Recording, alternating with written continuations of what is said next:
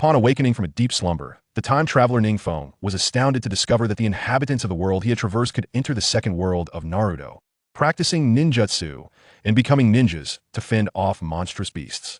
However, due to a cultural chasm, the people of this realm were utterly oblivious to Naruto. Is the Sharingan truly the weakest bloodline limit? Is the Hyuga clan the strongest? Is Orochimaru the final boss? Just as Ning Feng prepared to showcase his prowess, he inadvertently activated a system that could only yield S-rank rewards, ensuring that any chests opened or lotteries drawn would result in the most prestigious prizes. The Rinnegan would release The Pure Eye. Chapter 1. A World of Universal Ninjas. I believe everyone is already aware that in this year's college entrance examination, we not only expanded discussions on how to enhance our rapport with Naruto Uzumaki, but also incorporated an information sheet detailing the strengths of various ninjas from the Hidden Cloud Village, so that everyone may secure a superior start and acquire more formidable ninjutsu in the forthcoming Naruto online game. It is widely acknowledged that the newly launched Naruto online game, based on feedback from scientists, can essentially be deemed our singular weapon against the monstrous beasts that have emerged in reality. Now, to prepare for the myriad challenges you may encounter while logging into the Naruto online game, let us all turn to page 233 of our textbooks, where the usage of shuriken is elaborated upon. A series of sharp, cutting sounds reverberated throughout the classroom. The speaker was a beautiful teacher adorned with black-rimmed glasses, who held a textbook aloft while casting a chilling gaze across the room. All the students who met her gaze trembled in fear, their hearts racing. Had a perceptive ninja been present, they would have sensed the flow of chakra within the beautiful teacher. As her words echoed, countless students diligently turned to the page on shuriken, each one engrossed in reading. Suddenly, a curious student eagerly looked towards the teacher and asked, "Ms. Wang, I heard you participated in the closed beta test of the Naruto online game last week with the principals and learned the shadow clone technique in just 7 days. Could you demonstrate it for us?" Wow, the shadow clone technique. I heard that once we enter the Naruto online game, we can truly become those ninjas, and the shadow clone technique is one of their signature skills. I can't believe Ms. Wang has mastered it. Indeed, I heard that upon entering the Naruto online game, one can not only learn the shadow clone technique, but also the substitution technique and transformation technique. This way, we need not fear the monstrous beasts that have descended. Absolutely, absolutely. Countless students began to chatter excitedly, clamoring to speak. Observing the students' enthusiasm, Ms. Wang smiled gently. To be honest, my experience in the Naruto online game has been tremendously rewarding. I have discovered that in order to perform ninjutsu, one must first extract chakra. Only by doing so can one utilize chakra to perform ninjutsu, just like I am about to demonstrate. With that, Ms. Wang wasted no time and, employing the technique she had learned during the closed beta test, began forming hand seals. Amidst a swirl of mist, another figure appeared beside her, identical in appearance. Instantly, the classroom erupted in excitement. Wow, ninjutsu is amazing. This is incredible. Yes, ninjutsu is truly fantastic. I want to become a ninja. By the way, what exactly is this chakra that the teacher mentioned? Who cares what it is? Once we enter the Naruto online game, we'll find out. Countless students were once again stirred into a frenzy. Witnessing the students' fervor, Ms. Wang took a deep breath and approached a particularly burly student. In truth, my talent pales in comparison to our classmate Wang Chong. Our classmate Wang Chong, along with a few other students from different classes who secured spots in the closed beta, learned the shadow clone technique and transformation technique within just a week. Once he masters the substitution technique, he will be able to pass the assessments at the Ninjutsu Academy within the Naruto online game, officially becoming a low-ranking ninja with a modicum of combat prowess. As she spoke, Ms. Wang looked at Wang Chong with pride, who stood up, brimming with self-satisfaction, declaring, "To be honest, I've already reached level 10 through this closed beta." As soon as he spoke, waves of envy and jealousy rippled through the classroom, though mingled within were tones of disdain. Who doesn't know that our classmate Wang Chong hails from one of the 4 prominent families in D-City? He certainly didn't spare any expense for this closed beta opportunity. Yes, if it weren't for Wang Chong taking Ning Feng's spot in the closed beta with Ning Feng's talent, he would have reached level 20 by now, perhaps even obtained a low-ranking ninja headband. Indeed, Wang Chong bullies Ning Feng solely because of his impoverished background. Another voice chimed in. I heard his family bribed the principal with over 500,000. Whispers of envy and jealousy directed at Wang Chong gradually turned frosty. In the face of the students' criticisms, Wang Chong felt no remorse. Instead, he swelled with pride, particularly when his gaze fell upon Ning Feng in the corner of the classroom, his expression radiating arrogance, as if to declare, "I am wealthy. What of it?" Noticing the discord in the classroom atmosphere, Ms. Wang quickly gestured for Wang Chong to take his seat. Once the class fell silent, she directed her gaze towards Ning Feng, her voice filled with compassion. "Ning Feng, You are set to log into the Naruto online game this afternoon, and your performance therein will directly affect your college entrance examination results. Although you have consistently ranked at the top in previous assessments, your body, upon undergoing relevant tests, has shown an inability to extract chakra, which means you cannot practice ninjutsu. This is also one of the reasons you could not participate in the closed beta.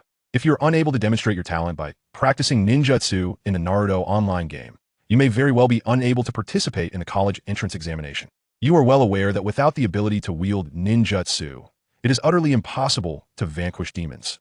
One would be destined to a lifetime devoid of any connection to ninjas. As soon as these words fell, numerous gazes turned towards Ning Feng, filled with sympathy and sorrow, particularly from many of the female classmates present, who even had tears welling in their eyes. In stark contrast, Wang Chong and his few lackeys exchanged disdainful smiles, their self-satisfied smirks reaching an apex of arrogance.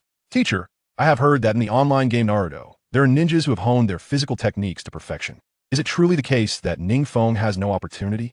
Suddenly, a fragrant breeze wafted through, and an extraordinarily beautiful young woman, with strikingly exquisite features, slowly rose to her feet, her face a portrait of confusion. This teacher truly does not know. Alas, Teacher Wang shook his head.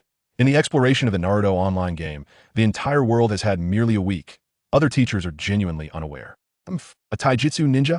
I have heard that even the simplest genjutsu can ensnare a taijutsu ninja to their demise. Indeed, taijutsu ninjas have no future, and they cannot even pass the genin assessment. Wang Chong, who had remained silent until now, cast a cold glance at the stunning beauty and directly condemned Ning Feng's fate. Have I somehow traversed into another world? A world where a nation embraces Naruto, and everyone relies on logging into the Naruto online game to gain ninjutsu prowess to fend off monstrous beasts. While everyone was engaged in discussion, the young boy known as Ning Feng, seated in the corner, suddenly had a glimmer of astonishment flash across his eyes. Little did anyone realize that this youth, positioned in the corner, was a traverser from the 21st century. Chapter 2, A Dismal Beginning? No, a genius beginning. Indeed, it is true, a transmigrator. Ning Feng has just crossed over. Having discarded the unremarkable Boruto series the night before and reminiscing about Naruto, before unknowingly drifting into slumber. To his astonishment, upon awakening, he found himself in a realm strikingly similar to his previous world. The only distinction being that the inhabitants of this world possessed the extraordinary ability to access Naruto and cultivate ninjutsu, utilizing their skills to combat the monstrous beasts ravaging the outskirts of their cities. Moreover, this world had recently revised its 9-year compulsory education system, incorporating a curriculum centered on the online game Naruto. As a transmigrator, Ning Feng had often fantasized about becoming a ninja while watching Naruto in his former life, yearning for the awakening of his Sharingan. Little did he anticipate that this dream would manifest into reality. However, after delving into the memories of his new body, he discovered that in this iteration of Naruto, it was conceived by the people of Longwa, a creation steeped in their own cultural heritage, with ninjas being distinctly of Longwa origin. The online game was also spearheaded by Longwa. As for why his new body appeared to be akin to the typical waste protagonist of other novels, Ning Feng gradually unraveled the mystery. It turned out that his physique was not as inept as his teachers had claimed. Rather, it bore a unique quality that required a specific method of chakra extraction to harness its potential. Ordinary chakra extraction techniques proved futile against his unique constitution. Being an avid Naruto aficionado, Ning Feng was acutely aware that illustrious clans such as the Inuzuka, Uchiha, and Senju possessed distinct chakra extraction methods to ensure the continuation of their bloodlines. Particularly, the techniques employed by the Uchiha and Senju clans were exponentially more sophisticated than standard methods, underscoring the critical importance of these techniques. Thus, the failure of conventional chakra extraction methods to yield results from Ning Feng's body led others to erroneously label him as incapable of performing ninjutsu. In reality, only Ning Feng, a true Naruto enthusiast, understood that he was far from being a mere waste. He was, in fact, potentially a super genius endowed with a rare bloodline. As he pondered this revelation, a melodious notification suddenly resonated in his ears. Congratulations! The Super Ninja system has been successfully activated. Please collect your starter gift package. Taken aback, Ning Feng's heart swelled with joy, realizing that indeed, he was a bona fide transmigrator, and shortly after his arrival, he had already received an extraordinary boon. The Super Ninja system, despite its somewhat unrefined name, promised to be immensely powerful. Without hesitation, Ning Feng opened his starter gift package. Congratulations!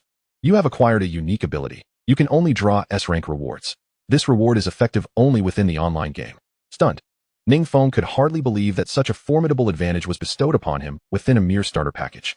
S-rank rewards represented the pinnacle of treasures in the Naruto online game, with exceedingly low odds of acquisition and each item being of exceptional quality.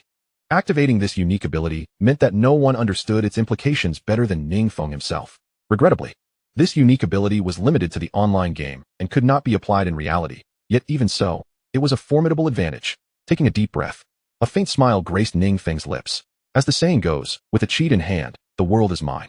Since he had been transported to this world and had received such an extraordinary boon, he was determined to live grandly in this new life. In his previous existence, as a reclusive individual, he had reached the age of 18 without achieving anything momentous or possessing a remarkable lineage. His life seemed destined to pass by uneventfully. Yet, unexpectedly, fate had bestowed upon him this golden opportunity, one he would not let slip away. Just as Ning Feng was lost in contemplation, Mr. Wang, standing at the podium, cast a penetrating gaze at him before uttering, "According to the notification from the Education Bureau, this year's college entrance examination will likely take place within the Naruto online game. Furthermore, it is highly probable that it will occur in the Dungeon Sand Village assault. I hope everyone takes this seriously." With that, Mr. Wang concluded his remarks and turned to leave. As his words hung in the air, the previously raucous classroom fell into an astonished silence for several moments before erupting into animated chatter. "No way. It's Sand Village assault. I heard this dungeon features a battle between the Sand Village and the Leaf Village, with notable figures like Orochimaru and the third Hokage participating." Another voice chimed in. "And Jiraiya is supposedly involved too. If our college entrance examination battlefield is in this dungeon, how can we possibly pass even the second-tier line?" Last year, the previous cohort logged into the Inuyasha game, and the exam was in the Naraku dungeon, where a staggering 50 million candidates were eliminated upon entry. This time, it will surely be even more challenging. Listening to the surrounding discussions, Ning Feng's eyes gleamed with excitement. His fondness for this world intensified. As he prepared to step out of the classroom for a brief respite, a fragrant breeze wafted in, drawing the attention of every male student in the room. "Ning Feng, don't mind Wang Chan's words. Your performance in our school has consistently been outstanding, and once you enter the Naruto game, you'll undoubtedly find a way to extract chakra and become a ninja. Moreover, even if you cannot become a ninja, I recall that you can still become a martial arts ninja. While not as powerful as others, your combat prowess should still be commendable. This is a few explosive tags my father prepared for me to log into Naruto this afternoon. They will allow us to level up quickly upon entering the game. I won't keep too many for myself. I'll give you 3. The owner of the fragrant breeze spoke gently, her sincerity evident, laced with a hint of sympathy. Explosive tags. Ning Feng was momentarily taken aback, suddenly remembering that in this world, players could bring along items like kunai and explosive tags when logging into Naruto, enhancing their leveling speed right from the start. These items were primarily brought back by those who participated in the closed beta testing. At present, merely one explosive tag would cost a staggering 100,000 Longwa coins, equivalent to the total annual income of 2 middle-class families. As for the owner of the fragrance, her name was Lu Yu, a brilliant and renowned beauty from Qinglong High School, a prestigious institution in City D. She had remarkably reached level 9 in the Naruto closed beta at a young age, nearly qualifying as a genin. In this new body, Ning Feng had aided Lu Yu on several occasions during their first and second years, leading her to frequently come to his aid, even at the expense of significant financial resources to assist him. Chapter 3. Logging into Naruto. Lu Yu's affection. "Ning Feng, we all believe in you. We are confident that you will be able to extract chakra and become a ninja. Yes, when that time comes, we will make sure to slap that guy's face. We, your circle of friends, are fully supportive of you." As Lu Yu approached, the other girls in the class, all adorned with enchanting fragrances, gathered around Ning Feng, with one young girl even shaking her petite fist. "I heard from my dad that some of the taijutsu ninjas inside are quite formidable. There's an old lady named Tsunade who can take down shadow-level experts with a single punch."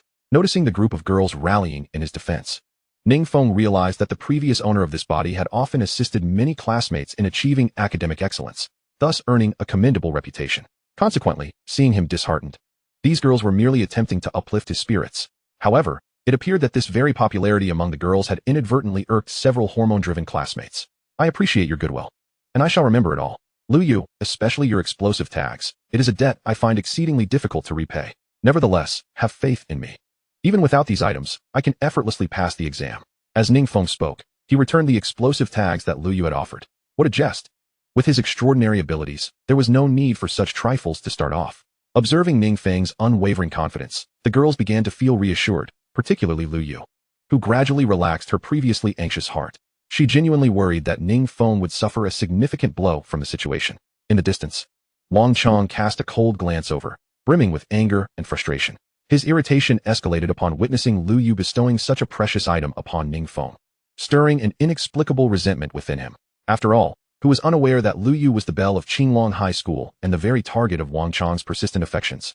He simply could not fathom what made Ning Feng so special to earn Lu Yu's favor to such an extent, even to the point of lavish generosity.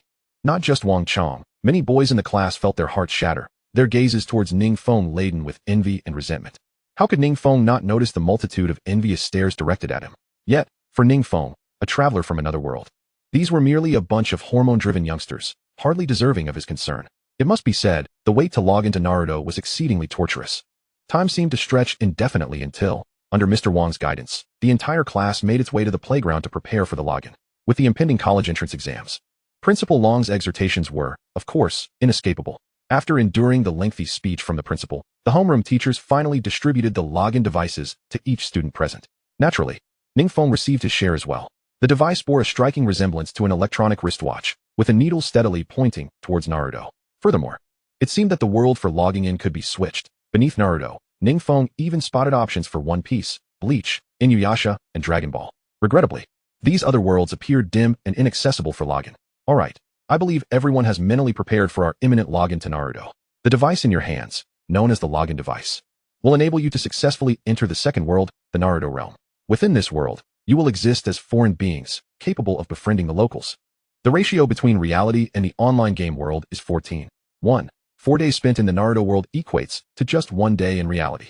Each login is limited to 8 hours. After that, you must log off, or you will face peril. In order to better enhance your abilities, our future classes will primarily focus on logging into Naruto. Of course, people from all around the world will gradually enter this realm. As for other matters, you may explore them on your own. The homeroom teacher received a nod from Principal Long, who scanned the room with his icy gaze before gesturing for the teacher to proceed. Shortly thereafter, Ning Feng and his classmates received a hastily printed version of the so-called Naruto strategy guide. At first, Ning Feng thought little of the guide, but upon reading its contents, he was nearly left embarrassed. The entire Naruto world comprised 8 major hidden villages. Besides the 5 great villages, there were also Amigakure, Hoshigakure, and Kusagakure. With Amigakure being the strongest, it was speculated that the shadow-level master controlling Amigakure suppressed half of the ninja world. Konoha ranked among the bottom of the 8 hidden villages. The strongest clan was the Hyuga clan. The third Hokage was deemed the weakest due to his advanced age. The Sharingan was labeled the weakest bloodline limit. After enduring the urge to scoff at the misleading guide, Ning Feng forced himself to remain composed. Although the guide seemed somewhat misguided, it also provided him with considerable convenience. Besides, even if he disclosed the true information about Naruto, others would likely not believe him. The last thing he wanted was to be sliced to pieces. Just as Ning Feng pondered these thoughts, a fragrant breeze wafted his way, and Lu Yu's petite figure brushed lightly against him. Ning Feng, I plan to choose the Hyuga clan in Konoha. While Konoha may be slightly weaker, I noticed in the guide that it boasts an excellent geographical location. Remember to choose the Hyuga clan too, so I can look after you, she said, her enthusiasm palpable.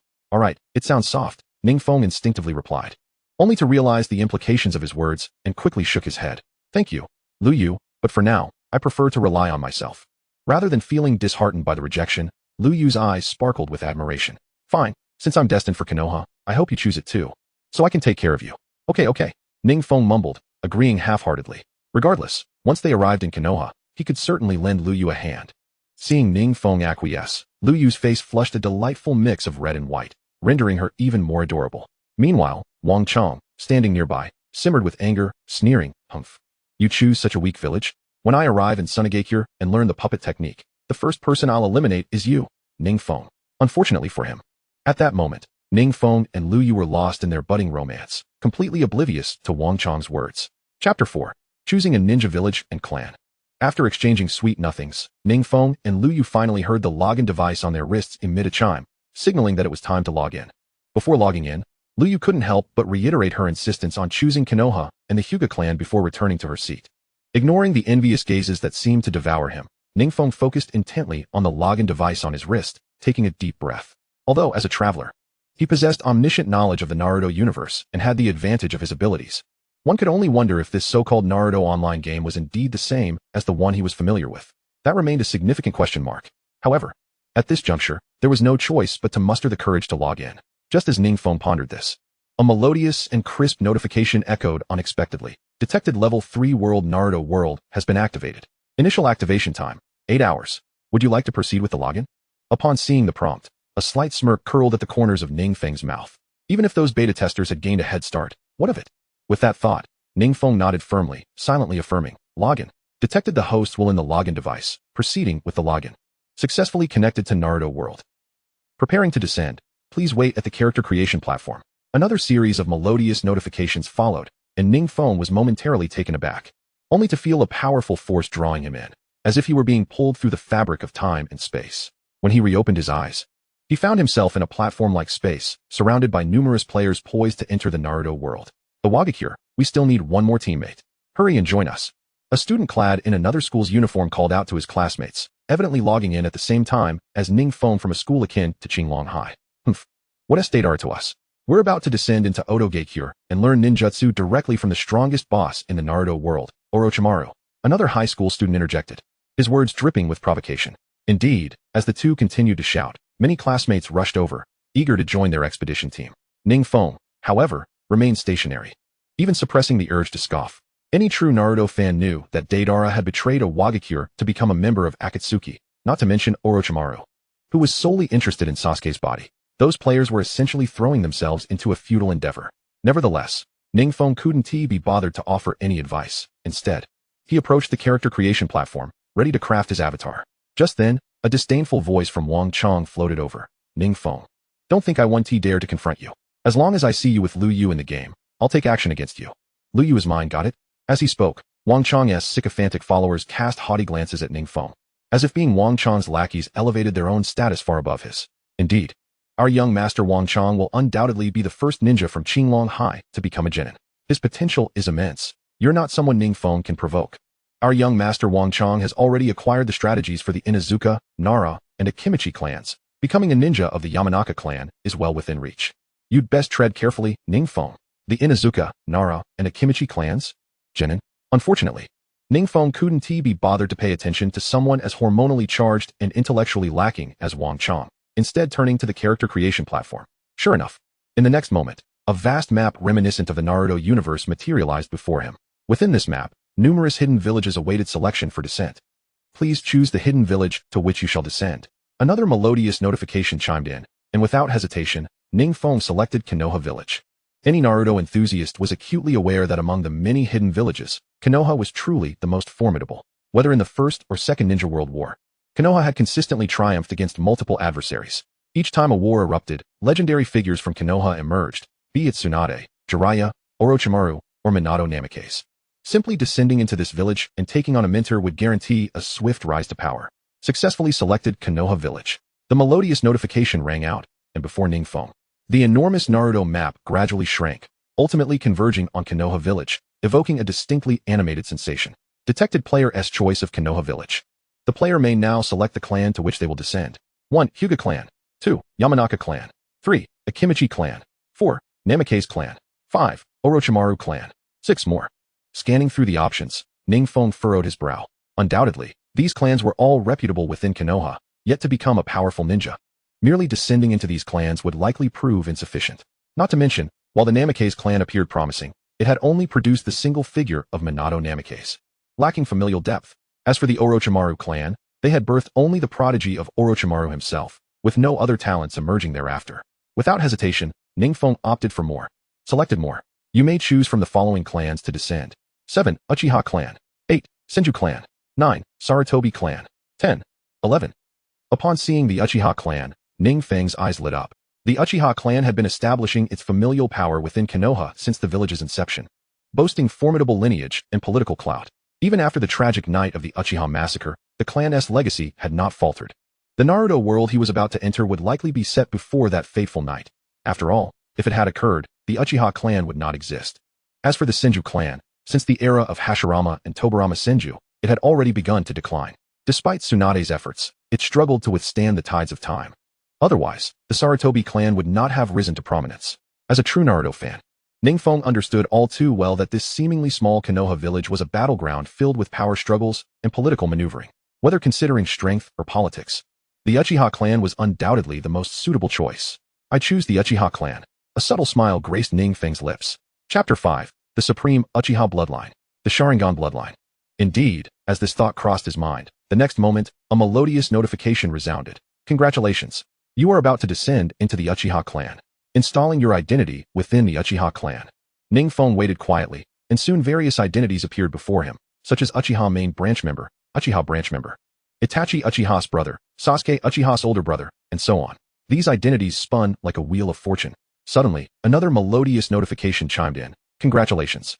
You have successfully acquired the identity of a Uchiha main branch member, becoming the brother of Itachi Uchiha and the older brother of Sasuke Uchiha. Congratulations. You have obtained the Uchiha clan's most potent bloodline, the Sharingan bloodline. With two delightful notifications ringing out, Ning Feng was initially taken aback, then elated. Astonished by the rapid onset of such fortune, he had begun his journey as the elder brother of Itachi Uchiha and Sasuke Uchiha. Is it not the case that, right from the outset, he can practice ninjutsu and taijutsu alongside the likes of Uchiha Itachi, the god of shinobi? Merely at the beginning, he has already surpassed others by an unfathomable margin. As for the so-called Rinnegan bloodline, Ning Feng paused momentarily before realization dawned upon him. For the members of the Uchiha clan, the bloodline indeed bears significant distinctions, with the activated Sharingan reflecting varying levels of strength. The Rinnegan bloodline is the ancestral bloodline possessed by Uchiha Madara, the progenitor. Upon awakening the eternal Mangekyo Sharingan, he could augment his own ninjutsu prowess, akin to how Uchiha Sasuke's Rinnegan enhances his taijutsu capabilities. Furthermore, figures like Itachi and Uchiha Shursui bolster their genjutsu abilities. Now that Ning Feng possesses the Rinnegan bloodline, it signifies that his future Sharingan will likely follow a path similar to Madara's, enhancing his formidable ninjutsu strength. In truth, Uchiha Madara's exceptional ninjutsu, particularly the power of Susanoo, is entirely reliant on his eternal Mangekyo Sharingan. Naturally, should Ning Feng acquire Itachi's Sharingan, he would also be able to wield powerful genjutsu, such as Tsukuyumi. Indeed, as Ning Feng contemplated, the attributes of the Rinnegan bloodline manifested before him. Rinnegan bloodline, one of the most potent bloodlines of the Uchiha. It possesses a higher probability of activating the Sharingan compared to other clan members, significantly enhancing the user's ninjutsu abilities. Although specific probabilities are absent from the attributes, one can perceive the terrifying nature of the Rinnegan bloodline simply by considering Uchiha Madara's later accomplishments. However, Ning Feng pondered further. It is likely that his consecutive acquisition of such a distinguished identity and bloodline is related to the extraordinary luck he had previously experienced. After all, he could only obtain S-rank rewards. The player identity has been successfully implanted, and the player is about to descend into the Naruto world. Please wait. A melodious chime echoed, and Ning Feng once again felt a powerful force pulling at him. When he reopened his eyes, he found himself in an ancient, elegantly styled estate reminiscent of the land of the rising sun. Notably, the estate was adorned with fan symbols emblematic of the Uchiha clan. So this is the Naruto world? Ning Feng was momentarily taken aback, instinctively checking his attributes. Nickname, Uchiha Feng. Level, 1. Experience, 0. Strength, uninitiated. Chakra, none. Age, 5 years. Clan, Uchiha clan. Identity, brother of Uchiha Itachi, elder brother of Uchiha Sasuke. Items, none. Ninjutsu, none. Taijutsu, none. Genjutsu, none. Bloodline limit, Sharingan, not activated. It must be said that aside from the usefulness of being part of the Uchiha clan, the other attributes are dismally inadequate. With a faint smile, he quietly closed the attributes panel, for it was likely that only Ning Feng understood that with the identity of the Uchiha clan, he would eventually possess everything. While he was deep in thought, a sudden flash of white light caught his attention, and several players bearing the Uchiha clan name also descended. However, Ning Feng quickly noticed that these players were far less fortunate than he. They were all from the branch families of the Uchiha, unlike him, who belonged to the main family. One should not underestimate this disparity in identity. Although the Naruto series does not elaborate extensively on this, the power of a clan is firmly controlled by the main family, while the branches primarily serve the main family. If only I had known, I would not have chosen the Uchiha clan. Just looking at this family, it seems rather lacking, situated in such a remote area. Indeed, clans like the Yamanaka and Akimichi are said to be located at the center of Konoha, while the Uchiha estate feels almost suburban. I can't even delete my account to start anew. I must have been out of my mind to choose this clan. Before Ning Feng could voice his thoughts, the disgruntled players began to murmur among themselves, unaware of the true potential lurking within the Uchiha clan. Ning Feng paid them no mind and headed directly towards the center of the estate, eager to encounter Uchiha Itachi and others, seeking to enhance his strength as swiftly as possible. Just as he took a step forward, a member of the Uchiha branch family hurried towards him, respectfully addressing him. Young Master Feng, young Master Itachi is looking for you and is waiting for you in the family conference room.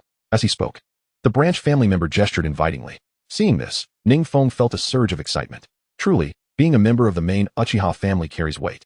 Even upon arriving at the novice village, someone was there to welcome him. No wonder the Hyuga branch family harbors such resentment towards the main family. The main family can arbitrarily strip the branch families of their lives. The players, witnessing Ning Feng being summoned while they were ignored, were quick to voice their displeasure. Hey, Why is he called, and not us? Little did they know, as soon as they spoke, the Uchiha branch family members' eyes flashed with anger. And he retorted fiercely, "You are all branch family members. Show young Master Feng some respect. Do you understand?" As he spoke, the branch family member lightly pressed a kunai against the neck of the leading player. This identity is indeed remarkable. Ning Feng cast a glance at the players, who looked utterly defeated and nearly furious, before turning and making his way to the conference hall. Just outside the hall, Uchiha Itachi stood quietly next to Uchiha Fugaku, wearing a bright smile. Beside Uchiha Fugaku, his wife, Uchiha Makoto, cradled an infant in her arms, who was undoubtedly the future Uchiha Sasuke. Uchiha Feng, you have arrived. Chapter 6, The Guidance of Uchiha Itachi. Chakra Extraction Technique. As the words fell, Ning Feng saw Uchiha Itachi in the distance displaying a warm and radiant smile. Come over. Feng, today, Dad will teach you the Uchiha clan's chakra extraction technique. The heartwarming scene instantly left Ning Feng momentarily dazed. In his past life, he was a reclusive young man orphaned at a young age, yet he never expected to experience a semblance of warmth within an online game at this moment. However, as Ning Feng contemplated, he couldn't shake off the worry that not long from now, the Uchiha clan would face the night of annihilation, which weighed heavily on his heart. Especially after that tragic night, both Uchiha Itachi and Uchiha Sasuke would embark on vastly different paths. Of course, worry aside, since he had now descended into the Uchiha clan and become one of its members, he must seize this opportunity to train diligently and elevate his strength. With this thought in mind, Ning Feng hurriedly ran towards Uchiha Itachi and the others. At this moment, he also took note of his surroundings, discovering that this hidden leaf village remarkably resembled the original, exuding an aura of perfect restoration. The only notable difference was that this hidden leaf village appeared to have expanded exponentially compared to the original, bustling with ninjas and residents.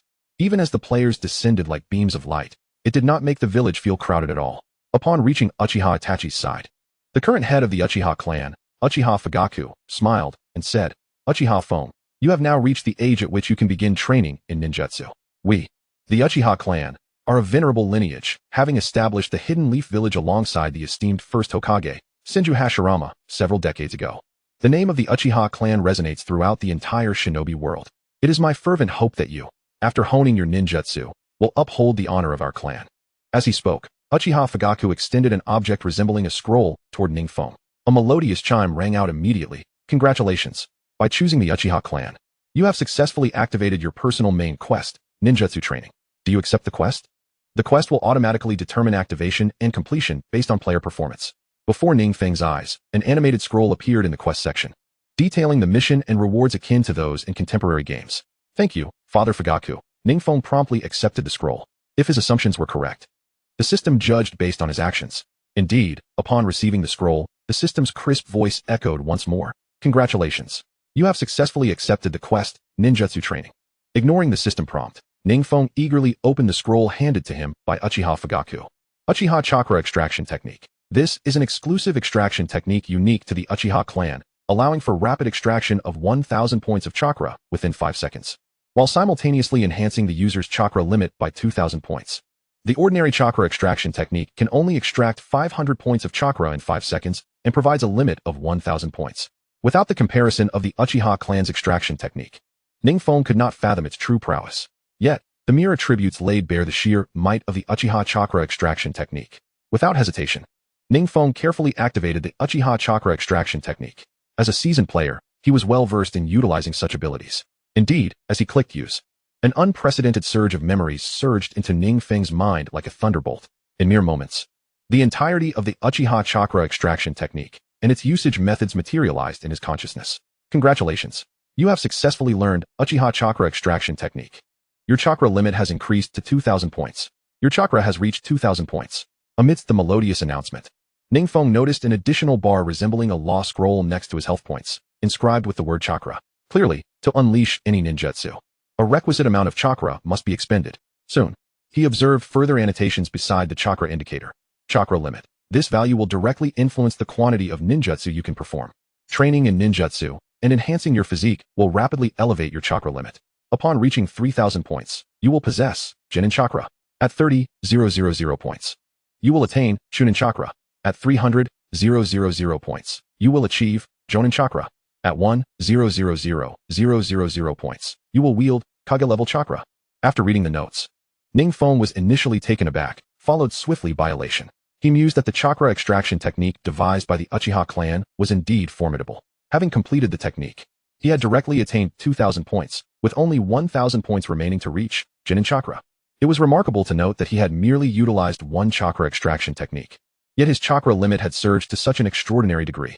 Clearly, his choice of the Uchiha clan was utterly astute. I have mastered the extraction technique. Once he fully absorbed the intricacies of the Uchiha clan's extraction technique, Ning Feng flashed a smile at Uchiha Fugaku. He had no time to squander. Swiftly enhancing his strength was paramount. Upon hearing of Ning Feng's swift mastery, both Uchiha Fugaku and Uchiha Itachi were astonished, having initially presumed that he would require at least 3 to 5 days to comprehend it. They recalled that it took them several days to fully grasp the chakra extraction technique.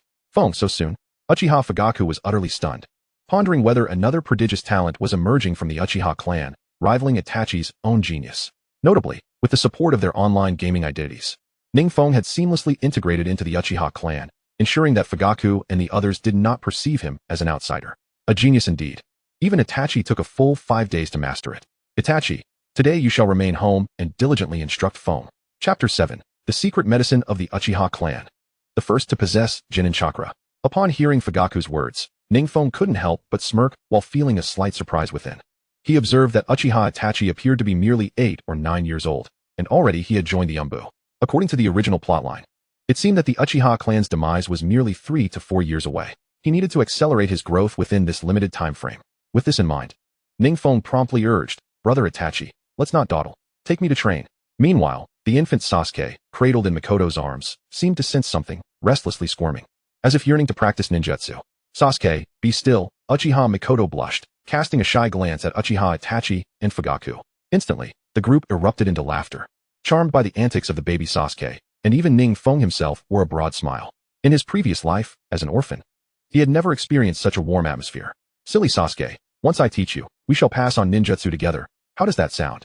Uchiha Itachi said, gently tapping the infant Sasuke's tiny nose before leading Ning Feng toward the backyard of the Uchiha estate. Throughout, Uchiha Fugaku observed Ning Feng with quiet contemplation, inexplicably sensing that the future of the entire Uchiha clan rested upon his shoulders. Upon arriving in the backyard, Ning Feng noticed that the players who had descended with him into the Uchiha clan were currently busy cleaning tables and sweeping the floors. The Uchiha steward was urging them along.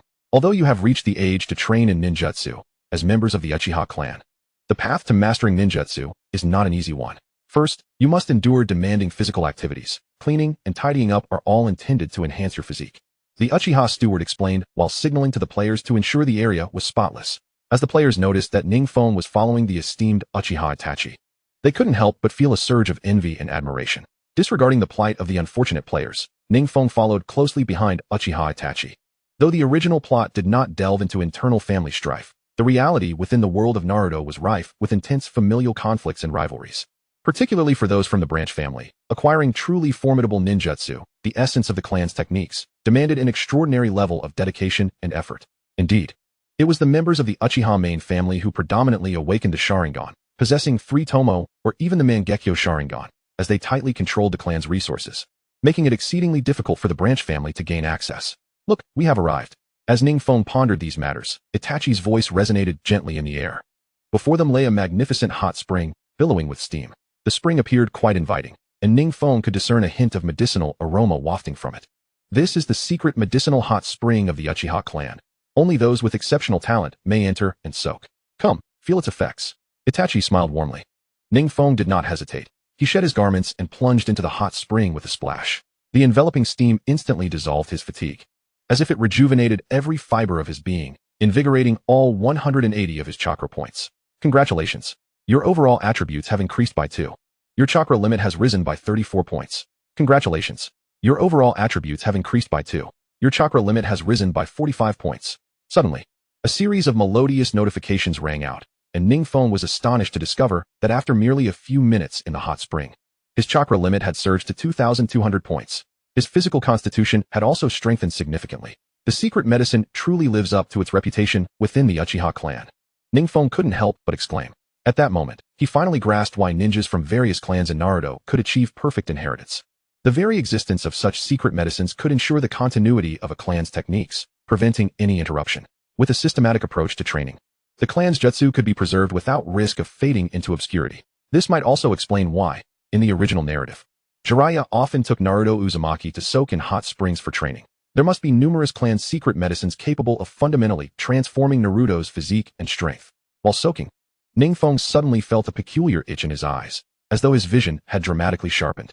Itachi, observing him silently, noted with surprise that the potent effects of the secret medicine were surging into Ning Feng's body, rapidly enhancing his strength. Though he and Sasuke had previously soaked in the clan's secret medicine, their absorption was nowhere near as effective as Ning Feng's. This prodigious talent of his was beyond their expectations. Suddenly, an overwhelming chakra presence erupted from Ning Feng, radiating outward and causing the hot spring to tremble slightly. Is this the concentration of chakra? Ning Feng, have you truly amassed the chakra of a genin so swiftly? Chapter 8, Genin Chakra. The world trembles.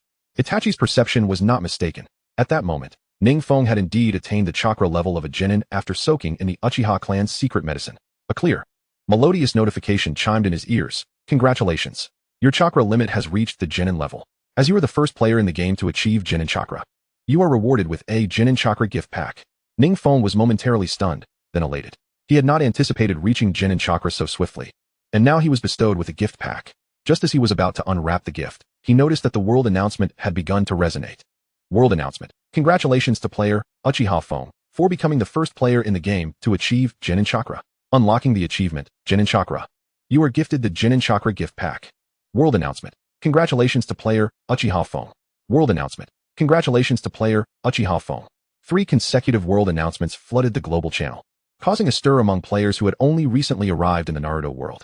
They sank into a moment of stunned silence, and soon after, the world channel erupted with fervent chatter. What on earth is happening? I haven't even started yet, and someone already has genin chakra? Who is this Uchiha Feng to possess such prowess right off the bat? Players from the Uchiha clan, meanwhile, were busy adhering to the clan leader's orders, scrubbing floors and washing clothes. The Island Nation Alliance Guild is recruiting. The recent Uchiha Feng is a member of our guild. Get a grip, stop spamming with false advertisements. Players expressed their frustrations, each feeling a mix of anger and regret. Yet, soon enough, they all clenched their fists, resolved not to fall behind, and diligently returned to training their jutsu. Glancing at the world channel, Ning Feng wasted no time and continued to soak in the Uchiha secret medicine hot spring for the remainder of the day. Before long, his chakra limit soared from 3,000 to approximately 4,200, at which point it could rise no further. Clearly, relying solely on the secret medicine hot spring would not suffice to elevate his chakra limit to greater heights. Nonetheless, Ning Feng was thoroughly satisfied with his accomplishments. Seizing the moment while Itachi was preoccupied, he eagerly opened the genin chakra gift pack. He was keen to discover the treasures that awaited him within. Before him appeared a spinning wheel, adorned with a variety of rewards. 1. Bloodline limit, Sharingan. 2. Fire style, Fireball Jutsu. 3. Fire style, Phoenix Fire Jutsu. 4. 500 points to chakra limit. 5. Konoha Taijutsu Scroll. 6. Fire style, Little Fireball Jutsu. At first glance, the gift pack contained an impressive array of potential rewards. Yet Ning Feng discerned that among these, the Sharingan was undoubtedly the most valuable. Congratulations. You have opened the genin chakra gift pack. The pointer begins to spin, ready to unveil a random reward. Congratulations. You have obtained Bloodline Limit, Sharingan. Another series of delightful notifications rang out, and Ning Feng watched as the pointer came to a steady halt on the Sharingan. The Sharingan. Upon realizing that he had received the coveted Sharingan as a reward, Ning Feng was overwhelmed with joy and excitement. After all, this was the signature ability of the Uchiha clan, not something every member could easily awaken. However, Ning Feng swiftly realized that whenever there were rewards akin to a grand gift pack, he invariably managed to obtain the highest tier. Thus, acquiring the Sharingan was entirely within the realm of expectation. Just as Ning Feng pondered this, an unexpectedly melodious chime resounded, announcing, "Congratulations. You have once again obtained Fire Release, Great Fireball Technique." Upon hearing this, Ning Feng momentarily froze, only to notice that the spinning indicator on the wheel had precisely landed between Sharingan and Great Fireball Technique. Splendid. What an unexpected delight. Ning Feng had initially anticipated merely acquiring the Sharingan, yet to his astonishment, he had also secured the Great Fireball Technique. Before long, the attributes of Sharingan and Great Fireball materialized before Ning Feng. Sharingan, the bloodline limit of the Uchiha clan. This eye activates when a member of the Uchiha clan witnesses the departure of a loved one. Upon activation, the abilities conferred will vary according to the user's physique. Shino Bloodline perfectly replicates an enemy's ninjutsu while enhancing the user's taijutsu capabilities. As the Sharingan evolves, this ability will become even more pronounced. Tomo Bloodline perfectly replicates an enemy's ninjutsu while enhancing the user's ninjutsu capabilities. As the Sharingan evolves, this ability will become even more pronounced. Jinjutsu Bloodline perfectly replicates an enemy's ninjutsu while enhancing the user's jinjutsu capabilities. As the Sharingan evolves, this ability will become even more pronounced. Fire Release, Great Fireball Technique. The signature ninjutsu of the Uchiha clan, which, upon forming seals, unleashes an enormous fireball capable of obliterating foes. Damage. Inflicts 300 points of base ninjutsu damage, accompanied by 25 points of sustained ninjutsu damage over a duration of 5 seconds. Seal time, 5 seconds. Cooldown time, 30 seconds. Range, 600 yards. Consumption, 660 points of chakra. Without hesitation, Ning Feng clicked Use. In that instant, he felt an immensely powerful surge of spiritual energy forcefully surge into his body, igniting a sensation of his already slightly itchy eyes being set ablaze. Ning Feng let out a pained cry, instinctively covering his eyes. Observing Ning Feng's sudden discomfort, Uchiha Itachi, who had been watching him closely, furrowed his brow in concern and inquired, "Feng, what is the matter?" Only moments later, Uchiha Itachi distinctly noticed a pair of Sharingan, glimmering with a sinister crimson light, flickering as they gazed back at him. For reasons unknown, even though Uchiha Itachi had already activated his 3-Tomo Sharingan, he felt an eerie chill under the scrutiny of Ning Feng's Sharingan. You have awakened your eyes? Chapter 9, Awakening of the Sharingan. In that moment, Uchiha Itachi was overwhelmed with excitement. It was worth noting that since the establishment of the Uchiha clan, no one had ever activated the Sharingan at the tender age of 4, right at the onset of their training in ninjutsu. Even Uchiha Itachi, heralded as a prodigy within the Uchiha clan, had only managed to awaken his Sharingan at the age of 5 or 6. Typically, the awakening of the Sharingan is triggered by intense emotional fluctuations. How is it that you? Uchiha Itachi's mind soon filled with a tinge of doubt. After all, the conditions for awakening among the Uchiha clan were notoriously stringent, and under normal circumstances, it was nearly impossible to achieve. I cannot say for certain why, but I merely felt an itch in my eyes while using this secret potion, and then they opened. Ning Feng, of course, refrained from mentioning anything about the grand gift pack, lest he be subjected to dissection and study. It would certainly not bode well for him. Let us not forget that in this world of Naruto, there exists a technological fanatic known as Orochimaru. Well, regardless, your awakening of the Sharingan is a significant boon for our clan. However, the hour grows late.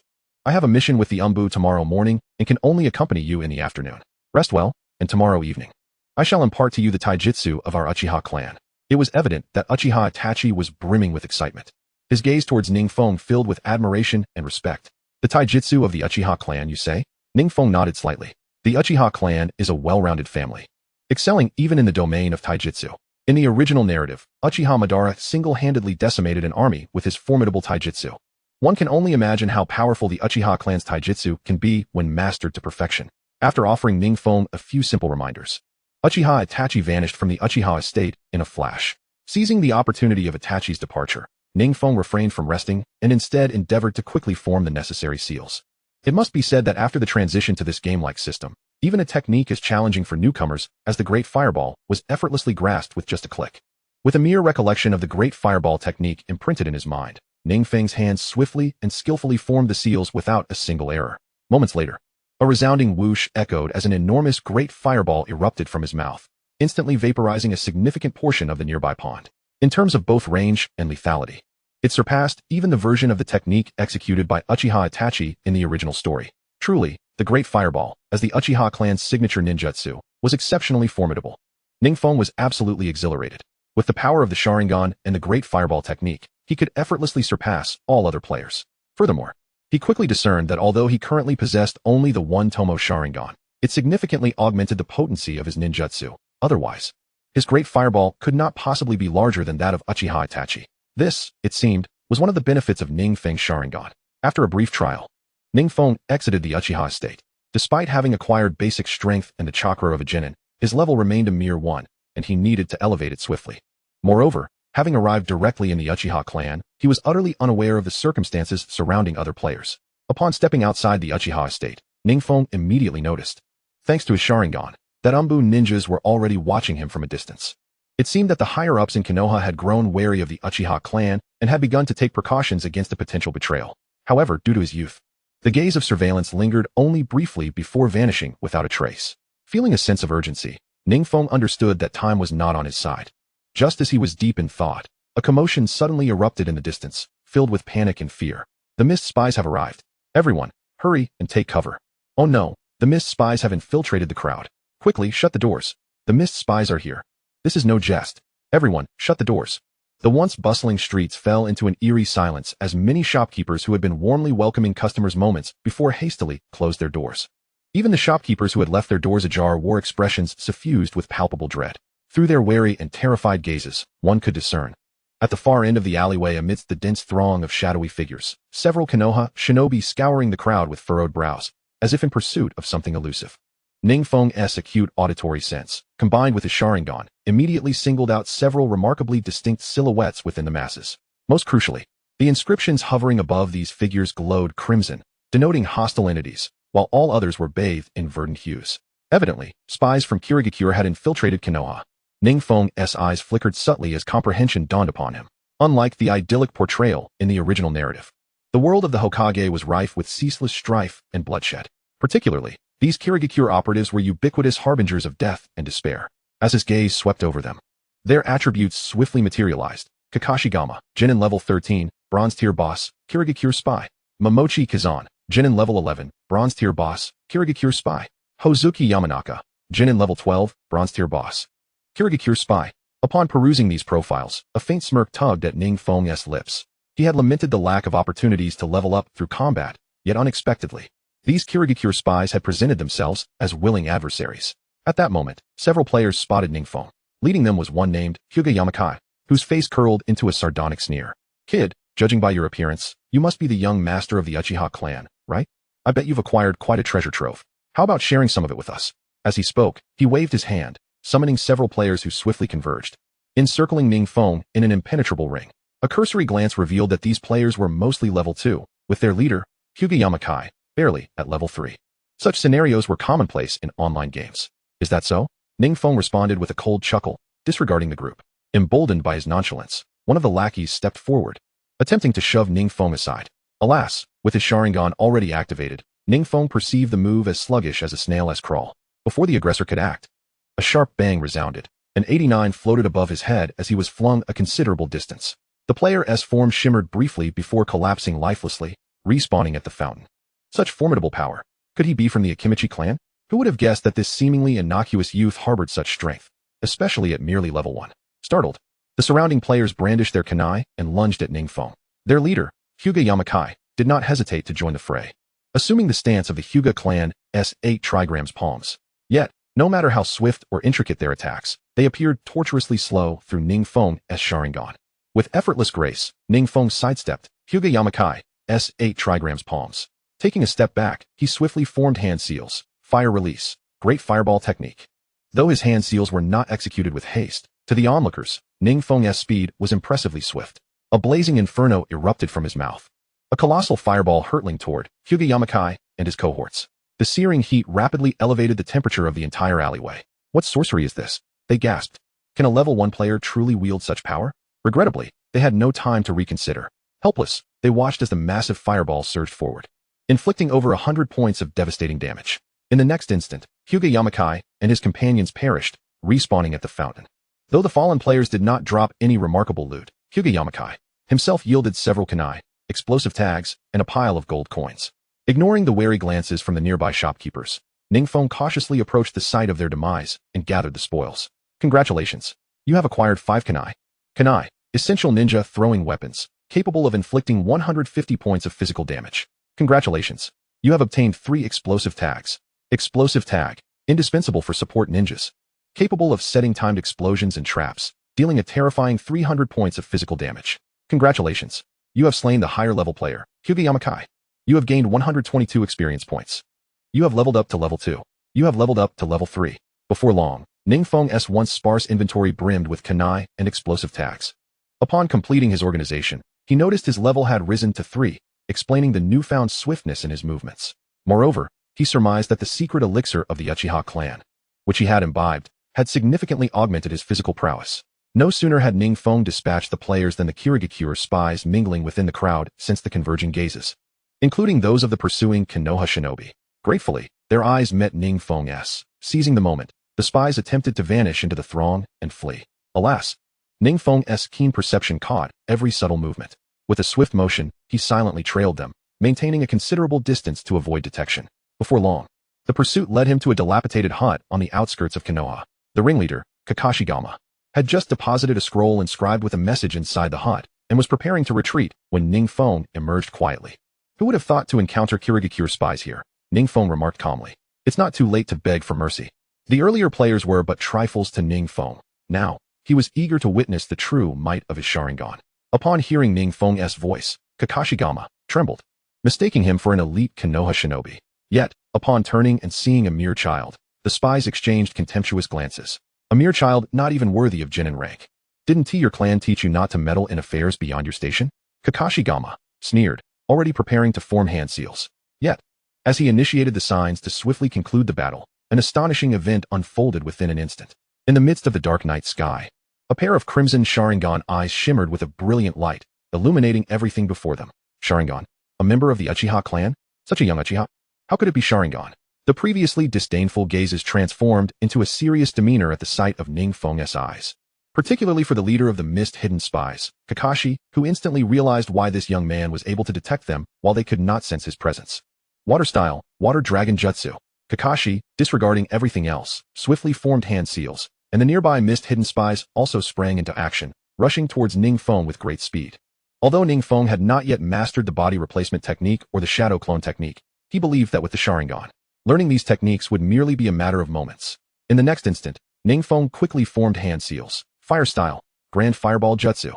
His speed in forming seals was astonishingly quicker than that of the three mist-hidden spies, and a colossal, searing fireball surged forward, hurtling towards the spies. Bang, bang, bang.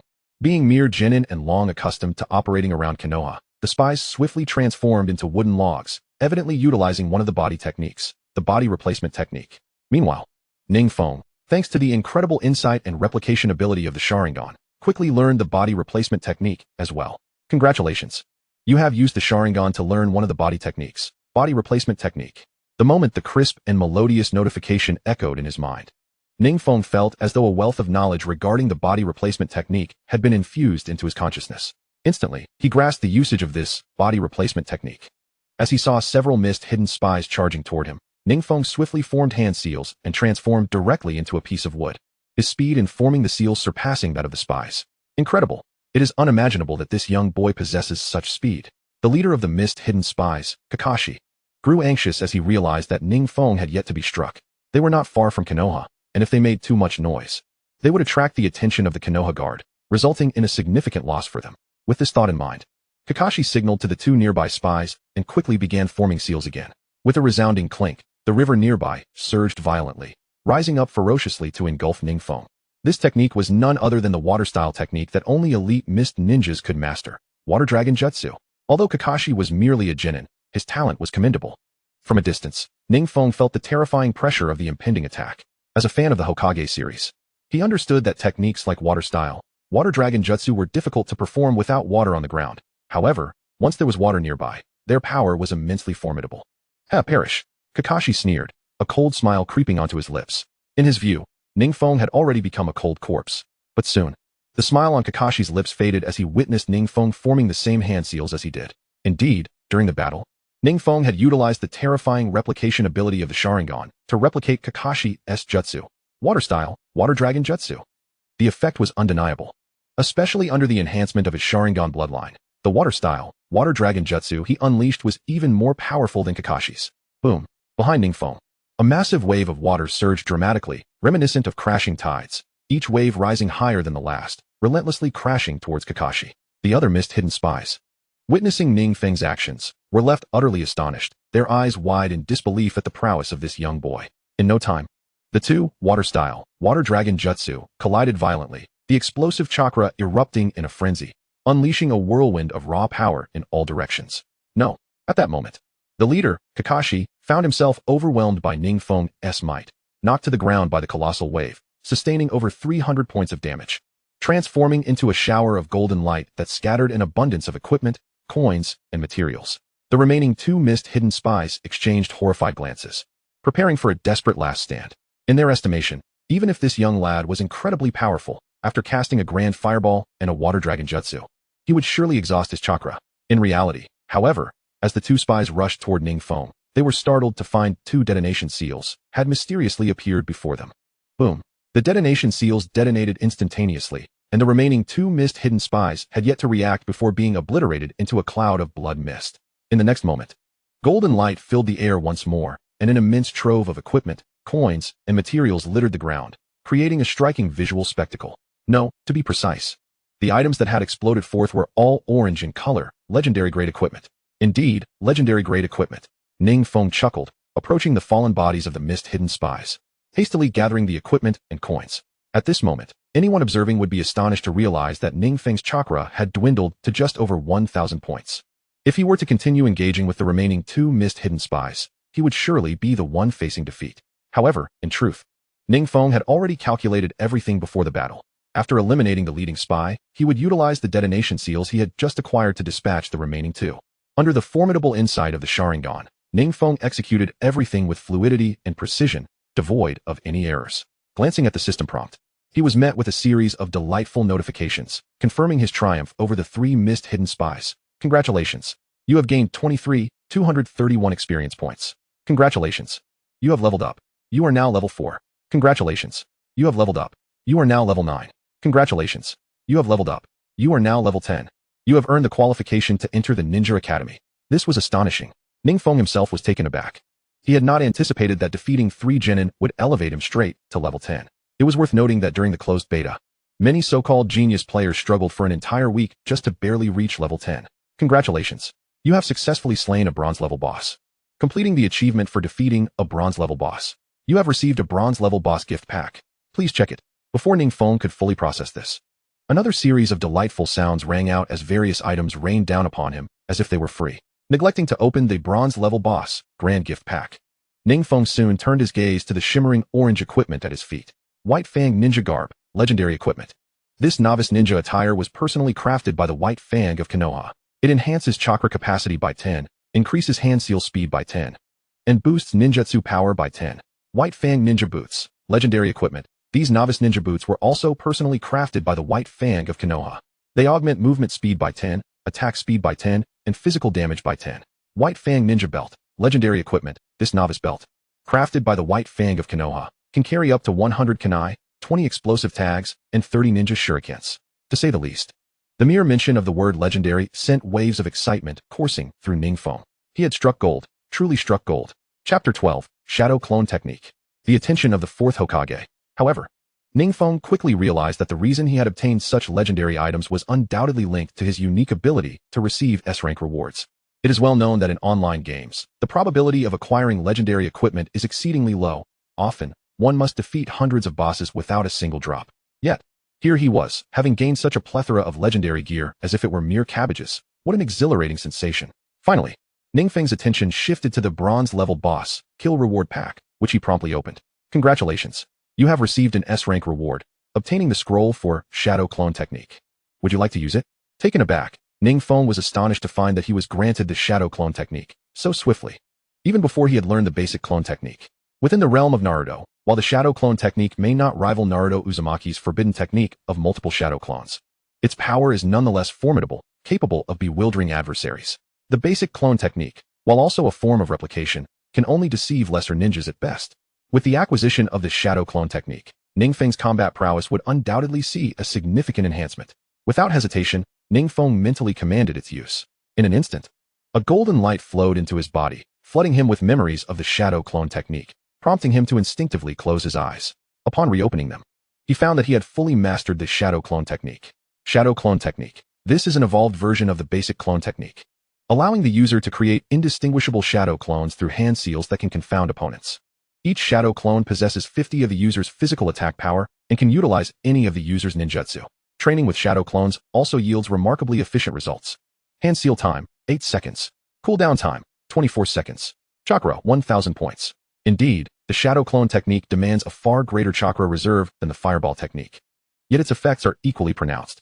After quietly committing the various attributes of the Shadow Clone Technique to memory, Ning Feng cast a casual glance at the scroll left behind by the Mist Village spy and swiftly retrieved it. Congratulations. You have discovered the traces of the Mist Village spy, automatically activating the side quest, Spy Invasion. This is a B-rank quest. Upon completion, you will receive a B-rank reward. Ning Feng mused to himself about how intelligent this online game was, automatically activating side quests. Soon, he gently unfurled the scroll. revealing a line of text that he could not comprehend, likely a code established by the Mist Village spies. After carefully storing the scroll and copying the text, Ning Feng made his way back to the Hidden Leaf Village. Upon his return, the Hidden Leaf Village was abuzz with activity, as countless players wandered about, marveling at the realism of the Naruto game. Many players engaged in conversation with NPCs, hoping to receive quests. Naturally, the village was dotted with NPCs marked with exclamation points. But players lined up in long queues before them, creating a rather chaotic scene.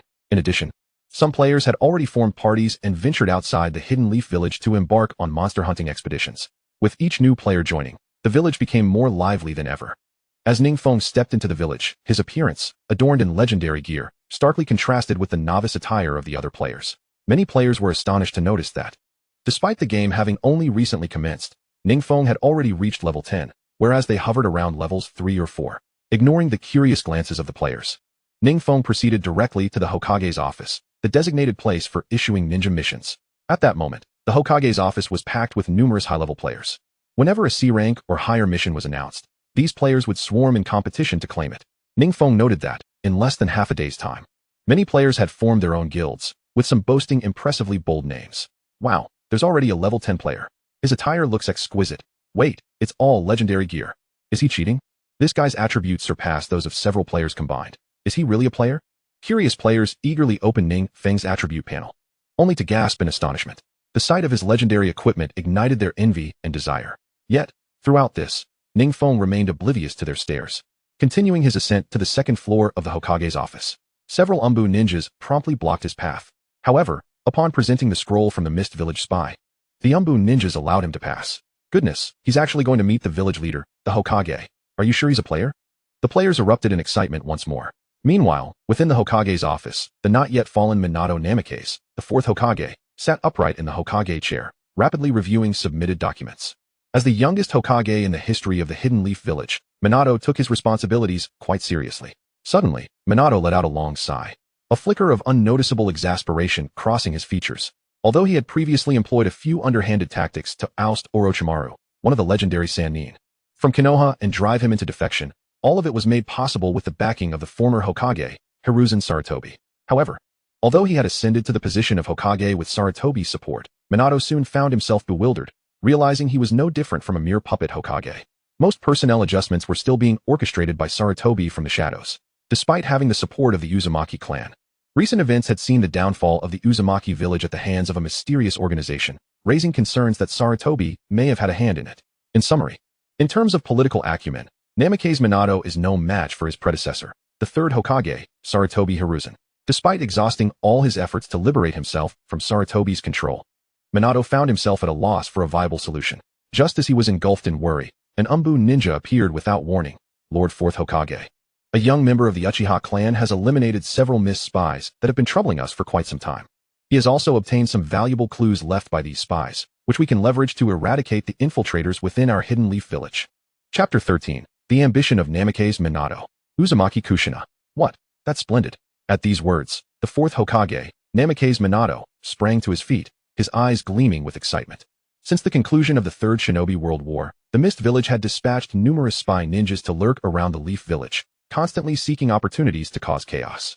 The Anbu had launched several operations to track these spies, but had met with failure. To their astonishment, someone had swiftly managed to eliminate the threat to Konoha. Who is it? A skilled Anbu member? Minato inquired eagerly. No, it appears to be a young Uchiha child, no more than 4 or 5 years old. The Anbu ninja hesitated before responding. This ninja was equally perplexed, pondering why, despite the presence of so many seasoned Anbu operatives pursuing the Mist spies, the one to finally confront them was a mere child. What? Minato exclaimed, stunned, just as a knock echoed from the door. Come in. To the astonishment of Minato and the Anbu ninja, a small child, appearing to be no more than 4 or 5 years old, approached with a broad smile. Had it not been for the scroll he held, marked with the standard insignia of the Mist ninjas, they might have thought he was merely a jester. Hokage-sama, I have successfully dispatched 3 Mist spies, and here is the scroll they left behind for your perusal. The child was none other than Ning Feng. As he spoke, he extended the scroll toward Minato. Even now, Minato found it hard to believe that someone of such tender age had managed to eliminate 3 Mist spies. After a moment's surprise, he carefully accepted the scroll from Ning Feng. Indeed, the scroll bore the insignia of the Mist spies. While it could not be deciphered immediately, Minato was confident that understanding it was merely a matter of time. I never expected such prowess from you, young one. We truly do not know how to reward you. Minato reached out to pat Ning Feng's head, but the boy deftly dodged. Despite his 4-year-old body, Ning Feng's psyche was that of a 20-something, and he did not wish to be treated like a child. However, just as he contemplated this, he felt a warm embrace envelop him. The sensation intensified by a strikingly ample figure. Oh my, whose adorable child is this? So cute. A voice as melodious as a lark rang out. And before Ning Feng stood a stunning beauty with crimson hair. Her features were exquisite, especially her eyes, which sparkled with a star-like brilliance, radiating feminine charm. Kushina. This is not just any cute child. He has just helped us eliminate several missed spies. Minato said with exasperation, a bead of sweat forming on his forehead. Kushina? Ning Feng was taken aback, suddenly realizing that being younger had its advantages. He fixated on the woman's ample figure and mischievously reached out to pinch it. So big. So fragrant. At that moment, Kushina realized that the little one in her arms was not as innocent as he seemed. Just as she was about to voice her thoughts, she was met with Ning Feng's pure, unblemished gaze. Overwhelmed by maternal instincts, she hugged him even tighter. Congratulations. Uzumaki Kushina's affinity for you has increased by 10 points. It has reached 60 points. Congratulations. Uzumaki Kushina's affinity for you has increased by 10 points. It has reached 70 points. Perhaps due to Kushina's imminent motherhood, the sweet scent enveloping her was intoxicating to Ning Feng, who mused that being a child indeed came with its perks. After some time, Ning Feng finally extricated himself from Kushina's embrace. Minato, observing the scene, felt that Ning Feng had ulterior motives but chose to remain silent. You have accomplished a significant feat by eliminating the missed spies. I am unsure how to reward you. But please accept this, Minato said after a moment's contemplation, presenting Ning Feng with a ninjutsu scroll. Upon opening the scroll, Ning Feng was astonished to find it contained a systematic record of various lightning release techniques and their usages. Although he had already mastered the Great Fireball technique and Water Dragon Jutsu, he had yet to explore the realm of lightning release. Without hesitation, Ning Feng activated the scroll. Congratulations. You have learned Lightning Release, Shadow Clone. Congratulations. You have learned Lightning Release, Lightning Ball. Congratulations.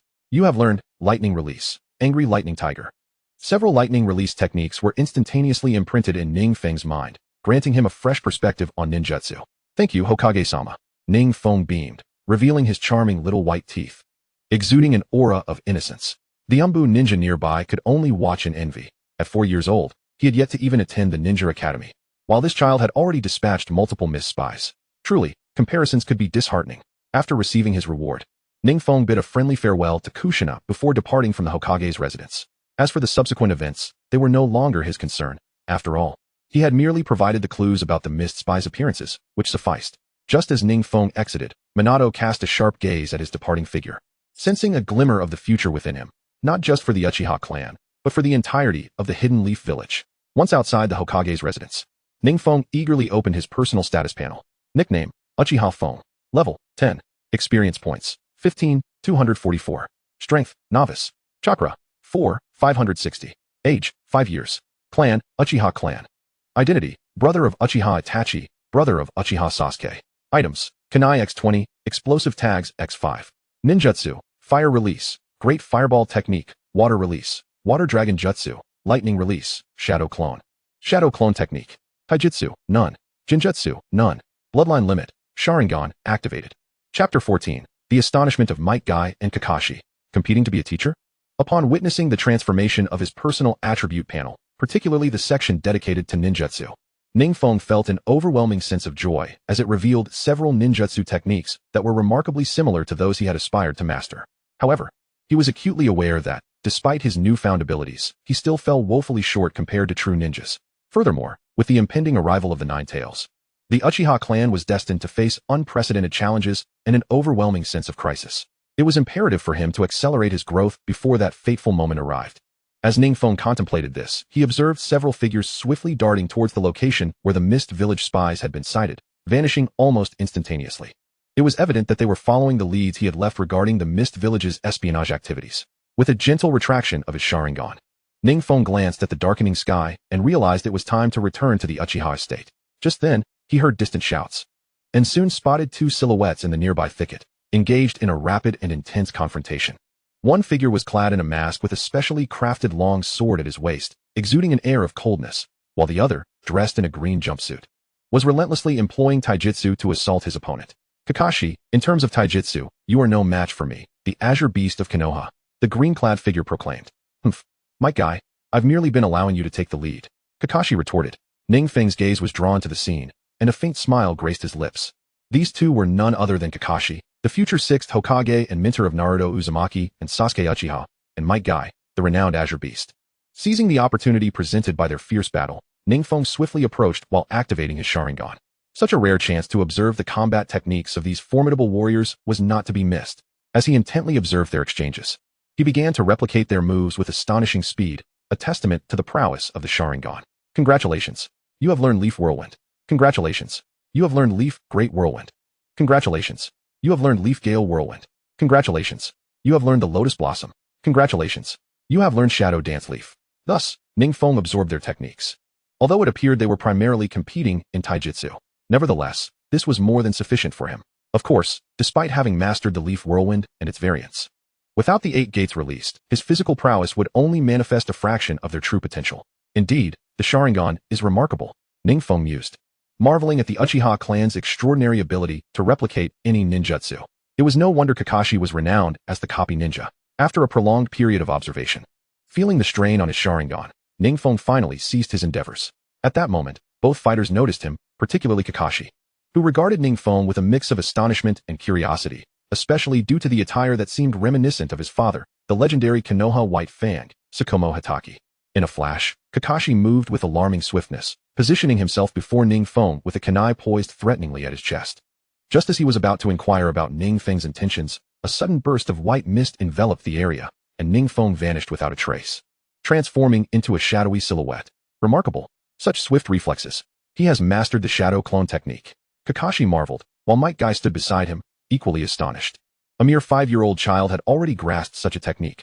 Who wouldn't be astounded? In an instant, Ning Feng reappeared behind Kakashi, his legs spinning like a whirlwind as he executed a rapid kick towards him. Leaf Whirlwind. Kakashi exclaimed in shock, raising his right arm to block Ning Feng's strike.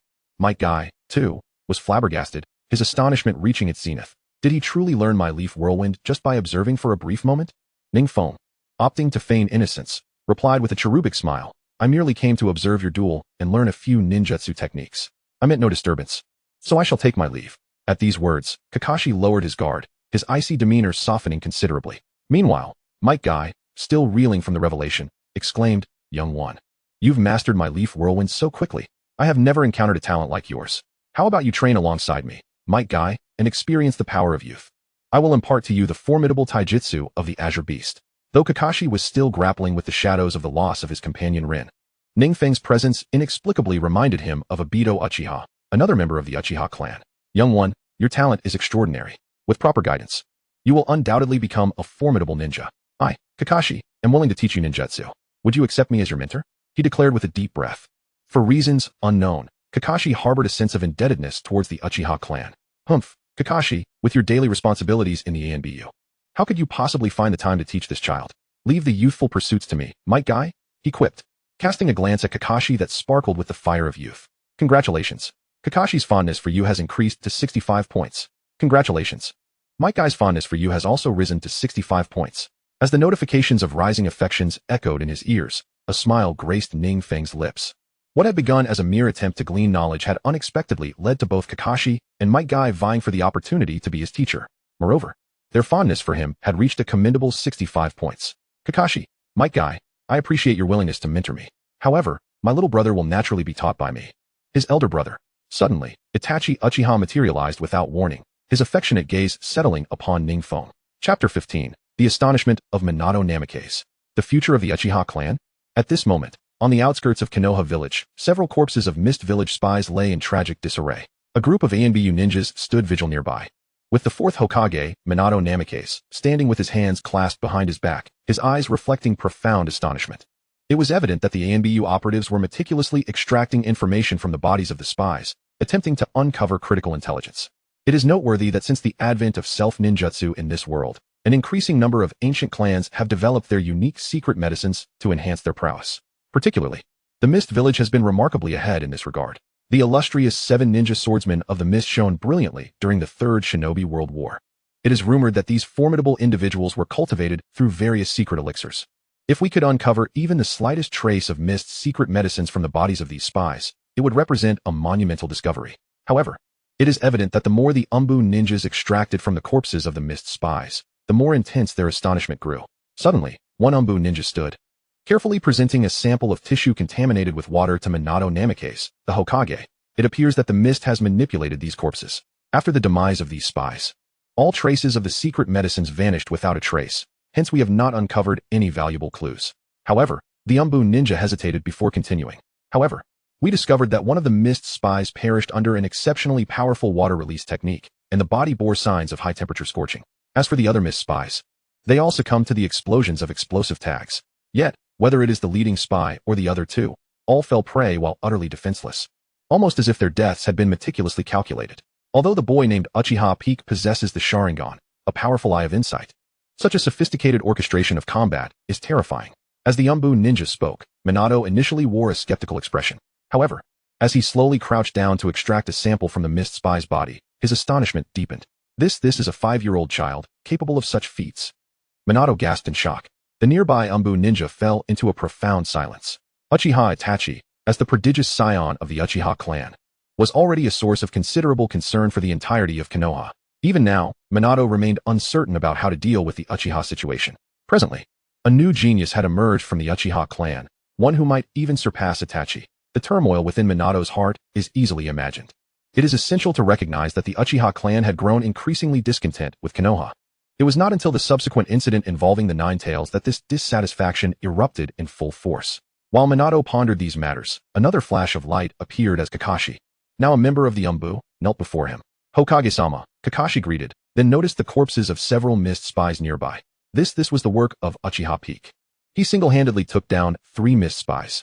During the skirmish, he likely employed the Uchiha clan's signature techniques, such as the Great Fireball technique, Water Dragon technique, and perhaps even the Shadow Clone technique. What? Kakashi's eyes widened as he recounted his recent encounter with Uchiha Peak to Minato. The reaction of Minato and the others was one of shock and disbelief, as if they had just heard an outlandish tale. While they were astounded, Ning Feng was oblivious, or, more accurately, lacked the time to dwell on their reactions.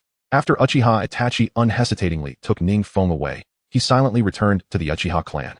Ning Feng understood the importance of progressing gradually, before he could learn the renowned techniques from Kakashi and Might Guy. It was vital to absorb more of the Uchiha clan's ninjutsu from his brother, Uchiha Itachi. However, in his haste, Ning Feng failed to notice the astonishment and frustration of those players who had hoped to become his disciples. Many players had desperately sought to befriend Kakashi and Might Guy to learn ninjutsu, but all had met with failure. Yet, here was Ning Feng, who had not even spoken, and already both were vying to be his teacher. The disparity was infuriating. The Uchiha estate was now in sight, and before Ning Feng could enter, the players who had chosen to join the Uchiha clan were still under the watchful eyes of the Uchiha clansmen, dusting tables and cleaning floors. Their levels remained at a meager rank 1, with only a slight increase in their chakra limits. Upon seeing Ning Feng, they were consumed by jealousy, wondering why they could not receive such treatment. Peek, you're back. As Ning Feng stepped inside, his foot still in the door, Kushina Uzumaki rushed forward and embraced him, planting a fervent kiss on his cheek. The warmth of her ample figure reminded him of home. Makoto, let me have a hug too. Makoto smiled and, disregarding the infant Sasuke in her arms, pulled Ning Feng into a tight embrace and kissed him, embodying the endearing sentiment of familial affection. From a distance, Uchiha Itachi observed the blissful Ning Feng with a resigned shrug, thinking to himself that these two lovely women had no idea that this seemingly harmless boy could unleash a ferocity that could only be described as ruthless. When Ning Feng finally emerged from the warmth of their affection, Uchiha Itachi led him to the Uchiha clan's rear garden. Itachi, is this the little fellow you mentioned? On the high platform stood Uchiha Shursui, hands clasped behind his back, curiously assessing the situation. As Itachi's brother, Uchiha Shursui was witnessing Itachi place such significance on someone for the first time. Yes, brother Shursui, the prodigy I spoke of, is indeed this child. Uchiha Itachi exclaimed with a radiant smile, then promptly turned to Ning Feng, urging, Peek, don't you want to greet him? Brother Shursui. As long as he could grow stronger, addressing others as brother was inconsequential. Ning Feng quickly greeted him sweetly, perhaps due to his complete immersion in this world. He could sense the warmth of family emanating from Shursui and Itachi's gazes. That feeling of kinship was palpable. In truth, Ning Feng had not anticipated that Itachi would introduce him to Shursui. It is noteworthy that in the original Naruto storyline, Uchiha Shursui was a legendary figure. Having gained fame early in the Third Shinobi World War as the Shunshin Ninjutsu, like Itachi, possessed an extraordinary vision that transcended that of the clan. In order to quell the rebellion of the Uchiha clan, Uchiha Shursui was willing to employ the Kodoame Tsukumi technique, hoping to persuade Danzo, the leader of Konoha's route, to adopt a more peaceful approach. Unfortunately, Shursui fell into a trap set by Danzo to prevent his Sharingan from falling into Danzo's hands. He had no choice but to leap into the South River and meet his demise. However, it was precisely due to Shirsui's death that Itachi Uchiha awakened his Mangekyo Sharingan, further enhancing his abilities. In essence, he was an extraordinarily astute and formidable ninja, deserving of utmost respect from Ning Feng. Brother Feng. Uchiha Shirsui regarded Ning Feng with a friendly glance. With his exceptional perception, he could discern that Ning Feng was far from ordinary. Indeed, it was evident that this young man would undoubtedly become a pillar of the Uchiha clan in the future. Shirsui chuckled heartily. Beside him, Itachi Uchiha wore a proud expression. Shirsui, have you forgotten whose brother Feng is? The two conversed like old friends for quite some time. Before Itachi finally broached the subject, Shirsui, I hope you can look after Feng a bit more when I'm on missions in the Anbu. That is certainly no problem. Shirsui nodded slightly, having already anticipated Itachi's intentions. Ning Feng, upon hearing this, felt an overwhelming joy. With both Itachi and Shirsui sharing their unique ninjutsu, his growth and strength would surely accelerate. Alright, enough chit-chat. Feng, join us for training today. Shirsui smiled knowingly, while Itachi's eyes narrowed slightly in excitement. Such an opportunity for training was not to be missed by Ning Feng. At that moment, a melodious prompt echoed. Congratulations. Your affinity with Uchiha Shirsui has reached 60 points. Activating the exclusive mission, guidance from Uchiha Shirsui. Do you accept? How could Ning Feng possibly refuse such an exclusive mission? He promptly nodded earnestly. To be able to train alongside brother Shirsui and brother Itachi is a blessing from my past life. Spare me the flattery. I wonder who you learned that from. Itachi shrugged, signaling to Shirsui, and together they swiftly vanished from sight. Had Ning Feng not activated his Sharingan, he would have struggled to trace their movements. Ning Feng understood that his training was about to commence in earnest. He activated his Sharingan and pursued Itachi and Shirsui with remarkable speed. As Shirsui turned back and saw Ning Feng catching up, his smile widened, seemingly exceeding his expectations. Suddenly, Shirsui made a hand sign, and his running speed increased significantly, allowing him to navigate swiftly among the buildings of Konoha. Itachi quickly explained. The ninjutsu Shirsui just used gathers chakra at the tips of his toes. Your next task is to concentrate your chakra in the desired location through sheer will. Only then can you achieve incredible speed and maneuver freely among the buildings. As he spoke, Itachi demonstrated the technique. With the terrifying insight of his Sharingan, Ning Feng grasped the technique almost instantaneously, concentrating his limited chakra beneath his feet. Indeed, as the chakra surged, his speed multiplied several-fold. Congratulations. Your control over chakra has reached level 2. Your hand sign speed has increased by 20, and your ninjutsu power has increased by 20. The delightful prompt startled Ning Feng momentarily before filling him with joy. It was clear that his hand sign speed could indeed be accelerated through continuous training. No wonder many high-level shinobi no longer needed to perform hand signs in later stages. Impressive. Shirsui observed as Ning Feng caught up after falling behind for a brief moment. Nodding to himself, acknowledging Ning Feng's remarkable talent. Wow. Itachi exclaimed, landing beside Shirsui, his face beaming with satisfaction. My dear brother, you have mastered chakra manipulation so swiftly. Your talent is truly extraordinary. Indeed, I had initially planned to teach you some of our Uchiha Taijutsu techniques in a few days, but, just then, both Shirsui and Itachi exchanged wary glances, acutely sensing a threat. Meanwhile, Ning Feng, with his keen Sharingan, swiftly perceived that a group of ninjas was approaching the home of the Namikaze clan at an alarming speed. Their target appeared to be none other than the son of Kushina Uzumaki, who would soon become Naruto Uzumaki. It was essential to note that Kushina was nearing her delivery date, and the seal containing the 9 tails within her was at its most fragile. Should the seal weaken, the 9 tails could very well manifest, bringing unprecedented chaos to Konoha. It was this very opportunity that allowed Obito Uchiha, disguised as Madara Uchiha, to deal a devastating blow to Konoha in the future. World announcement. The Mist Ninjas are attacking, triggering the large-scale side quest, Protect Kushina Uzumaki. All players in Konoha, proceed to 121-123 to safeguard the Hokage's wife, Kushina Uzumaki. Players from other hidden villages may temporarily join the Mist Camp to assault Konoha. Exceptional performance in the side quest will earn players contribution points to exchange for ninjutsu scrolls, bloodline limits, and more. Chapter 17. The first large-scale side quest. Protecting Kushina Uzumaki. World announcement. The Mist Ninjas are attacking, triggering the large-scale side quest, Protect Kushina Uzumaki. World announcement. The Mist Ninjas are attacking, triggering the large-scale side quest, Protect Kushina Uzumaki. Suddenly, 3 consecutive world announcements flooded the global channel, transforming the previously quiet space into a hub of excitement. After waiting so long, the large-scale side quest had finally commenced. How exhilarating. This time, the side quest was initiated in the Hidden Leaf Village. As Mist Ninjas, we finally had a chance to showcase our skills. The Mist Ninja Alliance is recruiting. Any player from the Mist Village can join our ranks, and we regularly offer players water-style ninjutsu. What is the Mist Ninja Alliance? Our Rock Ninja Alliance is the most formidable. Upon joining, our leader will personally gift you Earth-style ninjutsu scrolls. Countless players began to chatter excitedly, and many from other ninja villages hurriedly used teleportation stones to make their way to the hidden leaf village. Standing atop a rooftop, Ning Feng was initially taken aback by the world announcement before breaking into a broad smile. In truth, had it not been for this sudden announcement, he might have believed he was truly in the world of Naruto, a traveler rather than a mere player.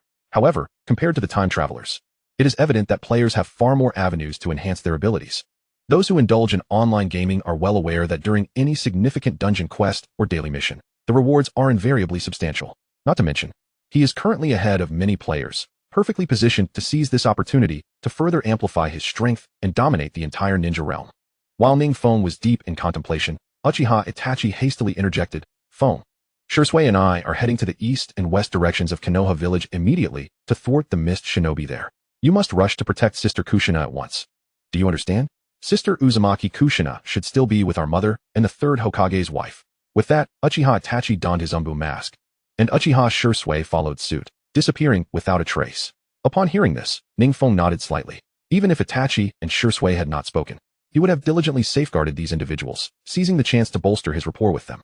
It is worth noting that in the original narrative, Uchiha Makoto and Uzumaki Kushina often shared a close bond. At this moment, Ning Feng realized that the players activating large dungeon quests and the like were likely unknown to local NPCs like Itachi and Shursui. The game system exists independently within the entire Naruto world, which is why it periodically issues various dungeon missions. For these local NPCs, the players are merely acquaintances or family members. In a flash, Ning Feng's figure darted forward, moving swiftly towards the coordinates provided by the world announcement. If any players were present at that moment, they would undoubtedly be astonished to witness Ning Feng's running speed, which surpassed that of ordinary players by 2 to 3 times. An astonishing velocity indeed. Of course, had it not been for Shursui's teachings that night, Ning Feng would not possess such extraordinary speed. Suddenly, in the darkness, Ning Feng's pair of crimson Sharingan, endowed with formidable insight, detected that in a corner of Konoha hidden village, numerous mist Chunin and Jonin had stealthily approached under the cover of night. Many Konoha Chunin and Jonin were already embroiled in combat with them, the sounds of clashing weapons ringing out. Although he was uncertain how the protective barrier of Konoha had faltered, Ning Feng could not afford to dwell on it. His pace quickened considerably. He must hurry to safeguard Uzumaki Kushina.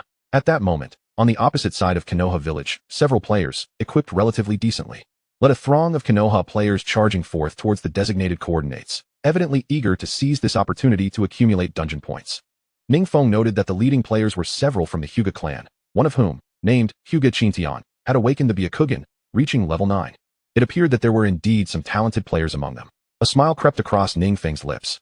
It was his first encounter with a player who had awakened the Byakugan. Just as Ning Feng was appraising Hyuga Chintian, the latter, utilizing his Byakugan, noticed Ning Feng.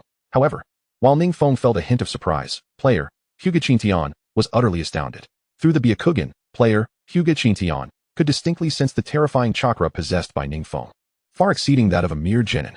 As players regarded each other with silent competition, a series of piercing shrieks suddenly pierced the air. Several well-equipped mist players had appeared, launching their assault at breakneck speed. Water release, water dragon bullet technique. One of the mist players, executing hand seals with remarkable speed, summoned a torrent of water even in a dry environment, directing it towards the 100 or so players before him. It was clear that this mist player had immense confidence in his abilities. Otherwise, he would not have dared to take on so many opponents single-handedly. Wow, so powerful. What the heck? To summon such a massive wave out of thin air. Many Konoha players were caught off guard, swept away by the water and vanishing into thin air as beams of light. As the first mist player achieved a breakthrough, the morale of the other mist players surged, prompting them to execute their own water release techniques.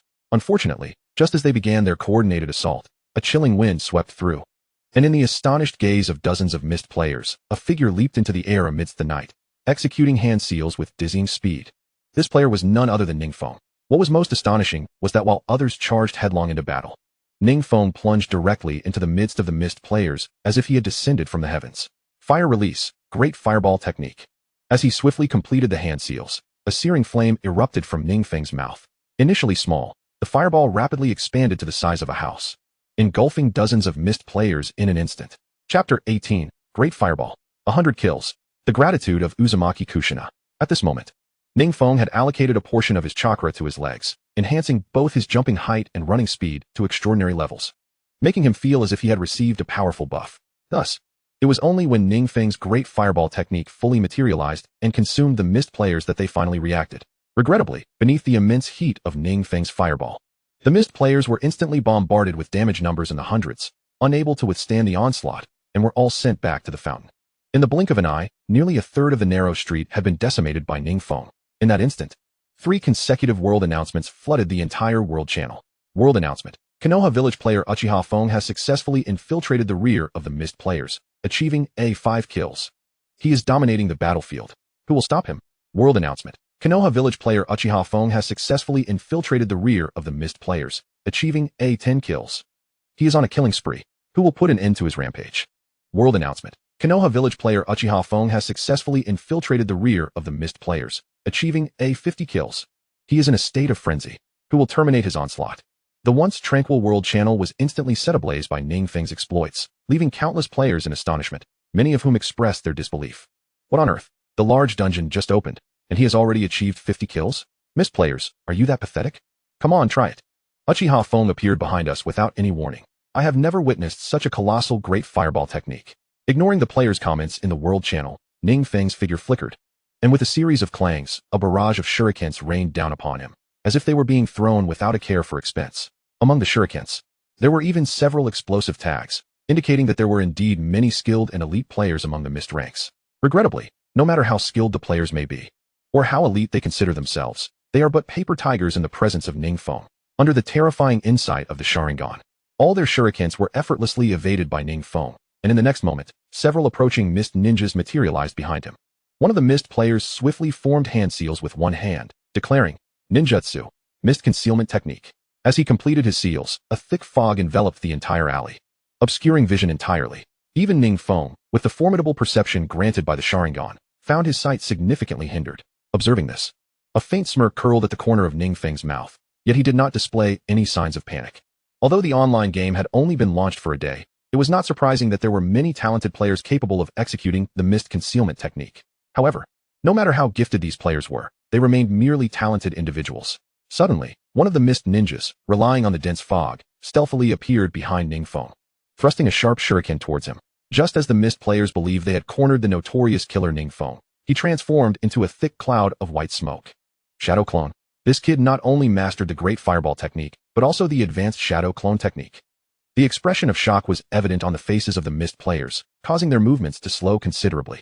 In the next instant, a powerful voice resounded once more, fire style, great fireball technique. Another massive fireball surged forth, engulfing everything in its path. Countless mist players were unceremoniously sent back to the respawn point, while a few talented players managed to evade this lethal strike using the body replacement technique. Damn it. I had thought that successfully apprenticing under the formidable Zabuza of the 7 ninja swordsmen and serving that guy would allow my silent killing technique to shine in this dungeon task. But unexpectedly the first opponent I encountered proved to be so formidable. As the thick fog gradually dissipated, only a handful of mist players remained in the alley, all wearing expressions of dismay, especially the one leading, known as Sunlight in Water, who appeared exceedingly furious. Upon hearing this player's grievances, Ning Feng shrugged helplessly, realizing that there were indeed others like him who had climbed the tree of powerful ninjas right from the start. Unfortunately, although Zabuza is powerful and instills fear in many, he pales in comparison to top-tier experts like Uchiha Itachi and Uchiha Shursui. Apologies, but my time is limited. You should return to your mist village obediently. Suddenly, Ning Feng chuckled. The mist players exchanged glances, preparing to rush him, only to be horrified to discover that, unbeknownst to them, several explosive tags had appeared beside them. It was only then that Sunlight in Water recalled that while Ning Feng was forming the seals for the great fireball technique, he had thrown the explosive tags amidst the cover of the fireball. They had focused solely on dodging the fireball and completely overlooked the existence of the explosive tags. Boom. A deafening explosion erupted, and countless mist players were instantly blown back to the respawn point, utterly defeated. Even the last remaining player, Sunlight in Water, found his health bar nearly depleted, and with a single shuriken thrown by Ning Feng, he lost his life. In the next moment, a world announcement echoed. Konoha village player Uchiha Feng has successfully infiltrated the mist player's rear, achieving 100 slaughter. 100 kills accomplished, currently going like a god. Seeing that he had effortlessly completed 100 kills, Ning Feng glanced at his chakra, which had dwindled to a mere 800 points. Although his chakra was slowly recovering, it was the first time he had felt such an unsettling insecurity due to chakra deficiency. Hastily, Ning Feng retrieved a military ration pill from his satchel, and immediately felt rejuvenated. His chakra surged back from 800 points to 5,300 points. With a flicker, Ning Feng appeared before the Vortex Mansion, where several Konoha Jonin stood guard with their shurikens, vigilantly scanning their surroundings. As Ning Feng descended, these Jonin cast him respectful glances, having witnessed his earlier feat of slaying over 100 mist players. Feng, thank you. Inside the mansion, Uzumaki Kushina glanced at her unborn child with gratitude etched on her face. In the next moment, her favorability towards Ning Feng increased significantly, soaring directly to 80 points. Chapter 19. The Function of Explosive Tags. Powerful Slaughter. Observing his favorability unexpectedly reaching 80 points, Ning Feng smirked, realizing that arriving first had indeed bestowed considerable advantages. Just as he pondered this, the vigilant Konoha Jonin suddenly took notice of something, hastily rushing out, leaving Ning Feng alone. Soon, Ning Feng noticed that these Jonin were engaged in combat with approaching Mist Jonin, and the two sides appeared evenly matched. Clang! The crisp sound of metal clashing echoed as Ning Feng summoned several sharp shurikens into his hands, while his Sharingan remained alert, vigilant against any enemies that might emerge from the shadows. Beside him, Uzumaki Kushina gazed at his small yet imposing figure, a wave of emotion swelling within her. Once the crisis of this incident was resolved, she would surely request from Minato to take special care of Uchiha Feng. As Kushina contemplated this, she suddenly noticed Ning Feng crouching down, continuously wrapping chakra threads around the eaves of the house, seemingly engaged in some task. Finally, Ning Feng secured the ends of these chakra threads to the explosive tags. Although Uchiha Itachi and Uchiha Shursui had yet to instruct Ning Feng on how to set traps, he had already learned it all from the original story. It is worth noting that at this point, Ning Feng had yet to receive even a Jinin forehead protector. Despite mastering numerous ninjutsu, with his limited chakra, he would be no match for a powerful boss. Ah, you're using explosive tags to set traps? Exclaimed Uzumaki Kushina in astonishment. Not only is controlling chakra immensely challenging, but arranging a trap seamlessly without alerting the enemy is extraordinarily difficult. Moreover, such knowledge is not even imparted in the Ninja Academy. Mastering it thoroughly in less than a few months is utterly implausible. Is this Uchiha Feng truly only 5 years old? Ning Feng nodded slightly, and then signaled to the somewhat astonished Uzumaki Kushina. The latter promptly nodded vigorously, dashing upstairs to create ample space for Ning Feng.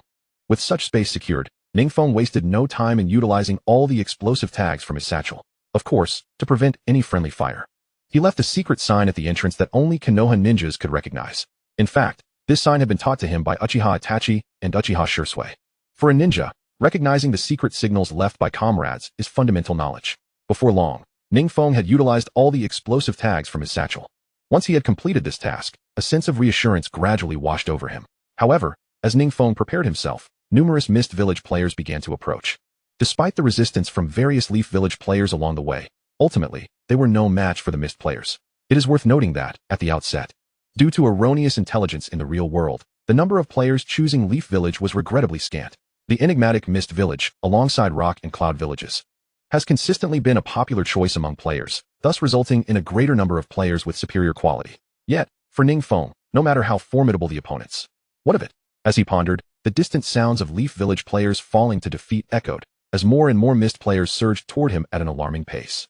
Among them, Uchiha Itachi and Uchiha Shursui attempted to intervene, only to be thwarted by the local elite Jonin and experts from the Mist. It appears that this time, the mission to protect Kushina will end in failure for the Leaf Village players. One of the Mist players exclaimed. Indeed, we have swiftly eliminated the players from Leaf Village, while we still have several hundred of our own. Another chimed in, reveling in their apparent victory. However, have you noticed?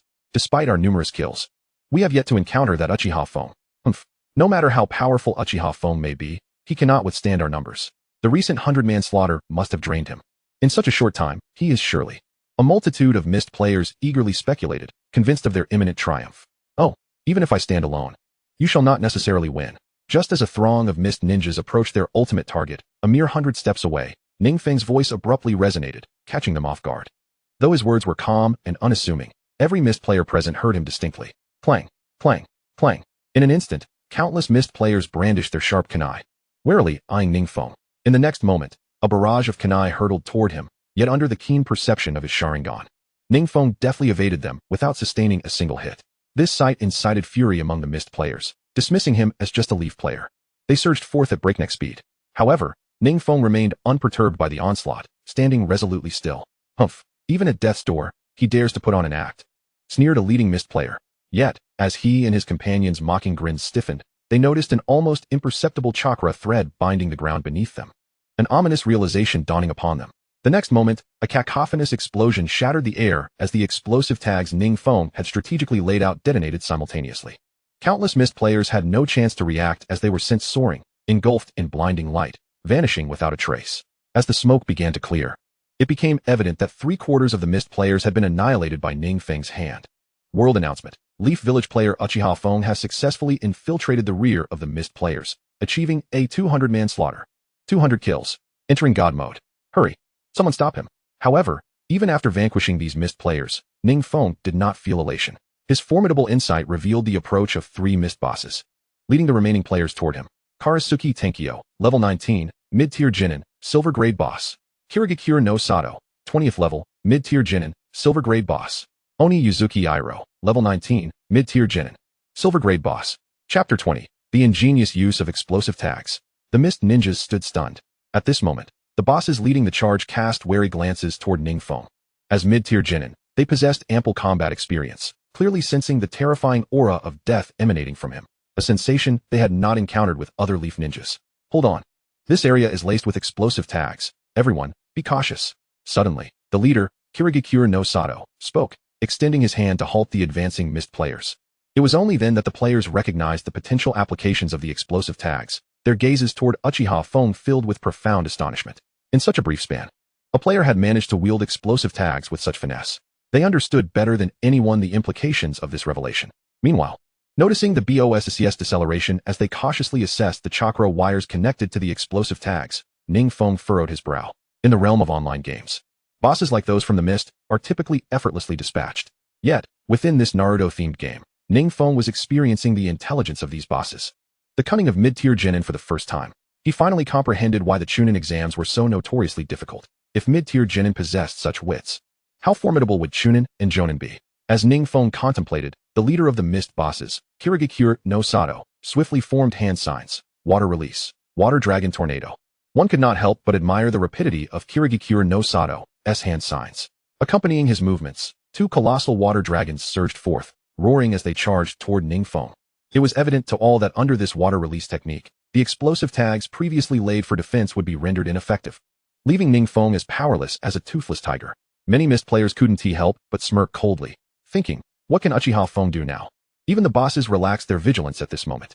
However, just then, Ning Feng, who had stood before the mist bosses and players, suddenly transformed into a mere bubble, vanishing without a trace as if he had never existed.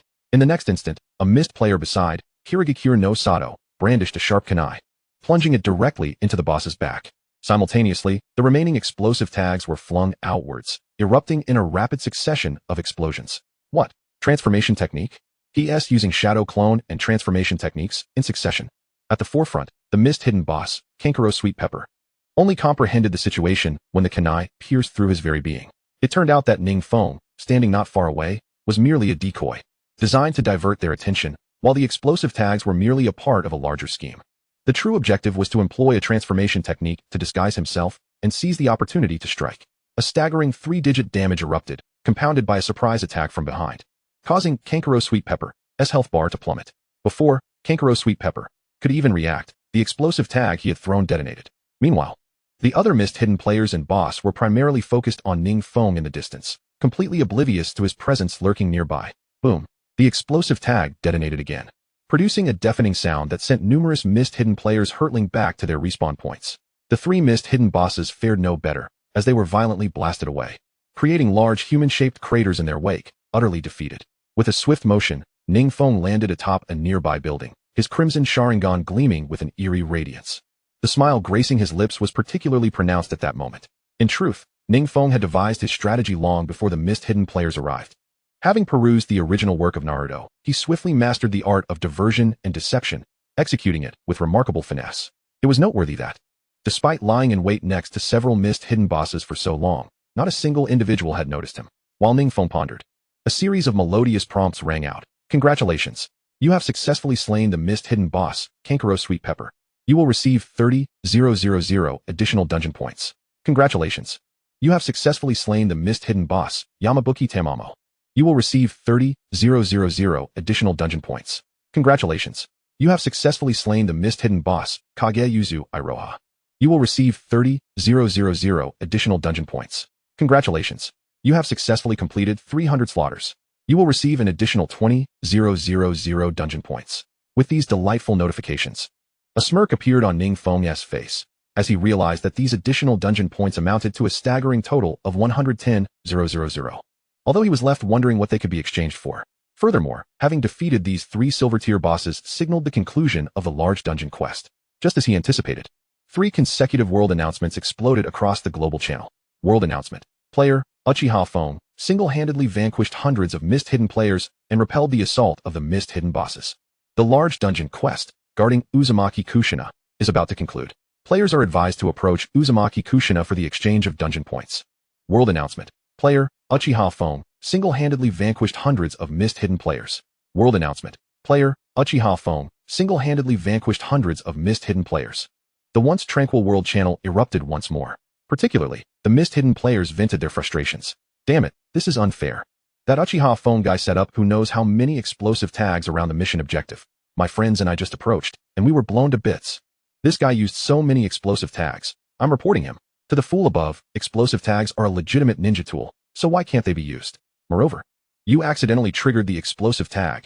Who is to blame for that? Speaking of which, I had my companions beside me, and suddenly, without explanation, they transformed into Uchiha Feng. Is the transformation technique really that overpowered now? Indeed, that Uchiha Feng combined the transformation technique with shadow clones. My companions and I were left stunned, questioning if ninjutsu could be used in such a manner. As the mist-hidden players began their tirade, the players from Konoha swiftly retaliated. The reason the mist-hidden players were able to prevail in this large dungeon quest was primarily due to their overwhelming numbers compared to Konoha. Many Konoha players harbored a hint of resentment. However, Uchiha Feng's reversal of fortunes in this battle significantly elevated the pride of those who chose Konoha. As for the players from Awakens and Sunigakure, they wore expressions of discontent. Having arrived at the battlefield only to find the large dungeon quest concluded before they could even engage. Ignoring the commotion in the world channel, Ning Feng soon noticed that, with the conclusion of the large dungeon quest, the Konoha Chunin and Jōgan who had fought fiercely began returning to their original positions. Reminiscent of NPCs resetting after a grand battle in an online game. In a flash, Ning Feng reappeared before Uzumaki Kushina. Indeed, as the system indicated, a new dialogue box for the exchange of dungeon points appeared above her head. Clearly, this dialogue box would allow for the redemption of desired items. Without hesitation, Ning Feng clicked on the dialogue box. Due to your outstanding performance in the large dungeon quest, guarding Uzumaki Kushina, you have earned 213,122 dungeon points, placing you at the top of this dungeon battle leaderboard. Opening the dungeon points exchange shop. With the delightful chime of notifications, a colossal item exchange interface manifested before Ning Feng. This exchange interface was meticulously categorized, encompassing bloodline limits, ninjutsu, weaponry, equipment, kunai, shuriken, and more. Upon exploring the bloodline limits category, he found it subdivided by elemental affinities, featuring an array of bloodline limits such as ice release, earth release, and dust release, among others. However, the required dungeon points for these bloodline limits were exorbitant. For instance, simply acquiring ice release demanded an astounding 20,000 dungeon points. Moreover, magnetic release and scorch release were even more outrageous, requiring a staggering 400,000 dungeon points. Initially, Ning Feng believed that achieving the top position would enable him to redeem a commendable bloodline limit, but he soon realized how naive that assumption was. With a shrug, he shifted his gaze toward the ninjutsu category. Within this category, he discovered that virtually all elemental ninjutsu scrolls were available, each requiring slightly lower amounts of dungeon points, with some costing as little as 50,000 points. However, high-grade techniques like S-rank ninjutsu, lightning release, Kirin, demanded a hefty 400,000 points. The forbidden techniques also required an outrageous number of dungeon points. After perusing the options for quite some time, Ning Feng ultimately found himself at an impasse. This was not due to indecision, but rather because he understood that his choice would significantly impact his future progression. Nonetheless, he conducted a brief analysis of his current situation. For him, ninjutsu of the 5 elemental releases held limited utility, especially since he possessed the extraordinary Sharingan, which allowed for the rapid replication of any ninjutsu.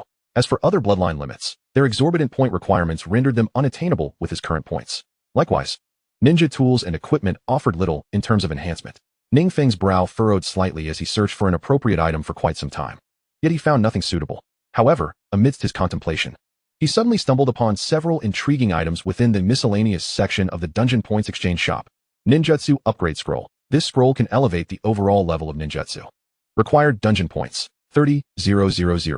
Bloodline Limit Upgrade Scroll. This scroll can enhance the level of one's bloodline limit. Required dungeon points, 150,000.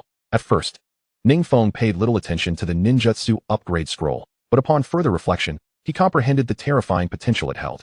Without a moment's hesitation, he decided to purchase the bloodline limit upgrade scroll. Congratulations! You have purchased the Ninjutsu upgrade scroll. Congratulations! You have purchased the bloodline limit upgrade scroll. Two melodious notifications chimed in succession, and Ning Feng, without a second thought, clicked to use them. Congratulations! Your Ninjutsu, Shadow Clone, has successfully been upgraded to multiple Shadow Clones, Forbidden Technique. Congratulations! Your Sharingan has successfully been upgraded to Double Tomo Sharingan. Amidst the delightful sounds, Ning Feng suddenly felt a renewed mastery over his chakra, enhancing his understanding of the Shadow Clone technique, enabling him to produce an even greater number of clones. Simultaneously, he noticed an amplified acuity in his vision, rendering his perception of the surrounding world sharper and more profound. The scenes before him appeared to unfold in slow motion. To his astonishment, he discovered that his Sharingan, following its evolution, resembled a telescope, allowing him to clearly see an ant beneath a small tree 5 kilometers away. Indeed, Ning Feng took a deep breath, overwhelmed with joy. He quickly turned his attention to the newly upgraded Ninjutsu and Bloodline limit to assess any changes in their attributes.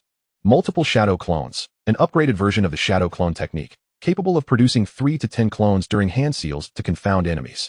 Each clone possesses a fraction of combat power. The more clones there are, the lower the average combat power per clone, but training results can be doubled. Double Tomo Sharingan, an enhanced version of the Uchiha clan's Sharingan. Under the Double Tomo Sharingan, the user's ninjutsu power increases by 20, ninjutsu range expands by 20, chakra capacity rises by 20, and chakra recovery speed improves by 20. Truly, the upgrade scrolls have conferred substantial enhancements across various attributes, particularly the Double Tomo Sharingan, which has elevated Ning Feng's combat prowess by approximately 20. In the later stages, the Uchiha bloodline Sharingan will undoubtedly shine even brighter, potentially augmenting ninjutsu power by over 100. It is worth noting that Uchiha Madara, who shares the same Uchiha bloodline, could utilize Susanoo alongside multiple shadow clones, single-handedly overpowering the 5 Kage. One can only imagine how formidable this Uchiha bloodline will become in its later stages. Chapter 22, Double Tomo Sharingan. The shock of Minato Namikaze. Having successfully exchanged everything, Ning Feng looked at the remaining scant 10,000 dungeon points and chose not to spend further. Once he had finalized everything, he observed the returning elite and Chunin from Konoha, finally allowing a relieved smile to grace his face. Beside him, Kushina Uzumaki took a deep breath, her expression one of gratitude. Feng, if it weren't for you this time, I fear that I and the child in my womb would have been taken away by the mist ninjas. I truly hope my child can grow to be as strong as you. Sister Kushina, what are you saying? Ning Feng chuckled. Your child will undoubtedly become a great ninja in the future. Ning Feng was not mistaken. After all, the child currently nestled within Kushina's womb would one day become the 7th Hokage, Naruto Uzumaki. Upon hearing this, Kushina was instantly brought joy by Ning Feng's words, instinctively caressing her belly. As a mother, the last thing I wish for is for my child to be embroiled in endless battles, but alas, this is the world of ninjas. Sighing deeply, Kushina reflected on her thoughts. Casting a lingering glance at her, Ning Feng's lips curled into a faint smile. As a fan of the Hokage series, he felt a profound sense of admiration witnessing Naruto's growth, especially when he later subdued the Nine Tails and appeared alongside Minato and Kushina, which made Ning Feng appreciate the greatness of maternal love. Even at this moment, he could feel the deep affection Kushina held for Naruto. Just as Ning Feng prepared to turn away, a sharp whistling sound pierced the air, announcing the arrival of the 4th Hokage, Minato Namikaze, accompanied by several Anbu ninjas. Feng, thank you once again. Minato expressed his heartfelt gratitude upon seeing Ning Feng. The Anbu had informed him of the battle Ning Feng had fought against the Mist players. Initially, Minato had been indifferent, considering the countless battles he had experienced during the Third Great Ninja War, yet as he listened further, his astonishment grew. His eyes widened in disbelief, particularly when the Anbu recounted how Ning Feng had ingeniously utilized transformation and shadow clone techniques to deceive the Mist ninjas and launch a surprise attack. To master such techniques to that extent at the tender age of 5 was nothing short of terrifying. It was merely what I ought to do, Ning Feng responded humbly. Indeed, seeing Ning Feng remain unperturbed by the praise only served to elevate Minato's fondness for him, increasing it from 70 points to 80. At that moment, Minato noticed that Ning Feng's Sharingan had evolved to the Double Tomo. By the way, Feng, you should be entering the Ninja Academy this year, correct? Minato pondered aloud. Ning Feng's rapid growth had far exceeded Minato's expectations. Ning Feng nodded slightly, seizing the opportunity to further enhance his rapport with Minato. Considering the potential benefits of learning techniques such as the Flying Thunder God technique, With your current prowess, attending the Ninja Academy would be a waste of your talents. If you have the time, report to the Anbu. There, you will experience true growth. Suddenly, Minato declared. As his words fell, not only were the nearby Anbu ninjas astonished, but Kushina also wore a look of disbelief. It is well known that the Anbu is a specialized, independent department under the Hokage, comprising countless powerful ninjas and numerous prodigies. Essentially, the Anbu serves as the cradle of talent for the entire Hidden Leaf Village and is also its backbone. Many tasks that cannot be conducted openly are entrusted to the Anbu to resolve. Even a prodigious ninja like Itachi Uchiha was not inducted into the Anbu until he was 7 or 8 years old. Yet, Lord Hokage, the current peak ninja, has yet to even receive a genin forehead protector. An Anbu member nearby hastily interjected. While the Anbu serves as a cradle for nurturing talent, it is also fraught with peril. He certainly did not wish for a genius like Ning Feng to meet an untimely demise. The genin forehead protector is merely a fleeting matter. Minato Namikaze cast an appreciative glance at Ning Feng, knowing that his invitation to join the Anbu was also a gamble. What do you think now, Feng? The Anbu indeed. Ning Feng had also contemplated joining the Anbu for rapid growth. After all, the ninjas in the Anbu primarily undertake A-rank missions and above, which, while dangerous, offer immense potential for advancement. However, Ning Feng had initially thought that entry into the Anbu would take several months, only to be surprised by Minato's direct invitation. No problem. A smirk tugged at the corners of Ning Feng's mouth. Within the Anbu, the presence of Itachi Uchiha would significantly reduce the danger he faced, especially with his older brother's protection. Furthermore, it was only within the Anbu that he could truly attain growth. Seeing Ning Feng's confidence, Minato's eyes lit up, reminiscent of his own youthful exuberance. Suddenly, a melodious notification chimed in. Congratulations. Minato Namikaze's favorability towards you has increased to 90 points. Upon realizing that his favorability had reached 90 points, Ning Feng's smile deepened. This is the Anbu report card. Take this card to the Anbu headquarters and report to Kakashi. Minato said, handing Ning Feng a card adorned with peculiar patterns. The Anbu report card felt cool to the touch, and Ning Feng could sense a faint flow of chakra within it, as if it concealed numerous mysteries. I understand. Ning Feng nodded, choosing not to say more as he turned to leave. Just as Ning Feng departed, Kushina Uzumaki appeared puzzled. Minato. Anticipating her question, Minato quickly replied, Kushina, did you notice? Feng has already awakened the two-tomo Sharingan. What? Kushina exclaimed, springing to her feet, nearly causing her unborn child to jolt in response. Even the most talented Uchiha, Itachi, had awakened his two-tomo Sharingan at the age of 7 or 8. Chapter 23. Offline. The Jin and Einhorn clan. On his way back to the Uchiha residence, Ning Feng casually opened his personal attributes panel. Nickname, Uchiha Feng. Level, 16. Experience, 131, 345 points. Strength, uninitiated. Chakra, 5. 381 points, genin level chakra. Age, 5 years. Clan, Uchiha clan. Identity, younger brother of Itachi Uchiha, older brother of Sasuke Uchiha. Items, Kunai X100, explosive tags X20. Ninjutsu, fire style, great fireball technique, water style, water dragon bullet technique, lightning style, lightning clone, shadow clone technique. Taijutsu, none. Jinjutsu, none. Bloodline limit, 2 Tomo Sharingan, activated. It was of little concern whether he examined this attributes panel, but upon doing so, Ning Feng noticed that his character level had astonishingly reached level 16 following this large-scale instance mission. Although his strength still bore the label uninitiated, Ning Feng was confident that, with his current abilities, he could contend with the Chunin. As for his chakra, while it was just over 5,000, he had only been logged in for less than 8 hours. However, more than these details, what excited Ning Feng the most was the prospect of his life after joining the Anbu. He had never intended to remain cramped in the small ninja academy. Yet the fourth Hokage, Minato Namikaze, had granted him an opportunity to enter the Anbu.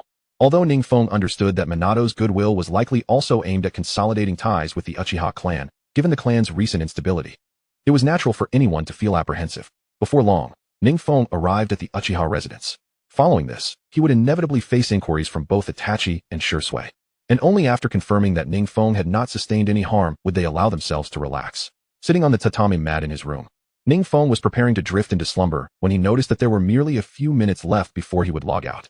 Notice, you have 4 minutes remaining before logging out of Naruto World. Seeing the time dwindle, Ning Feng silently chose to log out.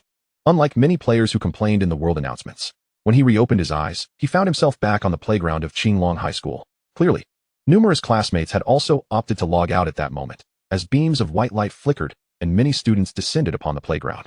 Soon, the once quiet playground erupted into a cacophony of noise. It was evident that the students who had logged into Naruto World wore expressions of joy and excitement, clearly having had a delightful experience in the game. You should have seen the third Hokage of Konoha. He was such a kind old man. I even exchanged greetings with him. Too bad, he didn't gift me any ninjutsu scrolls. The third Hokage? When I first arrived in Awakens, that elder named Inoki took a liking to me and insisted I attend the ninja academy to learn ninjutsu, saying I have remarkable talent. I initially thought Naruto World was just a game, but it turns out it can enhance reality. Now, when I make hand signs, I can use transformation techniques. It's incredible. By the way, what level are you all? I'm already level 8. Level 9. I should be the highest. The students engaged in lively discussions, eagerly sharing their experiences. Especially those fortunate enough to have received advantageous starting conditions, who were particularly smug and boastful. Ning Feng paid no heed to his classmates, as their current strength seemed no different from that of a mere chick to him, and he felt no need to flaunt his abilities. He understood the adage that possessing precious treasures can invite envy, just as a throng of students clamored. Beams of white light flickered again as the teachers and principal of Qinglong High School also chose to log out successfully. Before long, the already crowded playground became even more congested. With the principal's guidance, the homeroom teacher, Mr. Wang, and other instructors led their respective classes back to their classrooms. Throughout it all, the discussions among students never ceased, as they exchanged various pieces of information. Suddenly, Mr. Wang's sharp gaze fell upon the top student, Wang Chong. Filled with admiration, Wang Chong, please report your data so that you can serve as an example for your classmates. Although Mr. Wang held a certain disdain for Wang Chong's family's wealth, he couldn't overlook Wang Chong's strength, which was also a reflection of his teaching performance, and thus felt compelled to commend him. Indeed, upon hearing teacher Wang call out names, the already self-satisfied Wang Chong became even more elated, proudly lifting his head. Teacher, I am already at level 12 and expect to obtain my Jinin forehead protector in the coming days. As for the ninjutsu, I have mastered. I have learned the shadow clone technique, the substitution technique, and the transformation technique. Additionally, I have also acquired a D-rank ninjutsu, lightning release, lightning ball technique. Regarding my family background, I have chosen the esteemed Jin Jiao family from the Hidden Cloud Village. The second Hokage of the Hidden Leaf Village, Senju Tobarama, was slain by the Jin Jiao and In Jiao family. When I mentioned the D-rank ninjutsu, Wang Chong deliberately raised his voice, as if the credit for vanquishing the second Hokage belonged solely to him. As his words fell, the class fell silent for a moment, only to erupt into unprecedented thunderous applause. Wow, truly deserving of being the top student in the class, mastering D-rank ninjutsu right away. Oh, only someone as formidable as Wang Chong would be aware of such information and opt for the illustrious Jin Jiao family from the Hidden Cloud Village. Damn it, why did I choose such a weak village as the Hidden Leaf Village? Indeed, being the top student, his choice of family was impeccably astute. Countless classmates gazed at him with envy, while many lamented their decision not to choose the Jin Jiao family from the Hidden Cloud Village. Ning Feng, however, did not applaud, but merely shrugged his shoulders with resignation. Although the Jin Jiao family had once slain the second Hokage, the truly prominent family in the Hidden Cloud Village was the AI family. Wang Chong's potential, I fear, may be limited to this point. Indeed, our class's top student. Wang Chong, Liu, what about your stats? Do you have anything to share with your classmates to help us all improve? Soon, teacher Wang's gaze fell upon Liu. Chapter 24. I have merely grasped some high-level forbidden techniques. As teacher Wang's words settled, the classroom instantly quieted, curious gazes fixated upon Liu. As the second-best student after Wang Chong, Liu had always been a model for her classmates. Hearing this, Liu shyly smiled. I am just a notch above Wang Chong, having reached level 13. I have successfully joined the Hyuga clan and learned the 8 trigrams palm technique, among others. I have also fully mastered the 3-body technique. Upon hearing that Liu had indeed surpassed Wang Chong by a level, the classroom erupted in gasps of astonishment. Though soon many began to shake their heads, while Liu's level was higher. The Hyuga clan paled in comparison to the Jin Jiao family of the Hidden Cloud Village. What a pity. Indeed, it is regrettable, within the ninja villages. The heritage of a family holds immense significance. Although the Hyuga clan is the premier family in the Hidden Leaf Village, they cannot rival the foundation of the Hidden Cloud Village. Many students murmured in agreement, voicing their disappointment. Even teacher Wang shook her head, letting out a soft sigh. Liu, the Hidden Leaf Village is the weakest among the 5 hidden villages. Why did you choose it? Liu was about to argue when Wang Chong, feeling his limelight being stolen, chuckled coldly. I suspect that Ning Feng advised Liu to choose the Hidden Leaf Village. It was common knowledge that the Hidden Leaf Village was the weakest, and even the so-called ninjutsu expert, the third Hokage, was now in his twilight years, indicating how scarce talent was in this village. As Wang Chong spoke, he raised his nostrils, exuding an air of superiority as if he were a flower growing amidst dung. Wang Chong, your information is utterly flawed. After my arrival in the Hidden Leaf Village, I specifically researched the history during several ninja world wars. The Hidden Leaf Village was known to hold its own against 4 others. You dare to claim it as the weakest? Liu retorted with a scoff, her enchanting eyes turning towards Ning Feng with gratitude. Had it not been for Ning Feng's guidance in choosing the Hidden Leaf Village, I wouldn't have leveled up so swiftly. Moreover, once I joined the Hyuga clan, they provided me with abundant resources and teachings for ninjutsu training. As for the classmates who chose other families, not only do they lack family heritage and ninjutsu training, but many also struggle to afford ninja school. Lu Yu's words struck a chord with many classmates. They were well aware that not all families possessed the wealth of the Hyuga clan. Many were in a state of neglect, and securing even basic equipment was a challenge. In an instant, numerous classmates turned their gazes toward Ning Feng, realizing his strength and the wealth of information he possessed. Ning Feng had merely provided a casual suggestion. Yet Lu Yu had surpassed the wealthy and influential Wang Chong. Was he not even more formidable? Humph. Ning Feng probably just got lucky, Wang Chong said. Noticing the collective attention shifted towards Ning Feng. I recall that Ning Feng chose the Uchiha clan upon arrival. The Hidden Leaf village is vast. Yet the Uchiha clan's grand estate lies on the outskirts, indicating their status is not particularly high. His advice to Lu Yu, resulting in her rapid advancement, must merely be a stroke of fortune. As his words concluded, many classmates nodded in agreement. Yes, before our arrival, we received information indicating that the Uchiha clan was the weakest in the Hidden Leaf village, with the Yamanaka and Akimichi clans being the strongest. In the online game, only an Uchiha named Uchiha Feng briefly showcased his talent. The Uchiha clan is simply not formidable. It seemed that Ning Feng's prowess was merely a matter of luck. Consequently, the admiration in the gazes directed at Ning Feng diminished significantly, as many began to perceive him as merely fortunate. Teacher Wang shrugged helplessly. Having initially believed Ning Feng possessed extensive knowledge of the Naruto world, only to discover it was mere luck. Alright, we will temporarily conclude our Naruto class here. In a moment, we will have a practical lesson where students will be divided into groups to train in ninjutsu to enhance their skills. As the class neared its end, Teacher Wang prepared to dismiss them when the ever-persistent Wang Chong chuckled. Teacher Wang and fellow classmates, are you not curious about how many levels our class's bottom student, Ning Feng, managed to achieve upon his arrival in the Naruto world? Wang Chong, who had always looked down upon Ning Feng, felt frustrated that Lu Yu constantly defended him. Seizing this opportunity, he sought to undermine Ning Feng. Wang Chong, enough. Are you happy being called the bottom student? What's wrong with being at the bottom? Did I eat your family's rice?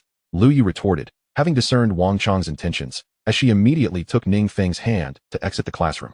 Ning Feng, don't mind him. In my heart, you will always be number one. One must admit, Lu Yu's small hand was exceptionally fair and delicate, as Ning Feng clasped it. He felt an electrifying sensation. Initially, Ning Feng had no desire to engage in such childish comparisons over levels. He merely wished to level up discreetly and quickly. Yet, seeing Lu Yu defend him so ardently, he reluctantly decided to reveal a bit of his capability to avoid disappointing her and others. Since the whole class is curious, I suppose I shall share. Ning Feng shrugged his shoulders, and at that moment, Lu Yu beside him suddenly noticed that the young man at her side seemed to exude a markedly different aura, one that bore a hint of a kingly presence.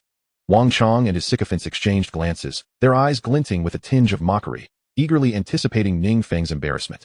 Most of their classmates were similarly inclined, curious to see if Ning Feng would sink to a new low in terms of rank. Apologies, but Wang Chong would be disappointed. Just before logging off, my level stood at 16, and I had recently mastered a few B-rank ninjutsu, along with an A-rank technique. This was already a rather modest disclosure from Ning Feng, as he certainly could not reveal that he had already grasped several forbidden techniques, and was on the verge of joining Konoha's most formidable organization, the Anbu. He was well aware of the adage that possessing a treasure could invite calamity. However, even with Ning Feng's humble demeanor, the previously quiet classroom erupted into chaos. A-rank ninjutsu. Level 16? How is this possible? Isn't the Uchiha clan the weakest in Konoha? How can their starting point be so high? Chapter 25, The Assault of the Beast. The shock across the school.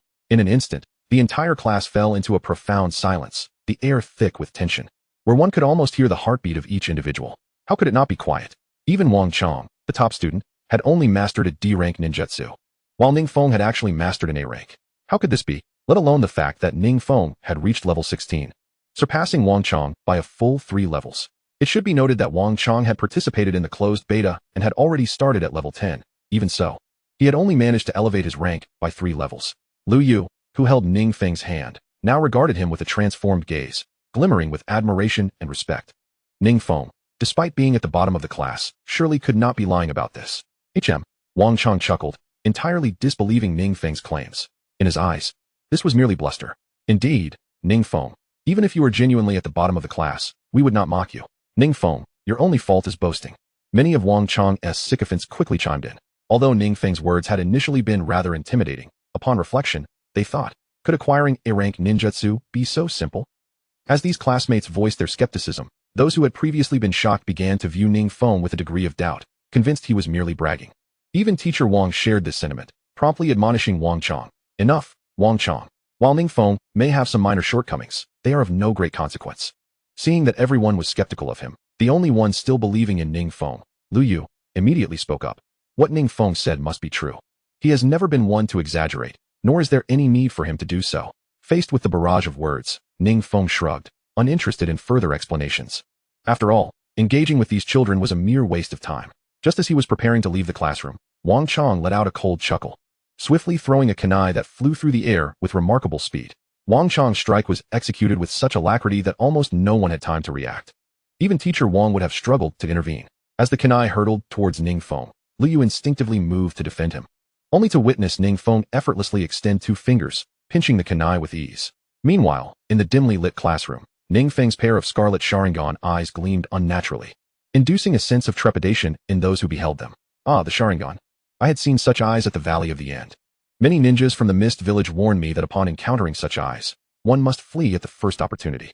No, that is not merely the Sharingan. More precisely, it is the Two-Tomo Sharingan. It is said that only the geniuses of the Uchiha clan can awaken such power. Huh. Didn't you say that the Uchiha clan is the most inferior family? Their awakened Sharingan should not be formidable at all. No, there is another perspective that suggests. While the Uchiha clan may be deemed the weakest, those who activate the Sharingan are quite powerful. Numerous hidden villages have chronicled battles against Uchiha clan members with Sharingan, and the victory rates are dismally low. Many students could not contain their gasps. This was their first encounter with such an eerie pair of eyes. Humph, what of the Sharingan? Wang Chong scoffed, charging at Ning Feng. Although the sight of those Sharingan unsettled him, he did not believe they held any real power. However, just as Wang Chong lunged toward Ning Feng, he was met with a powerful kick that sent him crashing backward, struggling to rise. Wang Chong was about to voice his thoughts when a sharp alarm pierced the air from outside the Qinglong High School grounds. Upon hearing the alarm, Teacher Wang's face turned pale, and he urgently instructed, quickly, shut the windows to prevent the beasts from breaking in. If they get in, we are finished. As soon as the words left his mouth, the students rushed to close the windows, their faces reflecting sheer terror. Even teachers from other classes moved swiftly, commanding their students to secure the windows. In an instant, the entire high school playground was devoid of life, leaving only trembling students peering through the glass. Are the beasts this fast? Ning Feng's gaze flickered. He had known, upon crossing over, that this was a world where one trained in ninjutsu to combat the encroaching demons. Yet, he had not anticipated the speed of their arrival. And judging by the students' practiced movements, it was evident that the beasts had come more than once. As Ning Feng pondered, a cacophony of bangs erupted, as several swift creatures resembling gigantic wildcats began clawing at the glass windows with their sharp talons. The glass, under their relentless assault, showed clear signs of imminent shattering. Ning Feng observed that these wildcats were remarkably large, almost human-sized, with blood-red eyes, clearly indicating that should the students venture outside, they would be torn to shreds. These are Hunyuan wildcats, C-rank beasts. Such creatures are said to pose a challenge only for high-ranking ninjas. We are doomed. The classroom was so silent that one could hear every breath from the students. One particularly knowledgeable student spoke up, a tremor in his voice. C-rank beasts? Their speed is astonishing. Just days ago, they were only D-rank beasts. Their evolution rate is truly incredible, beyond imagination. A wave of dread washed over countless students, their nerves frayed. Moments ago, they had been fixated on the players' ranks, but now, they suddenly felt as if all their efforts were in vain. Even Teacher Wang found himself at a loss for words. Amidst this sudden turmoil, Wang Chong, his face betraying palpable fear, suddenly seemed to have a revelation. Given the number of wildcats outside, we should create a diversion and slip away. We can use this opportunity to return to our city's shelter, where the most elite ninjas reside. The weakest student in our class has the lowest chance of survival. So I propose that we all disclose our grades. The one with the lowest score should step forward to draw the attention of these monstrous beasts. As soon as the words left his lips, countless classmates shot a fierce glare at Wang Chong. Yet they soon conceded that this was indeed the most prudent course of action, albeit somewhat unscrupulous. While myriad thoughts swirled among the students, Teacher Wang was preparing to speak up, suggesting he would attract the beasts instead. Suddenly, a powerful voice resonated, followed by a series of thunderous crashes. Several charred corpses of massive mountain cats shattered the glass, appearing before the crowd without warning. The one responsible for this was none other than Ning Feng. Chapter 26. The Principal's Shock. Crushing C-class beasts? At this very moment, in the principal's office of Qinglong High School, the echoes of crashing sounds reverberated as several giant mountain cats relentlessly assaulted the glass windows.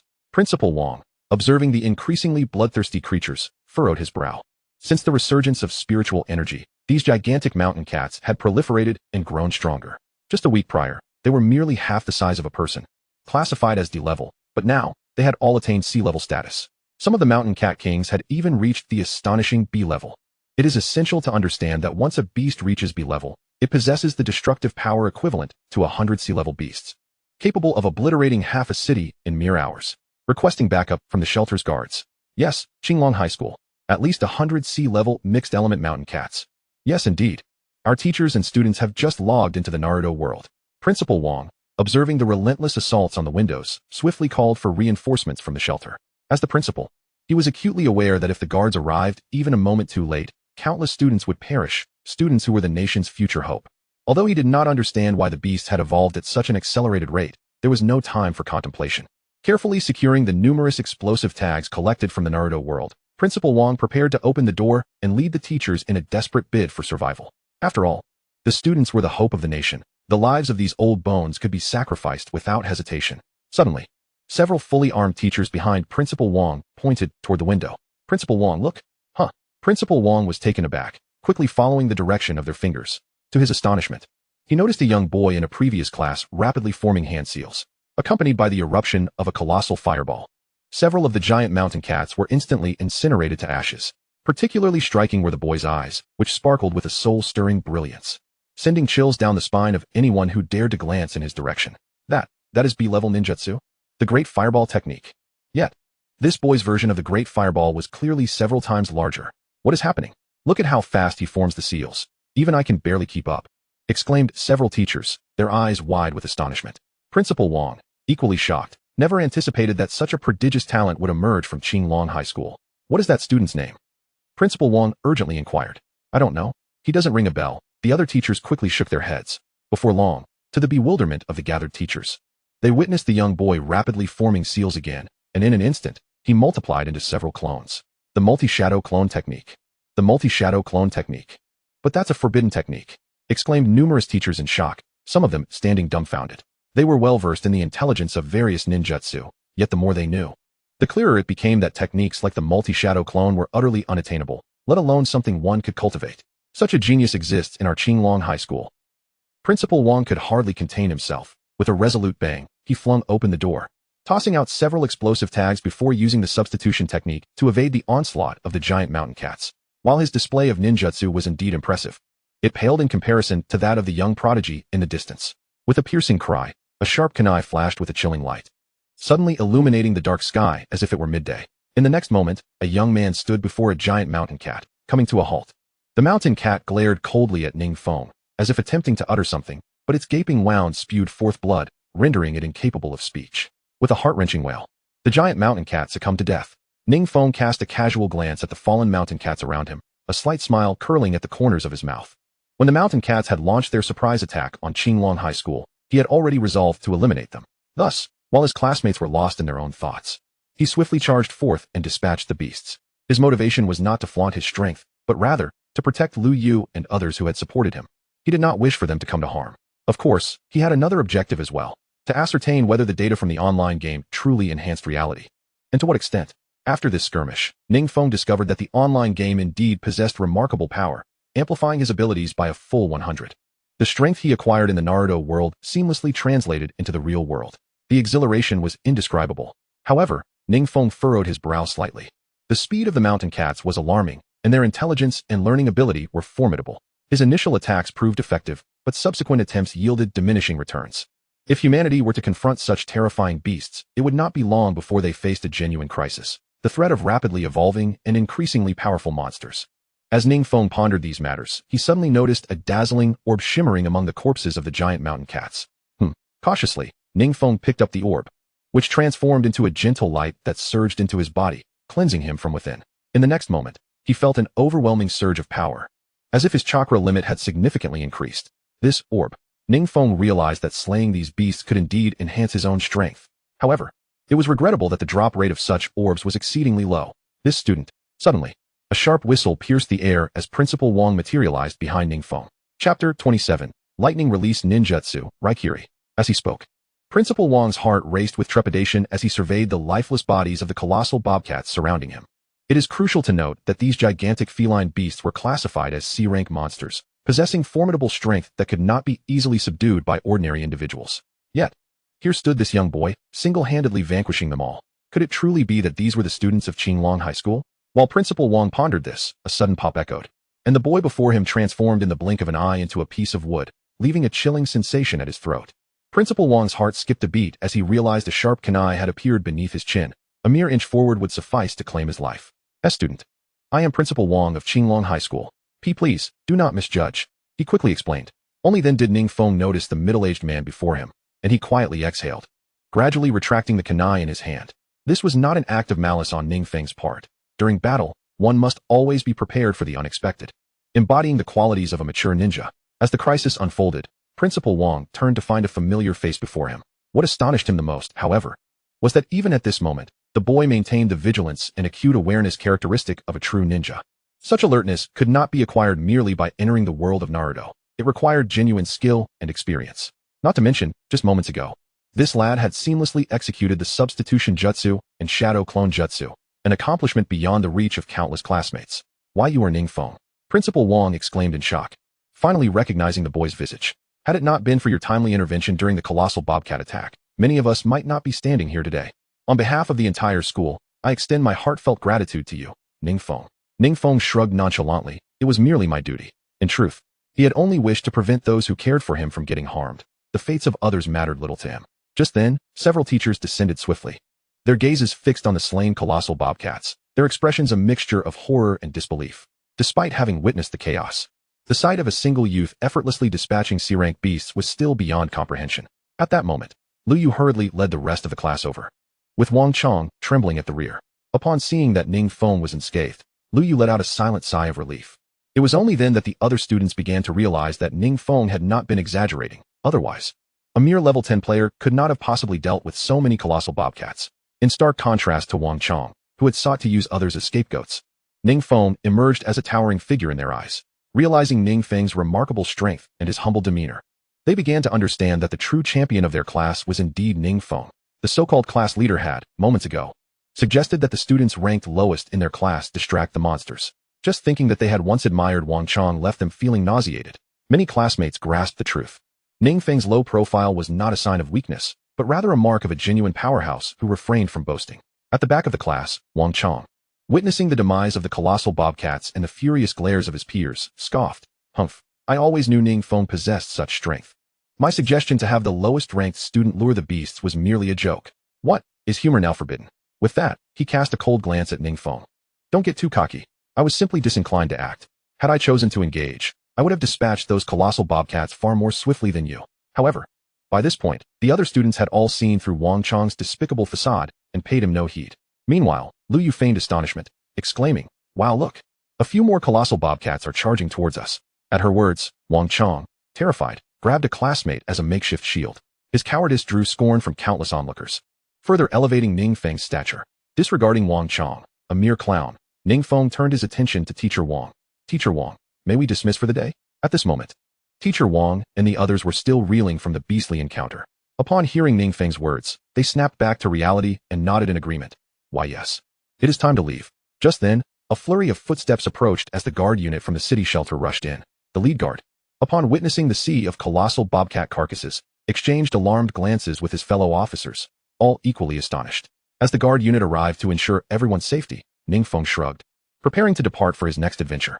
However, Principal Wang suddenly grasped Ning Feng's arm. Ning Feng, your overall strength must have reached the rank of a high-level genin, hasn't it? To achieve such prowess on your very first day is truly terrifying. Schools like ours, Qinglong High, are privileged to offer resource support. In gratitude for your actions today, I shall petition for additional resources to accelerate your progress in the game. As he spoke, Principal Wang presented Ning Feng with a ninjutsu scroll. Ning Feng was momentarily taken aback, recalling that ninjutsu scrolls obtained in the game could be sold for a high price in the real world. He took the scroll and unfurled it, only to discover that it contained one of Kakashi's signature jutsus, Chidori. Indeed, an A-rank technique, Chidori. At that moment, Ning Feng had been yearning for a powerful jutsu like Raikiri to deliver a decisive blow to his foes. Chapter 28. The Schemes of Uchiha Fugaku. The Uchiha Clan. Following this, Ning Feng did not linger at school, but returned home. Like many who had traversed worlds, he was an orphan, raised by the state. Despite this, Ning Feng's life was relatively comfortable. His modest abode contained only a table, a chair, and a bed, quite simple indeed. After preparing a delectable dinner, he sat cross-legged on his bed, ready to rest. Just as he settled in, a series of knocks echoed from the door, accompanied by Lu Yu's melodious voice, Ning Feng. Ning Feng, open the door. From the tone of her voice, it was evident that she was brimming with excitement. With a resigned shrug, Ning Feng promptly opened the door, and an enchanting aroma wafted in. Before him stood a lovely girl with sparkling eyes, excitedly bouncing on her feet while waving her phone screen. Ning Feng, look. You're famous, Famous? Ning Feng was taken aback as he took the phone from Lu Yu's hand. Noticing that the screen displayed a breathtaking scene of him employing various ninjutsu to vanquish a colossal bobcat. The screen was inundated with an array of comments, praising Ning Feng's exceptional skills in ninjutsu, with many asserting that he was indeed a true master of the art. Seeing these comments, a subtle smile graced Ning Feng's lips, and a flicker of excitement coursed through him. In his past life, he had never experienced such attention. To be recognized by so many was undeniably thrilling. The sheer volume of the comments indicated just how sensational this video had become. Remarkably, within a single evening, it had amassed 300 to 400 million views and 50 to 60 million comments. Some even remarked that his movements closely resembled those of the legendary Uchiha Itachi. Lu Yu was brimming with enthusiasm, adorably bouncing on her feet. Noticing that Ning Feng had merely glanced at the phone without further scrutiny, she beamed. Look. Admire your own heroic presence. You're absolutely dashing. Observing Lu Yu's fan-like demeanor warmed Ning Feng's heart. In his previous life, he had never encountered such a beautiful girl treating him this way, and seeing her excitement over his newfound fame was more exhilarating than he could express. Lu Yu, without your encouragement, I would never have risen so quickly. You share in this accomplishment. Ning Feng sincerely expressed, his gaze earnest and focused. However, upon hearing his words, Lu Yu seemed to realize something and quickly withdrew her hand from his, her face flushing with shyness and restraint. I was just offering normal encouragement. It's mainly your own talent in this area. I have something to attend to, so I must take my leave. She spoke in a bashful tone, her eyes fixed on her toes. With that, she hastily dashed away, vanishing from Ning Feng's sight in the blink of an eye. This girl. Ning Feng sighed with a wry smile. Who would have thought that Lu Yu, a young lady from one of the 4 prestigious families of D-City, would also have a shy side? Yet, who could resist the pursuit of such a stunning girl? As he watched Lu Yu depart, Ning Feng closed the door and gently unfurled the scroll for the Chidori technique. As anticipated, upon using the scroll, he felt a powerful surge of memory flood into him, elevating his understanding and mastery of lightning-style ninjutsu to an entirely new realm. In the next moment, a sound reminiscent of thousands of birds chirping echoed, and in Ning Feng's right hand, a remarkably sharp lightning dagger materialized swiftly. This lightning dagger exuded an aura of formidable lethality, embodying the A-rank ninjutsu, Chidori. Taking a deep breath, the attributes of Chidori soon manifested before his eyes. Chidori, one of the lightning-style ninjutsu, an A-rank offensive technique. Upon using this technique, a sharp lightning blade will form in the user's hand, inflicting 1,000 points of lethal damage on the enemy. Noticing the instantaneous activation characteristic, Ning Feng's eyes gleamed with a subtle light. As a devoted fan of Naruto, he was acutely aware of the power of instantaneous ninjutsu in battles among top-tier ninjas. The competition often hinged on such techniques that required no hand signs, as forming hand signs would leave one vulnerable to attacks. As the chirping subsided, Ning Feng gradually retracted the Chidori, taking a deep breath. He could distinctly feel that after mastering Chidori, his comprehension of lightning-style ninjutsu had deepened significantly, promising a swifter learning process for other lightning techniques in the future. After exhausting his endeavors, Ning Feng closed his eyes, and a night passed in the blink of an eye. Upon awakening the next day and returning to school, he noticed that the disdainful glances previously directed at him had been replaced with admiration and reverence.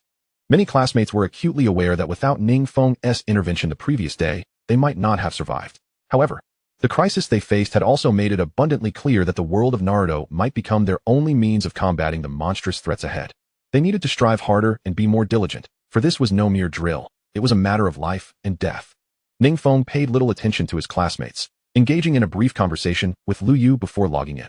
Once completed, at precisely 8 o'clock, he, along with all the students of the high school, logged into the world of Naruto. In an instant, the playground was enveloped in a dazzling brilliance, disappearing without a trace. When Ning Feng opened his eyes again, he found himself in the Uchiha clan's estate. Uchiha Itachi stood nearby, a smile gracing his features as he looked at Ning Feng. My dear brother, the Hokage has given orders for you to report to the Anbu. Here is your ninja headband from Konoha, wear it with pride. Additionally, our father has matters to discuss with you.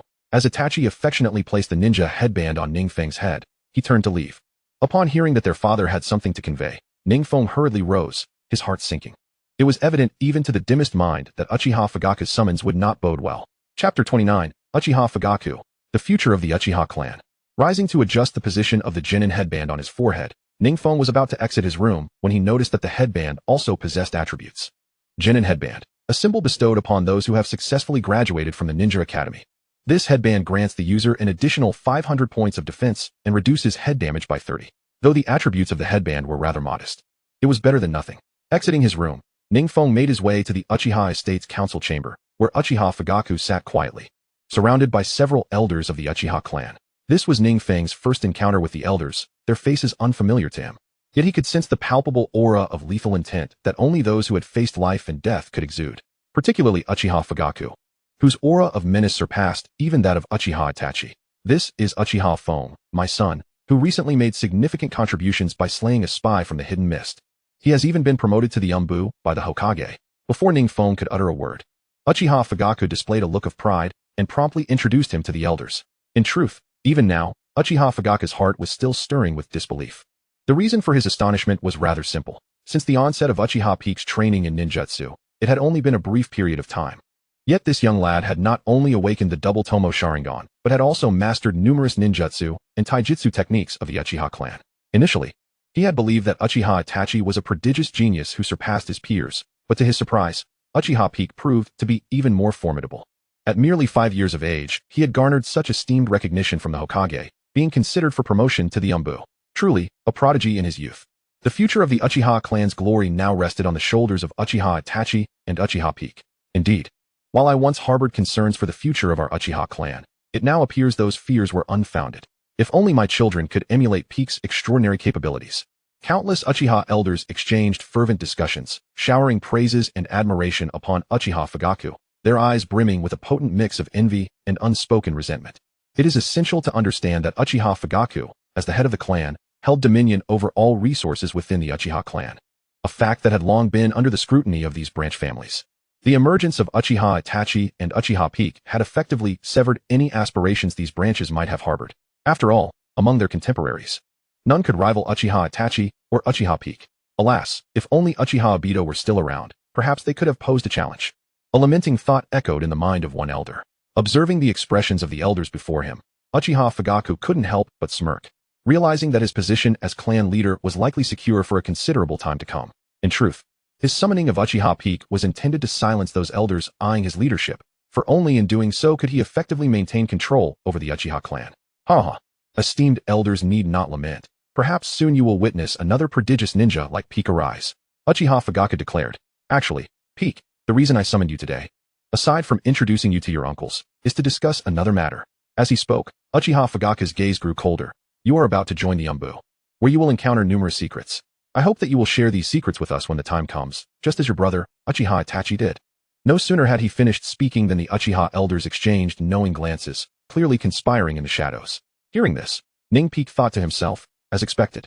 In the original narrative, Uchiha Itachi had once acted as a double agent, sharing vital information about Konoha with the Uchiha clan, while simultaneously relaying Uchiha intelligence back to the village. Indeed, he was now being positioned to serve as a spy for the Uchiha clan.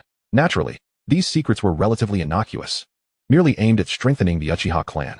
Sensing Ning Peak's potential reluctance, Uchiha Fugaku quickly added, yes, they are harmless, and besides, we shall offer you numerous benefits. The Uchiha elders chimed in eagerly. Listening to their words, a subtle smile crept across Ning Peak's face. In truth, he had anticipated this day long before. As for the intelligence, he would merely fabricate it as needed. All he needed was to grow swiftly, resolving everything before the night of the clan's massacre arrived. Of course, the Uchiha clan could not be exterminated. Otherwise, how could he himself aspire to dominate the entire shinobi world? Relying solely on his own strength would be far from sufficient. When the time came to return to the real world, should the beasts descend, while others wielded ninjutsu, he could summon the entirety of the Uchiha clan to descend upon the battlefield. How terrifying that would be. I am amenable to the idea of providing information, but I require something in return. Ning Peak smiled slightly. He had no intention of divulging genuine secrets. Seeing Ning Peak's compliance, Uchiha Fugaku nodded in satisfaction. Excellent, excellent. Your father's ascension to a high-ranking position in Konoha rests in your hands. Soon, the Uchiha elders erupted in celebration. As if with the emergence of Itachi and Ning Peak as two sharp swords, the Uchiha clan need fear nothing. Naturally, The astute Ning Peak was aware that the Uchiha clan's motivations were born of desperation. After all, with the rapid development of Konoha, both the Yamanka and Akimichi clans had cozied up to the Hokage, securing high-ranking positions and reaping countless benefits. In contrast, the Uchiha clan had become increasingly marginalized since Uchiha Madara's defection. With the ascent of Minato Namikaze, the Uchiha clan had found themselves entirely absent from the higher echelons of Konoha, their highest position now merely that of captain of the guard. It could be said that under the gradual exclusion from Konoha, the Uchiha clan's survival was becoming ever more precarious. Now, with both Uchiha Itachi and Uchiha Peak having finally captured the Hokage's favor, successfully joining the Anbu, it represented a golden opportunity for the Uchiha clan to rise anew. This was especially true for the ambitious Uchiha Fugaku. Unfortunately, what Uchiha Fugaku did not realize was that Uchiha Peak harbored even greater ambitions than he did. Chapter 30, The Anbu. Truly, it is the Anbu. Ning Peak. Just ahead lies the Hokage's residence. The Anbu headquarters is situated nearby. Whether you can locate it depends solely on your own efforts. Having finally departed from the Uchiha estate, Uchiha Itachi, who had been waiting nearby, cast a fond glance at Ning Peak before disappearing without a trace alongside Uchiha Shursui. Watching their departing figures, a smirk played upon Ning Peak's lips. How could he not realize that while Minato Namikaze had extended an invitation for him to join the Anbu, entry into such an organization was no simple feat. The foremost challenge before him was to ascertain the location of the Anbu headquarters. It was likely that only by successfully locating the headquarters would he truly pass Minato's test. Contemplating this, Ning Peak retrieved the Anbu report that Minato had given him. The report bore but a single line of indecipherable script, evidently a clue to the Anbu headquarters. As a devoted fan of the Hokage series, Ning Peak was well aware that even a mere Chunin exam posed formidable challenges, let alone the task of locating the Anbu headquarters. Committing the cryptic script on the report to memory, Ning Peak made his way toward a vast plain situated behind the Hokage residence. Given the clandestine nature of an organization like the Konoha Anbu, which engaged in intelligence gathering and assassination, it could only be housed in an underground facility. Pondering this, Ning Peak quickly noted that many areas within the expansive plain bore hidden symbols. Moreover, these symbols seemed to have a special connection to the script on the report provided by Minato. Sharingan activate. Suddenly, amidst the dim sky, a pair of crimson double tomo Sharingan erupted into brilliant radiance. With Ning Peak's formidable perceptive abilities, he was astonished to discover that these marked locations were fortified with powerful barriers, rendering it nearly impossible to discern which one was the Anbu headquarters. Truly, it is the Anbu. Even if other shinobi villages possess some intelligence, annihilating such an organization is exceedingly difficult. Ning Peak couldn't help but exclaim in admiration. Although the original Naruto canon never explicitly mentioned it, one can only imagine the formidable nature of Konoha's Anbu, an organization that has stood resolutely for countless years. As Ning Feng pondered deeply, he suddenly noticed that the handwriting in the report given by Minato seemed to be derived through a series of calculations, pinpointing the location of the Anbu headquarters. Moreover, it appeared that the Anbu headquarters would periodically be relocated. With this in mind, Ning Feng swiftly began his computations. Far away, within the Hokage residence, the fourth Hokage, Minato Namikaze, gazed silently into the distance, his eyes shimmering with intense anticipation as he observed Ning Feng searching for the Anbu's lair. Behind Minato, Uchiha Itachi wore a similarly expectant expression. Itachi, do you think Feng will be able to trace the Anbu headquarters this time? Even I, as Hokage, must analyze the intelligence I possess to deduce their location, Minato mused. It should be possible for Feng, Itachi replied confidently. Since joining the Anbu, he had come to realize the terrifying scope of the organization, which held nearly all of the world's most secret information. Naturally, such a place would have formidable counterintelligence measures. Found it. Minato, standing with his hands clasped behind his back, was about to speak when a sudden glimmer of surprise flashed across his eyes. Ning Feng had apparently deciphered a series of codes hidden within Minato's signals, ultimately confirming the location. It was astonishing that the Naruto world had so quickly adopted something akin to Morse code. Ning Feng smirked slightly, thinking that without his knowledge in this field, he might never have discovered the location of the Anbu headquarters. Contemplating this, he approached a seemingly ordinary stone engraved with a peculiar symbol. Soon, the stone radiated a brilliant light, enveloping Ning Feng as if recognizing him. It was known that the barriers surrounding Konoha possessed powerful recognition capabilities, allowing only Konoha shinobi to pass unhindered. With a thunderous rumble, a hidden door within the stone revealed itself, the entrance to the Anbu headquarters. Found it. Ning Feng glanced around. The entrance was indeed well concealed and difficult to locate. In the original Naruto narrative, Orochimaru's base in Otogakure was similarly elusive, filled with numerous traps, likely modeled after Konoha's Anbu headquarters. As Ning Feng's excitement grew, a crisp, melodious notification sounded. Congratulations. You have discovered the entrance to the Anbu headquarters. Personal exclusive mission, Anbu Ninja, activated. Main personal quest, Ninjutsu training, successfully completed. You have gained 1,000,000 experience points. Your chakra limit has increased by 2,000 points. You have acquired 100 kunai and 20 explosive tags. All your ninjutsu levels have increased by 1. You have leveled up.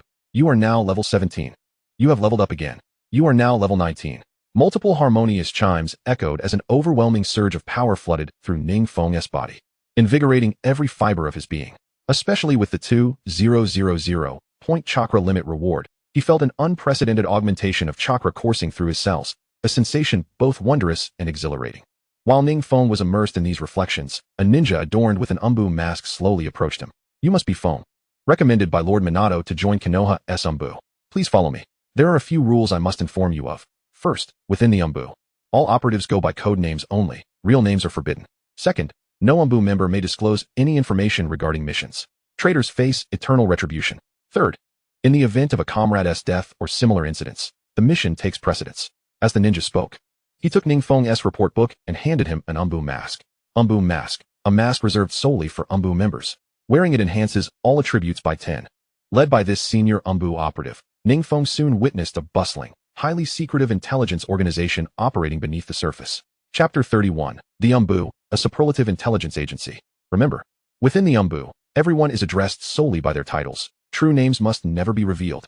The lead Anbu ninja's expression was cold and stern. Seemingly wary that Ning Feng might commit rookie mistakes, he reiterated the rules with emphasis. Ning Feng nodded calmly, committing the regulations to memory, more than the rules. He was curious about the current Anbu commander. It was said that even during Minato Namake's tenure as 4th Hokage, the Anbu commander remained Sarutobi Hiruzen, firmly in control. He longed to confirm whether this was true. While he contemplated this, the senior Anbu member guided him to a vast corridor. Ahead lay 4 or 5 branching paths, each marked with a unique symbol. Follow me, the Anbu lead said after briefly identifying the markings, and they proceeded. They traversed several such forks until finally arriving at an expansive open area. Only then did Ning Feng realize the cunning of the Anbu intelligence division. The busy figures he initially observed were merely a fraction of the organization. The true Anbu headquarters lay right before him. No wonder the original narrative never revealed the discovery of Konoha's Anbu headquarters. Anyone entering would inevitably become lost, perhaps even deceived into returning to their starting point. Sensing the astonishment in Ning Feng's eyes, the lead Anbu ninja quickly explained, those operatives you saw earlier are merely external members. What lies ahead is the true Anbu base. Have you memorized the symbols at the forks? Yes, I have, Ning Feng responded promptly. The more clandestine the Anbu became, the greater Ning Feng's curiosity grew. Oh, such keen observation. The lead ninja was momentarily taken aback and urged Ning Feng to recite them again. Having deliberately recorded the symbols, Ning Feng recited them all, astonishing the senior operative. Remarkable that you, a mere 5 years old, have achieved such aptitude. Truly, the new generation surpasses the old, he remarked with admiration. After a brief reflection, the lead ninja escorted Ning Feng to the very heart of the open area. At that moment, countless Anbu operatives busily gathered and consolidated the intelligence they had collected, channeling it into this central command. Thus unfolded the clandestine world of Konoha's Anbu, a superlative intelligence apparatus shrouded in secrecy and relentless vigilance. Though some Anbu ninjas donned masks, Ning Feng could discern that those stationed at the headquarters were predominantly members of the Nara and Yamanaka clans. He could perceive the profound synergy among these clan members, as they continuously utilized chakra to exchange various pieces of information, a clear testament to the Yamanaka clan's influence. Despite the original Naruto series not explicitly revealing this, Ning Feng could still sense the formidable and terrifying prowess of the Yamanaka and Nara clans. It was no wonder that the previous Hokages had gradually grown closer to these clans, given that they excelled in handling administrative affairs and intelligence. As Ning Feng continued on his path, he observed several Anbu ninjas congregated together, seemingly preparing for the execution of a particular mission. He even caught sight of specialized intelligence classes, where various spies were being trained. These classes consisted of select prodigies chosen from countless ninjas, specifically dispatched to gather intelligence across various hidden villages. Additionally, there existed dedicated classes for female spies, who employed their beauty to procure information. The leading Anbu ninja spoke in a nonchalant tone, as if all of this were merely routine. Ning Feng nodded slightly. Yet he couldn't help but feel a jolt of surprise upon hearing about the specialized female spy classes. However, he quickly reassured himself, acknowledging that the existence of female spy ninjas was entirely natural, given the multitude of lecherous nobles in the world. It simply wasn't depicted in the darker aspects of the original Naruto series. Captain, just as Ning Feng pondered these matters, the leading Anbu ninja guided him into an office. Inside sat an Anbu ninja without a mask, who was intently focused on the intelligence presented before him, seemingly deep in thought. He was likely the only ninja in the Anbu who did not wear a mask.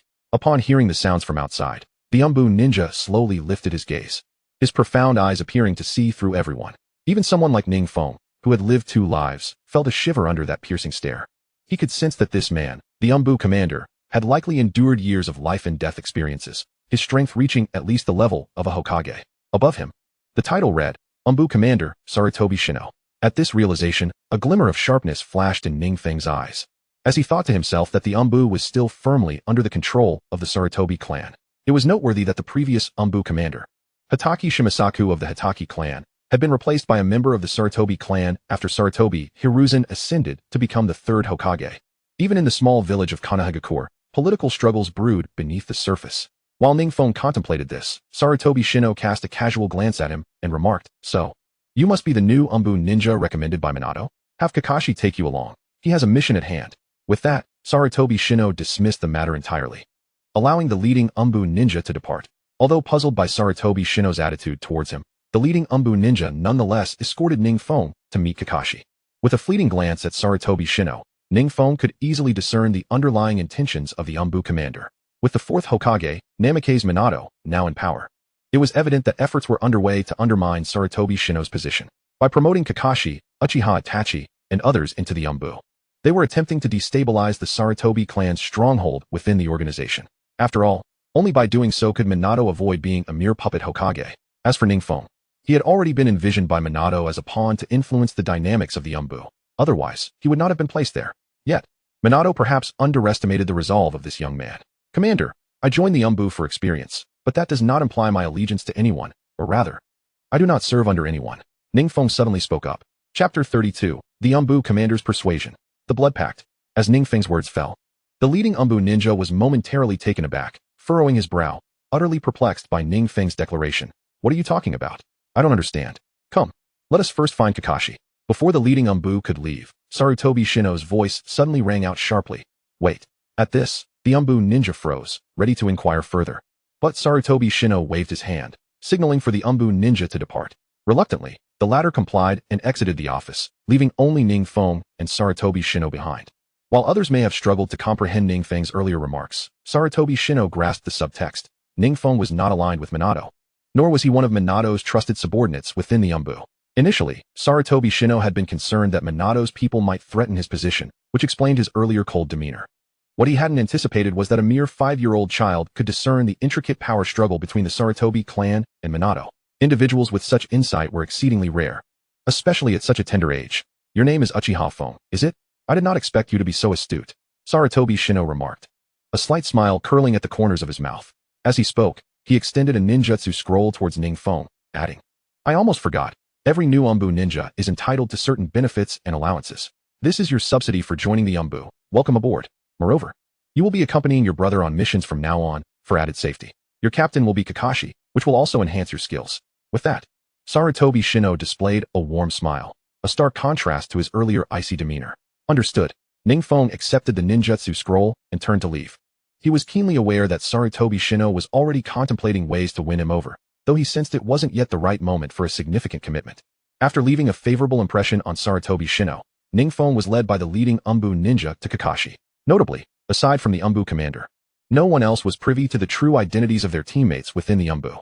Thus, when Ning Feng, masked, approached Kakashi, both he and Uchiha Itachi remained oblivious to the fact that the ninja beside them was Uchiha Feng. Additionally, Ning Feng learned from the Anbu ninjas that the entire Anbu comprised only over 70 official members, organized into teams of 4, with each team led by a captain overseeing 4 members. Even Danzo's rude organization was merely a faction within the Anbu, ostensibly under the Hokage's command, but in reality, it belonged to Danzo. Despite the over 70 members appearing to heed the Hokage's orders, the internal dynamics were complex, with some factions under the control of the Yamanaka clan, others under the Akimichi clan, while the Hokage himself truly controlled perhaps no more than a dozen individuals. This is precisely why the Hokage of Konoha frequently issues commands for political purges, often resulting in a scarcity of genuine protectors for the Hokage. By the time of the 4th Hokage, Minato Namake's, the intricate machinery of Konoha had begun to falter, entangled in the grasp of the elite who drained it of its vitality. After a brief report to Kakashi, he promptly assigned everyone an S-rank mission. This mission intriguingly involved a recently emerged organization known as the Akatsuki. It is rumored that the leader of the Akatsuki swiftly eliminated Hanzo of the Salamander, a figure revered as a demigod in Amigakure. Their primary objective is to infiltrate Amigakure and gather vital intelligence regarding the village. Upon hearing about this infiltration mission, Ning Feng was utterly astonished, pondering the prowess of Konoha's Anbu, who commenced with such a daring endeavor. In the original canon, Kakashi had attempted to infiltrate Amigakure, and now, having just joined the Anbu, he was to undertake a similar task.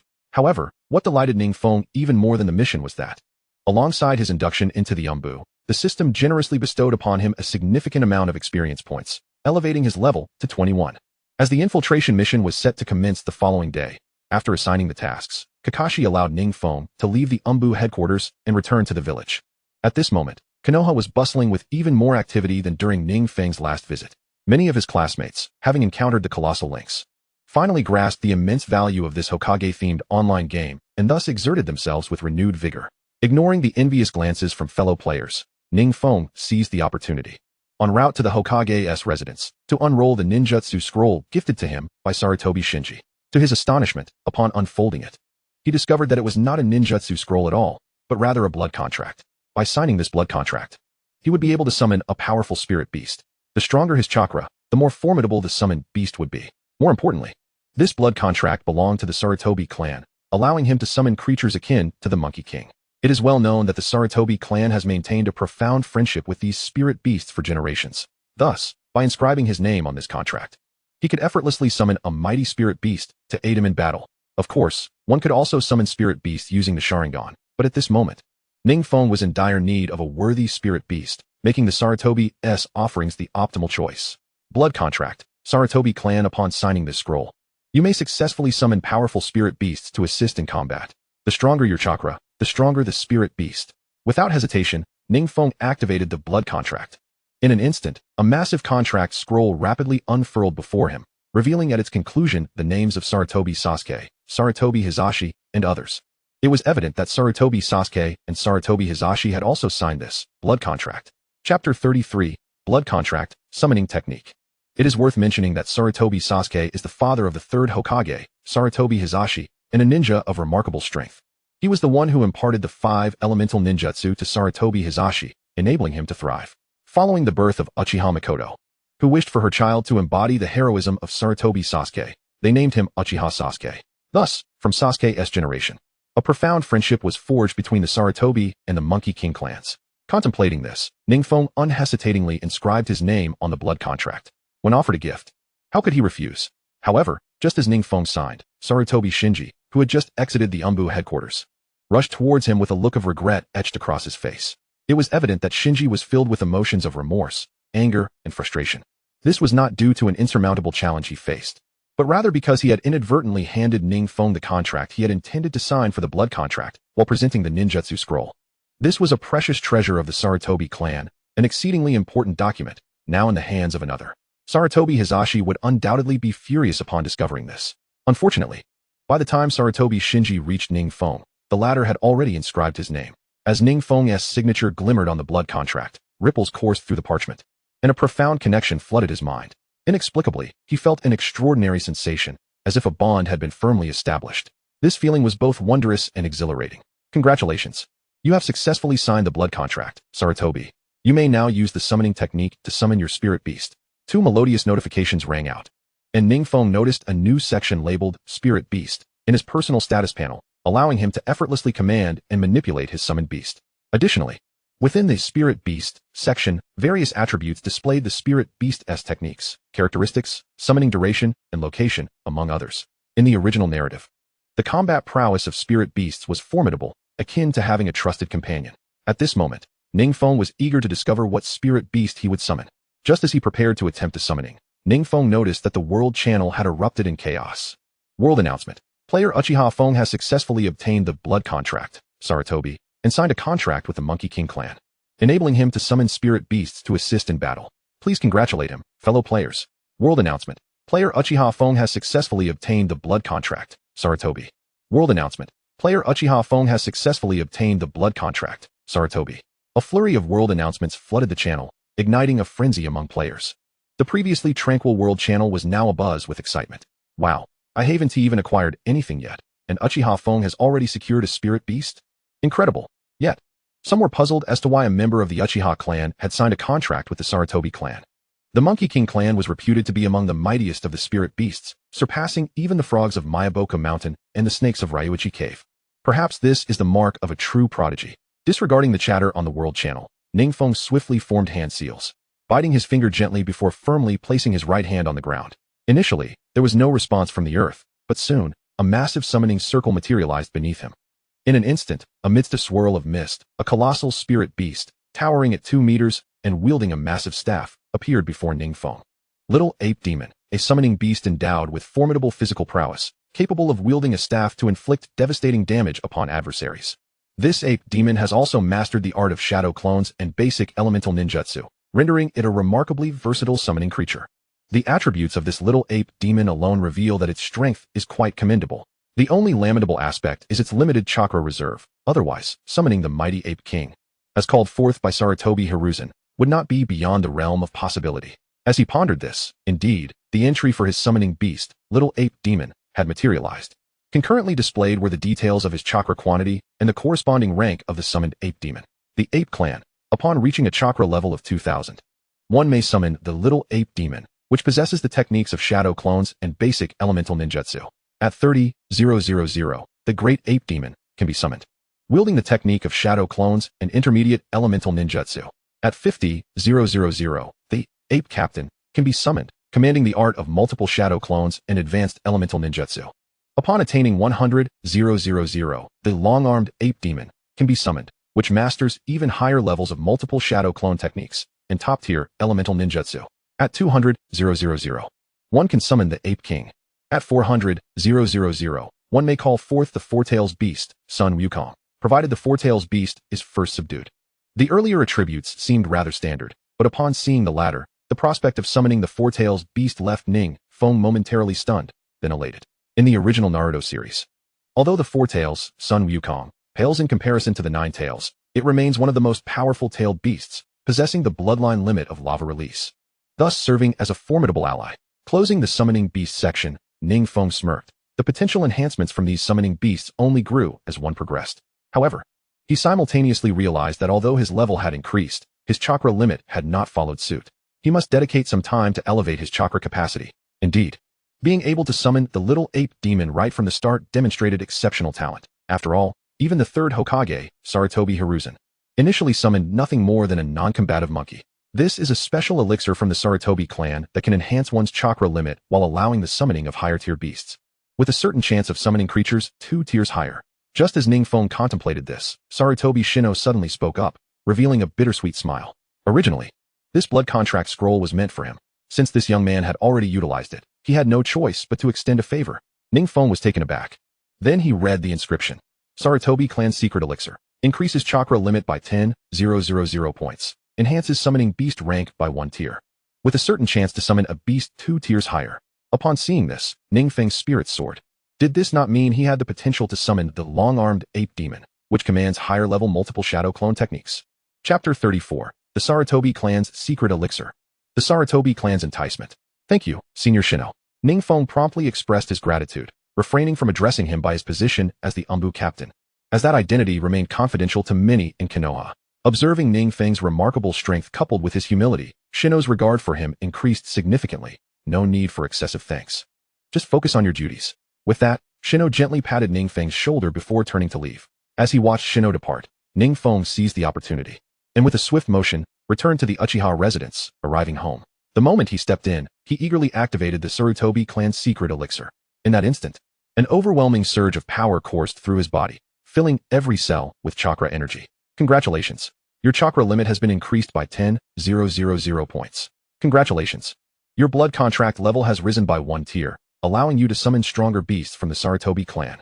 A series of melodious notifications rang out, and at that moment, Ning Feng felt an exhilarating rush, akin to a reclusive individual suddenly stepping into a vibrant forest. Taking a deep breath, Ning Feng chose not to engage in further distractions, but rather entered a tranquil state of meditation, awaiting the arrival of the next day.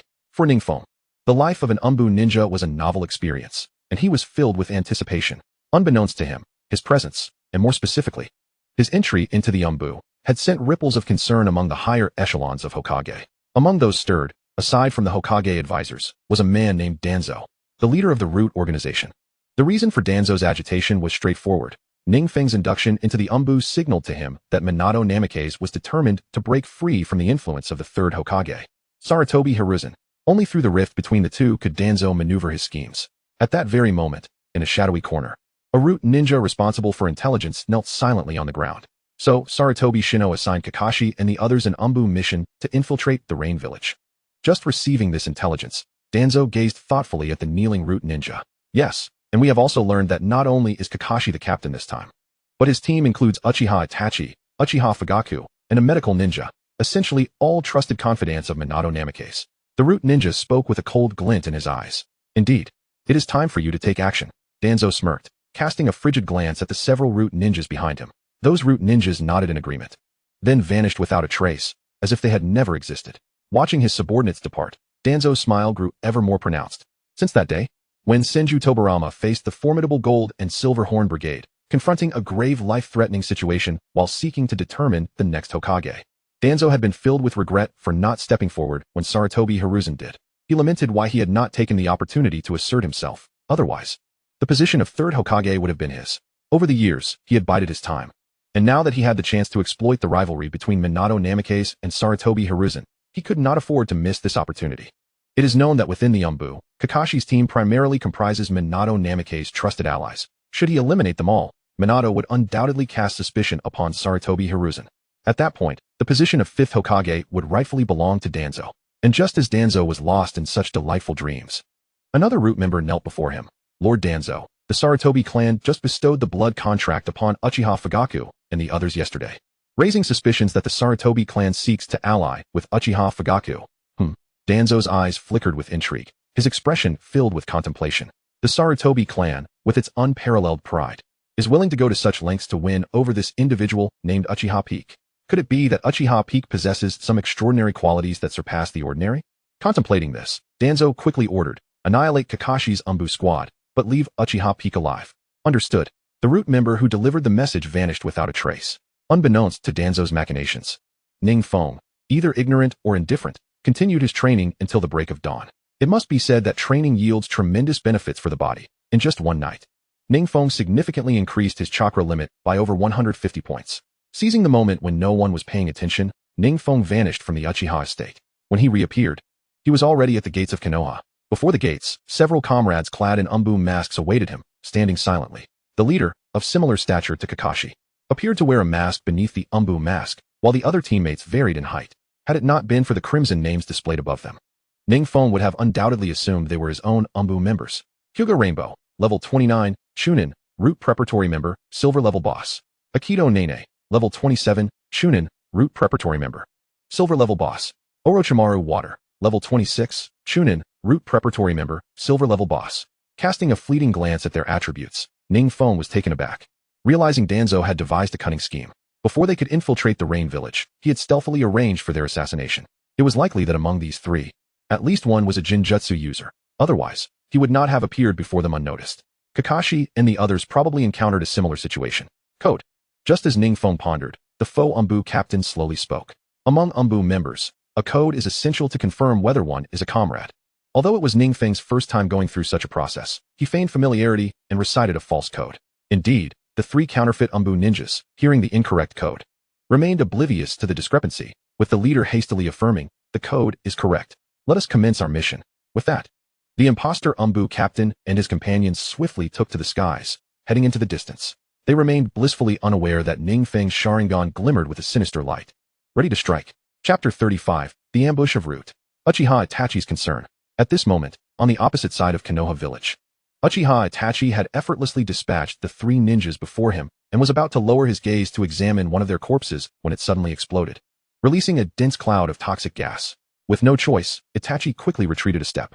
Once the noxious fumes dissipated, he found that the bodies of the three ninjas had completely melted away, as if they had never existed. This is undoubtedly the work of Root. Uchiha Itachi immediately sensed that something was amiss, realizing that the plan involving him and Kakashi's infiltration of the Rain Village had likely been compromised. Taking advantage of this opportunity, Danzo had his subordinates masquerade as Anbu members to create chaos and eliminate them. Though this was not Danzo's first mischief, the thought that Uchiha Peak was a novice in Anbu, lacking the discernment necessary, made Itachi's heart race with concern. Peak, you must not come to harm. With this thought, Itachi swiftly took off toward the likely ambush location of the root members. Simultaneously, Kakashi and the others had also uncovered Danzo's conspiracy. After eliminating the root members, they hurried towards Ning Feng, quietly trailing behind the 3 root preparatory members. Ning Feng wore a broad grin. For others, this could be a moment of grave peril. But for Ning Feng, it presented a precious opportunity for rapid ascension. Captain, what is the primary objective of our mission? Ning Feng queried curiously while swiftly traversing the treetops alongside the 3 imposters. The foe captain glanced back at Ning Feng, seemingly surprised that such a loquacious individual existed within Anbu. Did you not hear when Anbu assigned you the mission? Our task is infiltration, to successfully penetrate the Rain Village and uncover its secrets. Once we acquire some intelligence, we can return to report. Oh, understood. Ning Feng feigned comprehension while his blood-red, double-tomo Sharingan glowed ever more intensely. Suddenly, taking advantage of the foe captain's diverted attention, Ning Feng's sharp kunai struck one of the root preparatory ninjas with incredible speed. Before the ninja could react, Ning Feng effortlessly dispatched him. The entire encounter silent as a whisper. Despite this preparatory ninja being a chunin, Ning Feng's speed was too overwhelming. And the ninja had never anticipated that Ning Feng had already discerned their true identities. With a splatter of blood, the root preparatory ninja fell lifelessly to the ground, leaving an array of equipment, materials, and ninja scrolls scattered about. Congratulations. You have successfully defeated a chunin of a higher level. You will receive double experience. You have gained 20,000 experience points. You have leveled up. You are now level 22. Amidst the melodious chime of notifications, Ning Feng swiftly lunged at the second root preparatory ninja, moving with remarkable speed. However, as a skilled ninja of at least chunin rank, the moment he sensed the threat to his life, he brandished his kunai, successfully parrying Ning Feng's lethal strike with a resounding clang. Humph. I never expected you to realize we were imposters. You have cost us a comrade. The foe Anbu captain finally grasped the situation, landing on the ground and turning to face Ning Feng. The other imposter ninja also landed beside him, their icy gazes fixated on Ning Feng. In truth, both were perplexed, pondering how Uchiha Peak had managed to detect their ruse. Contemplating this, they discarded their Anbu masks and donned the masks of Root. Lord Danzo instructed us to spare your life, but now that you know too much, that seems impossible, said the leading Root ninja, producing a massive chain enveloped in lightning chakra, rendering it ominously sharp and formidable. Meanwhile, the other ninja conjured 3 colossal wind release shurikens, also infused with lightning chakra, appearing equally fearsome. Humph. This is the first time I'm facing an opponent of chunin rank or higher. However, even so, Ning Feng remained unperturbed. With a cold snort, Ning Feng lunged directly at the leading Root ninja with astonishing speed. However, before he could close the distance, an enormous chain came crashing down upon him, moving with the swiftness of lightning. With a resounding clang, Ning Feng blocked the attack with his kunai. But what awaited him was a relentless barrage of assaults from the chain, which was imbued with lightning chakra, rendering it exceptionally sharp. He knew that even the slightest contact would result in his swift demise. Clang, clang, clang. The sound of metal colliding echoed as the kunai in Ning Feng's hand became marred with countless scratches. Had it not been for his Sharingan, a pair of eyes possessing formidable insight, he would have likely been pierced by the chain long ago. Haha, my chains are the finest among all Root ninjas. Their speed is simply impossible to evade. The leading Root ninja could not suppress his mocking laughter and was about to swing the chain again when suddenly, a brilliant light illuminated the sky. With a sizzling sound, Ning Feng descended from above, accompanied by the Chidori. As a chunin, the chain swung rapidly, but it effortlessly blocked Ning Feng's assault. Just as the nearby Root ninja prepared to unleash a wind-based shuriken to conclude the battle, the descending Ning Feng vanished into thin air like a mirage. What? Is it the shadow clone technique? The leading Root ninja seemed to realize something, his expression shifting dramatically. Instinctively, he turned around, only to have the Chidori pierce through his body. Congratulations. You have successfully defeated a chunin of a higher rank. You will receive double experience. You have gained 20,000 experience points. You have leveled up. You are now at level 23. With the delightful chime of notifications, Ning Feng felt his attributes surge once more. Was this the true power of Chidori?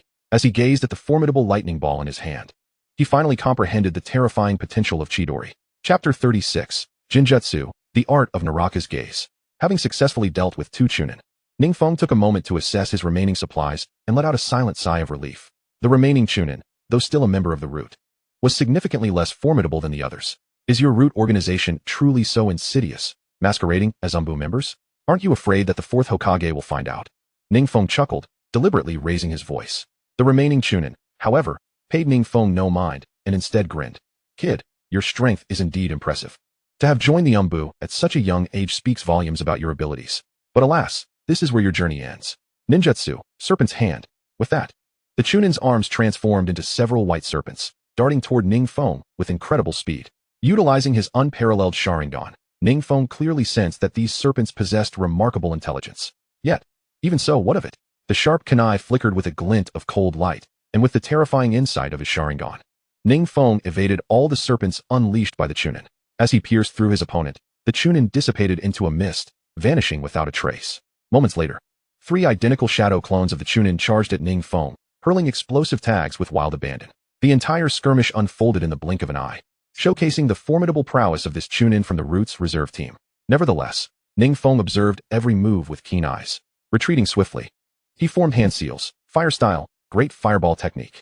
A colossal fireball engulfed a vast area before him, incinerating the approaching clones into a dazzling array of sparks, causing them to vanish. Simultaneously, he deftly evaded the barrage of explosive tags. Boom, boom, boom. Amidst the thunderous cacophony, the Chunin lay hidden in the shadows, preparing to deliver a final blow, completely unaware that a bolt of lightning was descending from the heavens. With a piercing brilliance, the light illuminated the darkened sky as Chidori approached the Chunin, emitting a chilling hiss just before impact. In the next moment, the Chunin, like his fallen comrades, burst into a whirlwind of light, scattering equipment, materials, and gold across the ground. Sighing in relief, Ning Feng seized the opportunity to gather the treasures that had fallen unnoticed. Congratulations. You have obtained military rations. Congratulations. You have acquired Shadow Serpent Armor, Legendary. Shadow Serpent Armor, crafted specifically for stealth, assassination, and intelligence gathering. This exceptional gear can automatically adapt its color to the surrounding environment. The user becomes nearly invisible, with 20 transparency and a 20 reduction in chakra signature. Congratulations. You have obtained Shadow Belt, Legendary.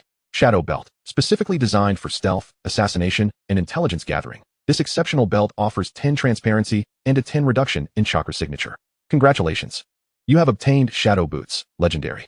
Shadow Boots, specifically crafted for stealth, assassination, and intelligence gathering. This exceptional footwear provides 20 transparency and a 20 reduction in chakra signature. Congratulations. You have acquired Ninjutsu, Serpent's Hand. Congratulations. You have obtained Naraka's Gaze, Jinjutsu. Congratulations. You have leveled up. You are now at level 24. With a series of melodious notifications ringing in his ears, Ning Feng could hardly contain his excitement upon discovering several legendary items among the spoils. The attributes of these items were undeniably extraordinary, particularly their transparency, perfectly suited for the upcoming mission. However, what truly made the journey worthwhile was the Jinjutsu scroll, Naraka's Gaze.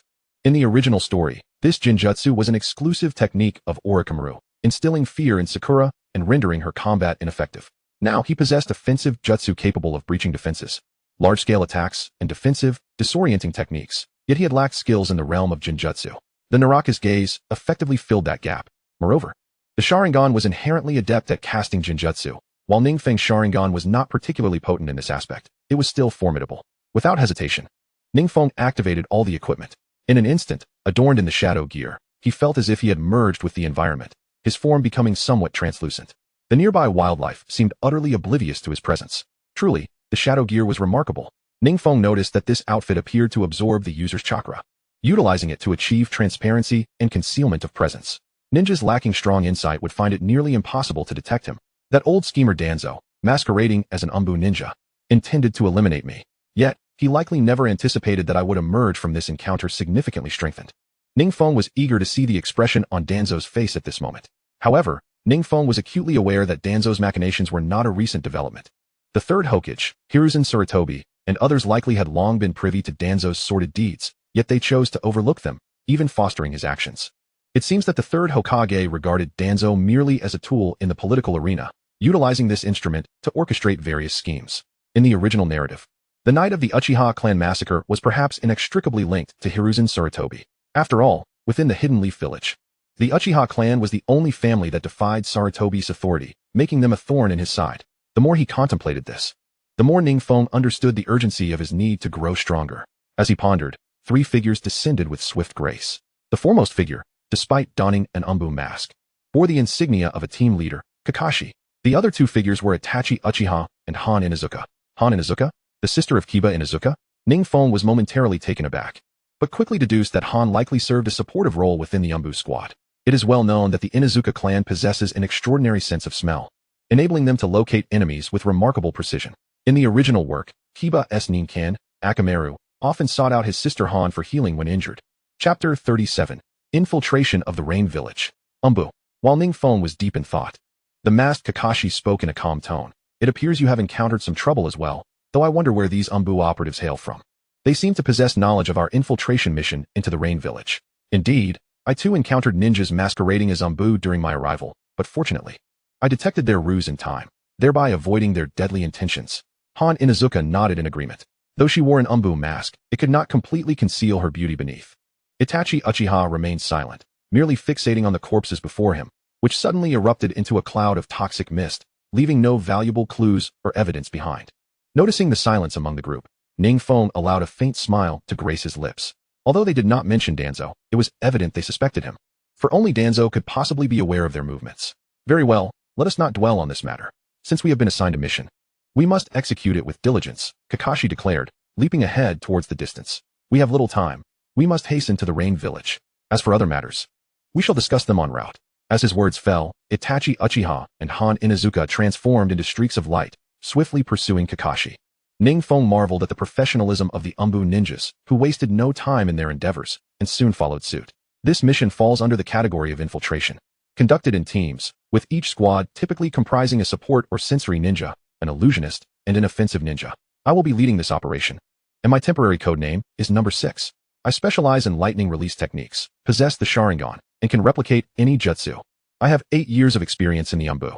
As Kakashi spoke, he engaged in dialogue with his teammates. Upon hearing this, Itachi promptly introduced himself. My temporary code name is Number 7, specializing in illusion techniques, wielding the Sharingan, with 5 years of experience in the Anbu. Han followed suit. My temporary code name is Number 8, a sensory ninja.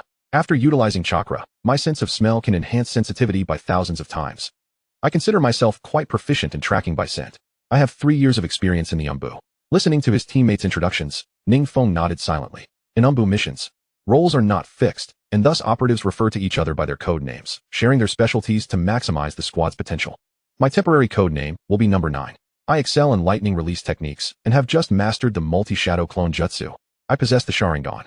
And today marks my first day in the Anbu. When Ning Feng mentioned it being his first day, the other Anbu members exchanged astonished glances, clearly surprised that someone so skilled had only just joined. Itachi, however, wore a look of relief upon witnessing Ning Feng's well-being earlier. Nonetheless, he still harbored concerns about Ning Feng's initiation into the Anbu. Seeing him now, having already mastered several jutsu, Itachi felt both astonished and pleased. Those earlier individuals were preparatory members of the organization, quite formidable, and you managed to discern their ruse on your very first day in the Anbu? Han Inuzuka expressed her astonishment. No wonder when I inquired with the 4th Hokage, he wore an air of mystery. You are indeed the child who joined the Anbu at the tender age of 5. Kakashi, too, was taken aback. I was merely fortunate. Ning Feng feigned humility, thereby garnering the goodwill of those present. Itachi, beneath his mask, revealed a gaze filled with fondness. During their rapid journey towards the Rain Village, Ning Feng seized the invaluable opportunity to inquire about his perplexities regarding training from the seasoned Anbu experts. Kakashi, with his decade of elite experience, spoke at length about training, providing Ning Feng with profound insights. Although Itachi remained silent, the brilliance of his Sharingan betrayed his attentiveness. The group advanced swiftly, soon reaching the borders of the Land of Fire, with the Rain Country just a step beyond. As they neared their target nation, Kakashi ordered the team to rest briefly at a small inn along the border before continuing their journey. Ning Feng took particular note of the numerous players he encountered upon entering the Rain Country. Their numbers had multiplied exponentially. Along their path, many players were engaged in slaying wild boars and monsters, including rogue ninjas, to gain vast amounts of experience and jutsu scrolls. The players of the Rain Village, seemingly due to the abundance of surrounding monsters and rogue ninjas, exhibited noticeably higher levels compared to players from other nations, with the highest level Rain Village players reaching an impressive level 22. Though still a significant distance from Ning Feng, it was evident that many had seized valuable opportunities in the realm of Naruto. It is noteworthy that within the Naruto universe, the Rain Country is a small nation, existing amid the rivalries of larger powers, and has long been embroiled in internal strife. Consequently, the ninjas from the Rain Country generally possess formidable skills, particularly in assassination techniques, rendering it an exceedingly perilous locale. It is precisely for this reason that major nations frequently employ ninjas from the Rain Village for covert operations. In the Hidden Leaf Village, the leader of the root organization, Danzo, has clandestinely maintained an excellent rapport with the Hidden Rain Village, often collaborating to eliminate ninjas from Konoha. The location we currently occupy is the Land of Rain, with the Hidden Rain Village just a step ahead, the target of our mission. However, before we commence our task, we must first eliminate the Hidden Rain ninjas who are tailing us. Inside a modest hotel, after establishing a soundproof barrier, Kakashi promptly issued commands to the team. Upon hearing of the pursuers, Ning Feng frowned. He had sensed an unseen presence watching them, but he had not anticipated it to be true. As Ning Feng pondered, he suddenly noticed outside the room several names glowing in blood red, swiftly approaching. They have undoubtedly arrived, Ning Feng exclaimed. Chapter 38. The Shock of Perception-Type Ninjas. Hidden Rain Ninjas. As Ning Feng's words fell, Kakashi and the others exchanged glances, their expressions shifting. The perceptive Inuzuka Hana was momentarily taken aback, quickly forming hand seals and infusing her chakra into her nose, finally sensing the imminent threat surrounding them. Immediately, Hana cast a surprised glance at Ning Feng. Realizing that he was even more astute than a perception-type ninja, Kakashi and Itachi Uchiha were equally astonished, staring incredulously at Ning Feng. It was noteworthy that throughout their time together, they had never witnessed Ning Feng showcase his perception abilities, yet here he was, displaying remarkable prowess. He had sensed the danger before the Inuzuka clan could even detect it. Observing their astonishment, Ning Feng couldn't simply state that he was a player capable of seeing the health bars of others, so he calmly explained. I merely deduced that since we were already being monitored in Konoha, our presence in the Land of Rain would undoubtedly attract even more attention. Moreover, I noticed that the area we arrived in is surrounded by fragrant flowers and plants, which would surely hinder the olfactory senses of ninja. If I were in their position, I would certainly take action here. Surprisingly, as Ning Feng spoke, even his elder brother, Itachi Uchiha, who had lived alongside him for so long, was taken aback. Kakashi and Hana were left even more speechless. The essence of a ninja lies in their ability to gather and analyze intelligence, and Ning Feng's ability to deduce the presence of hidden rain ninjas from merely observing the flora was beyond their expectations. Though they, as members of the Anbu, possessed such analytical skills, encountering someone who could grasp the situation so adeptly on their first mission was unprecedented. Indeed, the surrounding flowers and plants had limited her sense of smell, impairing her perception. Hana nodded slightly, her gaze toward Ning Feng shifting. If they had viewed him as a burden prior to the mission, now they began to see him as a steadfast ally. The only uncertainty remained regarding the capabilities of these hidden rain ninjas. After gathering intelligence, they would proceed with their assault. Kakashi cast a deep look at Ning Feng before decisively issuing commands. Number 7. You excel in Ninjutsu. Use your illusions to extract the information we need from these hidden rain ninjas. Number 8. Utilize your sensing abilities to report the coordinates of each hidden rain ninja. Number 9. Your insight and analytical skills are formidable. Provide fire support. As the small team leader of the Anbu, Kakashi, having experienced countless life and death situations, delivered orders in mere moments. Everyone nodded gravely, and Ning Feng echoed their agreement. Battles between Konoha's ninjas differ significantly from those with ninjas from other villages. Before engaging with ninjas from other villages, they must gather intelligence on them.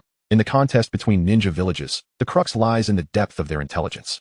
This principle also explains why, in later years, Jiraiya insisted on transmitting information about pain to Konoha, even at the cost of his life. The variety of jutsu mastered by the hidden village ninjas is vast and eclectic. Without prior intelligence, engaging them would be tantamount to courting death. With a swift motion, Kakashi issued his command, and the team vanished as streaks of light. Although Ning Feng had yet to master the advanced body flicker technique, his speed had significantly improved under Shirsue's tutelage, allowing him to keep pace with the group. Despite his anxiety about this being his first mission, the presence of Itachi and Kakashi reassured him. Suddenly, as Ning Feng contemplated, Hana caught a scent. In that instant, Kakashi, Itachi, and Ning Feng all concealed themselves in extremely discreet locations, poised to strike. A lone figure on the staircase of the first floor moved slowly, predicted to arrive at the midpoint in 2 seconds. Another stood on the second floor, expected to reach them in 3 seconds. The remaining 3 hidden rain ninjas were distributed around the inn, anticipated to burst into the first floor in mere moments. Hana, being a formidable perception-type ninja, swiftly relayed the information. Kakashi nodded slightly and exchanged glances with Itachi and Ning Feng. Eliminate them all. Remember, do not use any conspicuous jutsu.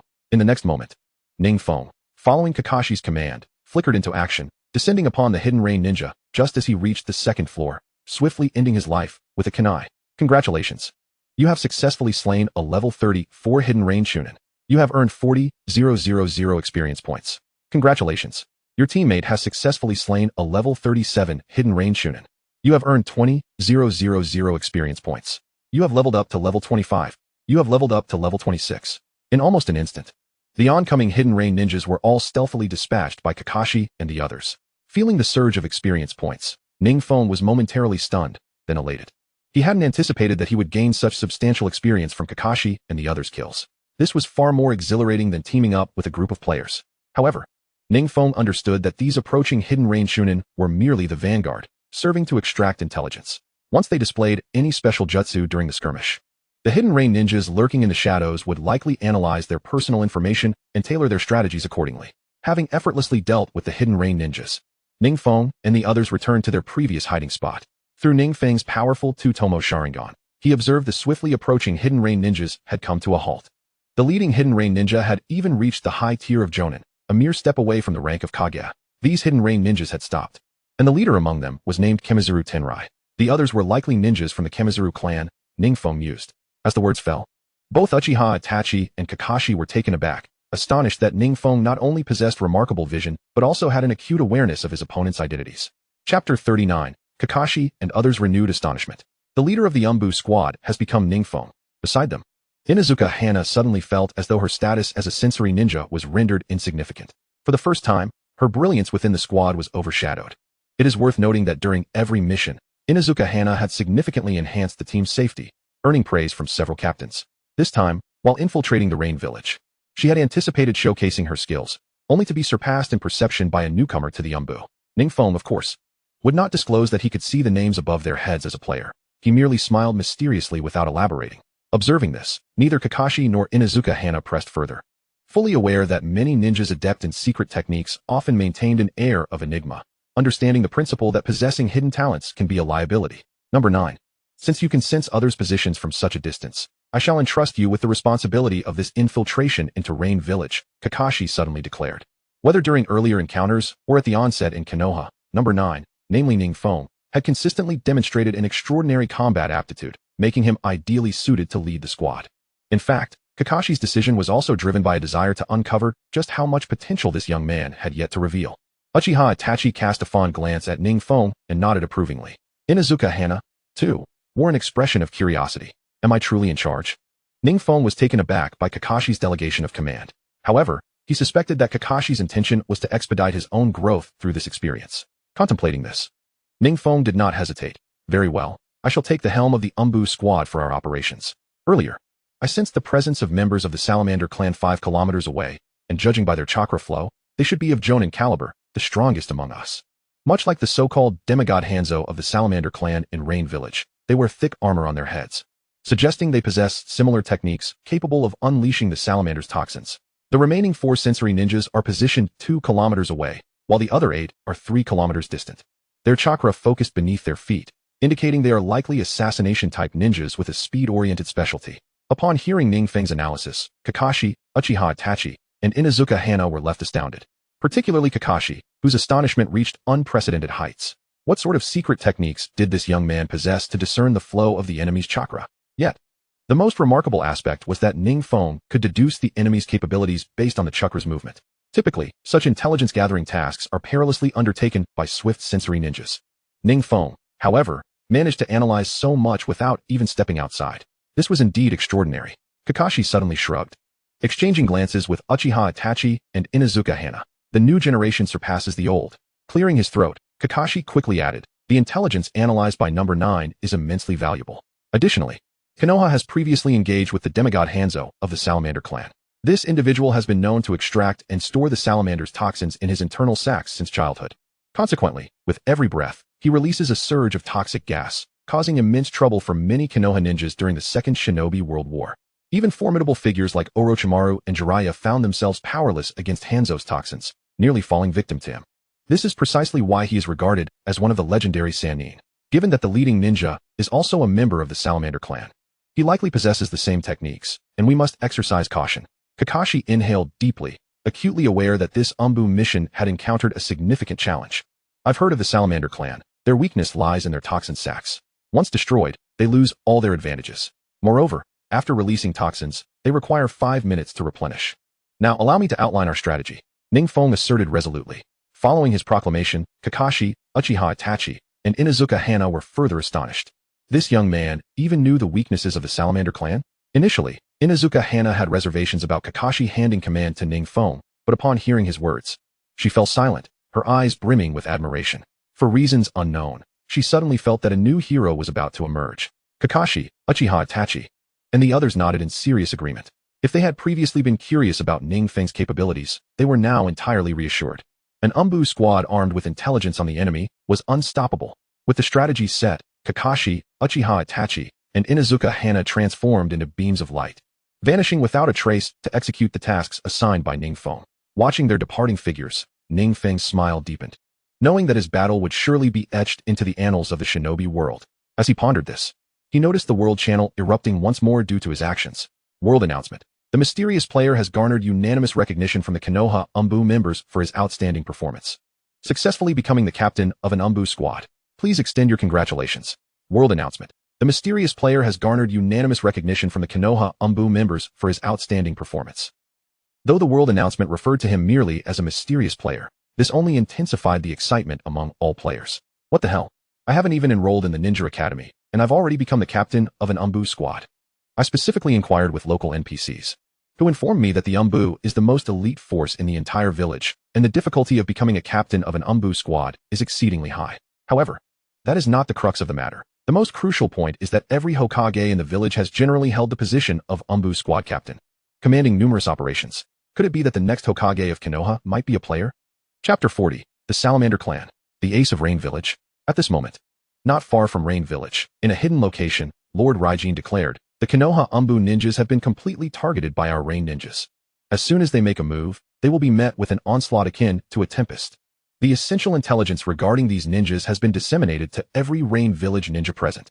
However, we still lack information on one individual, the formidable member of the Rain Village's elite forces, Yamato. At this moment, a Rain ninja kneels before him, reporting while delivering the information he possesses into Yamato's hands. It is evident that the scroll in Yamato's grasp clearly details intelligence on figures such as Kakashi and Itachi Uchiha, even including Inuzuka Hana. Yet, there remains a conspicuous blank regarding the information on Uchiha Peak. As one of the elite forces of the Rain Village, Yamato had long procured intelligence on these individuals through the black market, even before Kakashi and his comrades infiltrated the Rain Village as a precautionary measure. It is well understood that in the clash of armies, intelligence is paramount. Moreover, their adversary is none other than Kakashi, the copy ninja, who made waves throughout the shinobi world during the Third Great Ninja War. While the moniker of the Yellow Flash shone brighter during that conflict, no one would dare underestimate this so-called copy ninja. Humph, since they have the audacity to infiltrate our Rain Village, we shall ensure they face the consequences. A cold glint flickers in Yamato's eyes as he chuckles softly. Lord Yamato, there are 4 individuals who have infiltrated the Rain Village. Yet we possess intelligence on only 3 of them. Should we be concerned? One of the Rain ninjas inquired anxiously. The remaining individual is a mere child of 5 years who has just joined the Anbu of Konoha. He poses no significant threat, so there is no need for concern. Our primary worries lie with the copy ninja Kakashi and the prodigious Itachi Uchiha. Both possess the Sharingan of the Uchiha clan. Yamato's expression darkens. In the black market of the ninja world, any intelligence can be obtained, provided one is willing to pay the price. Indeed, Lord Yamato, though the Rain ninja sensed something amiss, he also believed that a novice Anbu member could hardly stir up any considerable trouble. As the group pondered, another Rain ninja dashed over. Lord Yamato, our sensory ninja have detected 4 figures moving swiftly towards our surrounding ninjas. Their movements align with the 4 cardinal directions. Yamato's lips curled into a cold smile. Sensory ninjas are crucial in battle. Without them, one is rendered blind and deaf. These intruders are indeed heading straight for the sensory ninjas, having fallen completely into the trap set by Yamato. Excellent. Today, I shall ensure they have no way of returning. All actions must proceed according to plan. Yamato's excitement was palpable as he approached the map, surveying the terrain. However, just as he glanced at it, a flash of lightning illuminated the darkened sky, followed by a Chidori that pierced through Yamato's heart, almost without warning. The wielder of Chidori, Kakashi, coldly remarked, "Those running around are merely our shadow clones. Yamato, you've been deceived." As Yamato teetered on the brink of death, he transformed into a thick cloud of poisonous mist, vanishing without a trace, clearly a mere shadow clone designed to mislead. Kakashi, surprised by the turn of events, inhaled the toxic mist, collapsing to the ground. Humph. I anticipated you would attempt such a ploy. Yamato, having pulled off a clever ruse, stepped into the room, gazing at the almost incapacitated Kakashi with an increasingly sinister smile. He had long set a trap, waiting for Kakashi and his comrades to come and capture him swiftly. Yet, in the next moment, Yamato's smile faltered. For the Kakashi engulfed by the toxic mist suddenly vanished without a trace. Shadow clone. Yamato's expression shifted. It was only now that he began to sense he had been outwitted. At that moment, a flash illuminated the toxic mist, piercing through as if it were the true Anbu ninja Kakashi. With his expression changing, Yamato hastily formed hand seals. Ninjutsu. Yamato poison. According to his intelligence, neither Kakashi nor Itachi would use anything other than shadow clones, so the figure before him must be the real one. Moreover, he had just used several shadow clones to distract the sensory ninjas. In the next instant, Yamato removed the helmet from his head, unleashing the toxic fumes stored within his air sac, which erupted forth under his chakra's manipulation, swiftly covering a radius of several meters. Once, the renowned Yamato Hanzo had slain countless Konoha ninjas using this very technique. The dense poison caused the advancing figure to dissipate once more, as if it had never existed. Multiple shadow clones. Is it possible that someone can master multiple shadow clones? Yamato's complexion paled significantly, his heart dropping. In all the intelligence he had gathered, no one was known to possess the ability to use multiple shadow clones. Only now did he realize that it had been a single individual utilizing multiple shadow clones, secretly wearing him down. His seemingly invincible toxic mist felt like a punch against cotton, achieving no effect whatsoever. At that moment, several rain ninjas, donned in helmets that shielded them from the poison, rushed to Yamato's side. You've arrived just in time. Yamato sighed in relief. The secret technique of the Yamato clan lies in Yamato poison. As long as he can refill the toxins within 5 minutes, no one will be his match. However, just as he felt a sense of ease, Yamato noticed one of the newcomers. The crimson Sharingan suddenly stirred. Hiss, hiss, hiss. The sound of Chidori echoed once more as Ning Feng, wearing the poison helmet, successfully pierced through Yamato's heart. With a thud, the esteemed Rain Village Jōgan, a master of the elite forces, Yamato, fell to the ground, transforming into a flurry of golden light, scattering materials and equipment everywhere. Chapter 41. Hanzo's shock at this moment. In the Rain Village, unlike other hidden villages, the landscape is dominated by steel structures resistant to the corrosive effects of rain. The entire area appears devoid of life, particularly exacerbated by the constant internal strife that has gripped the Rain Village for years. It is worth noting that the Rain Village owes its name to the perpetual rainfall that plagues the area, with scarcely a few days of clear weather throughout the year. Yet, it is precisely this climate that has nurtured countless ninjas skilled in water techniques. At this time, in the eastern part of the Rain Village, specifically in the area known as the Rain Hidden in the Land of Rivers. Since the declaration of war by Hanzo of the Salamander against the Land of Fire, the Land of Wind, and the Land of Earth during the Second Shinobi World War, the internal strife within Amigakure has given rise to two distinct factions, the Amigakure of the Land of Rivers and the Amigakure of the Land of Rain.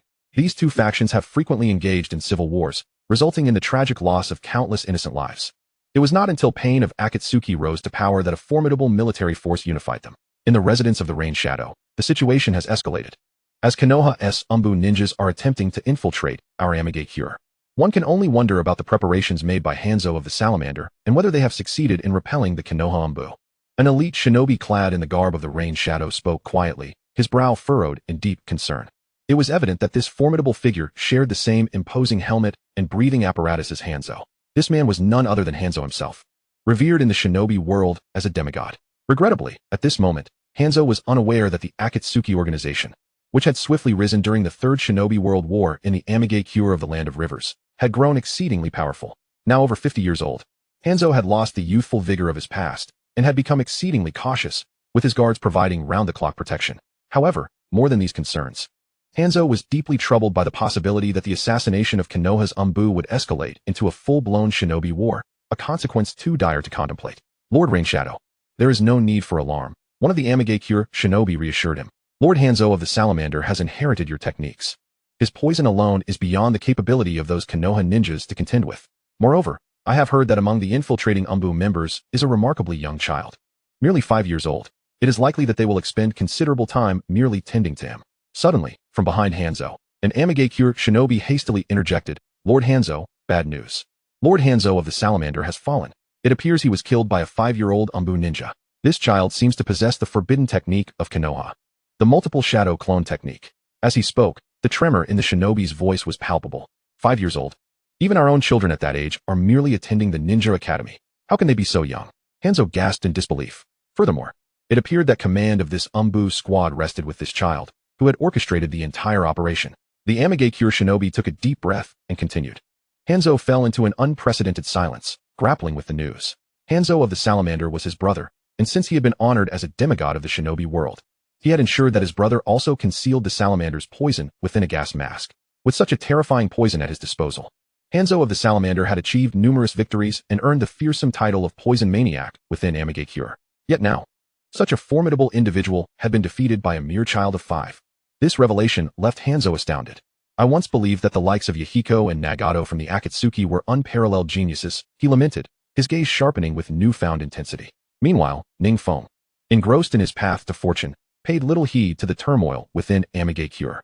Upon slaying Hanzo of the Salamander, Ning Feng's system notifications were flooded with delightful chimes. Congratulations! You have successfully defeated the Amage Cure elite Jōnin, Hanzo of the Salamander, earning 60,000 experience points. Congratulations! You have achieved the first kill of a golden level boss. You have received the golden level boss first kill gift package. Congratulations! You have gained 30,000 reputation points. Congratulations! You have leveled up. You are now level 26. Congratulations! You have leveled up. You are now level 28. Amidst the melodious notifications, Ning Feng felt a surge of power coursing through his body, invigorating him with an exhilarating sensation akin to a reclusive individual suddenly finding themselves in an expansive meadow. Yet above all, he eagerly anticipated the contents of the golden level boss first kill gift package. Without hesitation, Ning Feng hurriedly gathered the various items dropped by Hanzo of the Salamander. Thankful that the attention of Uchiha Itachi, Kakashi, and others remained focused elsewhere. Otherwise, they would undoubtedly find his actions perplexing. Congratulations! You have picked up 20 Wind Shuriken. Congratulations! You have picked up 20 Poison Kunai. Congratulations! You have acquired Water Release, Water Clone. Congratulations! You have acquired Water Release, Black Rain Technique. Congratulations! You have acquired Body Flicker Technique. Congratulations! You have acquired Taijutsu Chain Side Second Strike. Congratulations! You have acquired Summoning Scroll, Salamander. The vast array of rewards was dazzling, particularly when items like the Body Flicker Technique and Summoning Scroll appeared among them. Ning Feng could hardly contain his excitement. Chapter 42, Golden Level First Kill Gift Package. S-Rank Rewards. Among the multitude of rewards, what thrilled Ning Feng the most were the rewards for Body Flicker Technique and Summoning Technique. Without lingering on his excitement, he turned his gaze to the Golden Level First Kill Gift Package. It was undeniable that the rewards for defeating a boss like Hanzo of the Salamander were extraordinarily generous. Not only were there numerous items dropped, but the rewards were also plentiful, culminating in the coveted Golden Level First Kill Gift Package. Taking a deep breath, Ning Feng unhesitatingly opened the Golden Level First Kill Gift Package.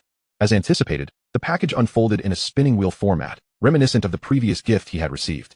Upon the wheel were 3 Tomo Sharingan, Jinjutsu Scrolls, Bloodline Limit Ice Release, and even a Kunai gift package. However, what captured Ning Feng's attention most were the 2 ultimate prizes on the wheel: Space Ninjutsu, Flying Thunder God, and Lightning Release, Kirin.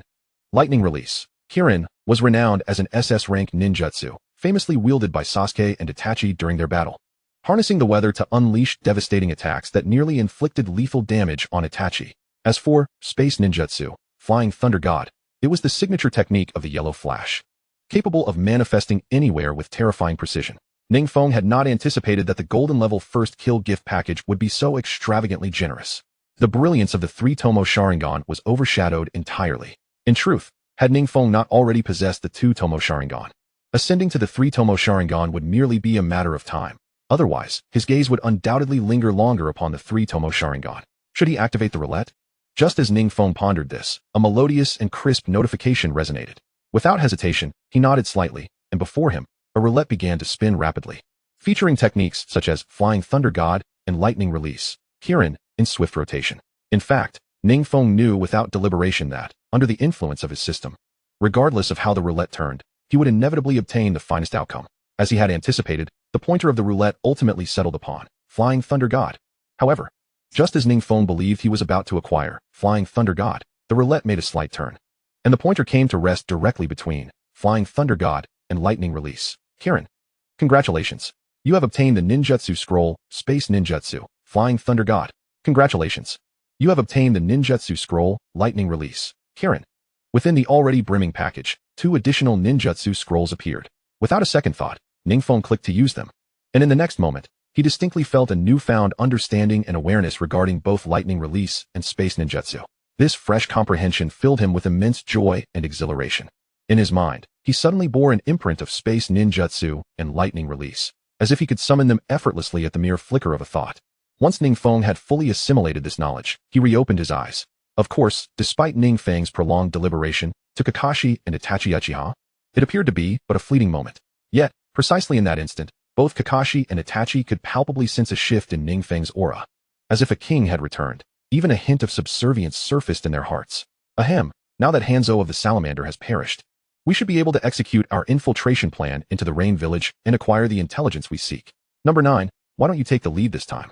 Among the group, Kakashi was the first to speak, and Itachi, along with the others, nodded in firm agreement. Before vanquishing Hanzo, they may have harbored some doubts. But at this moment, admiration was the only sentiment remaining in their hearts. Ning Feng nodded, having gained experience from his first command. He now felt a heightened sense of competence. In no time, under the efforts of Kakashi, Itachi, and the others, the rapidly approaching Rain Village ninjas were effortlessly dispatched. Once those were dealt with, Ning Feng successfully infiltrated the Rain Village alongside Kakashi, Itachi, and the others. Notably, due to Ning Feng's earlier acquisition of the stealth suit from several Chunin, he managed to infiltrate the Rain Village without even employing a transformation technique, slipping in unnoticed. Once inside the Rain Village, Ning Feng observed that, despite the organization Akatsuki, which was shocking the entire ninja world, still being in its infancy, half of the Rain Village remained firmly under Hanzo's control. The citizens of the Rain Village had endured the ravages of war. As for gathering further intelligence about the Rain Village, Ning Feng entrusted Kakashi and Itachi with that task. It must be said that Kakashi and Itachi were remarkably swift. Within merely half a day, they procured the information that Konoha desired. Throughout this endeavor, they encountered no further resistance. As Ning Feng and his companions completed their intelligence gathering, an enchanting and clear notification rang out. Congratulations! You have successfully completed the Anbu mission. Please return to Konoha promptly. You have gained 50,000 experience points. 2,000 gold coins. Your reputation has increased by 2,000 points. Gazing at the notification of task completion before him, Ning Feng could hardly contain his joy and excitement. It must be acknowledged that his infiltration of the Rain Village was remarkably successful, yielding an abundance of rewards. While Kakashi, Itachi, and the others were occupied in other parts of the Rain Village, Ning Feng, having disguised himself as a citizen, began to wander about the village. Like Konoha, Ning Feng quickly noted that the Rain Village was teeming with players drawn to its allure, creating a somewhat intimidating sight from afar. However, he also realized that many of these Rain Village players had not attained high levels, with the highest being merely level 25. Some of the players even donned breathing helmets akin to Hanzo's. Just as Ning Feng was preparing to return, a clear and pleasant voice echoed from a distance. Greetings, everyone. Our organization, Akatsuki, is dedicated to eliminating hatred and misunderstandings between the great nations, striving for peace. Here are our brochures. Please take a moment to read them. If you, too, value peace, join us in Akatsuki to build a harmonious world of ninjas together. Conan. Chapter 43. Eagerly raising Conan's affection. Conan's admiration. To Ning Feng's astonishment, he beheld several ninjas clad in black cloaks adorned with red clouds, distributing peace pamphlets to the citizens of the Rain Village. The leading ninja was a young girl, appearing around 15 or 16, with exquisitely delicate features, particularly her azure hair, which exuded a charming allure. Above her head, she bore the title of Akatsuki member, Conan. Upon witnessing this, Ning Feng was initially taken aback, but he quickly realized the implications. Though the Rain Village had only just emerged from the wounds of the Third Shinobi World War, internal strife persisted unabated. In this context, Nagato, Yahiko, and Conan, having been taught by Jiraiya after the Second Shinobi World War, understood the value of peace. Thus, they established Akatsuki in an attempt to rally more Rain ninjas to achieve tranquility within their village. Regrettably, the original trio, who ardently cherished peace and sought to resolve all issues through peaceful means, became disillusioned after Yahiko's demise, transforming into the so-called rogue ninja organization Akatsuki. One could argue that the initial members of Akatsuki, who once championed peace, underwent a drastic change only after enduring the harsh realities imposed by society. Contemplating their experiences, Ning Feng felt a wave of melancholy. Had it not been for Danzo's interference, following Yahiko's death, neither Nagato nor Conan would have found themselves in such dire straits. While Ning Feng pondered, numerous players from the Rain Village also began to notice Conan's presence, rushing towards her, some of whom were rather unsavory characters. Poor Conan. Being well-versed in the world of Naruto, Ning Feng understood that Akatsuki's approach to pursuing peace in a world rife with desire and violence was fundamentally unfeasible. Nonetheless, having encountered one of the most beautiful women in Naruto, how could he pass up the opportunity to add her to his harem? With this thought in mind, Ning Feng smiled and stepped into the crowd. At this moment, Conan and several other members of the Akatsuki organization were distributing pamphlets advocating for peace. However, the citizens of the Rain Village turned a blind eye to their efforts, with some individuals even crumpling the flyers in anger. In short, the actions of Conan and her fellow Akatsuki members were met with widespread disapproval among the villagers. As Conan grew increasingly anxious, realizing that the stack of peace-promoting pamphlets in her hands remained undistributed, she passionately proclaimed, "Listen to me. For years, we, the Akatsuki, have tirelessly traversed the lands of the sand, earth, and wind countries, endeavoring to persuade these nations to coexist peacefully with our rain country. We have gradually begun to see some results, yet our numbers remain insufficient. We desperately need more like-minded individuals to join us in fostering peace within our homeland. Conan spoke fervently, hoping for a response from the crowd, yet the villagers merely dispersed without a word, just as she felt a wave of despair wash over her. Believing their efforts were in vain, a group of players surged forward. Among them was a notably equipped Rain Village player, known as I Love Bananas, who was astonished to see the Akatsuki's attempt at peace. He boldly declared, "A mere Akatsuki organization dares to dream of peace? You lack even a single member. How can you guarantee peace? Are you not a deceitful organization, luring people in only to cause harm? I assure you, I have seen countless such charlatans." Under the weight of this player's skepticism, Conan's favorability rating with him plummeted, while the surrounding villagers found their esteem for the player skyrocketing, with some even reaching an astonishing 80 points. Indeed, who knows if this Akatsuki is a deceitful organization? Echoed another villager. In these times, there are far too many nefarious groups, some even sacrificing lives. Surely, you aren't one of those? The villagers, encouraged by the player's words, began to doubt the intentions of Conan and her comrades. The nearby players, taken aback, marveled at this unexpected turn of events that could so easily sway the villagers' favor. Observing the unfolding scene from a distance, Ning Feng smirked slightly, thinking that had these players known about Conan's formidable potential, they would not have acted so recklessly. Yet, the presence of these players provided Ning Feng with a splendid opportunity to bolster his own favorability. Enough, he bellowed, his voice resonating like a thunderclap amidst the cacophony. The Akatsuki, founded by Miss Conan, Yahiko, and Nagato, has even garnered praise from the demigod Hanzo of the Salamander. Furthermore, thanks to the Akatsuki's intervention, the duration of the Third Shinobi World War was significantly shortened, sparing countless civilians from the ravages of conflict. You dare to label such an organization as fraudulent? If they were truly a cult, they would have long since employed ninjutsu to whisk you away. As Ning Feng's words echoed through the gathering, Conan, who had been feeling beleaguered and wronged, felt tears of gratitude welling up in her eyes upon hearing his defense. The Akatsuki members accompanying her also felt a swell of emotion, realizing that their struggles had not gone unnoticed. Their efforts were validated. Meanwhile, a series of delightful notifications chimed in Ning Feng's ears. Congratulations. Conan's favorability rating has risen to 55 points. Congratulations. Conan's favorability rating has risen to 60 points. Congratulations. Conan's favorability rating has risen to 65 points. Overjoyed by the rapid increase in favorability, Ning Feng basked in the moment. The villagers, upon hearing his words, took a moment to process before realizing they had misjudged the Akatsuki. Many began to apologize profusely, resulting in a surge of favorability towards Ning Feng. Congratulations. Due to the villagers' favorability towards you exceeding 60 points, you will enjoy a 50% discount on any purchases in the Rain Village. Conversely, the favorability of the disruptive player, I Love Bananas, and his cohorts plummeted, with I Love Bananas finding his rating reduced to a mere 10 points. Henceforth, any purchases he made in the Rain Village would come at double the price.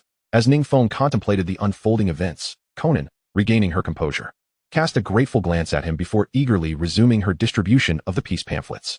The previously skeptical villagers, now filled with admiration and respect, eagerly accepted the flyers.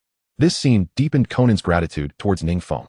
Once they successfully handed out the pamphlets, Conan approached Ning Feng, her expression brimming with appreciation. Young man, had it not been for your timely intervention, we would have been left in dire straits. There's no need for excessive thanks. I merely acted in defense of what is right, Ning Feng replied, feigning humility. To be honest, this is the first time I have encountered an organization like the Akatsuki, striving to resolve conflicts through peaceful means. While his words bore a hint of self-interest in garnering favor, it was undeniable that the Akatsuki had indeed set out with such noble intentions. How remarkable that such wisdom could emanate from one who appears but 5 or 6 years old, Conan remarked, astonished by his insight. Just as their conversation continued, a frantic voice cut through the air. Conan, trouble is brewing. A group of Rain Village ninjas is swiftly approaching our Akatsuki headquarters. Among them are members of the Special Assassination Unit. The urgency came from a tall ninja clad in black with a cloud pattern, whose features were unremarkable. Yet his striking eyes drew attention. Is that the Rinnegan? Ning Feng mused, suddenly recognizing the speaker as Nagato, one of the original 3 founders of the Akatsuki, who possessed the Rinnegan. However, unlike his later gaunt appearance in the original story, Nagato now exuded vitality, his eyes filled with a fierce determination akin to the rising sun. Ning Feng quickly recalled that, as the Akatsuki's power grew, Hanzo the Salamander had allied with Danzo to eliminate its members. In the final moments, Yahiko, the leader of the Akatsuki, found himself compelled to sacrifice his own life to safeguard his comrades. Eventually, Nagato, unable to contain his anguish, erupted with fury. This act sowed the seeds of a future filled with brutality, as the Akatsuki sought to inflict suffering upon the world. Observing the current situation, it was evident that Hanzo of the Salamander had taken action. Initially, Ning Feng had no desire to partake in this political power struggle. However, the prospect of reaping numerous benefits and seizing control of Amigakure intrigued him, causing a flicker of understanding to cross his eyes. He had not anticipated that Hanzo and his cohorts would act so swiftly. Nagato, we must leave now. As Ning Feng pondered, Conan's face turned grave with urgency. Before departing, she cast a glance at him. Thank you for your help this time, little brother. I have other matters to attend to, so we must part ways for now. If you ever need anything, come find us at the Akatsuki.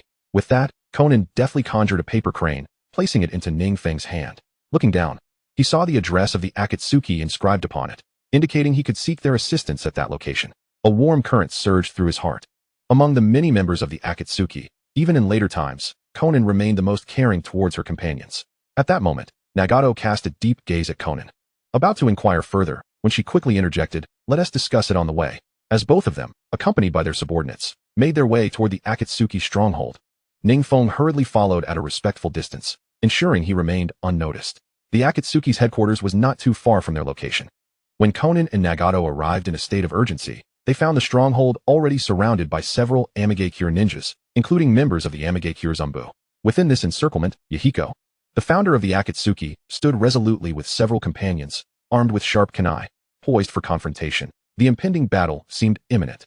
With a swift motion, Ning Feng landed in an inconspicuous spot, his crimson Sharingan flickering with an ominous glow. Under the formidable insight of his Sharingan, he discerned that the number of Amigakure ninjas was substantial, each one a formidable presence, with even members of the Konoha root among them. Conversely, the Akatsuki's forces were vastly outnumbered and lacked the necessary combat prowess.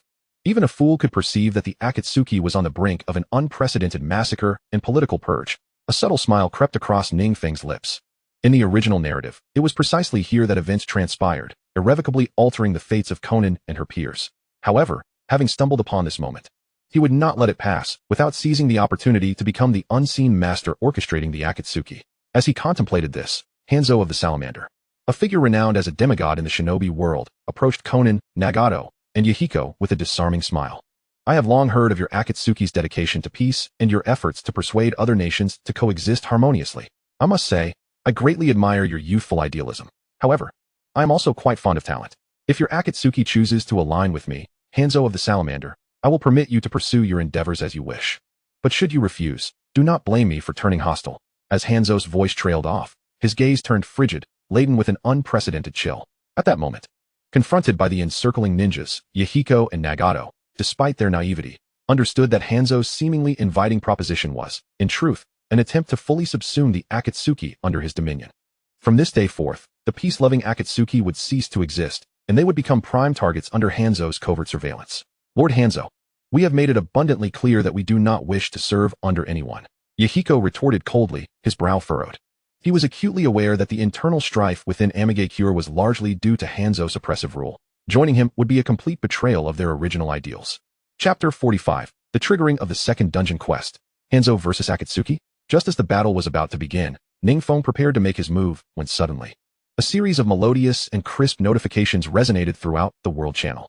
World announcement. The second large-scale dungeon quest has been successfully triggered. Players near Amigakure are urged to proceed to Amigakure 122-235, promptly to join either Hanzo of the Salamander S faction or the Akatsuki faction. All players participating in the dungeon faction battle will receive substantial dungeon point rewards. Players might also seize the opportunity to join Amigakure's elite forces or become core members of the Akatsuki. World announcement. The second large-scale dungeon quest has been successfully triggered. Players near Amigakure are urged to proceed. World announcement. The second large-scale dungeon quest has been successfully triggered. Players near Amigakure are urged to proceed. As the three world announcements echoed, the previously tranquil world channel erupted with fervor. Wow. This time, the online game world has finally released a dungeon quest. It seems like two factions are battling it out. I love it. The last large-scale dungeon quest didn't yield anything worthwhile for me. This time, it's my chance to showcase my strength. Fantastic, perfect timing to exchange for some dungeon points. The Island Ninja Alliance Guild is recruiting. Any ninja above level 20 can join. There are experts to guide you. With the flurry of notifications, many players surrounding Amigakure hurriedly made their way towards the village the moment the dungeon quest was announced. Upon seeing the world announcement, Ning Feng was initially taken aback, only to feel a surge of excitement. He had anticipated this as his opportunity to shine. But he did not expect the confrontation between Hanzo and the Akatsuki to morph into a large-scale dungeon quest, reminiscent of the previous mission to protect Kushina. It appeared that the only distinction between the Naruto online game and the Naruto world was that the online game periodically introduced dungeon quests, allowing players to progress swiftly. Nonetheless, seeing that the impending battle had transformed into a large-scale dungeon quest was rather fortuitous, as it would likely yield greater rewards for him. Previously, he had just mastered the Flying Thunder God technique and even learned the summoning technique, and he had been yearning for an opportunity to demonstrate his abilities. Undoubtedly, this was an excellent chance to showcase his prowess. As Ning Feng contemplated this, he noticed numerous players from Amigakure hastening towards him, clearly having seen the world announcement. Just as he advanced a few steps, arriving at the periphery of the Akatsuki stronghold, a delightful and melodious notification resounded. Welcome to the second large-scale dungeon quest, Akatsuki. Please select your faction. 1. In the realm of Hanzo the Salamander, you shall temporarily become a member of Hanzo's faction, joining forces to vanquish the members of the Akatsuki organization. Upon successfully annihilating the Akatsuki members, you will achieve victory for your faction. 2. In the Akatsuki faction, you will briefly assume the role of a supporter, collaborating with Nagato, Konan, and Yahiko to repel Hanzo's onslaught. Should the casualties on Hanzo's side exceed half, the Akatsuki faction will triumph. Players from the victorious faction will receive an additional 50 bonus points in the dungeon. Upon observing the two factions available for selection, Ning Feng immediately chose the Akatsuki faction without a moment's hesitation. Although Hanzo the Salamander is renowned as a demigod, possessing formidable strength under Nagato's Rinnegan, everything is but an illusion. Moreover, this opportunity could enable Ning Feng to become a core member of the Akatsuki, ultimately obtaining the Rinnegan, which is not beyond the realm of possibility. Congratulations, you have chosen the Akatsuki faction. Amidst the melodious notification, Ning Feng was astonished to find that Hanzo and his subordinates had instantly transformed into hostile entities, their names glowing a vivid crimson. As he finalized his faction choice, many players simultaneously opted for their respective factions. Streams of white light flickered as the number of players on Hanzo's side surged, while, conversely, although the Akatsuki's numbers increased, the gain was negligible. Soon, Hanzo's side became a sea of dark figures, teeming with participants. It's evident. Hanzo the Salamander is known as the demigod of the ninja world. Even the legendary Sannin of Konoha cannot rival him. Naturally, one should choose Hanzo for the faction war. I can't fathom the reasoning behind those who chose Akatsuki. Indeed, the Hanzo clan is the elite force of the Hidden Rain village, surrounded by such a formidable army. How could they possibly break through? It's preposterous. Have you noticed? There is actually Uchiha Peak among the Akatsuki. Surely the great Uchiha Peak must have mistakenly chosen wrong. In a faction war, the strength disparity is glaringly obvious. Numerous players selecting Hanzo's faction began to mock openly, while some in the Akatsuki faction, either due to operational errors or sheer ignorance, joined simply because they appreciated the name Akatsuki. In short, compared to Hanzo's players, those in the Akatsuki faction were woefully few. As time passed, the number of Akatsuki players stagnated, while the opposing side continued to swell. Throughout, Ning Feng remained composed. To him, the additional players were no different from mere insects, hardly worthy of his attention. However, Ning Feng's calm demeanor did not reflect the anxiety of the Akatsuki members, who looked on in dread as the number of ninjas encroached upon them. Many were encountering such a situation for the first time. Lord Nagato, must we truly endure to the end? One Akatsuki member inquired, a hint of panic in their voice. Konan, Nagato, and Yahiko exchanged glances, each recognizing the trepidation in the other's eyes. Though they appeared tranquil, a sense of unease gripped their hearts. In the distance, Hanzo the Salamander was clearly losing patience and was about to issue a command to attack when suddenly, several sharp kunai hurtled through the air. Without warning, Ning Feng appeared beside Hanzo, his Chidori emitting a piercing shriek as it hurtled towards Hanzo with remarkable speed. It was the Flying Thunder God technique. Ning Feng's movement was so swift that Hanzo failed to react in time. Chapter 46, The Flying Thunder God Technique. Ning Feng's might. At this moment, Kakashi, Itachi Uchiha, and others, who were unaware of Ning Feng's prior alliance with Konan, were disguised as commoners from the Hidden Rain village, frantically gathering intelligence about the village. Suddenly, as countless players from the Hidden Rain surged towards the Akatsuki stronghold, Kakashi and Itachi found themselves inadvertently drawn closer to the Akatsuki's headquarters. Just as they prepared to enjoy the spectacle, they were taken aback as a figure appeared without warning behind Hanzo the Salamander. The speed was so astonishing that even a master like Itachi, who had activated his Sharingan, struggled to grasp it. Moments later, both were unable to suppress their astonishment. The Flying Thunder God technique. Someone has actually mastered it. It is well known that this technique allows for instantaneous movement at incredible speeds, making it one of the rarest ninjutsu forms, aside from the Flying Thunder God itself.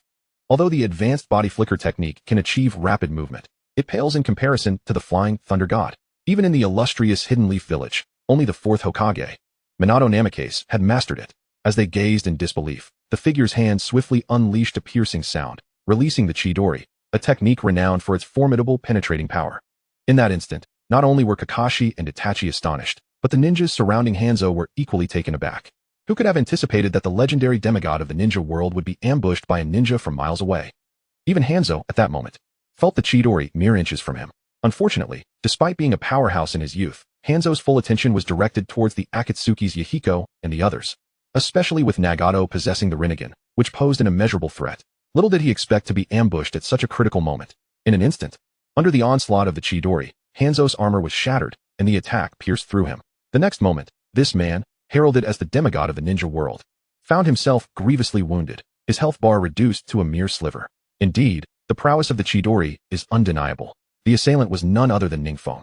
In the world of Naruto, even a shadow-level expert can be felled by a single kunai if caught off guard. Ning Feng had been patiently awaiting the moment when Hanzo's attention strayed from him. After all, he had just acquired the Flying Thunder God technique, and this opportunity was perfect for showcasing its might. Consequently, Ning Feng launched his attack. As he anticipated, even the demigod Hanzo was swiftly dispatched, leaving him with but a breath. With Ning Feng's assault, the surrounding Hidden Rain ninjas finally reacted, converging upon him, but alas, Ning Feng had already inscribed the Flying Thunder God technique's mark on the kunai he had scattered. Swish, swish, swish. In an instant, a multitude of Windblade Shuriken and sharp kunai materialized before Ning Feng, each weapon as lethal as the last, capable of claiming his life with the slightest misstep.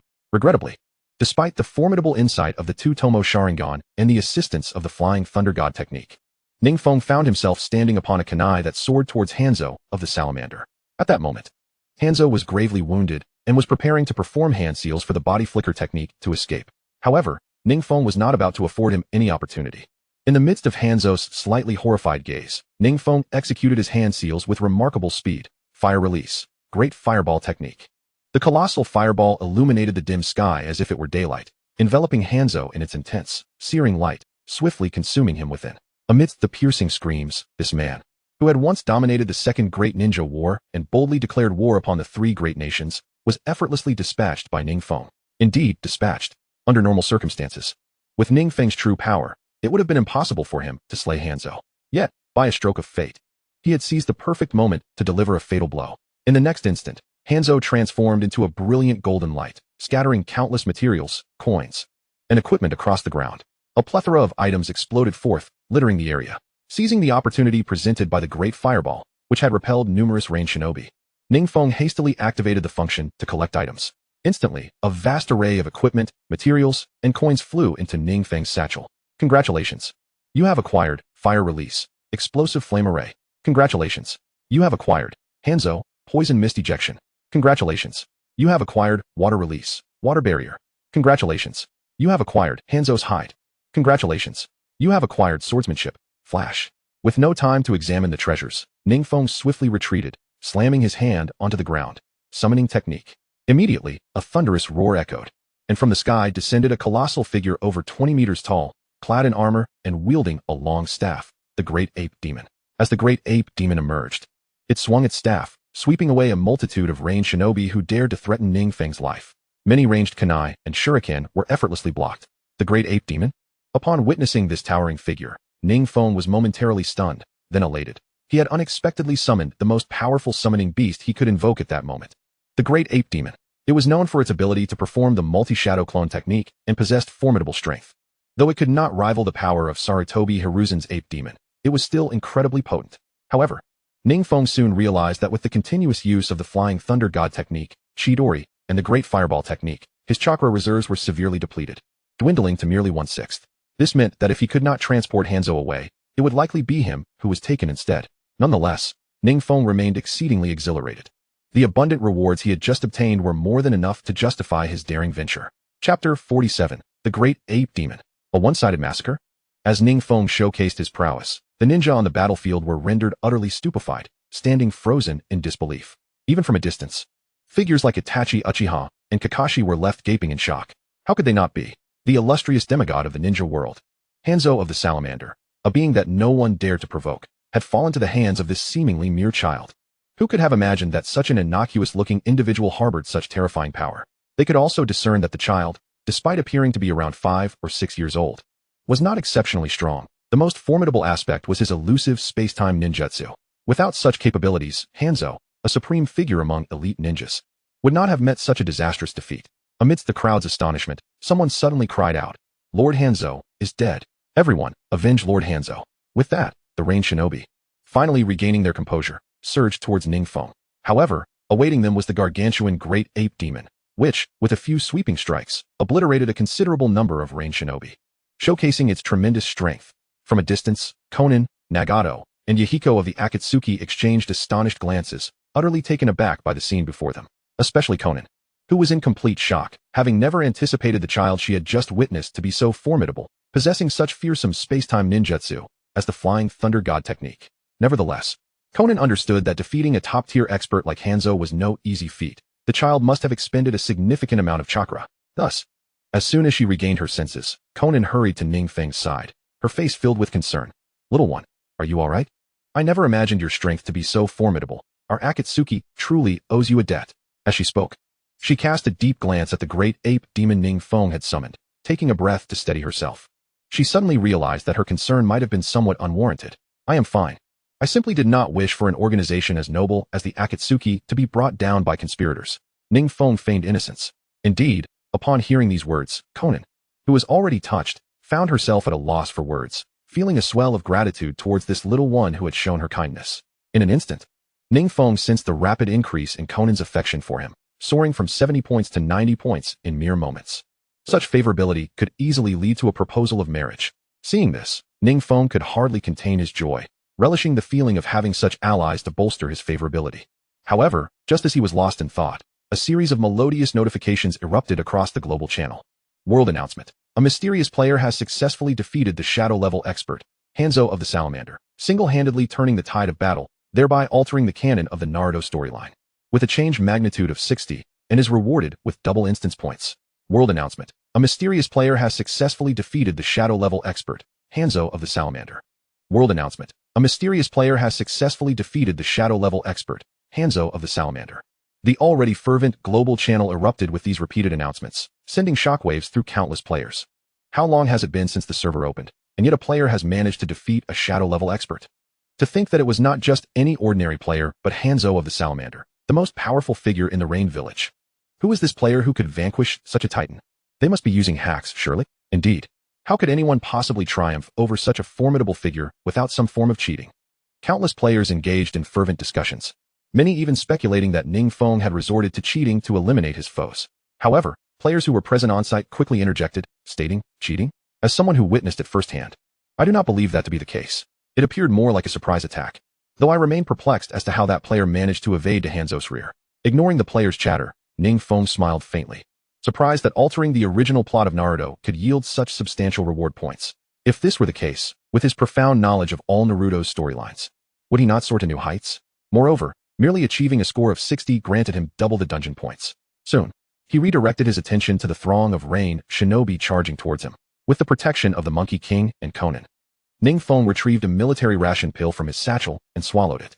Like many ninjas who seize moments in battle to replenish their stamina, he, too, found himself in need due to his dwindling chakra. The military ration pill not only had a pleasant taste, but also swiftly restored his depleted chakra, elevating it from 1/6 to nearly maximum capacity, possibly due to his chakra limit being relatively low. Once Ning Feng regained his composure, the Akatsuki members, although momentarily shaken by Hanzo's demise, found themselves overwhelmed by the sheer number of Rain elite and players, continuing to retreat under relentless pressure. Meanwhile, Nagato, Yahiko, and others were ensnared by several assassination ninjas from the Rain Village, unable to break free. Throughout this ordeal, Konan remained steadfastly by Ning Feng's side, quietly ensuring his safety, which sparked a warm feeling within him. "Are you all right?" Just as Konan began to speak, Ning Feng's Sharingan shimmered with a captivating light. In the next instant, two Rain ninjas, who were poised to strike Konan, collapsed to the ground, dazed and disoriented. The Sharingan, a Jinjutsu? Konan gasped, realizing that a ninja had appeared behind her. Yet, what shocked her most was that this young individual not only wielded the Flying Thunder God technique and other formidable jutsu, but also possessed the Sharingan, a bloodline limit. Are you from Konoha?" Konan quickly inquired, harboring a flicker of fondness and gratitude for the Leaf Village. It was well known that since the Second Shinobi World War, they had been adrift, relying on Jiraiya to teach them jutsu and guide them. How is Master Jiraiya faring?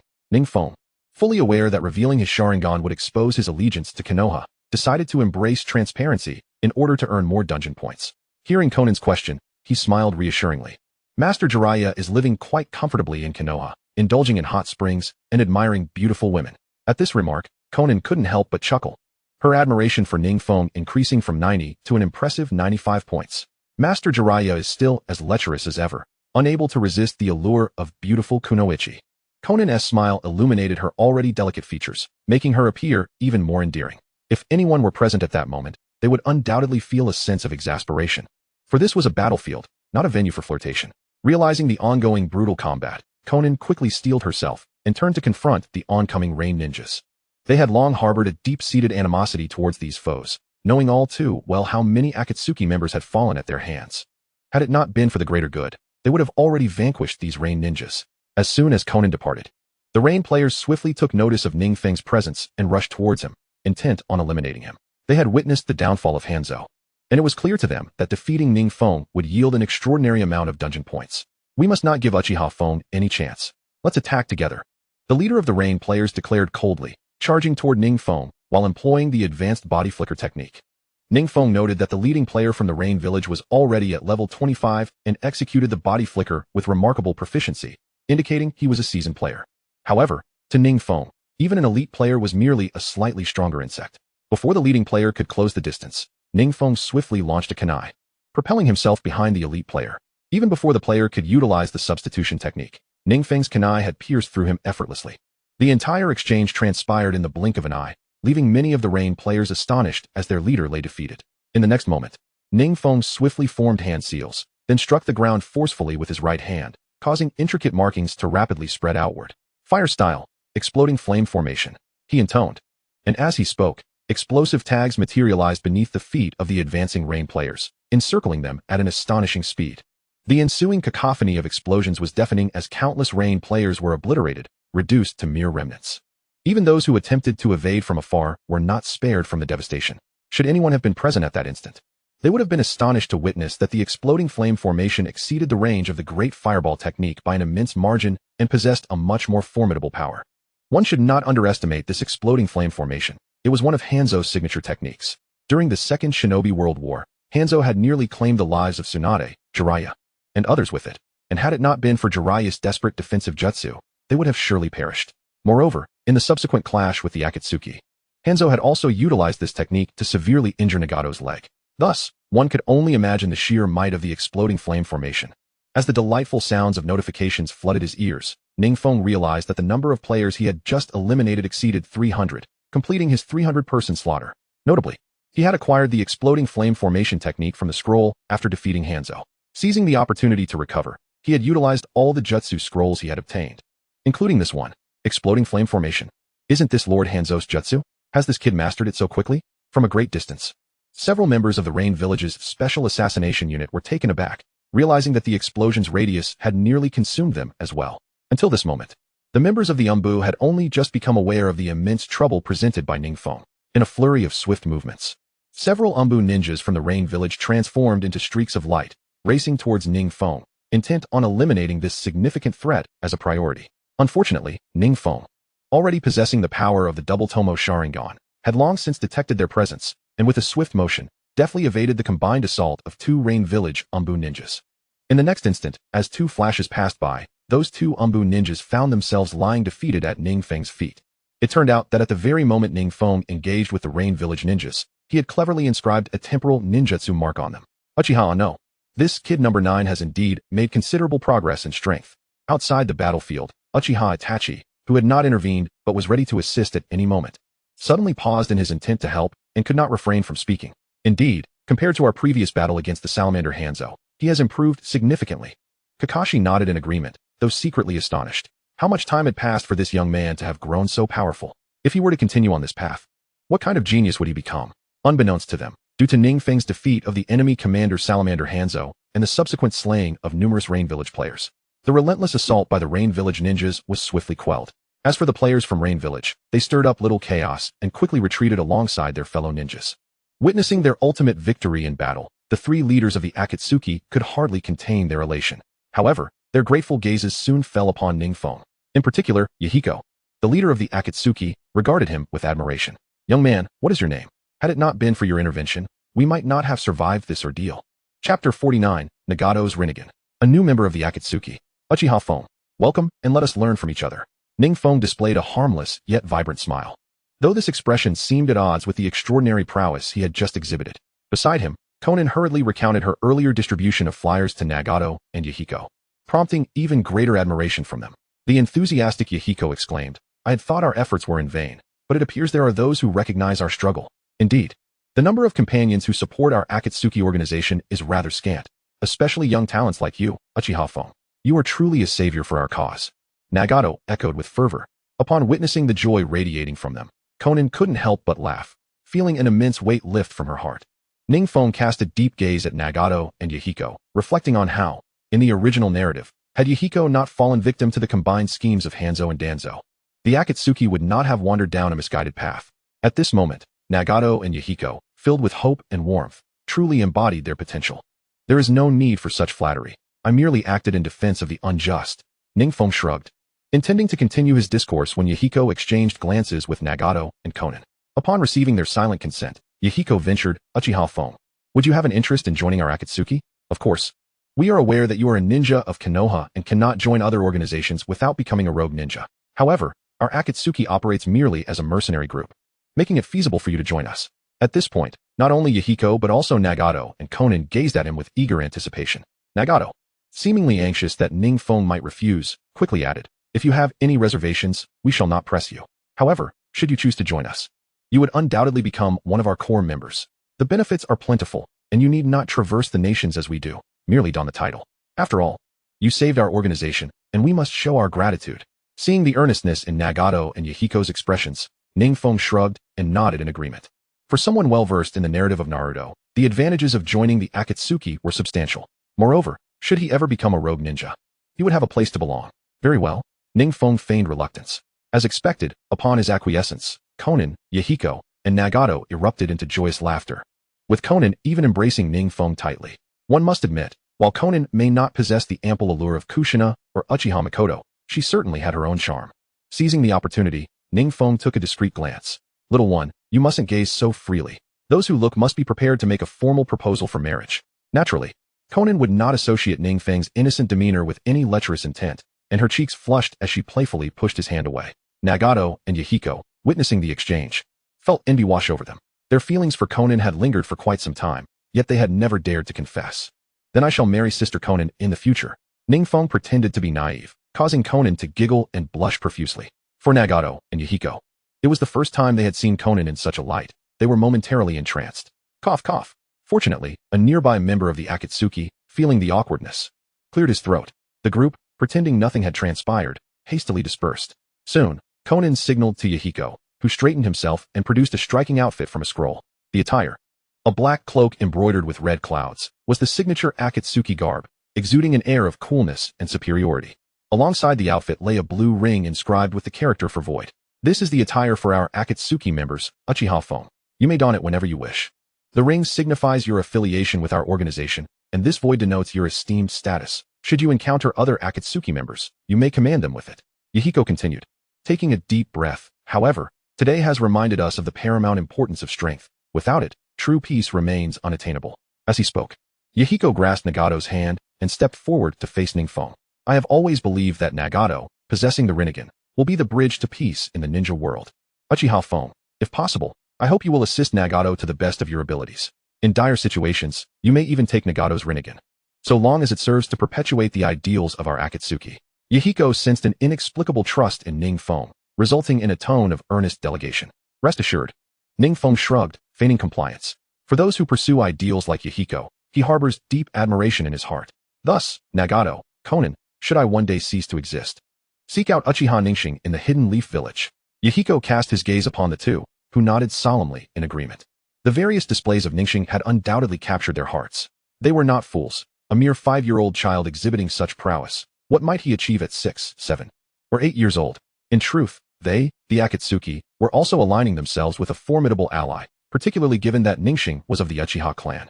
In the following moments, Konan, Nagato, and their companions warmly welcomed Ningxing, allowing him to explore the captivating vistas of Amage Cure. Unbeknownst to them, Ningxing's prior actions had not merely altered their lives. They had transformed their very destinies. After parting ways with Nagato and Conan, Ningxing finally found the opportunity to access the system notifications. Indeed, upon opening the system, he was greeted with rewards so astonishing that even he, who had mentally prepared himself, stood momentarily astounded. Chapter 50. The terrifying nature of the clan's secret medicines. Senju and Akimichi. Congratulations. By successfully completing the large-scale mission, Akatsuki, altering the storyline, and becoming a core member of Akatsuki, you are entitled to an additional reward of triple instance points. Calculating your instance points. Congratulations. For your successful defeat of the Amage Cure Shadow Level Ninja, Hanzo of the Salamander, you receive an additional reward of 200,000 instance points. You have ultimately acquired 1,600,000 instance points. Amidst the melodious and clear notifications, Ningxing was initially taken aback, followed swiftly by a surge of joy. He had not anticipated such a staggering reward. However, upon reflection, it made sense. Defeating a shadow-level master like Hanzo was no small feat, let alone earning 3 times the bonus points. Such an accumulation of instance points was, indeed, foreseeable. Drawing a deep breath, Ningxing wasted no time and dove back into the system to access the points exchange store. As before, the store brimmed with an array of ninjutsu, kekkai genkai, and secret medicines. Soon, Ningxing noticed that this time, the points exchange store also featured an abundance of new items, including the addition of wood release and dust release among the kekkai genkai, and even crystal release, all of which were top-tier abilities. Regrettably, despite possessing over 1.6 million instance points, he found it impossible to exchange for these kekkai genkai, which required tens of millions to acquire. Of course, for Ningxing at this moment, the power of kekkai genkai held little significance, as his Sharingan had yet to reach its full potential. Without lingering too long, Ningxing's attention was drawn to the scrolls for upgrading kekkai genkai. As before, the price for these scrolls remained modest at 50,000 instance points. Without hesitation, he decided to purchase 4, intending to elevate his Sharingan to the Eternal Mangekyo. However, a cold, mechanical notification interrupted him. The kekkai genkai upgrade scrolls can only be acquired once per large-scale mission. Your understanding is appreciated. Upon reading this notification, Ningxing felt a pang of frustration, but resigned himself to purchasing 1 scroll and 2 ninjutsu upgrade scrolls instead. With 1.5 million instance points still in hand, Ningxing resumed his exploration of the instance point store, hoping to find items that would satisfy his desires. It must be said that while Ningxing had gained a measure of formidable power, his greatest weakness lay in the brevity of his time in this world. His chakra reserves were still quite limited. His previous success in defeating Hanzo had merely been a matter of timing. Had Hanzo been on guard, he would have undoubtedly failed. Thus, enhanced chakra recovery and an increased chakra cap were essential for Ningxing. As he mulled over these thoughts, he suddenly spotted several intriguing items. Senju Clan High-Level Secret Medicine, a potent concoction regularly utilized by the Senju Clan members of Konoha to nurture the next generation. Upon consumption, it enhances chakra recovery speed by 300 and life force recovery speed by 300. This high-level secret medicine increases the probability of awakening the kekkai genkai, would release. Akimichi Clan High-Level Secret Medicine, a powerful elixir frequently employed by the Akimichi clan members to foster their descendants. Upon use, it boosts strength by 100 and activates the passive ability, Chakra Glutton. The user can store chakra by consuming food, temporarily increasing their chakra limit. This high-level secret medicine raises the chances of awakening, Butterfly Mode. Yamanaka Clan High-Level Secret Medicine, a specialized medicine crafted by the Yamanaka clan members of Konoha for the cultivation of their heirs. Upon use, it enhances mental power by 200, increases immunity to illusions by 20, and augments chakra perception by 300. This high-level secret medicine heightens the likelihood of awakening in release. Not only did the store boast high-level secret medicines from all the major clans of Konoha, but it also included those from other hidden villages. High-level secret medicine of the A clan, a concoction used by the Raikage clan members of Kumobikure to cultivate their successors. Upon use, it enhances lightning release control by 100, vitality by 100, attack speed by 100, and movement speed by 100. This high-level secret medicine increases the chances of utilizing lightning release chakra. Each of these secret medicines required a staggering 500,000 instance points. Nevertheless, Ningxing's gaze remained fixated on them, unable to tear himself away from their formidable attributes. It was no wonder that within Konoha, regardless of the shifting tides of time, the ancient clans remained resilient. The terrifying secret medicines alone created a vast chasm between them and the ordinary ninja. Even more daunting was the fact that these medicines could assist the user in awakening wood release, enhancing in release, and more. Even the high-level secret medicine once used by the Fourth Raikage was available. Without a second thought, Ningxing promptly purchased the high-level secret medicines from the Senju, Akimichi, and clans. After all, The impact of rapid chakra recovery on the battlefield was undeniable, and the Akimichi's ability to temporarily boost chakra limits was essential for him. The high-level secret medicine of the A clan was nothing short of a steal. Congratulations! You have purchased the Senju clan high-level secret medicine, Akimichi clan high-level secret medicine, and high-level secret medicine of the A clan. Please mix them into hot spring water before use. As the melodious notification rang out, Ningxing couldn't contain his elation. He found himself daydreaming about simultaneously activating the Akimichi clan's butterfly mode, the A clan's lightning release chakra mode, and employing the Senju clan's wood release. What terrifying power would that unleash? With his inventory brimming, Ningxing felt an overwhelming sense of happiness. Amidst his excitement, he also remembered to upgrade his Sharingan and the Ninjutsu Chidori, transforming his Sharingan into the 3-tomo Sharingan, while Chidori evolved into the S-rank Ninjutsu Raikiri. Once Ning Feng had completed all his tasks, Kakashi, Itachi Uchiha, and the others had already donned their Anbu attire and were waiting for him at a hotel in the Rain Village. This infiltration mission had been remarkably successful, allowing us to return to Konoha, Kakashi remarked, and then led Ning Feng and the others back to Konoha, having not returned for a considerable time. Ning Feng felt a slight pang of homesickness. However, it must be noted that if Uchiha Fugaku, the clan leader, were to witness Ning Feng's rapid progression from the 2-tomo Sharingan to the 3-tomo Sharingan in just a few days, one could only imagine his astonishment. Chapter 51. The Conspiracy Between Danzo and Orochimaru. The Reward of the Advanced Secret Medicine. Just as Ning Feng and his companions departed, several shadowy figures emerged swiftly from their concealed corners. Leading them was none other than Danzo, the leader of the Root organization from Konoha. Behind Danzo, countless members of Root followed, their eyes cold and filled with murderous intent, resembling mere tools. Lord Danzo, the sudden appearance of the Konoha Anbu has disrupted our plan to annihilate the Akatsuki in alliance with Hanzo. What should we do now? One of the Root ninjas inquired urgently. In truth, Hanzo's faction was not solely comprised of Rain Village ninjas. There were also members of Danzo's Root lying in ambush nearby, all with the singular aim of eradicating the Akatsuki. For Danzo, collaborating with Hanzo was merely a means to achieve his own nefarious objectives. However, he had not anticipated that their meticulously crafted plan would be shattered by Ning Feng's sudden intervention. The fact that even a god of the ninja world like Hanzo was swiftly defeated was utterly unforeseen. Had it not been for this, Danzo would undoubtedly have emerged to suppress the Akatsuki alongside the Rain ninjas. The thought of his plans to cultivate an alliance with Hanzo being thwarted ignited an unnamed fury within Danzo. Look at these Anbu members. Particularly that one named Uchiha Feng. His performance has far surpassed both Itachi and Kakashi, truly astonishing. As he spoke, Danzo inhaled deeply, his gaze becoming icy.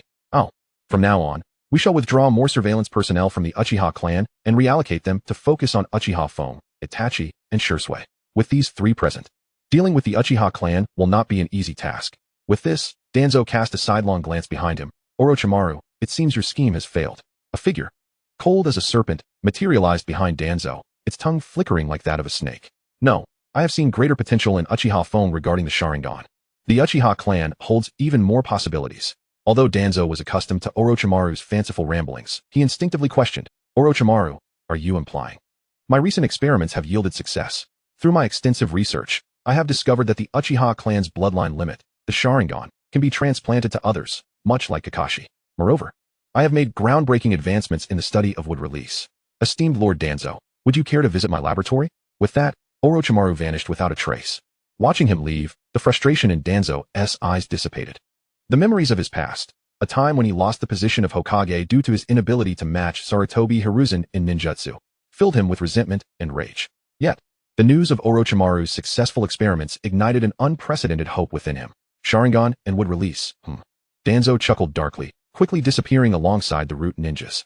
Just as they departed, Ning Feng, Itachi, and Kakashi arrived without warning. Little did Danzo and Orochimaru suspect that their conversation had been overheard clearly by Ning Feng and his companions. Their presence here was indeed a consequence of Ning Feng's keen insight. As a fervent admirer of Hokage, he had been suspicious upon noticing Danzo's absence during his encounter with Hanzo. Furthermore, with Ning Feng unlocking the 3-tomo Sharingan, his perceptive abilities had notably heightened, making it effortless for him to locate Danzo. Upon spotting him, Ning Feng quickly signaled for Kakashi and the others to conceal themselves and eavesdrop on the conversation. The figures Danzo had seen departing were merely Ning Feng's shadow clones. At that moment, the man who had plotted against others throughout his life, Danzo, could never have imagined that he was being ensnared by Ning Feng in turn. I will report to the Hokage about Danzo's clandestine dealings with Orochimaru. Given his intentions, it is evident he poses a significant threat to the Uchiha clan.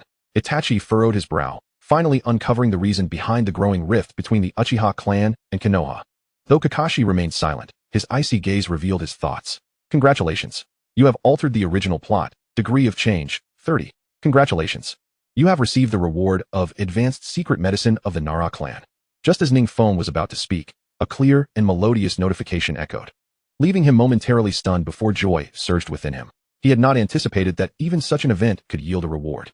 Uchiha Feng, you have performed exceptionally well. We may have misjudged Konoha all along, Itachi exclaimed, as if a realization had struck him. Kakashi inhaled deeply and nodded emphatically. As the leader of the Anbu squad, he understood the urgency of the situation. The leader of the root organization, Danzo, was secretly collaborating with a rogue ninja from Konoha and was implicated in unauthorized research on wood release and the Sharingan. Even a fool could deduce Danzo's intentions.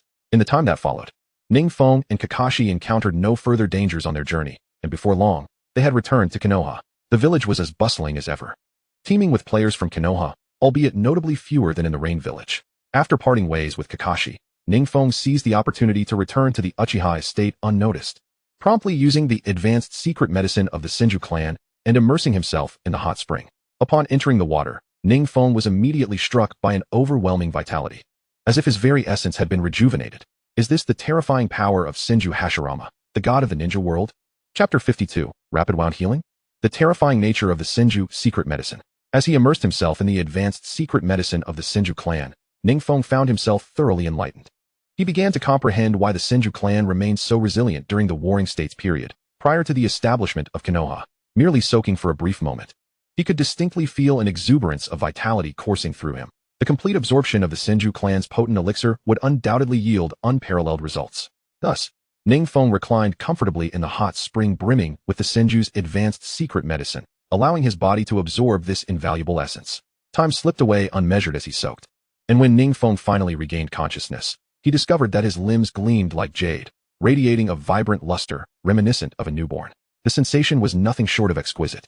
Exiting the spring, Ning Feng decided to test his recuperative capabilities by gently scraping a shuriken against his hand. To his astonishment, the wound healed at an astonishing rate, and he even sensed a force akin to wood release, distinct from the Sharingan, that enveloped him with a refreshing vigor. However, this sensation was fleeting, vanishing before he could fully appreciate it. His vitality surged, and the rapid healing of his wounds was indeed remarkable. Ning Feng couldn't help but express his admiration with a slight nod. After all, in the original narrative, Hashirama Senju possessed a similarly terrifying regenerative ability. Seizing the moment, Ning Feng proceeded to investigate the speed at which his chakra replenished. Indeed, as indicated by the properties of the advanced secret medicine, his chakra recovery rate had significantly escalated. After utilizing his chakra, he felt an overwhelming surge, as if it were gathering incessantly. Without hesitation, Ning Feng consumed the additional advanced secret medicines he had procured. Much akin to the effects of the Senju clan's elixir, his various capabilities markedly improved, especially after utilizing the medicine from the AI clan, which elevated his attack and movement speeds to unprecedented heights. However, most astonishing was the activation of his cellular structure, which accelerated his metabolism to such an extent that a faint layer of chakra armor began to manifest upon his skin. Was this the effect of cellular activation prior to entering the lightning release chakra mode? Ning Feng pondered deeply. In the ensuing hours, he remained enraptured by the effects of the advanced secret medicines, acutely aware of the profound transformations within his body. Unbeknownst to him, an entire day passed. The following morning, he received a message from Kakashi, the captain of the Anbu, summoning him to the Anbu headquarters. Having previously visited the Anbu stronghold, Ning Feng navigated his way there with ease. Meanwhile, the fourth Hokage, Minato Namikaze, sat quietly in his office, awaiting their arrival. With a soft thud, as Ning Feng entered the Anbu office, all eyes turned towards him, some filled with shock, others with envy, and a mix of emotions in between. Although the mission to the Rain Village was supposed to be clandestine, Ning Feng's presence, as a mere 5-year-old, drew the attention of the other Anbu members. When they learned that this seemingly inconsequential child had led the secret mission, their astonishment was palpable. Had they known that it was Ning Feng who had defeated the formidable Hanzo of the Salamander, their surprise would have rendered them speechless. All right, Anbu members. Your missions have been assigned. You may proceed. Minato's voice rang out as he cast a discerning glance at Ning Feng, the youngest among them. Team 7. You and your squad remain. The rest may leave. With that, all but Kakashi and Itachi Uchiha vanished without a trace, as if they had never existed. I've reviewed the report you submitted, and your performance was commendable. However, you mentioned that during the latter part of the mission, it was Team 9 that led under their captain's command. Is that correct? Minato inquired, picking up a confidential report and scrutinizing Ning Feng once more. Upon receiving the document, Minato initially assumed Kakashi had made an error, prompting him to seek clarification. Indeed, Lord Minato, without Team 9, we likely wouldn't have completed the mission so smoothly. Kakashi responded promptly, recounting the details of their infiltration into the Rain Village. At first, Minato's demeanor remained composed, but as Kakashi detailed the events, the astonishment in his eyes deepened, especially upon learning that Ning Feng's perceptive abilities surpassed those of many sensory ninjas. Just when Minato thought he had absorbed all the shock, Kakashi revealed that Ning Feng had uncovered the clandestine collusion between Danzo and Orochimaru, plunging Minato into a lengthy silence. This was not due to the complications posed by Danzo and Orochimaru, but rather the realization that a mere 5-year-old child had demonstrated such immense, terrifying potential. Initially, Minato had intended to send Ning Feng for training, never anticipating such developments. As your captain, I hope you will consider allocating resources to nurture Team 9.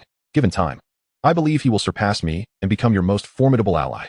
Kakashi fervently expressed, eager for Konoha to invest in Ning Feng's talents. Minato paused, then remarked, Ning Feng, if I recall correctly, you have yet to attend the Ninja Academy, nor have you undergone any class divisions, and you still lack a mentor, correct? I see that you can utilize the Flying Thunder God technique. You possess a natural talent for space-time ninjutsu. How about I take you on as my student? As the words left his lips, both Kakashi and Itachi were left momentarily speechless. The significance of having the Hokage as a mentor was monumental, almost signaling the selection of the next Hokage. Chapter 53. Minato wishes to be Ning Feng's teacher? The arrival of Danzo. In truth, Minato's proposal was also a matter of personal interest. Ever since he ascended as the 4th Hokage, he was seen as the face of Konoha. Yet the real power remained in the hands of the previous Hokage, Hiruzen Sarutobi. To solidify his rule, Minato recognized that he needed to cultivate alliances with the various clans of Konoha, and none were more crucial than the Uchiha clan. Thus, Minato's proposal to take Ning Feng as his student undeniably harbored political considerations. However, beyond the realm of politics, Minato yearned for Ning Feng to swiftly unveil his astonishing potential. For it is the genius that treasures other geniuses. Number 9. Why do you linger in silence? Shouldn't you promptly acknowledge your teacher? Kakashi, witnessing Ning Feng's prolonged silence, exclaimed with evident envy. Once, Minato Namikaze had been their teacher, and compared to other instructors, none could rival his prowess in training ninjas. It is worth noting that during the Third Great Ninja War, the class led by Minato made significant contributions to the village of Konoha. Itachi Uchiha remained silent, his eyes filled with affection. Ning Feng, without hesitation, recognized he was in dire need of a teacher. Moreover, as a student of the esteemed Hokage, many matters could be resolved with greater expediency. Why not seize the opportunity? From this day forth, I shall address you as Teacher Minato. Teacher Minato, I look forward to your guidance, Ning Feng declared, brimming with excitement. Ha ha ha, I never anticipated that after becoming Hokage, I would take on a student of such caliber. Minato replied with a gentle smile, presenting a pouch of money to Ning Feng. This contains enough funds for you to purchase various items at the ninja shop and replenish your strength. Additionally, I have amassed some insights on space-time ninjutsu through my use of the Flying Thunder God technique over the years. I shall entrust you with this notebook of my notes. Ning Feng accepted the pouch and the book with a firm nod, fully aware of the significance of Minato's notes on space-time techniques. Subsequently, Minato engaged in light conversation with Ning Feng for about 15 minutes, inquiring about his current circumstances. Ultimately, they agreed that every evening at 8 o'clock, Minato would impart space-time ninjutsu to Ning Feng, instructing him to find him at Kushina's place. Kakashi and Itachi, upon hearing this, were overwhelmed with envy. Unlike their time, when their instructor taught a group of 3, Ning Feng had the privilege of personalized guidance. In the following moments, as Hokage, Minato naturally praised Kakashi and the others for their commendable execution of tasks with the Anbu. However, when it came to Ning Feng, Minato's pride overflowed, as he spoke with fervor, appearing even more delighted than Ning Feng himself. Before long, Ning Feng departed from the Anbu headquarters. Having just completed a covert mission in the Rain Village, they were not required to undertake further tasks for the time being. Upon arriving in the bustling streets of Konoha, Ning Feng instinctively opened his attribute panel. Nickname, Uchiha Feng. Level, 29. Experience points, 23, 233, 112. Strength, Genin. Achievements, defeated 1 shadow level expert, 34 Chunin, and 23, for 112 Genin. Battle rating, A. Chakra, 25, 381 points, approaching Chunin level chakra. Age, 5, Clan, Uchiha Clan. Identity, brother of Itachi Uchiha and Sasuke Uchiha. Confidential member of the Anbu. Teacher, Minato Namikaze. Items, 1, 000 Kunai, 200 explosive tags, 50 wind-style shuriken. Ninjutsu, fire release, great fireball technique, water release, water dragon bullet technique, lightning release, lightning clone. Shadow clone technique, flying thunder god technique, fire release, exploding flame formation. Taijutsu, swordsmanship, flash, Uchiha taijutsu, etc. Jinjutsu, Naraka's vision technique. While the attributes may seem inconsequential at first glance, upon scrutiny, even Ning Feng himself was taken aback, particularly by his remarkable achievements, which would astonish anyone who beheld them. However, the designation of Genin was somewhat disheartening for Ning Feng. It appeared that only by participating in the Chunin exams could he alter this status. As he contemplated how to expedite his growth during this lull, a faint voice suddenly resonated without warning. "Ah, is that not Uchiha Feng? I did not expect to encounter you here. I happen to be in need of a gifted young talent to cultivate. Might you be interested?" The speaker's voice, though seemingly amiable, harbored a palpable sense of cunning and calculation. Without needing to turn around, Ning Feng already discerned the identity of the individual. "What could the esteemed leader of the root organization, Danzo, want with me?" Ning Feng replied coolly, his gaze icy as it fell upon Danzo. It was evident that Danzo, the mastermind behind many of Konoha's covert affairs, had quietly positioned himself before Ning Feng, flanked by several members of the root organization, who ominously encircled him. "Like the fourth Hokage, Minato Namikaze, I too have an eye for talent. I am here to invite you, Uchiha Feng, to visit my root organization," Danzo stated. A cold smile gracing his lips, his eyes glinting like those of a venomous serpent. In truth, Danzo had noticed Ning Feng's potential long before. During the incident where Kushina nearly fell victim to an assassination attempt by the Mist Village. However, he had not anticipated Ning Feng's rapid growth within just a few days. As he repeatedly thwarted the schemes of the root organization, proving too formidable even for the talented ninjas of his preparatory team. Such a prodigy, especially one from the Uchiha clan, was not to be allowed to exist outside of Danzo's influence. "Apologies, but I have no interest in your root organization," Ning Feng replied unapologetically. Although joining the root could facilitate swift growth, he had no desire to be manipulated by Danzo's secret techniques. In the original narrative, those who joined the root organization often met with tragic fates. Anticipating Ning Feng's response, Danzo was about to signal to his companions. But Ning Feng suddenly vanished without a trace, as if he had never existed. Just as Danzo was about to speak, one of the root members collapsed to the ground with a thud. Chapter 54. Danzo was nearly rendered unconscious from fury. "What happened to you?" Danzo exclaimed, quickly rushing to assist the fallen member. However, upon doing so, his already furrowed brow deepened even further. He realized that the root member had fallen victim to a Jinjutsu. Indeed, it was a high-level Jinjutsu. They had hardly been in close proximity to Ning Feng, nor had they even seen him perform hand seals. How could his subordinate have been ensnared by a Jinjutsu? "Stand guard." Danzo inhaled deeply, issuing an urgent command. The members surrounding him were equally taken aback. And upon hearing Danzo's order, they quickly positioned themselves around him, on high alert. Danzo, at the center of it all, wore a visage of utmost caution. Indeed, Danzo had not anticipated that the audacious Uchiha peak would dare to reject his overtures and suddenly launch an attack. After all, he was one of the senior figures in Konoha, and this was tantamount to challenging the authority of the village's elite. However, what troubled Danzo the most was the nature of the Genjutsu that Uchiha peak employed, which rendered his subordinates unconscious without their awareness. At this very moment, Ning Feng had already leaped several thousand meters away, standing atop the highest point of a dilapidated house. Observing the anxious expressions of Danzo and his cohorts with a slight smirk, he was no fool. The thought of being taken to the root organization by Danzo, only to be sliced apart and have his Sharingan extracted, was utterly unacceptable. In the original narrative, Danzo had relentlessly sought to collect the Sharingan of the Uchiha clan to bolster his own strength. Given that he was so young and had just unlocked the three-tomo Sharingan, it was inevitable that Danzo would covet it. Alas, while Danzo and his associates were indeed formidable, with the Flying Thunder God technique at his disposal, Ning Feng could easily escape. "Danzo, I am well aware that you have been scheming against the Uchiha clan, utilizing underhanded tactics to coerce them into rebellion, thereby allowing you to reap the benefits.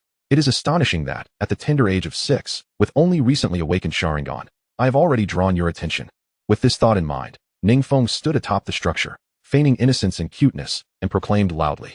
Since Danzo dared to plot against him, Ning Feng was determined to deliver a surprise. His voice, though not particularly loud, resonated with clarity in the ears of all present after infusing it with chakra. Indeed, once Ning Feng spoke, the villagers of Konoha, driven by the age-old principle of enjoying a spectacle, began to gather around. Many ninjas among them perked up their ears, displaying an expression of eager curiosity akin to that of online onlookers. As they converged, Danzo's expression shifted dramatically, and the root members beside him averted their gazes. Fearful of being recognized, "We should leave," Danzo urged his subordinates, fully aware that the situation had escalated beyond control. However, Ning Feng, having taken advantage of the circumstance, was not about to let them slip away so easily. He exclaimed, "Oh, don't go. Lord Danzo, have you not always coveted the Sharingan of our Uchiha clan? Here it is for you. Who among the higher-ups in Konoha does not know of your deep-seated animosity towards the Uchiha? You have whispered countless slanders about us to the advisors. Since the establishment of Konoha, our clan has contributed immeasurably, and countless Uchiha have perished valiantly on the battlefield, demonstrating unwavering loyalty to the village. Yet you, on the other hand, persistently malign us in the ears of the elite, fearing that we might grow too powerful for you to manage, forcing us to seek alternative paths. Ning Feng's words, once spoken, rendered Danzo's face increasingly dark, his eyes flashing with rage. Who would have thought that this seemingly 5 or 6-year-old child could articulate so well? Of course, Ning Feng's eloquence was not predicated on any concrete evidence. Rather, he sought to seize this opportunity to undermine Danzo's standing within Konoha, paving the way for the resurgence of the Uchiha clan and his ambition to become the next Hokage. Indeed, paving the way. Following the trajectory of events, the 4th Hokage, Minato Namikaze, who happened to be Ning Feng's current mentor, was unlikely to have much time left. At that point, with the Uchiha clan's resurgence, he could assert his influence within Konoha and ascend as the 5th Hokage. If that proved unfeasible, he would settle for the 6th.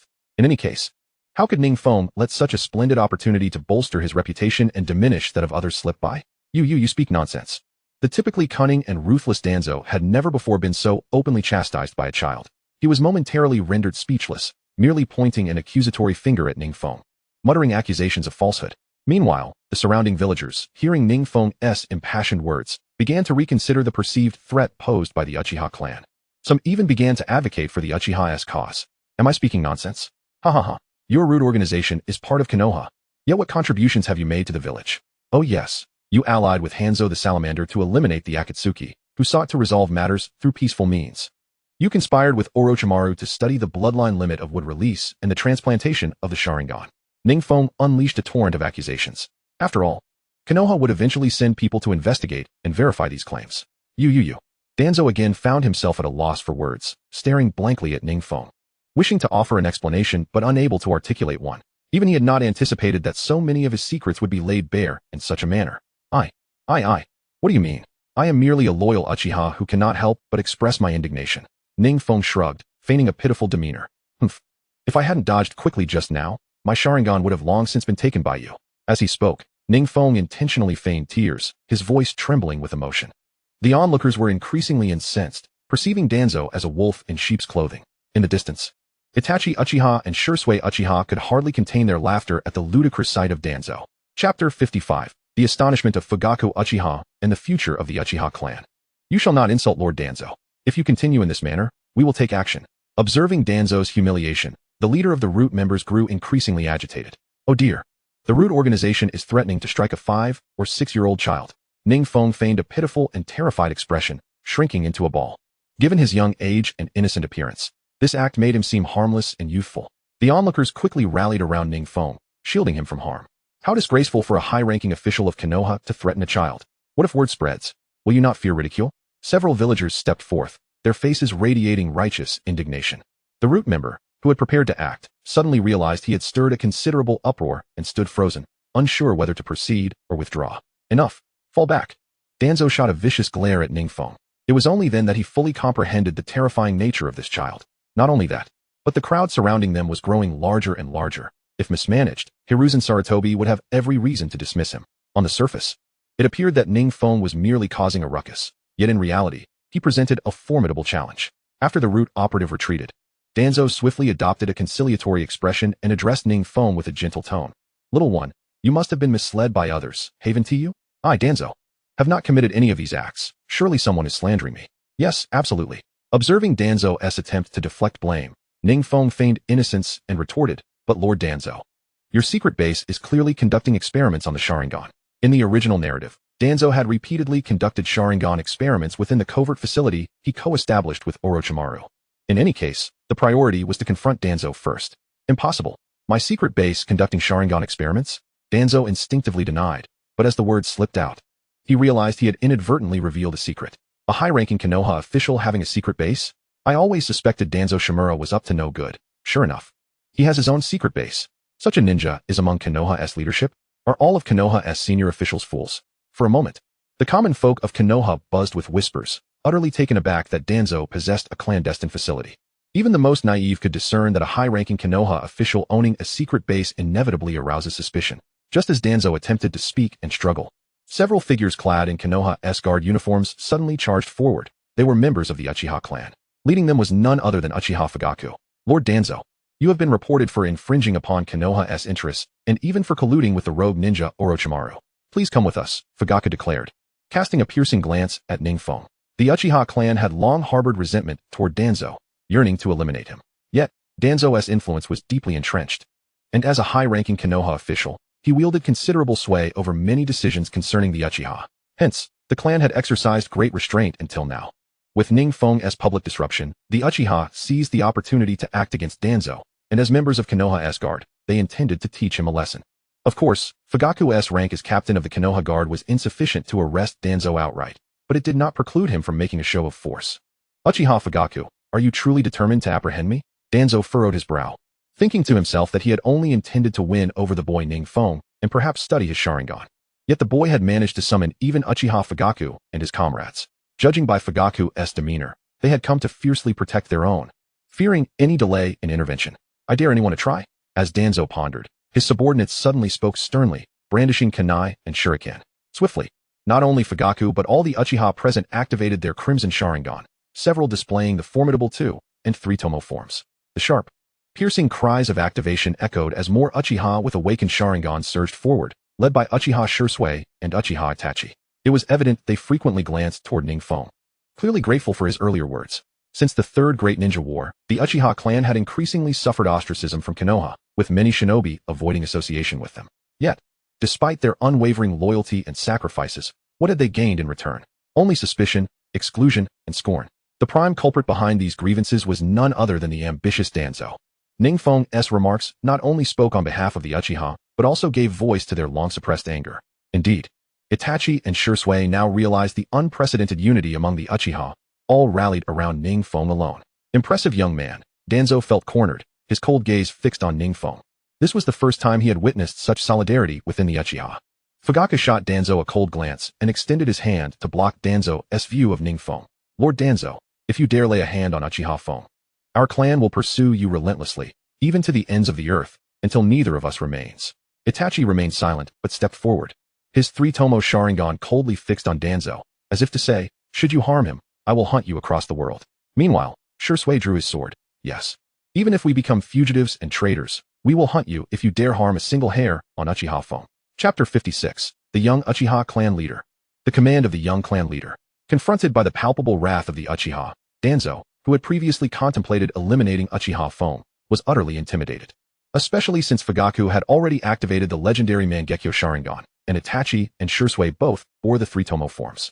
To provoke this family would be perilous, even for the Hokage. What surprised Danzo most was the Uchiha's unwavering protection of Uchiha Feng. Clearly, they intended to elevate him to the position of the young clan leader.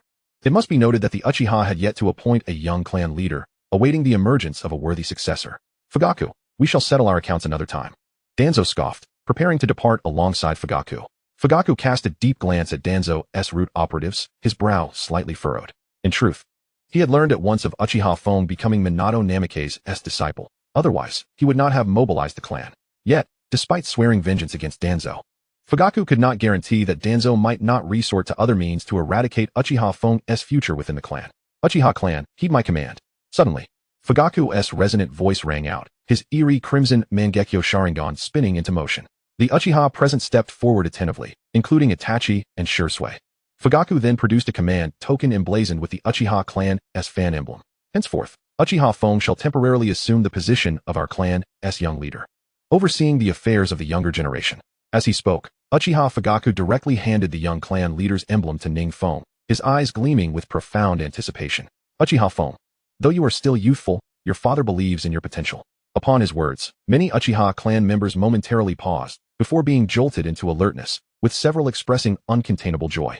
Although Ning Feng was young, the words he had just exchanged with Danzo revealed that Uchiha Feng was undoubtedly capable of fulfilling this role. Furthermore, bestowing upon Uchiha Feng the title of young clan leader would compel Danzo and his associates to think twice before taking action. Indeed, any aggression towards Uchiha Feng would amount to enmity with the entire Uchiha clan.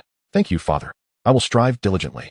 Ning Feng understood that Uchiha Fugaku had enveloped him in a protective shroud, wary of any further schemes from Danzo. Yet, it must be said that as the entire Uchiha clan gathered, a warm current surged within Ning Feng's heart, a palpable sense of familial protection. Especially notable was Uchiha Fugaku's display of paternal affection, which was truly commendable. After issuing his directives, Uchiha Fugaku exchanged glances with two other clan members and promptly escorted Danzo to the Hokage's office. Watching Danzo's retreating figure, Ning Feng couldn't help but smirk, reflecting that this moment was indeed rewarding. Not only had he rendered Danzo speechless, but he had also inadvertently united the Uchiha clan and assumed the mantle of young clan leader. Provided no unforeseen circumstances arose, his ascension to the position of clan leader, overseeing the entire Uchiha clan, seemed all but assured. However, many families within Konoha would undoubtedly not sit idly by and watch the Uchiha clan reclaim their former glory. Notably, the third Hokage, Hiruzen Sarutobi, would be among those unwilling to remain passive. Yet for the moment, such matters were of little concern to Ning Feng, who was solely focused on rapidly enhancing his strength. Feng, I have long suspected that someone within Konoha's upper echelons has been orchestrating covert actions against our Uchiha clan.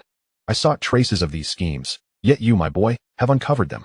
Uchiha Shursui affectionately remarked, effortlessly hoisting Ning Feng onto his shoulder. Their bond akin to that of brothers. For this alone, you must be credited with an achievement. Beside them, Uchiha Itachi wore a similar expression of fondness, and the normally reticent young man found himself speaking animatedly. Shursui, you should have seen Danzo's face when Feng confronted him. It turned a shade reminiscent of liver. Indeed, merely the revelations from Feng were likely enough for Konoha's Anbu to investigate for a considerable time, and Danzo's downfall was not beyond the realm of possibility. At this juncture, Uchiha Itachi burst into laughter, his smile radiant as sunlight. Well, you must consider whose brother he is. Uchiha Shursui beamed with pride, his gaze overflowing with affection. He is my biological brother, not yours. Uchiha Itachi retorted playfully, swiftly lifting Ning Feng onto his own shoulder. Feng, let me take you for a ride. Amidst the tender camaraderie displayed by Shursui and Itachi, Ning Feng found himself momentarily entranced, pondering how these two were indeed top-tier ninjas capable of intimidating the ninja world, yet behaved so childishly. Feng is also my brother. If anyone is to take him for a ride, it should be me first. Under the affectionate care of Uchiha Itachi and Uchiha Shursui, the Uchiha clan members returned to the Uchiha estate. It cannot be understated that Ning Feng's actions today resonated deeply within the hearts of many Uchiha clan members. In an instant, the legendary tale of Ning Feng confronting Danzo spread throughout Konoha village, reaching every corner of the ninja world. Those familiar with the incident, be they feudal lords or elite ninjas, all erupted in joyous laughter upon hearing the news. Particularly, the rogue ninjas who had suffered under Danzo's malign influence and were forced to leave Konoha nearly burst into laughter. Consequently, the name of Uchiha Feng became well known throughout the ninja world, with many vaguely aware of a young boy in Konoha, articulate and sharp-tongued, who had nearly driven the old schemer Danzo to madness, with Danzo being utterly powerless against him. Unbeknownst to them, during the time spent in the Naruto online game, Ning Feng and his fellow students found themselves with little time remaining, awaiting their next login. Seizing the opportunity, Ning Feng promptly logged off. With a flash of white light, he reopened his eyes to find himself once again in the school playground. Chapter 57. An even more formidable beast.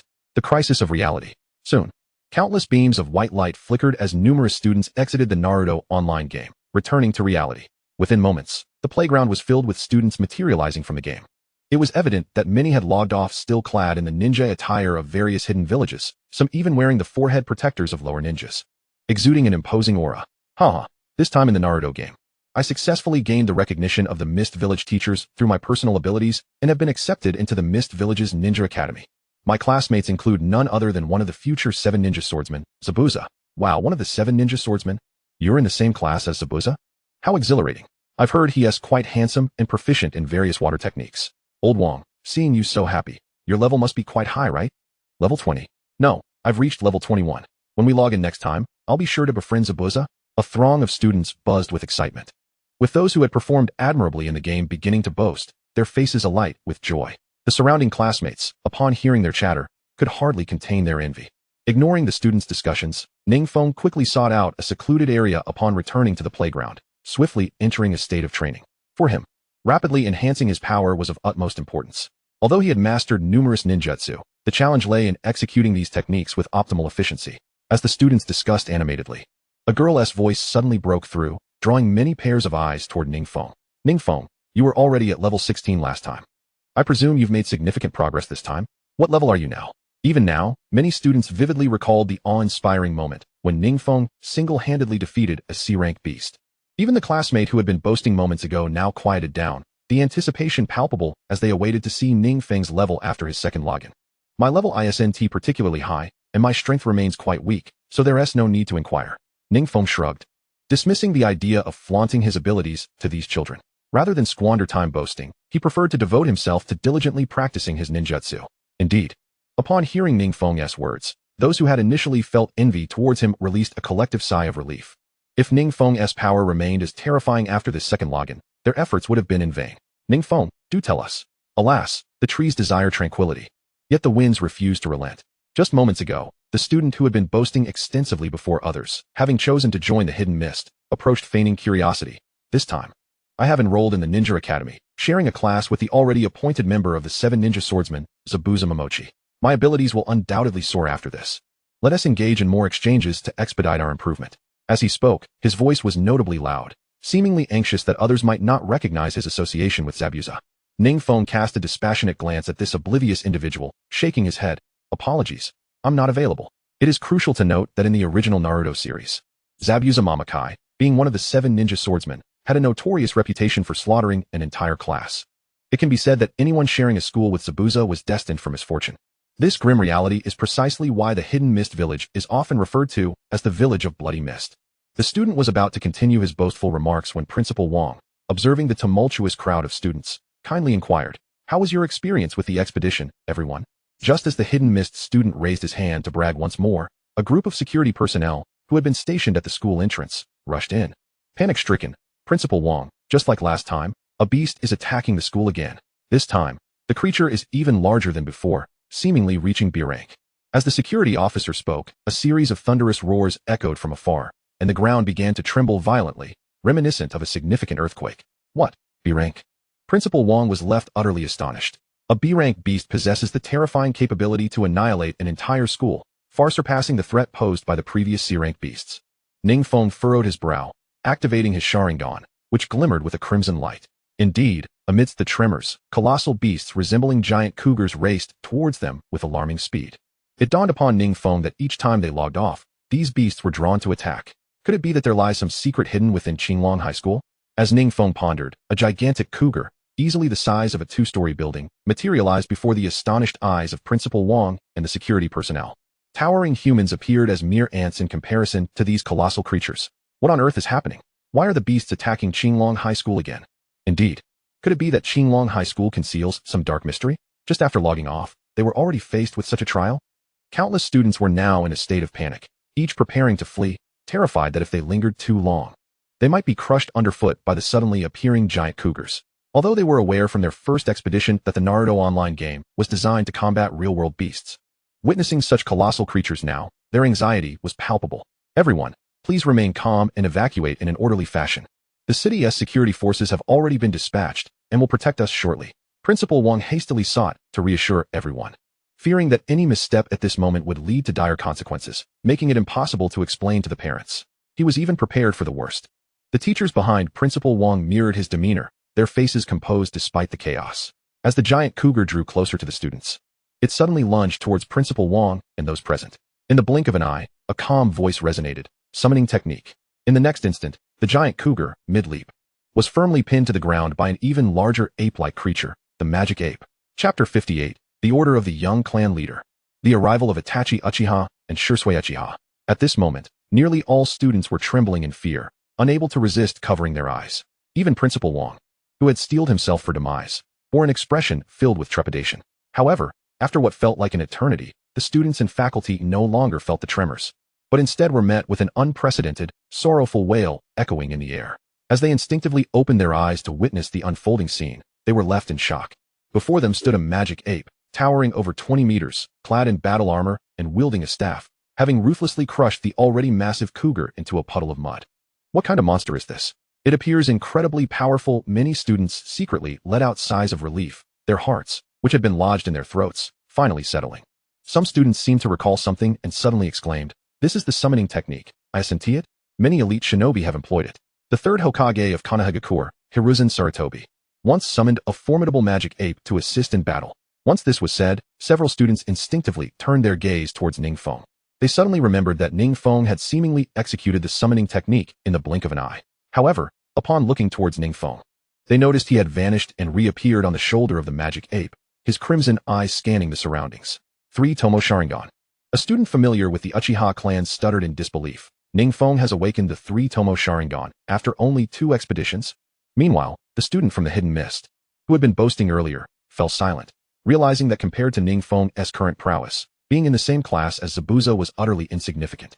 As the students contemplated this revelation, the ground trembled once more, the cries of the fallen giant cougar drawing the attention of surrounding giant cougars, who began to charge toward them. Oh no, they're coming again. During their last expedition, these cougars were merely C-rank beasts. Now, after a single outing, they had evolved into B-rank beasts. This is utterly terrifying. Damn it, those giant cougars are back. In a state of panic, countless students attempted to retreat, only to find themselves encircled by the massive creatures, many of whom were already drooling hungrily.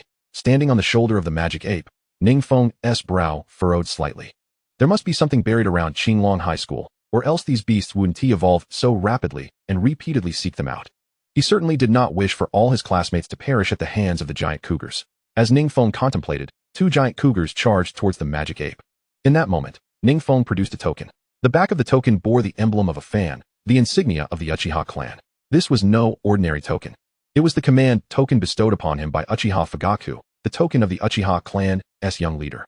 Indeed, at the moment when Uchiha Fugaku entrusted the command emblem to Ning Feng, the latter discerned that this emblem of the young clan leader was far more than a mere symbol of status. It contained a subtle essence of summoning power, capable of calling forth allied members of the Uchiha clan to his side, akin to a bonus ability in an online game. Of course, at this juncture, he could only command his contemporaries within the Uchiha clan. However, should he ascend to the position of Uchiha clan leader, it was likely that every member of the Uchiha family could be summoned. The technique of summoning. Immediately, Ning Feng concentrated his chakra into his right palm and leaped down from the back of the magical ape, striking the ground with great force. In an instant, intricate patterns radiated from the center of his palm, swiftly expanding to form a colossal summoning array. Within this array, Uchiha Itachi and Uchiha Shursui, clad in the traditional attire of the Uchiha clan, gradually materialized. Brother, what is the matter that necessitates the use of the young clan leader's emblem? Uchiha Itachi inquired. Humph. My foolish brother, I can resolve everything on my own, without any need for your assistance, Shursui. The moment the 2 brothers appeared, they began to bicker. However, upon witnessing the numerous formidable giant lynxes surrounding them, both pairs of 3-tomo Sharingan darkened in unison. What powerful summoning beasts. They are far more formidable than those we have encountered before. Seeing the 2 summoned brothers, Ning Feng's heart swelled with joy. If such power could be wielded through a mere emblem of the young clan leader, then once he became the Hokage of Konoha, would it not mean that a single command could summon all the ninjas of the village to his aid? Initially, he had held a certain disdain for such positions, but he never anticipated their immense potential. Of course, he was merely testing the power of the young clan leader's emblem and was astonished by the outcome. Brothers, cease your quarrels for now. Let us eliminate these surrounding beasts first. I have a grave suspicion that they have been drawn here by some mysterious force. Ning Feng spoke slowly. Uchiha Itachi and Uchiha Shursui nodded solemnly. Although Ning Feng had returned to reality with the aid of the system, he still appeared to them as that 5- or 6-year-old child. As the 2 brothers emerged, the classmates from Qinglong High School fell into an unprecedented silence. Their gazes towards Ning Feng transformed from mere admiration and reverence to a sense of longing, feeling as insignificant as dust. Yes, indeed, they felt utterly unreachable, minuscule like specks of dust. In just 2 forays into the game, Ning Feng had managed to summon such formidable beasts, and to bring forth allies to join the fray. This was simply infuriating. As they pondered, the 3 of them leaped onto the shoulders of the magical ape, swiftly forming hand seals, fire release, great fireball technique. As they unleashed their flames, a scorching inferno engulfed an expanse of several hundred square meters, instantly incinerating the charging giant lynxes into charred remnants. Amidst the anguished cries, numerous orbs resembling demonic cores burst forth. Chapter 59. The emergence of an A-class demon beast? What is a dominating ninja? The surrounding area was already teeming with giant lynxes, and with Ning Feng, Uchiha Itachi, and Uchiha Shursui joining forces, the beasts were swiftly turned to ash, utterly vanquished. Nevertheless, Ning Feng and his companions remained vigilant, for his 3-tomo Sharingan keenly discerned that in the far distance, many colossal demon beasts were approaching at an alarming speed, led by one exuding a potent aura of malevolence, utterly terrifying. What on earth is happening? Why have so many demon beasts suddenly appeared? Principal Wang exclaimed, astonished, as he gazed upon the scorched giant lynxes, contemplating how rapidly these beasts had evolved. It appeared that the Hokage online game was their only weapon against these formidable creatures. Many classmates voiced their sentiments, acutely aware that had it not been for Ning Feng, they might have perished one by one. As this group pondered, the sound of hurried footsteps echoed, and several guards clad in uniforms rushed in. The head of the guard team, upon seeing the fallen giant lynxes, turned in astonishment towards Ning Feng. To his shock, he realized that a student possessed the ability to summon and had even called upon fellow clan ninjas.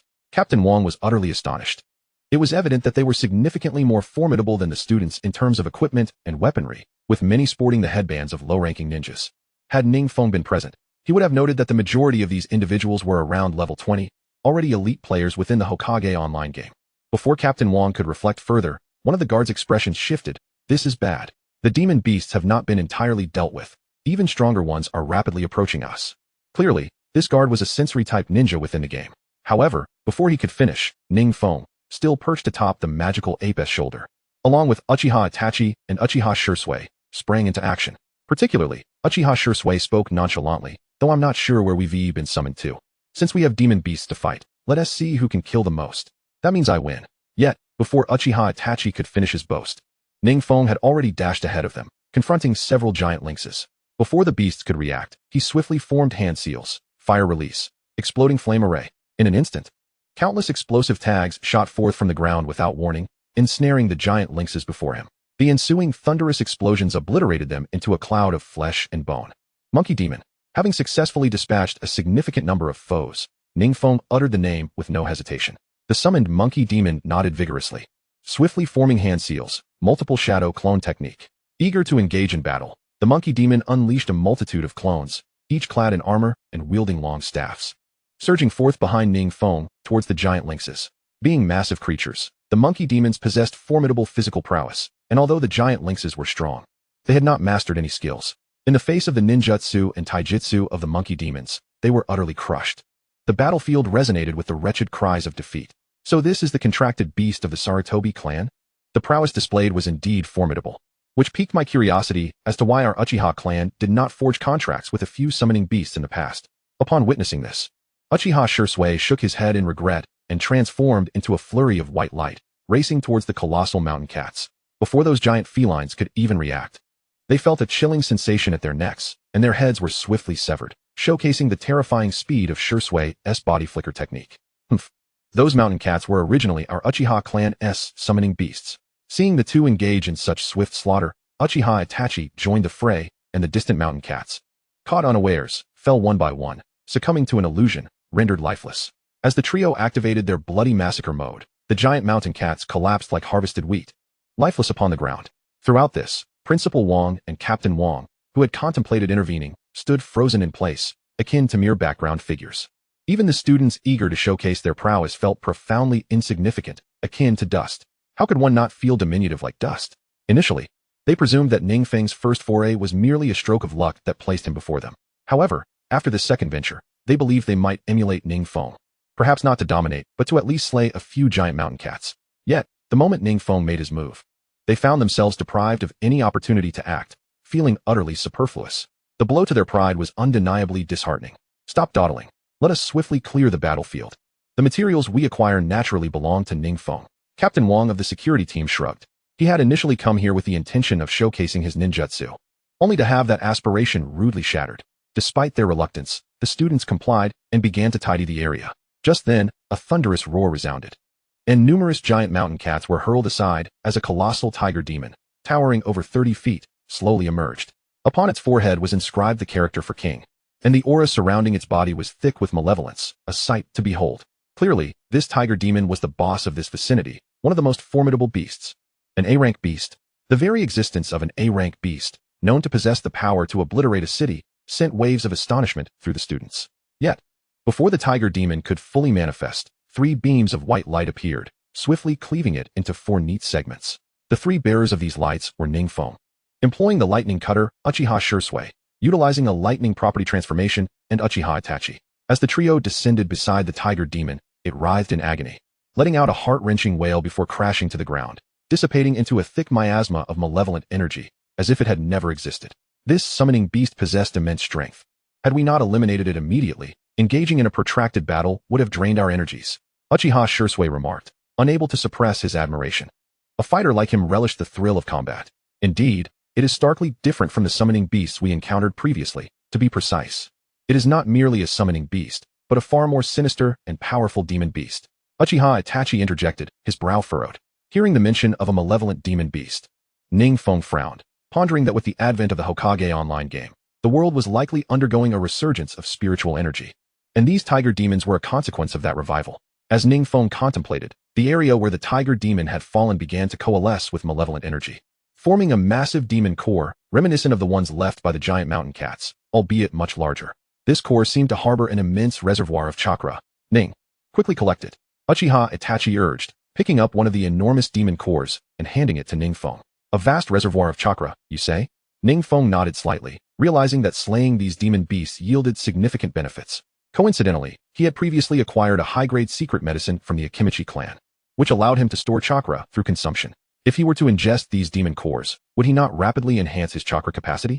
With this thought in mind, Ning Feng promptly swallowed the tiger demon's core, initially expecting the demon core to be unpalatable. He was taken aback as it melted in his throat like ice crystals upon entry. Soon, crackling sounds ensued, and the explosive energy coursing through his body surged, rapidly revitalizing him. His muscles in his arms and legs swelled, and his height surged from 1.7 meters to 1.8 meters, transforming him into a formidable warrior. Immovable as a mountain. Is this the secret technique of the Akimichi clan? Storing chakra through consumption? Uchiha Itachi and Uchiha Shisui were astonished.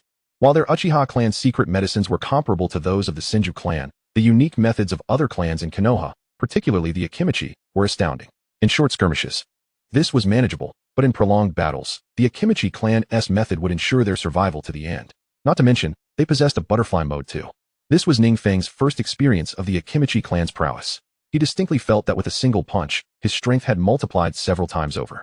While it may not rival Tsunade's punches, the power was still terrifyingly potent. To describe it as the strength of 1,000 Jun would not be an exaggeration. And this was merely after consuming one tiger demon core. What might occur if he were to devour all the cores from the giant mountain cats? While lost in thought, the exhilarated Uchiha Shisui and Uchiha Itachi had already seized the remaining giant mountain cat cores from their fellow students. Oh, my foolish brother. Hurry and consume these numerous demon cores. We, your brilliant brothers, wish to witness the extent of your transformation. Uchiha Shisui jested, while Uchiha Itachi looked on with eager anticipation. They were disinterested in how Ning Feng had acquired the Akimichi clan's secret technique. Their sole concern was whether their brother could rapidly grow stronger.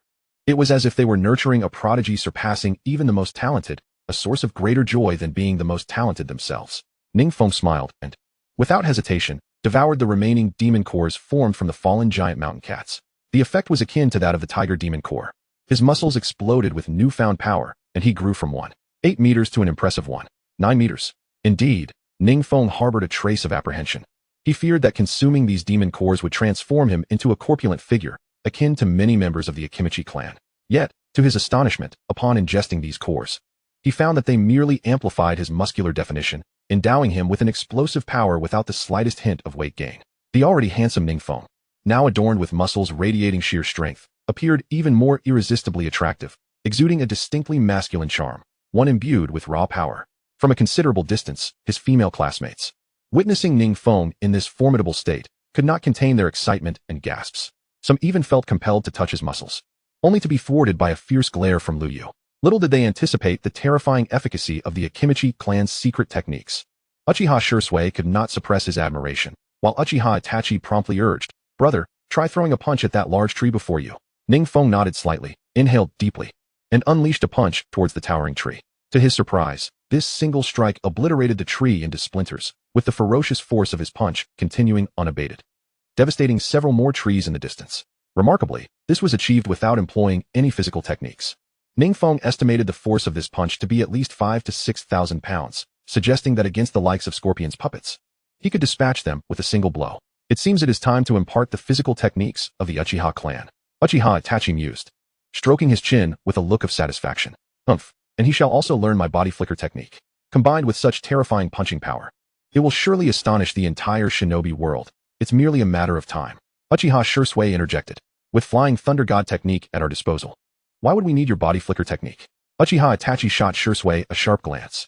I don't care. After all, he is my brother too. You are merely a cousin, not a true brother. Strictly speaking, I am the elder brother to Ning Feng. Shisui retorted, puffing up with pride. Humph, a cousin is still a brother. What say you to that? At this juncture, both Uchiha Shisui and Uchiha Itachi proudly lifted their chins, their emerald gazes seemingly intent on sculpting Ning Feng into a masterpiece of the shinobi world. Faced with the adoration of his two doting elder brothers, Ning Feng found himself momentarily at a loss for words.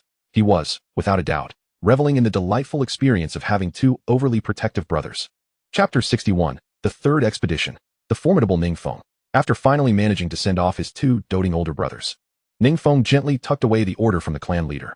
Although both brothers were curious about the sudden appearance of the demon beasts, under Ning Feng's persuasive narrative, they believed this place to be akin to Miyaboka Mountain.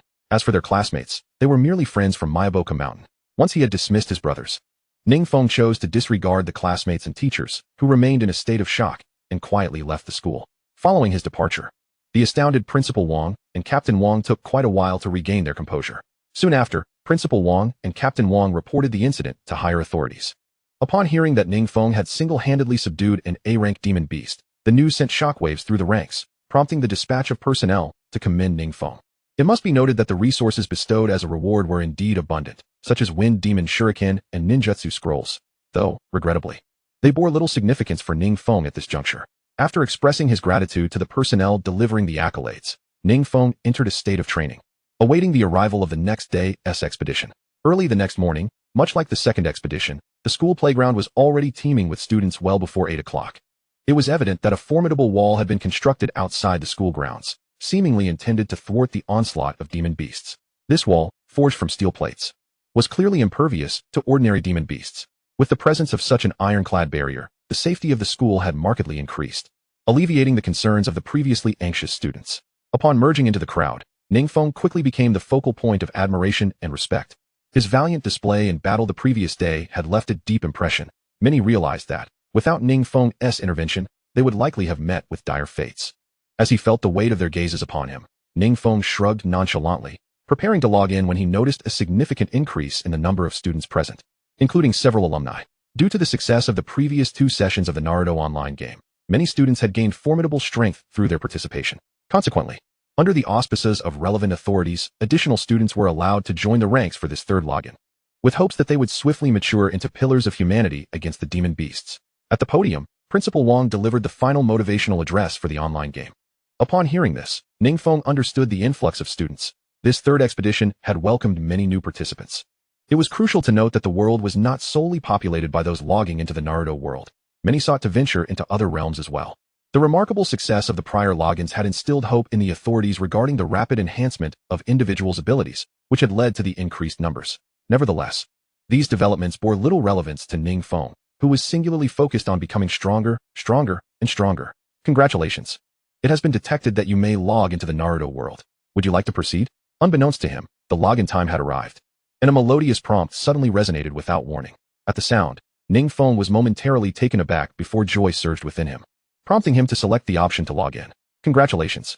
Due to your consumption of 1 A-rank demon core and 55 B-rank demon cores, you have gained a chakra limit of 13, 441 points, and 514, 111 experience points.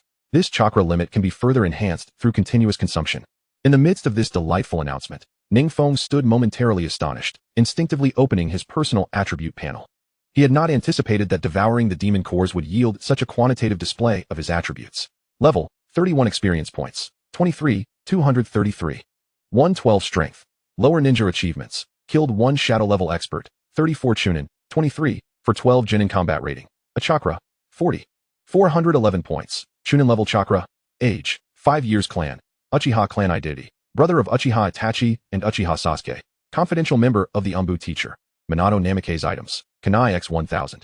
Explosive tags x 200. Wind demon shuriken x 50 ninjutsu. Fire release. Great fireball technique. Water release. Water dragon bullet technique. Lightning release.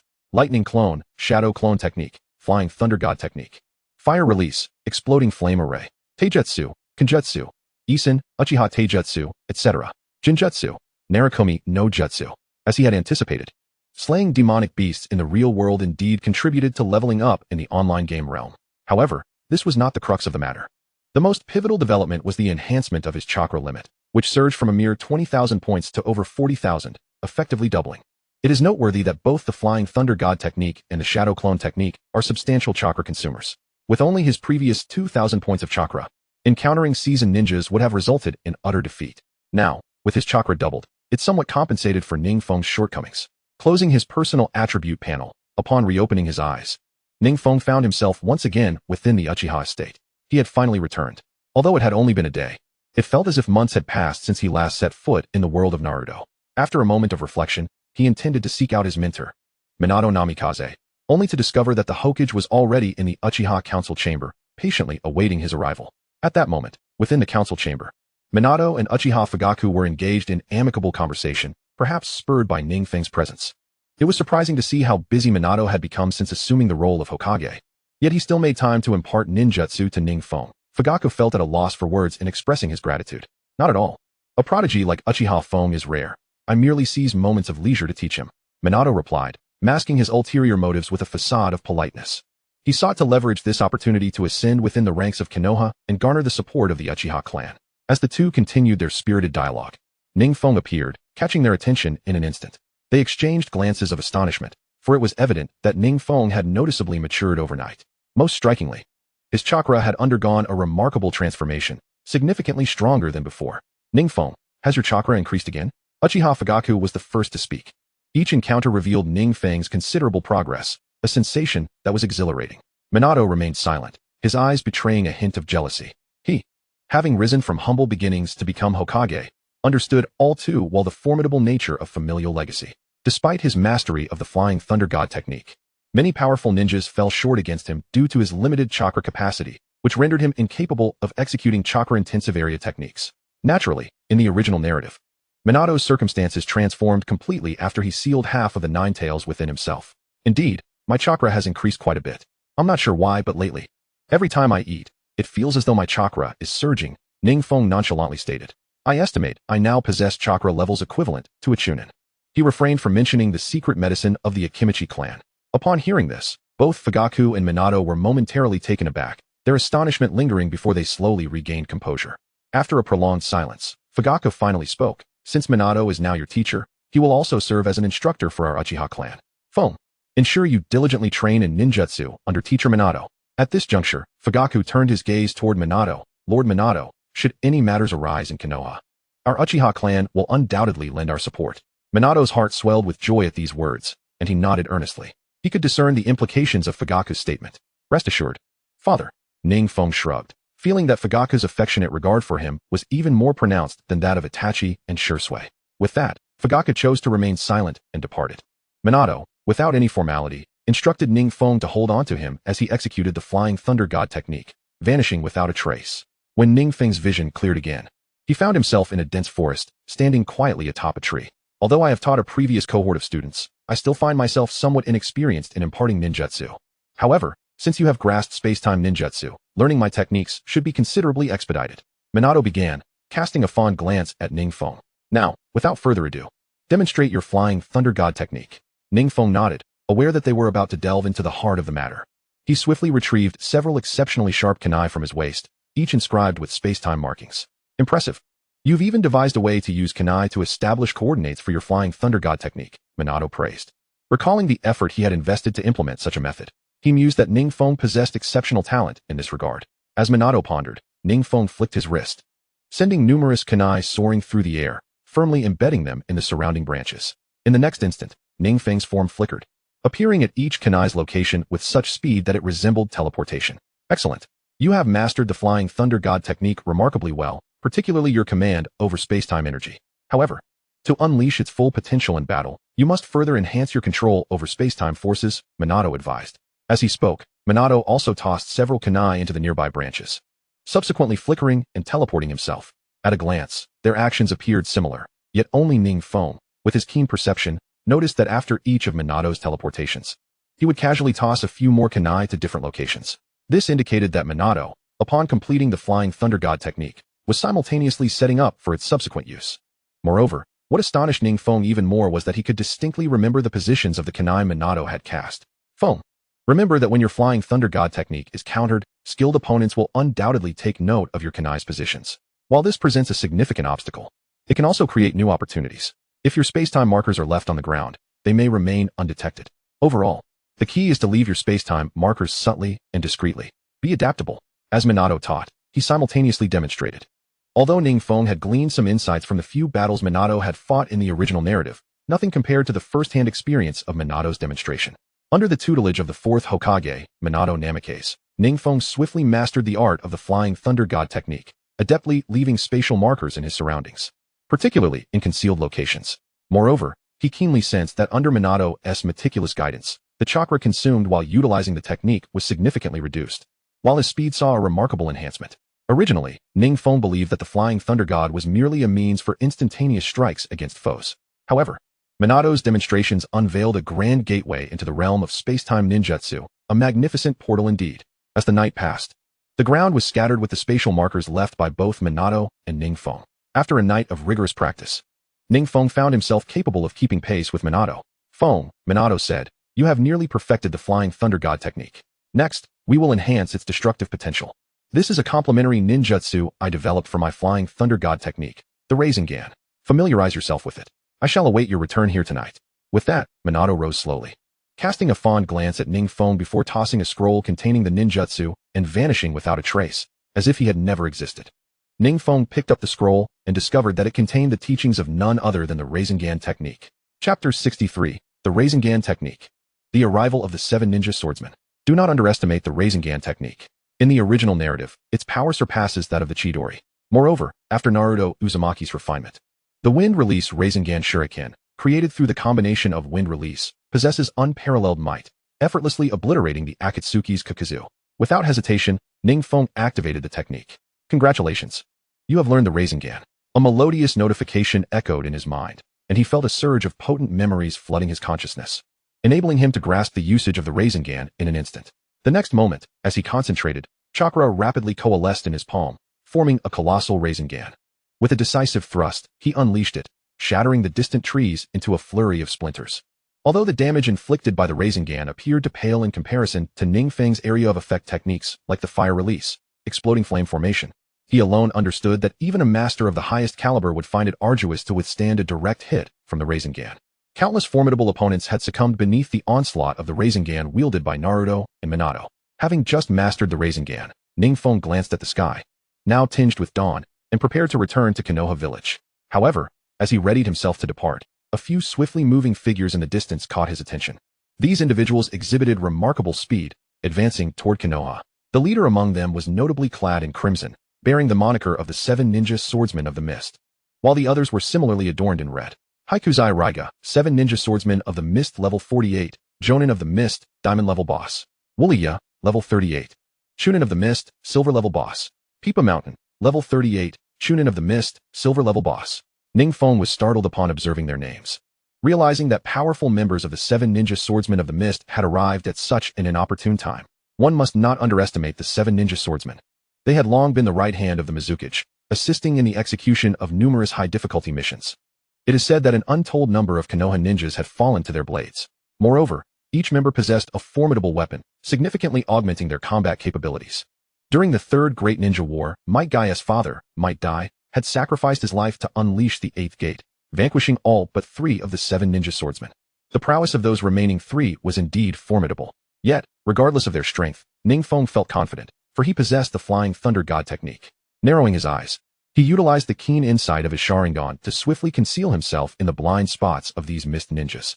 He was curious to discern the intentions of these intruding mist ninjas in Konoha. Not long ago, our spies embedded within Konoha were reportedly eliminated by a boy named Uchiha Feng, who at that time was merely a lowly genin. Our mission to infiltrate Konoha is to gather crucial intelligence regarding any friction between the Uchiha clan and the higher-ups of Konoha, understood? As Ning Feng contemplated this, Taii Rising Gan, one of the 7 ninja swordsmen, spoke in a hushed tone to the Mist Chunin before him. Indeed, Lord Rising Gan. The Mist Chunin nodded solemnly, their eyes gleaming with fierce determination. Once we acquire the key intelligence regarding the Konoha higher-ups and the Uchiha clan's discord, we can exploit this to sow greater division within Konoha. At that point, Konoha will be burdened with quelling the Uchiha rebellion, while simultaneously addressing the issues of the tailed beast's Jinchuriki and the weakening of the Nine-Tailed Seal. Konoha will surely fall. Raiga's mention of Konoha ignited a burning resentment within him. He still vividly recalled the moment a Konoha genin, utilizing the 8 gates, nearly incapacitated him. That incident marked one of the greatest humiliations for the 7 ninja swordsmen. Indeed, when Konoha is faced with such myriad pressing matters, its downfall is inevitable. Not to mention the presence of a certain ambitious figure named Danzo within their ranks. Several Mist Chunin interjected, unable to contain themselves. From his perch among the trees, Ning Feng furrowed his brow at their words. Having read the original Naruto storyline, he had long harbored suspicions regarding the discord between the Konoha higher-ups and the Uchiha clan, believing that someone had meddled in their affairs. Now it seemed that a sinister plot had been set in motion long ago. Uchiha Obito had previously manipulated the mist for a time, enacting a brutally oppressive regime, suggesting that his control over the mist was not merely for the sake of occupation. Rather, it was to leverage the resources of the mist to further his grand plans. It was no wonder he encountered those mist spies upon his arrival. Hey, have you heard? Recently, a prodigy named Uchiha Feng has emerged in Konoha, surpassing even Uchiha Itachi. At merely 5 or 6 years old, he has already awakened the 3-tomo Sharingan. Suddenly, a gossipy mist chunin piped up. Typically, ninjas of their ilk were tight-lipped. But the oppressive blood mist policy of the mist had stifled them for so long that they were eager to share. This time, Lord Mizukichi, allow me to gather more intelligence regarding Uchiha Peak, lest I find myself at a loss during the battle. At present, it is known that Uchiha Peak has trained under the 4th Hokage, Minato Namikaze, mastering space-time ninjutsu, such as the Flying Thunder God technique. Along with other formidable techniques like Chidori, he is indeed powerful. Encountering him should not be taken lightly. Heiichi Leia spoke slowly. His few casual words startled Ning Feng, who thought to himself that the intelligence department of the Hidden Mist Village was indeed impressive, for they had swiftly grasped his information. However, alas, these individuals would soon meet their demise. Oh, I have heard that you wish to gather information on me. Suddenly, Ning Feng began to speak. Chapter 64, The 7 Ninja Swordsmen of the Mist? Merely trivial. As soon as Ning Feng's words fell, Heiichi Leia, not far away, let out a cold smile, revealing a glacial grin. Truly, you are a rising expert in the ninja world, having lurked among us for so long. Had it not been for our sensory-type ninja, you might have already ambushed and eliminated us. With that, a chakra net composed entirely of chakra descended from the sky at an alarming speed, heading straight for Ning Feng. Simultaneously, Heiichi Leia, leading the charge, swiftly formed hand seals, ninjutsu, hidden mist technique. In the next moment, the entire battlefield was enveloped in a dense fog. Even Ning Feng, possessing the Sharingan, could not discern the happenings around him. As Ning Feng found himself ensnared by the chakra net, the ninjas of the hidden mist, under Heiichi Leia's command, quickly surrounded him. Yet, to their astonishment, the corner of Ning Feng's mouth curled into a chilling smile. Seeing this, Heiichi Leia's expression changed drastically. In fact, during this operation, they had a sensory ninja from the hidden mist with them, which was how they discovered Ning Feng's presence. However, as they began their assault, Heiichi Leia realized that Ning Feng had long anticipated the existence of their sensory-type ninja and had predicted their every move. Indeed, in the next moment, the Ning Feng trapped within the chakra net suddenly transformed into a mere illusion and vanished without a trace. When he reappeared, the sensory ninja named Pai Pa Shan Zhong was pierced through the body by Ning Feng's dagger, swiftly dispatched. With the disappearance of Heiichi Leia's sensory ninja, one of the 7 ninja swordsmen of the mist, Heiichi Leia, was left akin to a blind man, unable to ascertain Ning Feng's whereabouts. With the aid of the Flying Thunder God technique, in a flash of white light, one of the Chunin hidden mist experts beside Heiichi Leia had yet to react when he was directly turned into a shower of meat paste by a sharp kunai. Ning Feng's movements were astonishingly swift, so rapid that the hidden mist ninjas could not respond, falling one after another. With the assistance of the Flying Thunder God technique, Ning Feng faced these hidden mist ninjas as if conducting a one-sided slaughter, helplessly allowing them to be decimated. No, as the leader, Heiichi Leia, witnessing the increasing number of his comrades falling, suddenly formed hand seals rapidly. Water release, water dragon bullet technique. As he completed the hand seals, the ground trembled with terror, and a massive water dragon surged forth from the earth, roaring with a deafening sound, charging towards Ning Feng with terrifying might.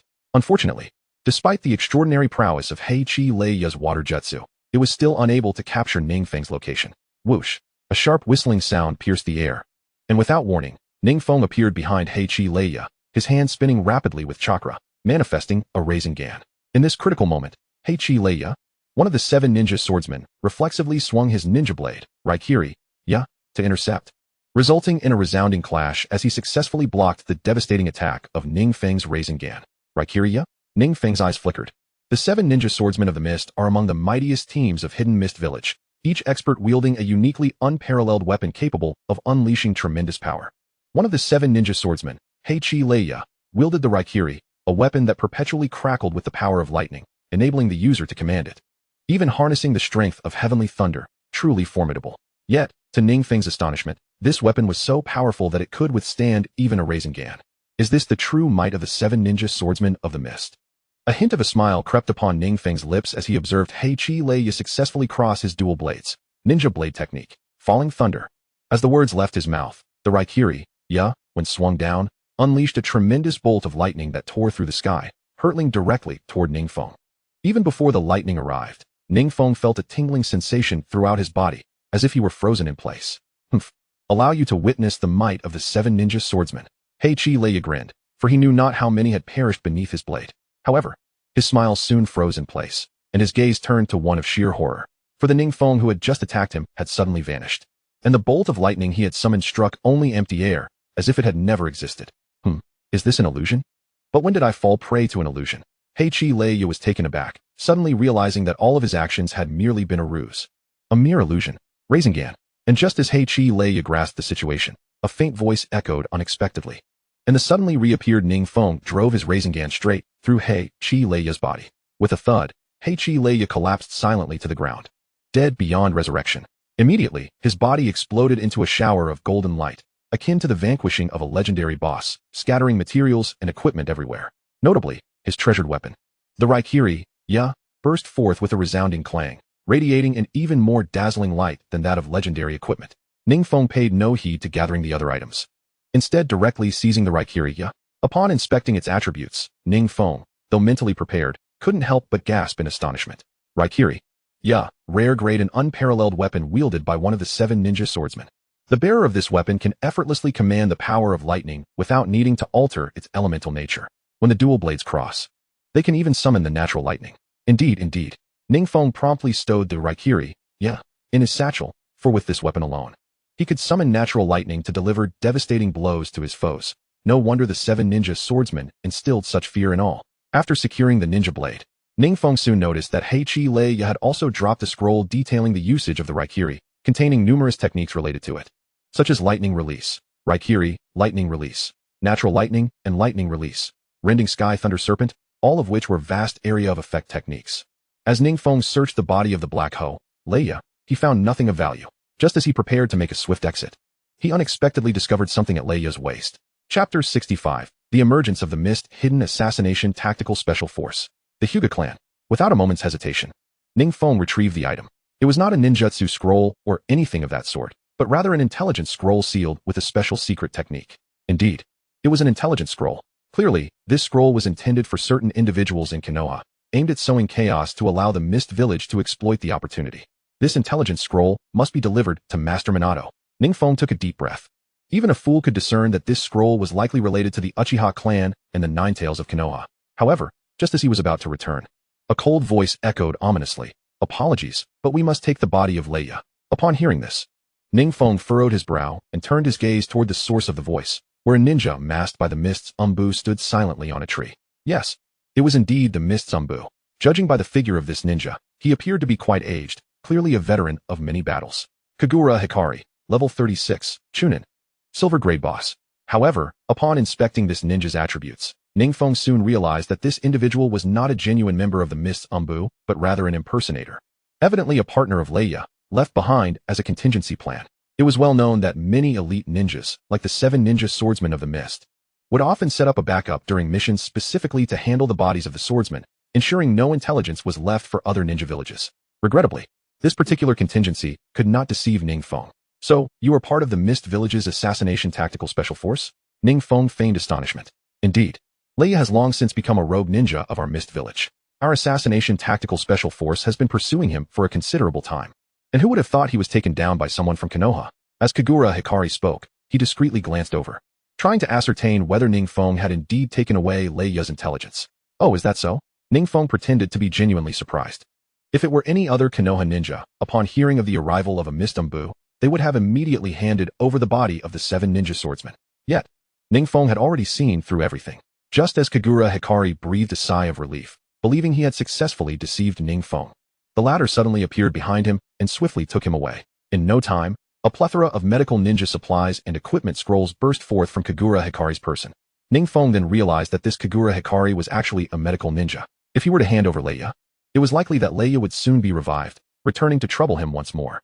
Ninja, truly a treacherous breed. Ning Feng mused as he tightened his grip on the intelligence obtained from Leia and hurried back to Konoha. Before he could even return to the village, Ning Feng noticed that the world channel had erupted once again due to his actions. World announcement. Player Uchiha Feng has successfully slain one of the 7 ninja swordsmen from the Mist Village, Black Ho, Leia, and has received the rare-grade ninja sword, Thunderblade, Feng. Let us all congratulate him. World announcement. Player Uchiha Feng has successfully slain one of the 7 ninja swordsmen from the Mist Village, Black Ho, Leia. World announcement. Player Uchiha Feng has successfully slain one of the 7 ninja swordsmen from the Mist Village, Black Ho, Leia. With these 3 consecutive world announcements, the channel was in complete uproar. Damn it. I just became classmates with the future 7 ninja swordsmen, and now you're telling me they've been taken down? Isn't the 7 ninja swordsmen a secret weapon of the Mist Village? How could they be dispatched so easily by the great Uchiha Feng? Can someone enlighten me on what level of strength is required to slay the 7 ninja swordsmen? Why has someone already accomplished this feat? Countless voices of discussion erupted, with players expressing their shock, particularly those who believed themselves to be at the top echelon, who suddenly felt the vast chasm between themselves and Uchiha Feng. Shrugging off the fervent discussions in the World Channel, Ning Feng had finally returned to Konoha. As before, Konoha was bustling with activity, vibrant with life. Just as he was about to head toward the Hokage's residence, 2 members of the Uchiha clan suddenly intercepted him, their faces alight with excitement. Young clan leader. It is entirely thanks to you that our Uchiha clan has been relieved from stringent surveillance. Furthermore, Lord Minato has specifically promoted Uchiha Fugaku to a high-ranking position in Konoha and has relocated our Uchiha residence to the vicinity of the Hokage's residence, within the heart of the village. Indeed, without you, young clan leader, our Uchiha clan would still be struggling. As the 2 Uchiha clan members spoke, they hurried forward to assist their kin in the relocation. Ning Feng then noticed that the Uchiha clan was moving their residence early that morning, and it was to the core of Konoha no less. Even a fool could surmise the intentions of the 4th Hokage, Minato Namikaze. If not to win over the young clan leader Uchiha Feng, how could the Uchiha clan have such an opportunity for resurgence? It seems that in the future, the Hyuga clan will no longer dare to claim the title of the strongest bloodline in Konoha. Impressive. It appears that Lord Minato is aiming to forge an alliance with the Uchiha clan. In the streets of Konoha, some politically inclined civilians eagerly began discussing, their gazes towards Ning Feng filled with admiration and respect. Listening to the civilians' discussions, Ning Feng's lips curled into a slight smile, reflecting on how swiftly Master Minato was acting. Wait, who gave you the right to move the Uchiha clan to the core of Konoha? Did you obtain the consent of our Hyuga clan? Suddenly, a piercing voice rang out without warning, as several ninjas with Byakugan, clad in standard Hyuga attire, blocked the busy Uchiha ninjas. The leader was none other than Hinata Hayashi, the head of the Hyuga's branch family. In an instant, the entire Konoha fell silent, enveloped in a profound stillness. Chapter 66. The Arrogant Hyuga, Yamanaka, Nara Clan. It is well known that in terms of ocular techniques, the Uchiha clan has always held an advantage over the Hyuga clan. However, in recent years, the Hyuga clan has gradually ingratiated itself with the 3rd Hokage, Sarutobi Hiruzen, allowing them to assert dominance over the Uchiha clan. Now, witnessing the Uchiha clan rise from their former position of subjugation, any member of the Hyuga clan would find it intolerable. Moreover, the Hyuga clan still possesses considerable influence within the upper echelons of Konoha, which emboldens them to speak coldly. Have you even consulted the opinion of our Hyuga clan? As soon as Hinata Hayashi's voice fell, the current clan head, Hinata Hizashi, approached slowly, his Byakugan eyes radiating an icy demeanor. Witnessing such brazen behavior from the Hyuga, one of the Uchiha clan members was about to retort, but Ning Feng swiftly intervened, gesturing for the Uchiha to retreat. The Uchiha clan has been instrumental in the establishment of Konoha since its inception, and countless adversaries have perished at the hands of our clan. Previously, we were subjected to slander by petty individuals, which forced us into a position of surveillance and relegated to the outskirts of the village. Thankfully, the 4th Hokage, Minato Namikaze, demonstrated wisdom and invited us back to our rightful place. Is there a problem with that? Ning Feng spoke calmly, positioning himself before Hinata Hizashi. At that moment, under the influence of Akimichi's secret medicine, Ning Feng's muscular physique, standing at a height of nearly 6 feet, exuded an imposing presence that subtly overshadowed Hizashi. Who is this child, daring to speak to our clan leader in such a manner? Hinata Hayashi furrowed his brow, ready to counter. But Ning Feng's eyes suddenly gleamed with a crimson light, revealing his Sharingan. The emergence of the Sharingan instilled a potent sense of intimidation that caused the arrogant Hinata Hayashi to take a step back. Even Hizashi felt a jolt within, astonished to see the Uchiha clan had produced such talent in just a few days. 3 Tomo Sharingan.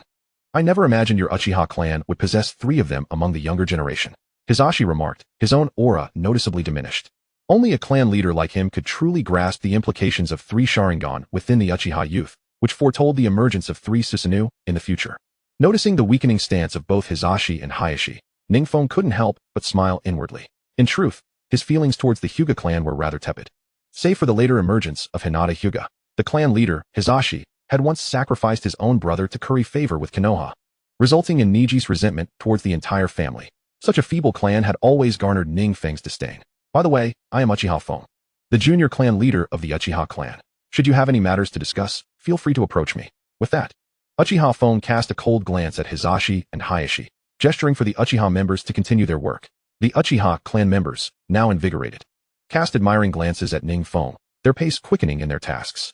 Previously, during their time in Konoha, the Hyuga clan had commanded them with impunity, and they had never dared to resist. Today, Ning Feng's words had finally allowed the Uchiha clan to vent their long-held grievances. Humph. Hisashi scoffed before turning to report the incident to Sarutobi Hiruzen, intending to paint Minato in a negative light. Just then, several voices rang out once more. Although the fourth Hokage has permitted the Uchiha clan to relocate to the core area, I believe it is prudent to report this to Lord Sarutobi Hiruzen, so that the higher-ups of Konoha can deliberate on the matter, proclaimed the head of the Yamanaka clan, Yamanaka Inoichi, father of Yamanaka Ino. Indeed, I concur that it would be wise to consult Lord Sarutobi Hiruzen regarding this, added Narashikaku, the father of Narashikamaru, his voice steady. Behind Narashikaku stood a stout figure clad in armor, none other than Akimichi Choza. With the appearance of these three esteemed clan leaders, the previously diminished auras of Hisashi and Hayashi regained their strength, casting cold glances towards Ning Feng. Why do you all look down upon our Uchiha clan? What have we ever done to offend you? The Uchiha members seethed with indignation, activating their Sharingan in response. Ning Feng discerned that the opposition to the Uchiha clan's relocation to the heart of Konoha was an attempt to undermine their position within the village, and thus, they vehemently resisted. Historically, the Uchiha clan had sacrificed countless elite members for the sake of Konoha, yet had been perpetually overlooked. A reality intertwined with the actions of these clans. The indifference exhibited by the other clans towards Uchiha Sasuke, the last scion of the Uchiha, was further evidence of this coldness. Are you suggesting that Sarutobi Hiruzen is the true Hokage, rather than the fourth Hokage, Minato Namikaze? Otherwise, why must everything be reported to Sarutobi Hiruzen? Faced with the pressure from the four clan leaders, Ning Feng remained unfazed, retorting coldly. As expected, his words left the four clan leaders momentarily speechless, frozen in place, struggling to articulate a response. If it weren't for our Uchiha clan setting aside years of animosity to collaborate with the Senju clan in establishing Konoha, there would be no such village as Konoha today. Are you implying that you wish to defy the will of our ancestors? Ning Feng's eloquence and unwavering stance left the four clan leaders at a loss for words once again. Of course, Ning Feng refrained from voicing the latter part of his statement. It was well known that during the Warring States period, clans like Akimichi, Yamanaka, and Nara were merely subservient to the Uchiha and Senju clans. Now, it seemed the dogs had grown bold enough to ride on their masters' backs. Chapter 67. The Arrival of Sarutobi Hiruzen. The Suppression by Sarutobi Hiruzen. In the far distance, Uchiha Fugaku, Uchiha Itachi, and Uchiha Shursui, who had finally arrived at the scene, were nearly moved to tears upon hearing Ning Feng's words. Just days prior, when Ning Feng had confronted Danzo, they felt he had articulated their innermost thoughts. And now it seemed as though he was vindicating them. Indeed, how many of their kin had perished for the sake of Konoha? Yet, in the end, all that awaited the Uchiha clan was cold surveillance and ruthless treatment. If that were all, it might be bearable. But it was especially galling that clans like Akimichi and Yamanaka, who had contributed far less than the Uchiha, received far greater privileges. This injustice was well understood by every Uchiha clan member, yet none dared to speak out. Ning Feng's sudden outburst had finally given voice to their suppressed sentiments. Uchiha peak, this is no longer the era of the first Hokage. Our Akimichi clan, along with the Yamanaka clan and others, contribute just as much as your Uchiha clan. Suddenly, in the silence of the gathered clan leaders, Narashikaku spoke up slowly. Oh, is that so? If our ancestor Uchiha Madara had set aside his grudges and agreed to establish the Hidden Leaf Village alongside the Senju clan, do you truly believe that merely relying on the Senju clan and your families could withstand the invasions from other hidden villages? Ning Feng pressed on relentlessly. His words struck a chord, and tears welled up in the eyes of the Uchiha clan members present, their gazes towards Ning Feng shifting with renewed emotion. Narashikaku fell silent, struggling to find words for a considerable time. During missions, the members of the Uchiha clan predominantly served as the primary offensive force, while those of their supportive roles felt significantly diminished in impact. Even Akimichi clan leader Akimichi Choza remained quiet. Though the Akimichi clan traditionally assumed an offensive role, they were entirely reliant on the cooperation of the other two clans. Without it, they could not unleash their full potential. The Uchiha clan, on the other hand, could accomplish their tasks flawlessly on their own. The Hyuga clan dared not speak up further, as they were merely followers of the Senju clan. Peak, your words resonate profoundly. I apologize. It is precisely because of the contributions of our Uchiha clan to Konoha that we have been granted this relocation. With a swift motion, Uchiha Fugaku cast a fond glance at Ning Feng, stepping forward among the clan leaders, his crimson Sharingan shimmering with the brilliance of a kaleidoscope. Of course, should you truly seek to obstruct our Uchiha clan, we shall have to resolve this through strength.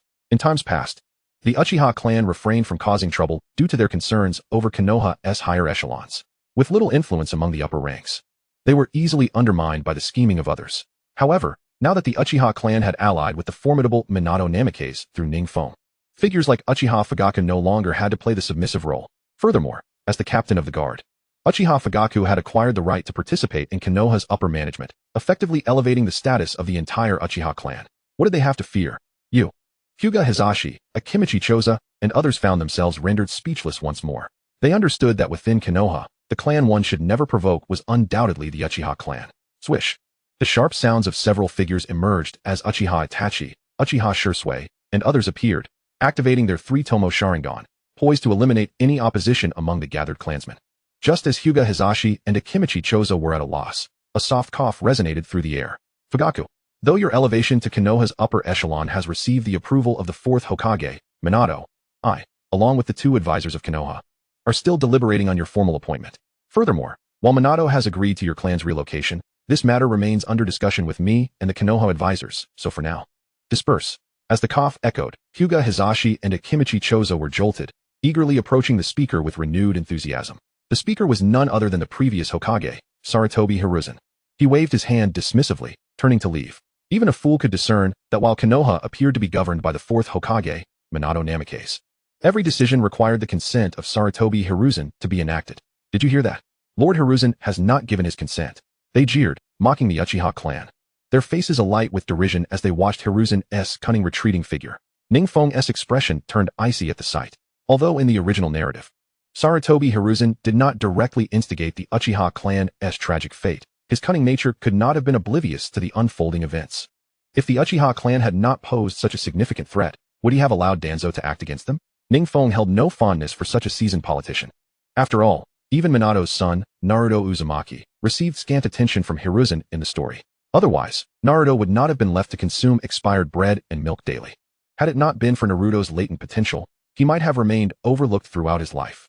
Moreover, Hiruzen's dismissive attitude towards Naruto suggested that he likely regarded Minato similarly, as merely a tool, while he retained the real power firmly in his grasp.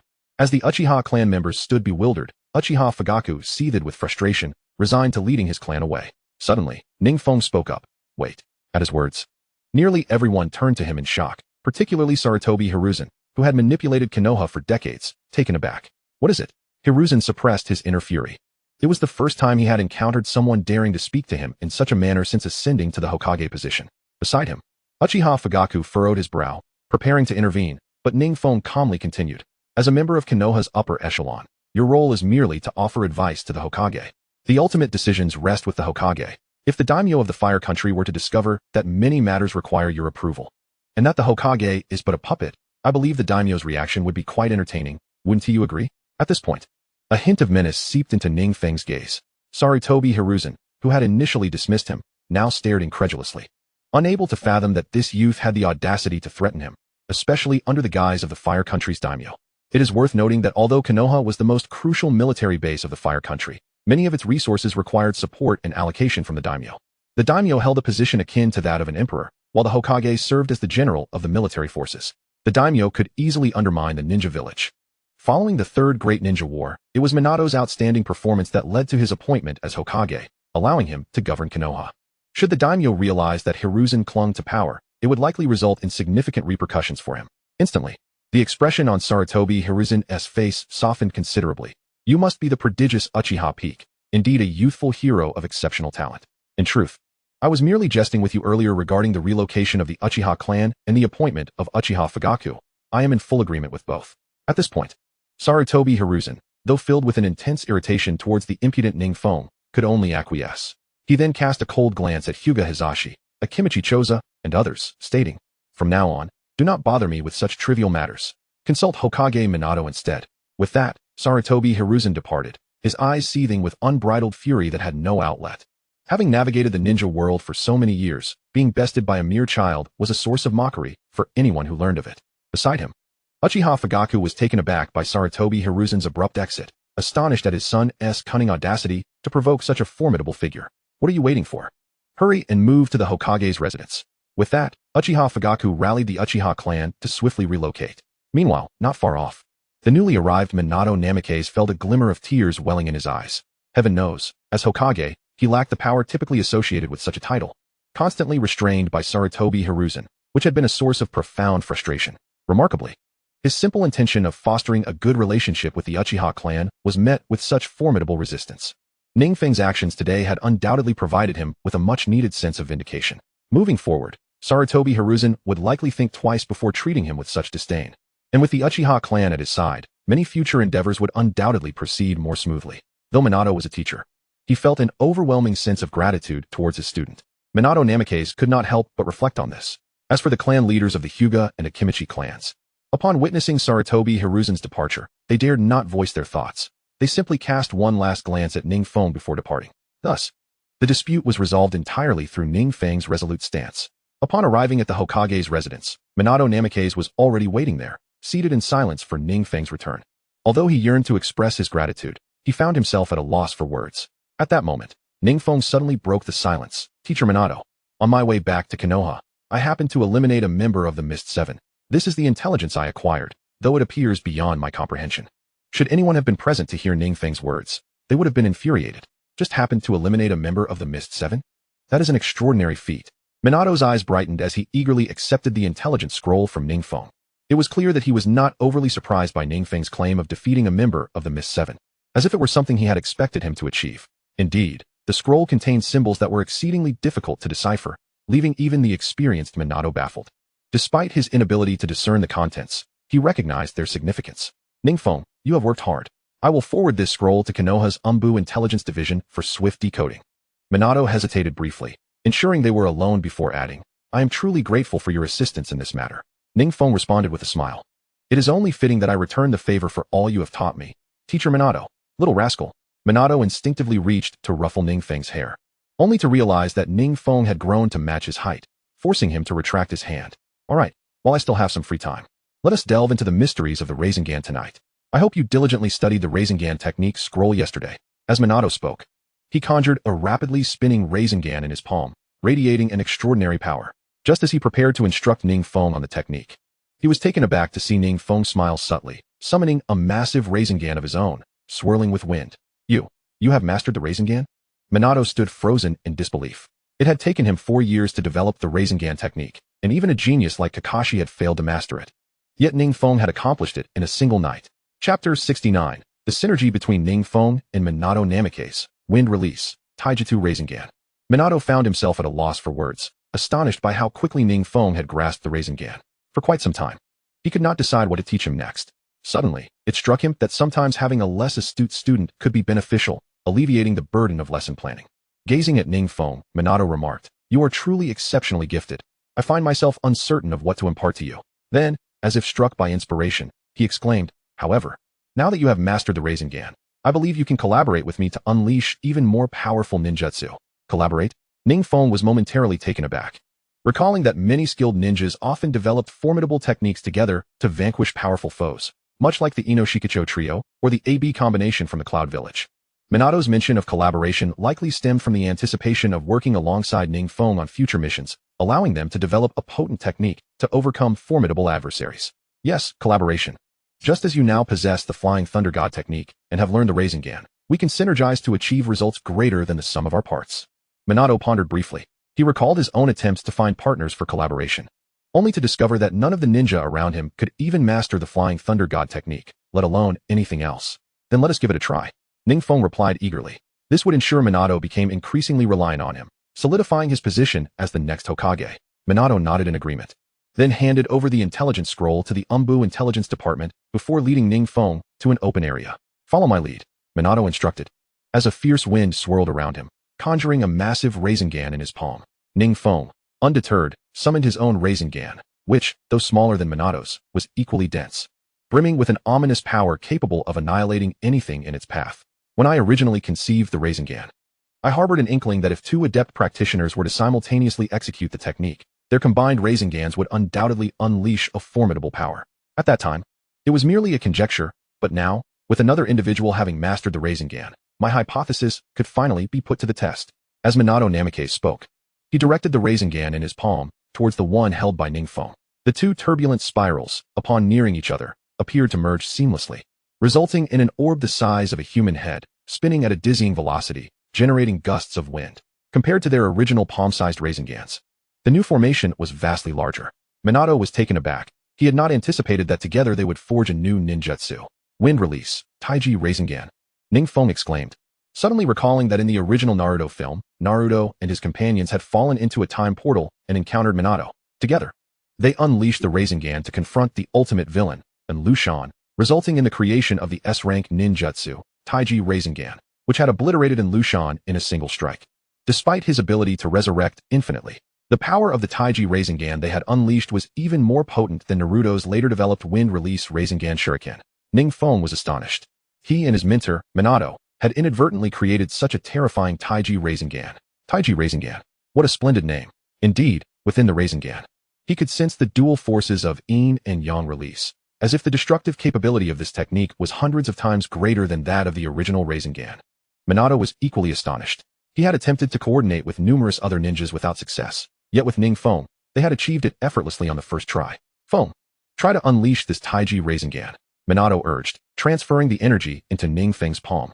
Instantaneously, the colossal, rapidly spinning Taii Rasengan settled into Ning Feng's hand, which he then propelled forcefully towards a sturdy tree.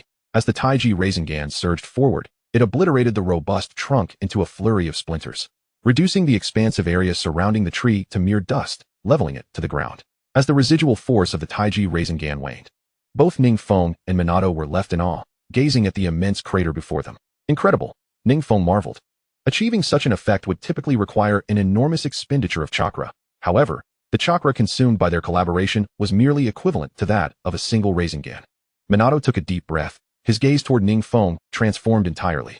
If he had previously regarded Ning Feng as merely a student, he now saw him as a steadfast and reliable ally, capable of exponentially enhancing his combat prowess. With their synergy, even formidable foes would stand no chance against the Taii Rasengan. Indeed, when collaborating with you, it feels as if 1 + 1 equals more than 3. I almost feel inclined to call you my brother, Minato playfully remarked, adding, we worked in perfect harmony just now, but there is still more synergy to cultivate. Feng, let us continue. The emergence of the Taii Rasengan alleviated some of Minato's anxieties regarding the potential threats during the time of Kushina's childbirth, when the seal on the Nine Tails might weaken and skilled adversaries could conspire against Konoha. With the Taii Rasengan in their arsenal, he felt confident that even multiple shadow-level foes would be no match for them. Ning Feng nodded, realizing that as he collaborated with Minato, his own abilities were rapidly advancing. This must be the sensation of rising to greatness in the company of unparalleled masters. Chapter 70. The Alliance of the Cloud and Mist Hidden Villages? The Ninja World War approaches? That night, the open terrain lay in ruins, marred by vast craters where the earth had been leveled. Should anyone have found themselves within one of these craters, they would have been astounded to discover a terrifying energy contained within, potent enough to cook an egg. With a sigh, the fourth Hokage, Minato Namikaze, gradually withdrew his Rasengan, allowing himself to relax as he exhaled deeply. Beads of sweat glistened on his forehead. Beside him, Ning Feng was equally exhausted, slumped against the edge of one of the craters, breathing heavily. Throughout the night, they had practiced together countless times, honing their synergy to an astonishing degree. Now, they could communicate their intentions with merely a glance, achieving an unparalleled level of coordination. The Taiji Rasengan they executed together had, through their efforts, expanded to double its initial size, with its lethality only increasing. As they struggled to catch their breath, a soft voice broke the silence. Hey, you two. After practicing for so long, aren't you tired? As the voice faded, Uzumaki Kushina, known as Red Pepper, approached, one hand carrying delicious dishes and the other a bottle of fine wine. Just the aroma of the food made Ning Feng's mouth water, and he couldn't help but exclaim, wow, just from the smell, I can tell that Sister Kushina has prepared a truly delectable meal. Minato, smiling foolishly with a face full of affection, remained silent. Did I not tell you to refrain from moving about too much? What if you disturb the baby? At this, Kushina shot Minato an annoyed glance, placing a hand on her gently rounded belly. Humph. Our child is an exceptional being. How could it possibly be so easily disturbed? As she spoke, Kushina glanced around at the devastation, pride evident on her face. I told you, Feng has a remarkable talent for ninjutsu. He will undoubtedly become your right-hand man in the future. Ha ha ha. Indeed, my wife has keen insight. Minato replied, eagerly diving into the food, savoring the flavors that brought him a sense of familial warmth.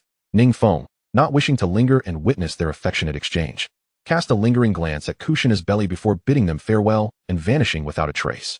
It was evident that as he departed, he clutched a scroll in his hand. This scroll was not a ninjutsu manual, but rather a space scroll designed to hold numerous ninja tools, quietly containing Minato's chakra within. After the collaboration between the two last night, the method proposed by Ning Feng, now infused with the chakra of the fourth Hokage, Minato Namikaze, allowed Ning Feng to wield the terrifying jutsu known as Wind Release, Tailed Beast Spiral Shuriken, even when alone. Similarly, Minato had deliberately left some of Ning Feng's chakra behind for his own use. As he pondered the intricacies of Wind Release, Tailed Beast Spiral Shuriken, Ning Feng prepared to return to the Uchiha residence. Suddenly, just as he was about to head home, he noticed a symbol left behind at the Uchiha estate. At first glance, it appeared to be mere childish scribbles, but it was only someone of Ning Feng's caliber in the Anbu who could discern it as a summons from the Anbu. A significant event was about to unfold in Konoha. With a narrowing gaze, Ning Feng swiftly donned his Anbu mask, taking advantage of the lack of attention, and made his way directly to the Anbu headquarters. At that moment, the Anbu headquarters was far from its usual tranquility. Chaos reigned as many Anbu operatives rushed about, seemingly anticipating some grave occurrence. Upon entering, Ning Feng immediately spotted Kakashi, the leader of the Anbu squad he had collaborated with before, along with Itachi Uchiha and others, who were patiently awaiting his arrival. Upon seeing Ning Feng's familiar mask, they quickly gestured for him to join them. Once the four formed a small team, they reported to Sarutobi Shinizuke, "You have arrived just in time." Although Konoha appears calm on the surface, a tempest brews beneath. Sarutobi Shinizuke's face was etched with gravity. This was the first time Ning Feng had witnessed the esteemed head of the Anbu express such solemnity. The reason for the brewing storm was simple. They had received intelligence from their spies that the Hidden Mist village had dispatched a significant number of elite Anbu operatives, including members of the infamous 7 Ninja Swordsmen of the Mist. The intentions behind the Hidden Mist's actions remained unclear, yet it was highly probable that preparations for conflict between the two nations were necessary. The purpose of summoning you today is straightforward: to thwart the infiltration of these elite Mist Anbu into our village and prevent them from uncovering our secrets.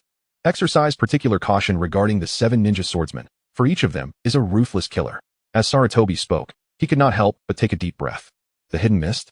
Kakashi furrowed his brow. Since the Third Shinobi World War, the Hidden Mist village had implemented a blood mist policy that birthed countless formidable ninjas, becoming a nightmare for other ninja villages. Could it be that the Hidden Mist's elite were indeed poised to instigate a new war?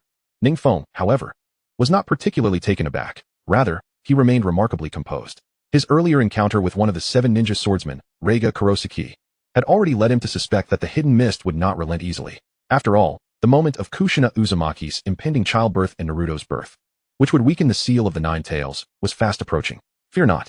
We will ascertain the intentions of these Mist ninjas at the earliest opportunity. Kakashi's voice had grown somber. He did not wish for the hard-won peace to be shattered. The village of Blood Mist. Itachi Uchiha fell into contemplation. Just then, an Anbu ninja hurriedly approached. "Captain, it's bad. The Cloud Village ninjas have also made their move. A multitude of Cloud ninjas are rapidly advancing toward the Uchiha clan, and the Mist ninjas are among them." Upon hearing this, Itachi and Ning Feng exchanged astonished glances. The Cloud Village and the Mist Village had long coveted the ocular techniques of both clans, and now, they were indeed making their move. Chapter 71. Dare to covet the Uchiha clan? Death. In truth, Ning Feng had little concern for the Cloud and Mist Village's interest in the Hyuga clan or similar matters. Even when carrying out Anbu missions, he had done so primarily for personal growth. Yet now, the two hidden villages had set their sights on the Uchiha clan. They sought to acquire the Uchiha's ocular techniques. This would require questioning the resolve of Uchiha Feng. Since his arrival in the Uchiha clan, all he had felt was warmth and familial love. Moreover, he had now assumed the role of the clan's junior leader, with the position of clan leader destined to be his. What was the difference between this and harming his own subordinates? Of course, Ning Feng was aware that both the Hidden Mist and the Cloud Village had long coveted such ocular techniques. After all, the high-ranking member of the Mist, AO, had obtained his Byakugan from the Hyuga clan.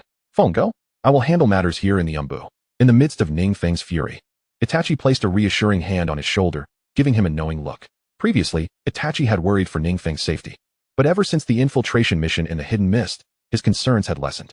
Kakashi said nothing, yet his eyes conveyed volumes. As for Sarutobi Shinizuke, he cast a furtive glance at Ning Feng before deliberately lowering his head, as if he had never seen Ning Feng at all, allowing him to depart.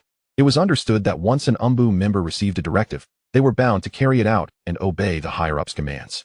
They did not wish to hinder Ning Feng, for fear that if anything were to happen, regret would come too late. In a flash, Ning Feng vanished without a trace, as if he had never existed. Kakashi and Itachi watched the remnants of his departure, both astonished and silently expressing their admiration. How swift! They had witnessed Ning Feng's speed when he employed the Flying Thunder God technique, yet in just a few short days, his prowess had seemingly escalated once more. When Ning Feng reopened his eyes, he found himself before the Uchiha estate. At this moment, Konoha still appeared serene, with its citizens wearing cheerful smiles, blissfully unaware that a crisis loomed ever closer. Utilizing his formidable Sharingan, Ning Feng quickly detected several small squads composed of cloud and mist chunin advancing rapidly through the nearby dense forest, numbering more than a dozen. Following these chunin, he faintly discerned about 10 cloud jonin, maintaining a cautious distance, seemingly observing something. Ning Feng was no fool. He could easily perceive that the foremost chunin were mere fodder and bait, intended to provide intel to the observing cloud jonin. In truth, Konoha's own squad formations bore a resemblance to this tactic. The first 3, slightly weaker ninjas were meant to extract combat intelligence, while the remaining seasoned ninja acted as reapers, ready to clean up the battlefield. Seizing the opportunity before the cloud and mist ninjas reached the Uchiha clan, Ning Feng swiftly positioned himself at the edge of the dense thicket.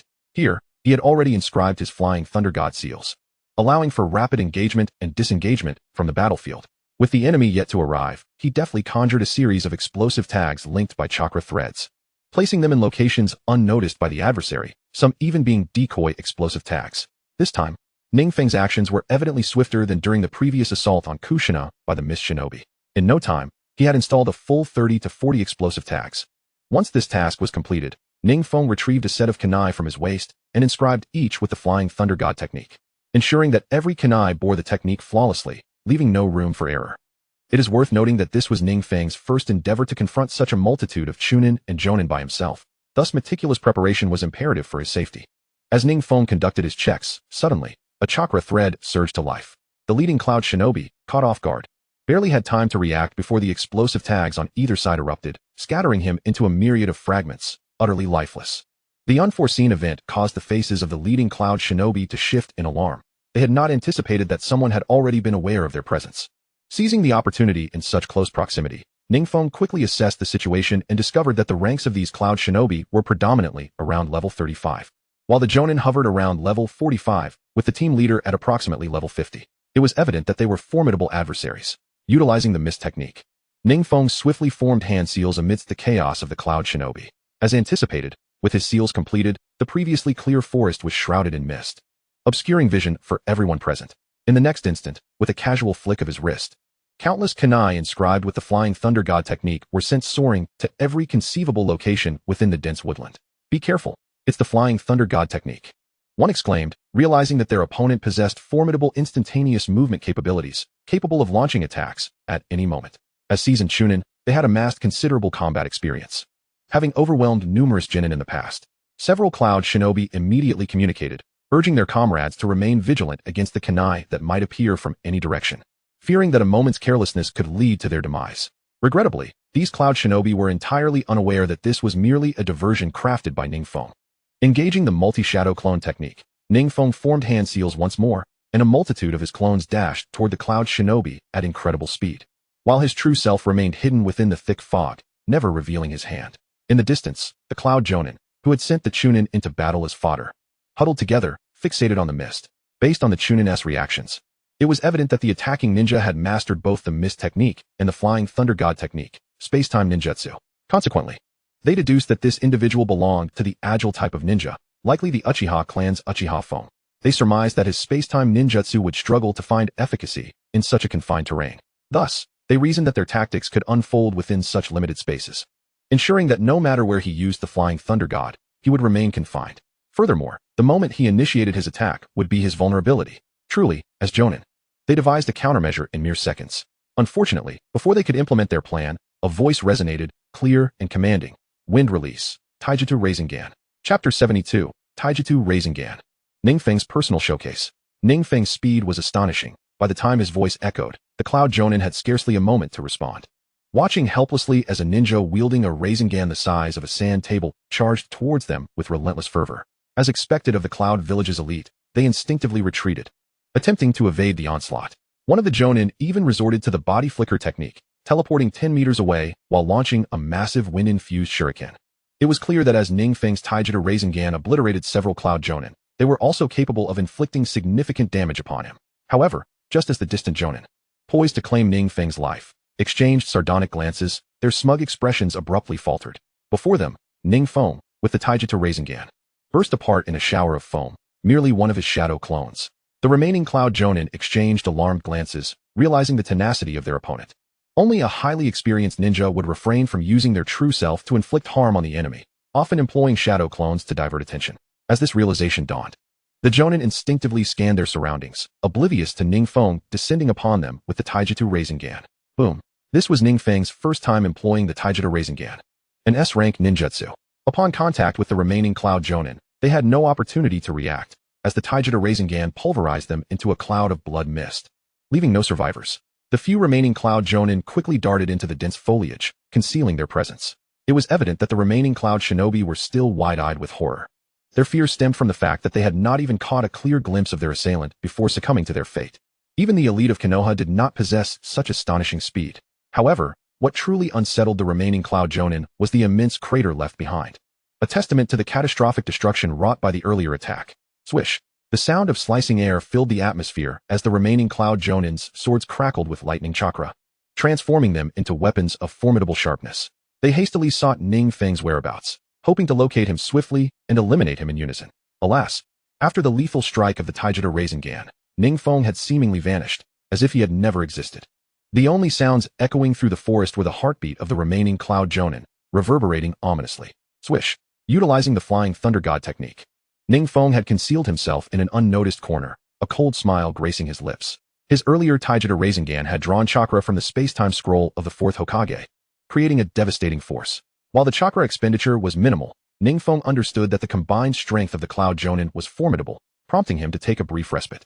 Of course, Ning Feng's actions were also designed to cultivate an atmosphere of dread among the Cloud Shinobi, ensuring they remained in a heightened state of tension, thereby making it easier to dismantle their resolve. Hiss! Suddenly, a sharp, whistling sound pierced the air as Ning Feng, once more wielding the Taijutsu Rising Gan, felt it spin rapidly in his palm, forming a terrifying vortex of blades. In the next instant, when Ning Feng reappeared, he was already at the hiding place of the three remaining Cloud Jonin. The three elite ninjas from the hidden Cloud Village had remained concealed in the shadow of a grand tree, utilizing its cover to survey the entirety of the battlefield. However, to their astonishment, Ning Feng managed to pinpoint their location even within this obscured vantage. Much like their predecessors, these three ninjas were caught completely off guard, unable to react as they witnessed Ning Feng unleash the Tai Chi Spiral Sphere with devastating force, obliterating them in an instant. Following this, Ning Feng, as before, retreated into an unnoticed corner, concealing himself once more. As the remaining hidden Cloud ninjas observed the increasing number of their fallen comrades, despair began to take hold of them, compounded by their inability to ascertain Ning Feng's position, leading them to a state of imminent collapse. One of the ninjas, unable to endure the pressure, charged towards the dense forest before him, swiftly forming hand seals, lightning release, lightning dragon bullet technique. Alas, as soon as his lightning dragon bullet was expelled, Ning Feng effortlessly countered it with the Flying Thunder God technique. Hissing ominously, the blade known as Reiku, one of the 7 ninja swordsmen, was now gripped in Ning Feng's hand, radiating a terrifying electrical power that illuminated the dim sky as if it were day. Standing before the remaining hidden Cloud ninjas with the Reiku, in hand, one of them exclaimed in disbelief, "How can you possess the Reiku, You are the Leaf Village expert who defeated Haishu Reiku. I underestimated you. But do you think this means you have triumphed?" Initially shocked, the remaining ninjas soon exchanged glances filled with intense malice. In the next moment, they swiftly formed hand seals in perfect unison, lightning release, lightning serpent technique. As expected of the elite ninjas from the hidden Cloud Village, their combined effort rapidly transformed the lightning serpent into a colossal creature, growing to the size of a small mountain in mere moments. This imposing serpent surged towards Ning Feng at an astonishing speed. However, yet again, the ninjas misjudged the situation, mistakenly believing that Ning Feng was the one wielding the Reiku. A cold voice echoed, "Wind release, Tai Chi Spiral Sphere." The enormous Tai Chi Spiral Sphere descended upon the last few hidden Cloud ninjas, obliterating them and transforming them into a mist of crimson blood, killed beyond revival. With the battle concluded, Ning Feng did not pause to collect the fallen equipment and materials, but instead hastily plunged into the mist he had previously summoned. Although it appeared that he employed numerous ninjutsu techniques to eliminate the hidden Cloud ninjas, the entire affair transpired in the blink of an eye. Thus, within the lingering fog, many hidden Cloud Chunin were still desperately searching for any trace of Ning Feng, unaware that their fellow elite ninjas had already fallen to him with ease. Within the fog, Ning Feng, empowered by his formidable 3-tomo Sharingan, continued to dispatch the hidden Cloud Chunin, leaving behind a trail of sanguine mist. These Chunin were no match for him, lacking even the strength of their elite counterparts. The battle commenced swiftly and concluded just as rapidly. As the white mist gradually dissipated, the battlefield revealed no trace of the hidden cloud ninjas. All had been effortlessly vanquished by Ning Feng. Seizing the moment, Ning Feng leisurely opened the system notifications. As anticipated, the experience gained from defeating numerous hidden cloud ninjas was substantial. Congratulations! You have slain a hidden cloud Jonin, earning 10,000 experience points. Congratulations! You have slain a hidden cloud Jonin, earning 10,000 experience points. Congratulations! You have slain a hidden cloud Jonin, earning 10,000 experience points. You have leveled up. You are now level 32. You have leveled up. You are now level 33. You have leveled up. You are now level 34. A series of melodious notifications rang out. And in this single encounter, Ning Feng had ascended 3 levels, from 31 to 34. Though it was merely a 3-level increase, he could distinctly feel a surge of power coursing through him. It was important to note that achieving such levels was no trivial feat after closing the system notifications. Ning Feng promptly utilized the auto-loot function to gather the plethora of items that had dropped. Regrettably, most of the loot consisted of shurikens and kunai, with only a few legendary pieces of equipment, none particularly noteworthy. Just as he prepared to return, a scroll emanating an orange glow caught his eye. A bloodline limit upgrade scroll? Ning Feng was momentarily stunned, then elated. Since the last 2 dungeon battles, he had not encountered any bloodline limit upgrade scrolls, so he was pleasantly surprised to find one this time. Without hesitation, he activated it. Congratulations! You have used a bloodline limit upgrade scroll. Your 3-tomo Sharingan is upgrading, soon to evolve into Kaleidoscope Sharingan. A soft, melodious chime resonated as an overwhelming and terrifying power surged into his 3-tomo Sharingan, causing a tingling sensation in his eyes. However, this sensation was fleeting, and Ning Feng soon felt an extraordinary strength emanating from his eyes, as if he could wield it at will. Congratulations! Your eyes have successfully upgraded. Now a Kaleidoscope Sharingan. The delightful sound echoed once more, and as Ning Feng took a deep breath, he suddenly sensed that his eyes had not merely enhanced in power. They seemed capable of manipulating objects. Is this the power of my Kaleidoscope Sharingan? Ning Feng pondered. Upon acquiring the Kaleidoscope Sharingan, members of the Uchiha clan typically gained unique ninjutsu abilities, alongside the ability to activate Susanoo. This special ability largely depended on the user's strengths. For instance, Itachi Uchiha, adept in Jinjutsu, acquired the powerful Jinjutsu skill, Tsukuyami. Sasuke Uchiha, skilled in ninjutsu, gained the formidable ninjutsu skill, Indra's Arrow. Obito had similarly gained the space-time ninjutsu Kimui. What puzzled Ning Feng, however, was that upon attaining the Kaleidoscope Sharingan, he did not receive a power akin to those of his clan members. Rather, he found himself endowed with a unique form of ocular prowess he had never encountered before.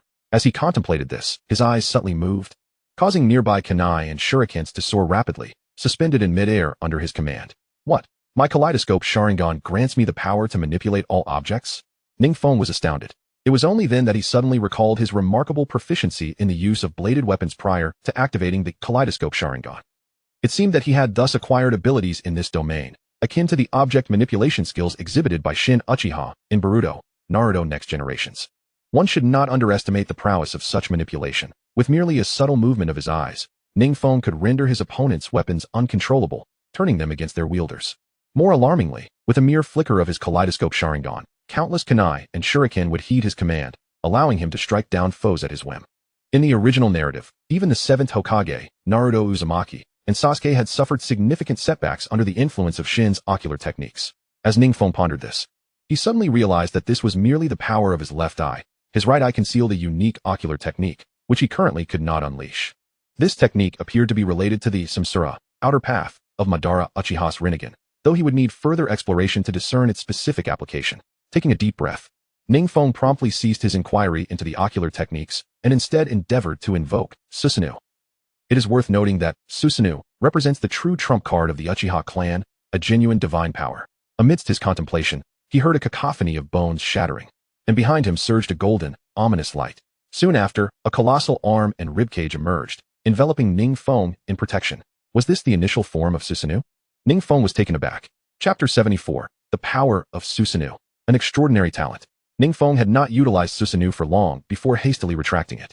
Although the Kaleidoscope Sharingan of the Uchiha clan possessed formidable ocular techniques and a plethora of terrifying ninjutsu, the strain it placed on the eyes was immense.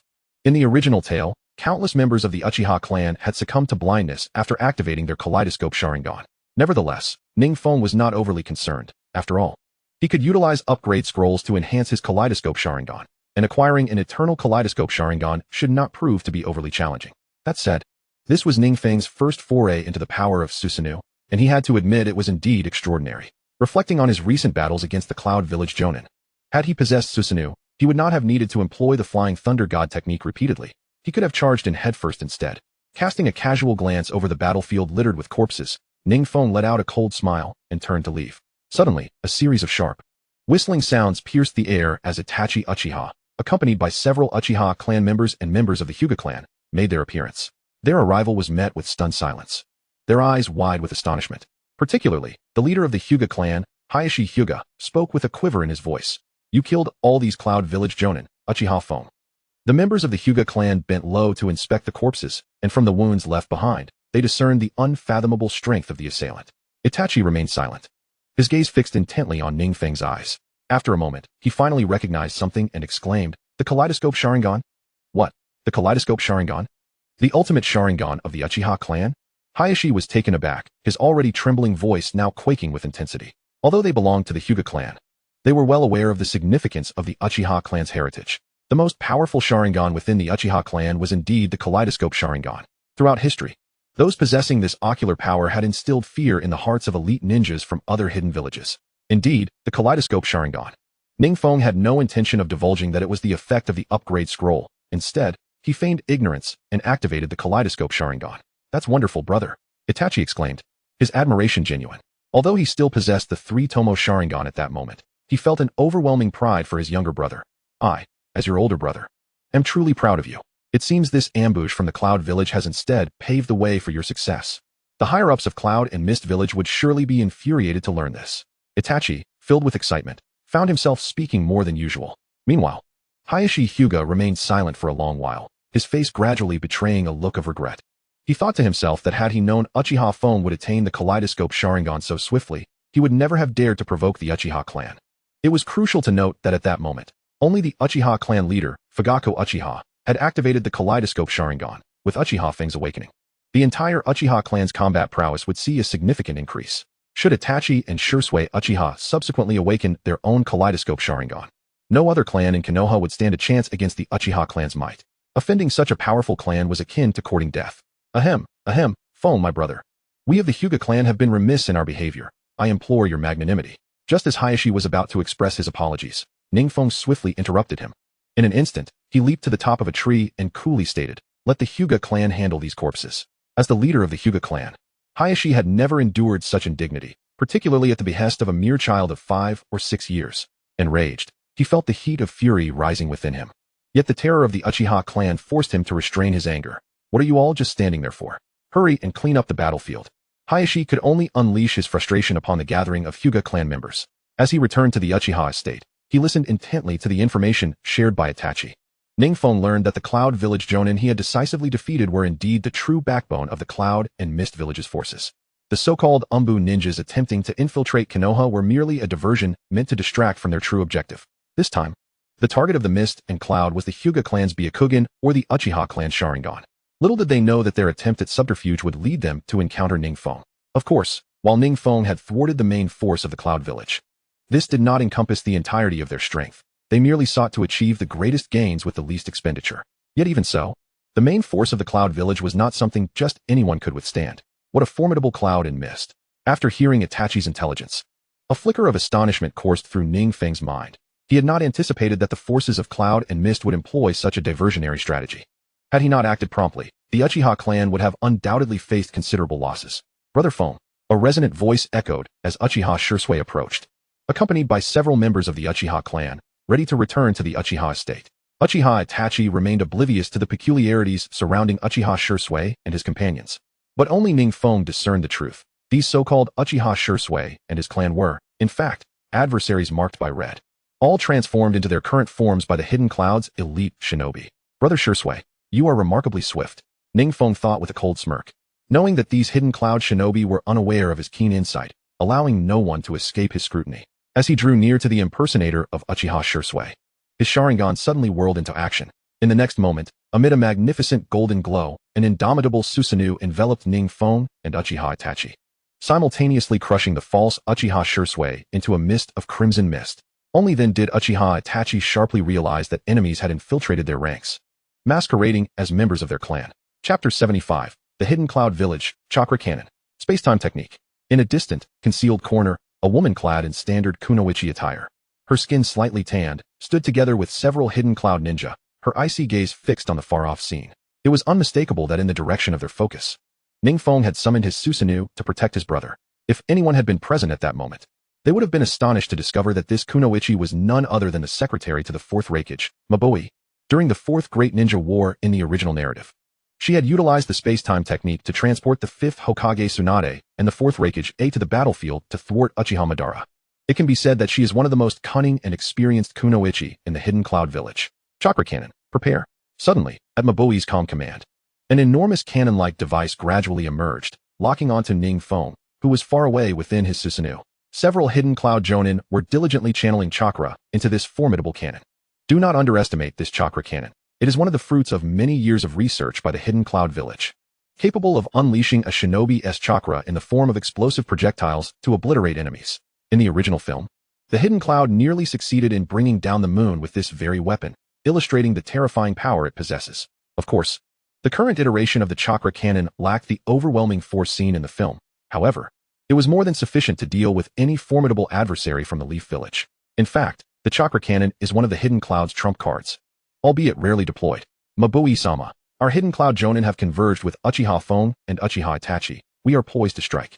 One of the Hidden Cloud jonin spoke, a glint of bloodlust flashing in his eyes. Unbeknownst to those from the Leaf Village, the Hidden Cloud and the Mist Village were employing a strategy far more intricate than mere diversion, utilizing expendable Hidden Cloud jonin to lower the Uchiha clan's guard for a decisive annihilation.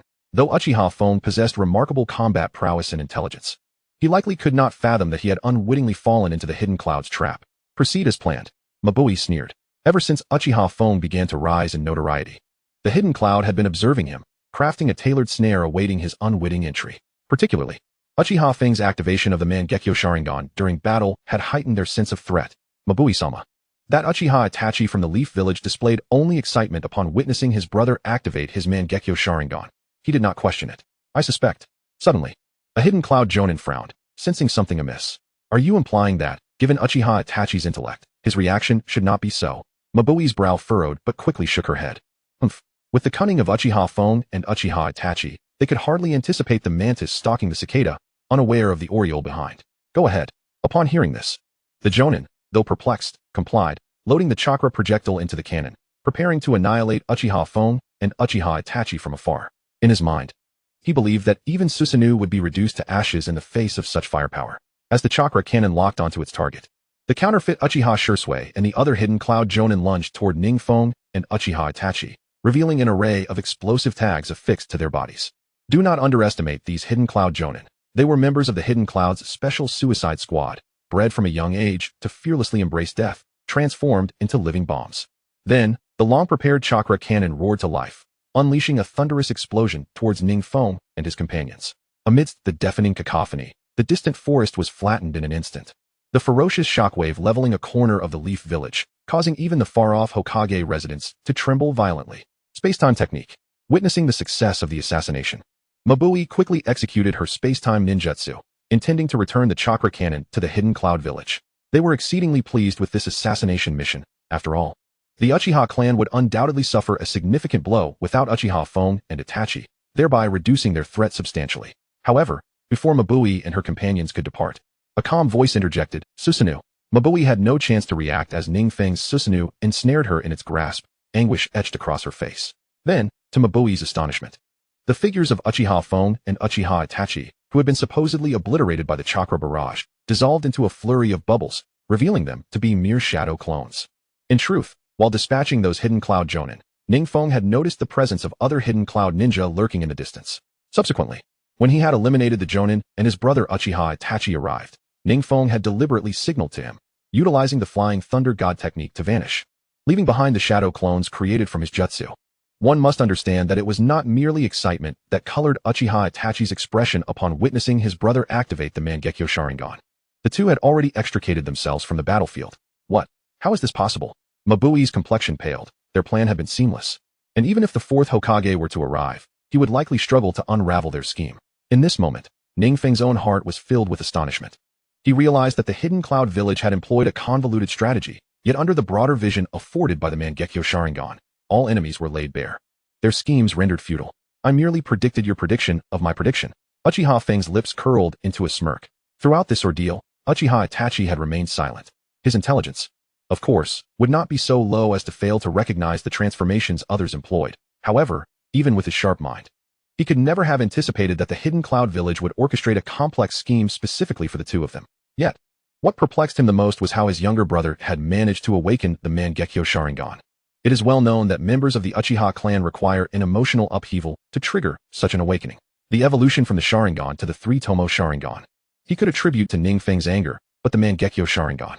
Soon, Uchiha Itachi came to a realization. The target of these Cloud Village Jonin was none other than himself, his brother Uchiha Feng, who had awakened the Mangekyo Sharingan due to the immense emotional turmoil stemming from his desire to protect him. Chapter 76, The Mightiest Brotherly Affection, Uchiha Itachi. If, at this moment, Ning Feng were to grasp the inner thoughts of his brother Uchiha Itachi, he would undoubtedly hastily retreat to a safe distance.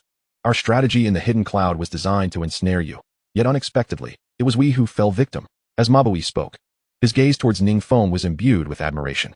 It is worth noting that since Mabu became the secretary to the Fourth Raikage, AI, no one had ever successfully evaded his schemes. Those skilled individuals who encountered Mabu were invariably left ensnared in his machinations. In the realm of strategy, Mabu had never expressed admiration for anyone, save for Uchiha Feng. The surrounding Cloud Village Jonin, weapons in hand and poised for action, were halted by Mabu Yi's gesture. We surrender and will not resist. However, Uchiha Feng, do you believe this is the end? Ha ha ha. At this point, Mabu and his companions laid down their weapons, feigning surrender. Suddenly, the numerous Anbu ninjas, startled by the preceding terrifying explosion, surrounded Mabu and the others amidst piercing shouts. The leader, Minato Namikaze, cast a glance at the chakra cannon that had yet to be relocated. A flicker of understanding crossing his eyes. Uchiha Feng, you have borne quite the burden this time. Without your intervention, who knows the extent of the devastation that could have befallen the Leaf Village? Minato Namikaze cast a grateful look at Ning Feng before gesturing to the Anbu members behind him. As the Leaf's Anbu ninjas prepared to act, the previously surrendering Mabu Yi's eyes suddenly flashed with a fierce intent. Poised to take his own life, his Mangekyo Sharingan spun rapidly, causing him to faint. The other Cloud Village Jonin, witnessing Mabu Yi's impending fate, were swiftly immobilized by the illusion techniques of Uchiha Itachi. For elite ninjas like those from the Hidden Cloud, their very bodies were vessels of information, especially Mabu the secretary to the Raikage, who possessed far too many secrets. Their only recourse was to take their own lives to minimize losses. Unfortunately, this scenario had already been anticipated by Ning Feng and Uchiha Itachi. Goodness, these Cloud ninjas are truly ruthless, feigning surrender only to resort to self-destruction when least expected. Quite impressive, remarked a Leaf Anbu member, unable to contain himself. Indeed, thanks to Lord Uchiha Feng and Lord Uchiha Itachi's timely intervention, several other Anbu members echoed in agreement. Although they had dealt with the Hidden Cloud on multiple occasions, the recent self-destructive actions still caught them off guard. Quickly, Minato Namikaze signaled, and the Anbu members hastily produced a device resembling a cross, placing Mabu and the others upon it. It was clearly evident that this contraption contained a unique tool to prevent enemies from biting their tongues while still allowing them to breathe. This was a specialized torture device of the Leaf Anbu, capable of sealing an enemy's chakra while preventing self-harm. Once Mabu and the others were secured, Minato Namikaze gestured for the Anbu ninjas to deliver them to the head of the interrogation department, Marino Ibiki. After completing these tasks, Minato Namikaze cast one last deep glance at Ning Feng before vanishing without a trace. Once Minato Namikaze departed, the battlefield was left with only Ning Feng and his brother Uchiha Itachi. For reasons unknown, as everyone else departed, Ning Feng suddenly felt the air grow a touch heavier. Feng, thank you. I never imagined you would awaken the Mangekyo Sharingan to save your brother. A profound emotion illuminated Uchiha Itachi's gaze. Huh. At his words, Ning Feng was taken aback, pondering the unexpected surge of deep brotherly affection that welled within him. Well, there's no need to feel awkward, as a token of my gratitude. If I awaken the Mangekyo Sharingan in the future, and your Mangekyo should become blinded, I shall bestow my Mangekyo upon you. This way, you will possess the legendary eternal Mangekyo Sharingan. Uchiha Itachi concluded, casting a deep gaze at Ning Feng. All right, it is settled then. No one is to renege on this promise. Ning Feng was about to explain that his awakening of the Mangekyo Sharingan was purely coincidental. But Uchiha Itachi had no interest in hearing his explanation, vanishing in an instant as if he had never existed. In truth, as a member of the Uchiha clan, Uchiha Itachi had long understood that the Mangekyo Sharingan had an even further evolution, the eternal Mangekyo Sharingan. Even before Ning Feng awakened his Mangekyo Sharingan, Uchiha Itachi had resolved to sacrifice himself for his brother's advancement. Hey! Seeing his brother Uchiha Itachi depart like this, Ning Feng was left speechless. Just as he was about to give chase when a hand rested on his shoulder, Uchiha Shursui gazed at Itachi's receding figure, chuckling softly. Feng. If Itachi offers you his Mangekyo Sharingan, you must refuse it. For Shursui's Mangekyo Sharingan is meant for you. Ning Feng was immediately taken aback, realizing that having two overly protective brothers was perhaps not such a blessing after all. After finally managing to dismiss Uchiha Shursui, Ning Feng opened the system notifications. Indeed, upon successfully capturing the Raikage secretary Mabu-e, the system rewarded him with a plethora of valuable items. Congratulations! You have successfully captured the special Jonin Mabu-e of the Hidden Cloud and received the special Jonin gift package. Congratulations! You have acquired the Ninjutsu Scroll, Lightning Release, Thunder Illusion, Lightning Pillar. Congratulations! You have received 20 Kunai. Congratulations! You have obtained 30 Wind Shuriken. Although the majority of the rewards were Kunai and Wind Shuriken, Ning Feng was pleasantly surprised to find the Lightning Release Illusion Scroll among them. It is worth noting that in the original Naruto storyline, the Raikage's aide, she, had successfully ensnared the Hawk team, led by Sasuke, using this very Lightning Release Illusion. One can only imagine the formidable power of this technique. However, what Ning Feng anticipated most was the special Jonin gift package. Taking a deep breath, he immediately opened the special Jonin gift package. To his astonishment, even with his prior preparations, Ning Feng could not help but widen his eyes in disbelief. Chapter 77, Upgrade Scroll, a Mightier Susanoo. This object, known as the Susanoo Upgrade Scroll, was something Ning Feng initially believed would yield nothing more than some trivial bloodline limits from this grand gift pack. However, to his astonishment, he discovered it contained something perfectly suited to him, the Susanoo Upgrade Scroll. It is noteworthy that upon activating his Mangekyo Sharingan and summoning Susanoo, the combat prowess of this formidable entity would differ significantly. Essentially, Susanoo can be categorized into 6 distinct stages, each representing a unique form. The initial form, the first form, the second form, the third form, the fourth form, and the complete form. The potency of Susanoo is directly proportional to the strength of the Mangekyo Sharingan. As the ocular power intensifies, so too does the form of Susanoo. In its nascent stage, Susanoo merely manifests as a skeletal hand, yet upon reaching the first form, it evolves into a colossal protective skeleton. In this second form, this skeleton not only becomes enormous, but is also enveloped in flesh and sinew, wielding formidable weaponry capable of inflicting devastating damage upon adversaries. The third form introduces not only powerful armaments, but also battle armor, enabling the user to wield divine weapons. The fourth form retains all the attributes of the third form while adding legs for rapid combat, allowing the wielder to engage directly from within Susanoo.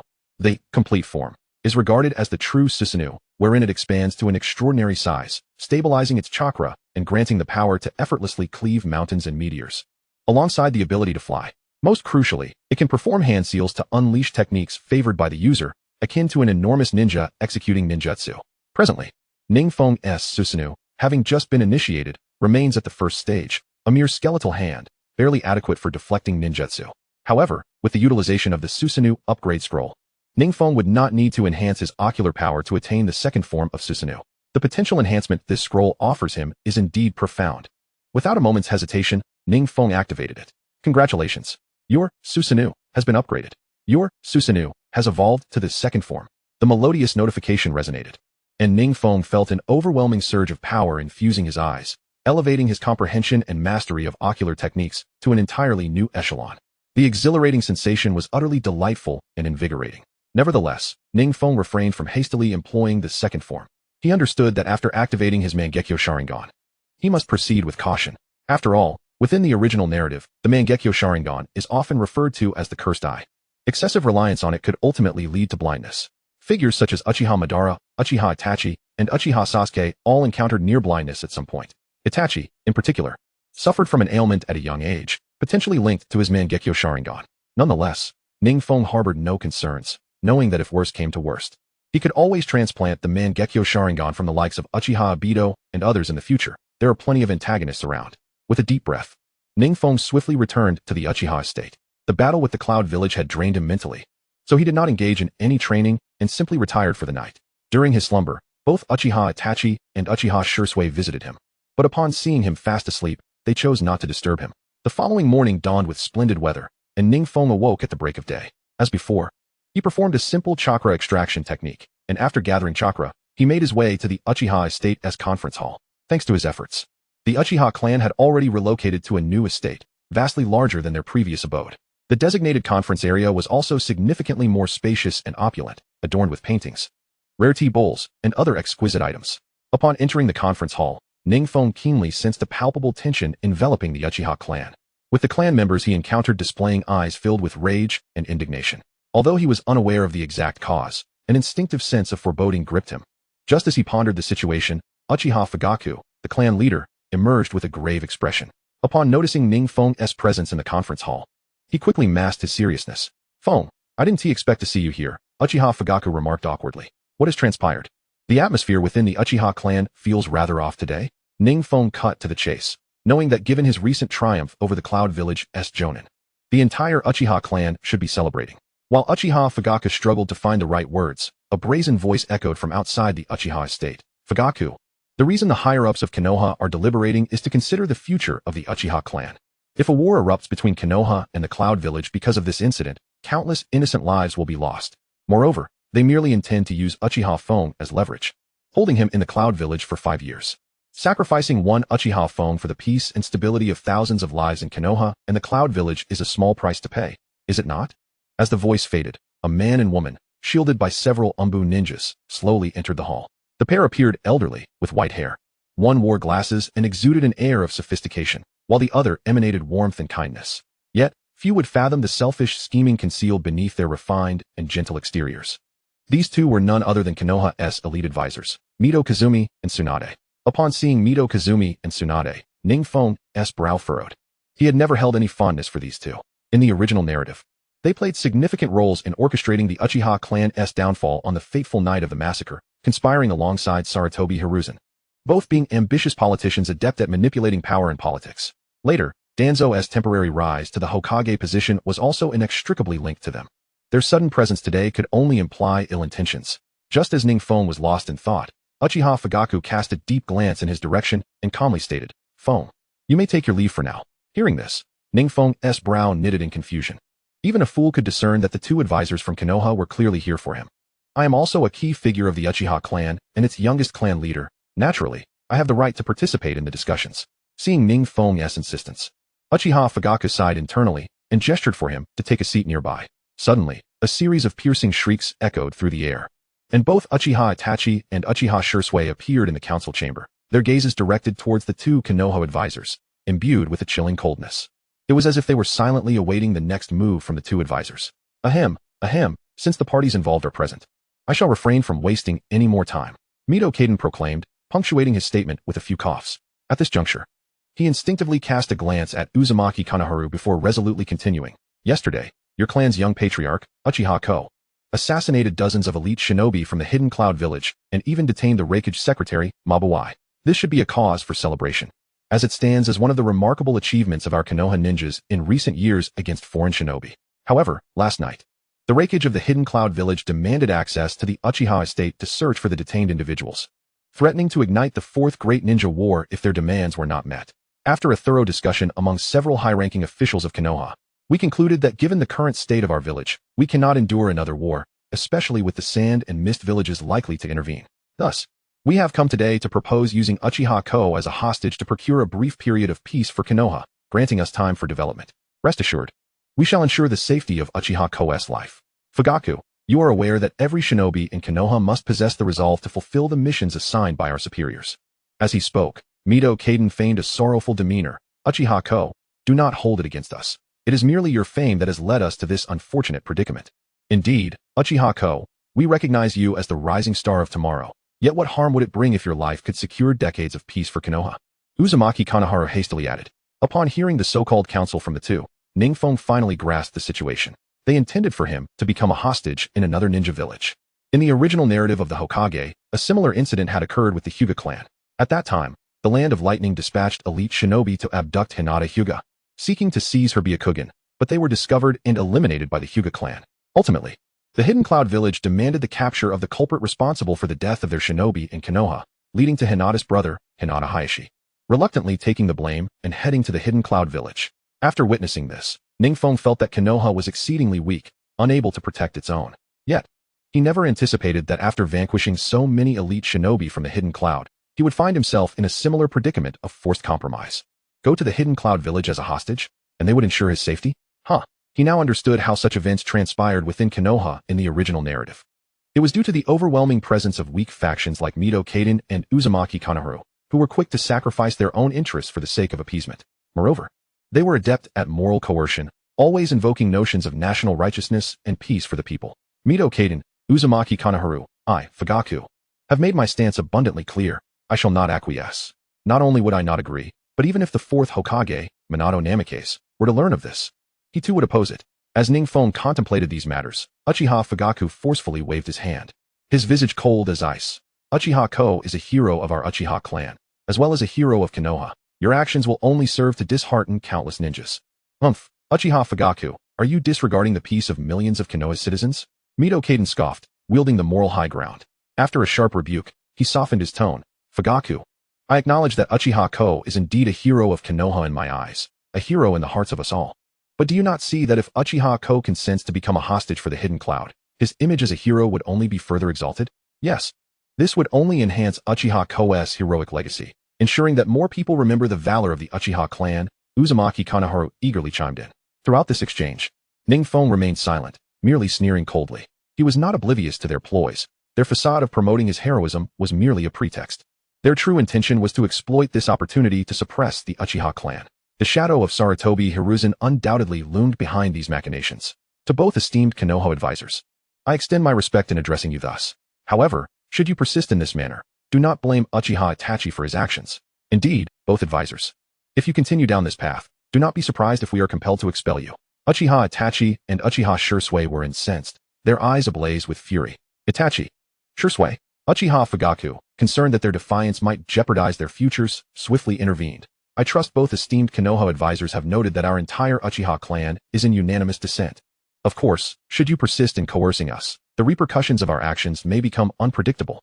As Fugaku was about to gesture for their departure, Mido Kaden and Uzumaki Kanoharu clapped their hands, summoning a chorus of piercing shrieks as several Anbu ninjas swiftly surrounded them. Uchiha Fugaku, today you will deliver Uchiha Ko as a hostage to the Hidden Cloud village. Otherwise, you should be well aware of the consequences of offending Konoha's high-ranking advisors. Mido Kaden proclaimed, hands clasped behind his back.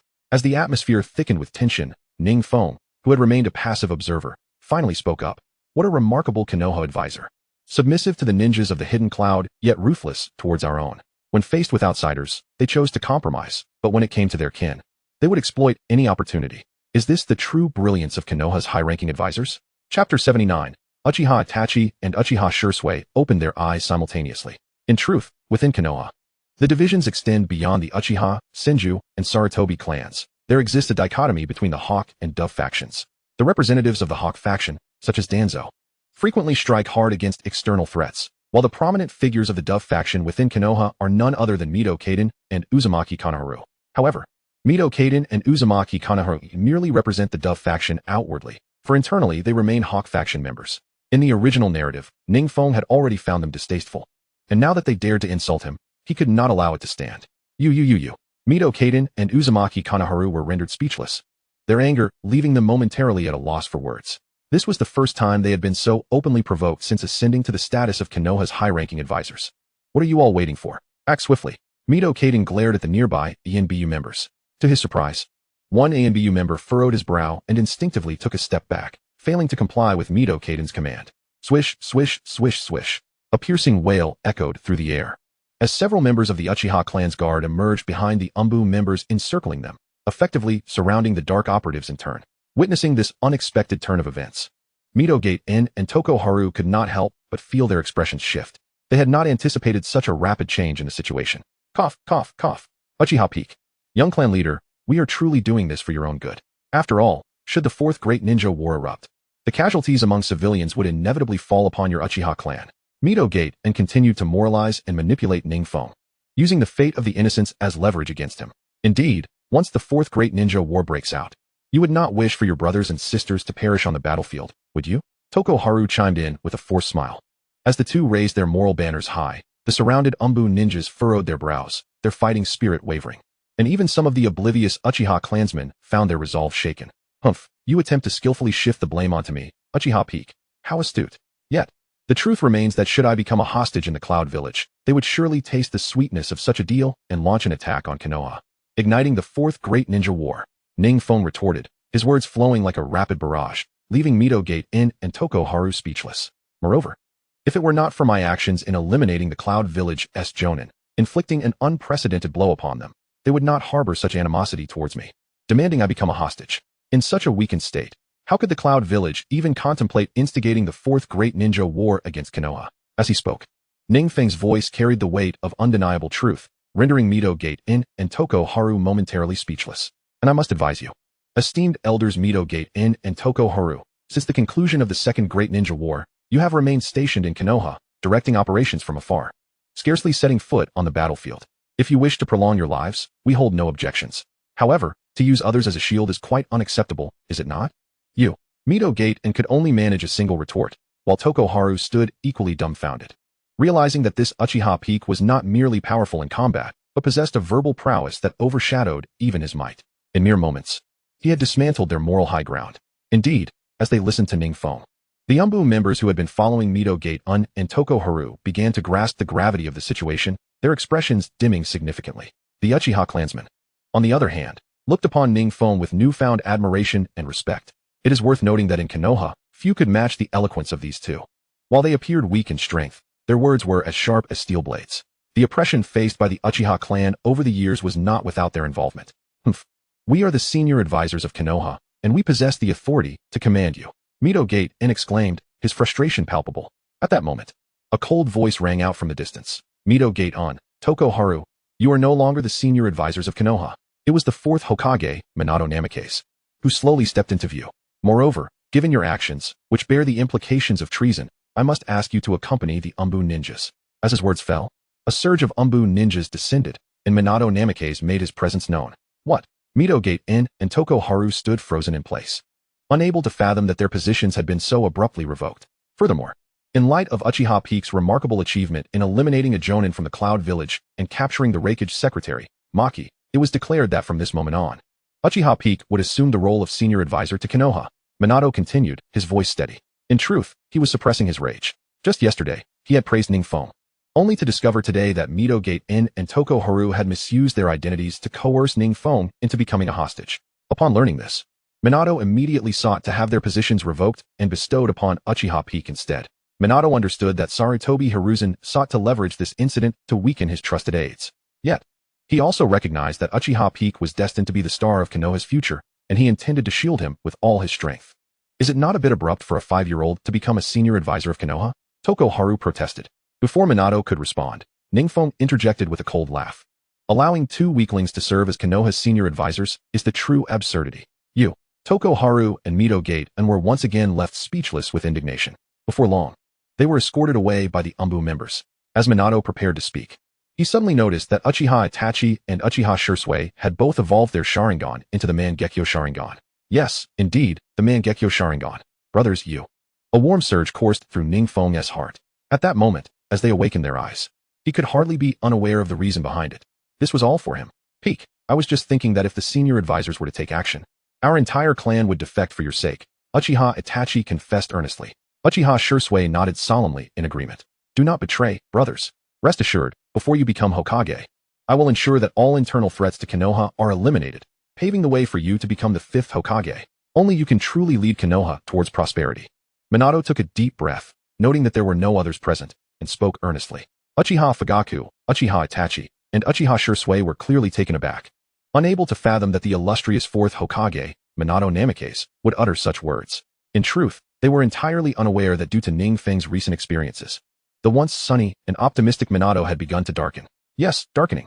Damn the will of fire. Chapter 80. Darkening. Darkening. Darkening. Upon hearing Minato's declaration, warmth surged within Ning Feng, evoking a sense of familial belonging. It was worth noting that in his previous life, he had never experienced such pure emotions. Although Minato held the role of teacher, he bore no obligation or responsibility to extend such kindness to Ning Feng. Yet, he did so nonetheless, treating him as if he were his own kin. Both Uchiha Itachi and Uchiha Shursui, as well as Uchiha Fugaku, were rendered speechless. They could hardly believe that a man destined for a glorious future as the 4th Hokage would go to such lengths for Uchiha Peak. Should this situation be mishandled, it could lead to a lifetime of disgrace. Taking a deep breath, Uchiha Fugaku promptly placed a hand on Minato's shoulder, exclaiming, "Lord Minato, I, Uchiha Fugaku, truly admire you. After today's events, I have come to see that no matter how powerful our Uchiha clan may be, without a voice in the upper echelons, we remain mere victims of exploitation and oppression. I can only imagine that your situation is not much better. Given this, let us unite our two clans, from now on. My Uchiha clan shall lend its strength to fortify your reign over Konoha until we elevate Uchiha Fugaku to power. After all, it is only through this alliance that we, the Uchiha, can truly rise." As Uchiha Fugaku spoke, he inhaled deeply, his gaze intense and sincere as it met that of Minato Namikaze. Upon hearing this, Minato was momentarily taken aback, then filled with joy. Although he harbored doubts about his ability to eliminate Fugaku's political adversaries, the support of the Uchiha clan significantly bolstered his chances. Presently, the Uchiha clan possessed 4 pairs of Mangekyo Sharingan. Such formidable power alone would enable Minato to orchestrate a political purge, ultimately paving the way for Uchiha Fugaku's ascendance. Rest assured, Fugaku, when I, Minato, make a promise, I shall see it through. To be candid, for years I have outwardly served as the 4th Hokage of Konoha, yet in truth, my commands scarcely traversed the confines of the Hokage residence, with much of the authority firmly held by Sarutobi, Hiruzen, and Danzo. As a mere puppet Hokage, I undertook this role with the intention of serving others. It mattered little who controlled Konoha. However, today's incident with Fugaku has made me acutely aware that I am incapable of even safeguarding my own students.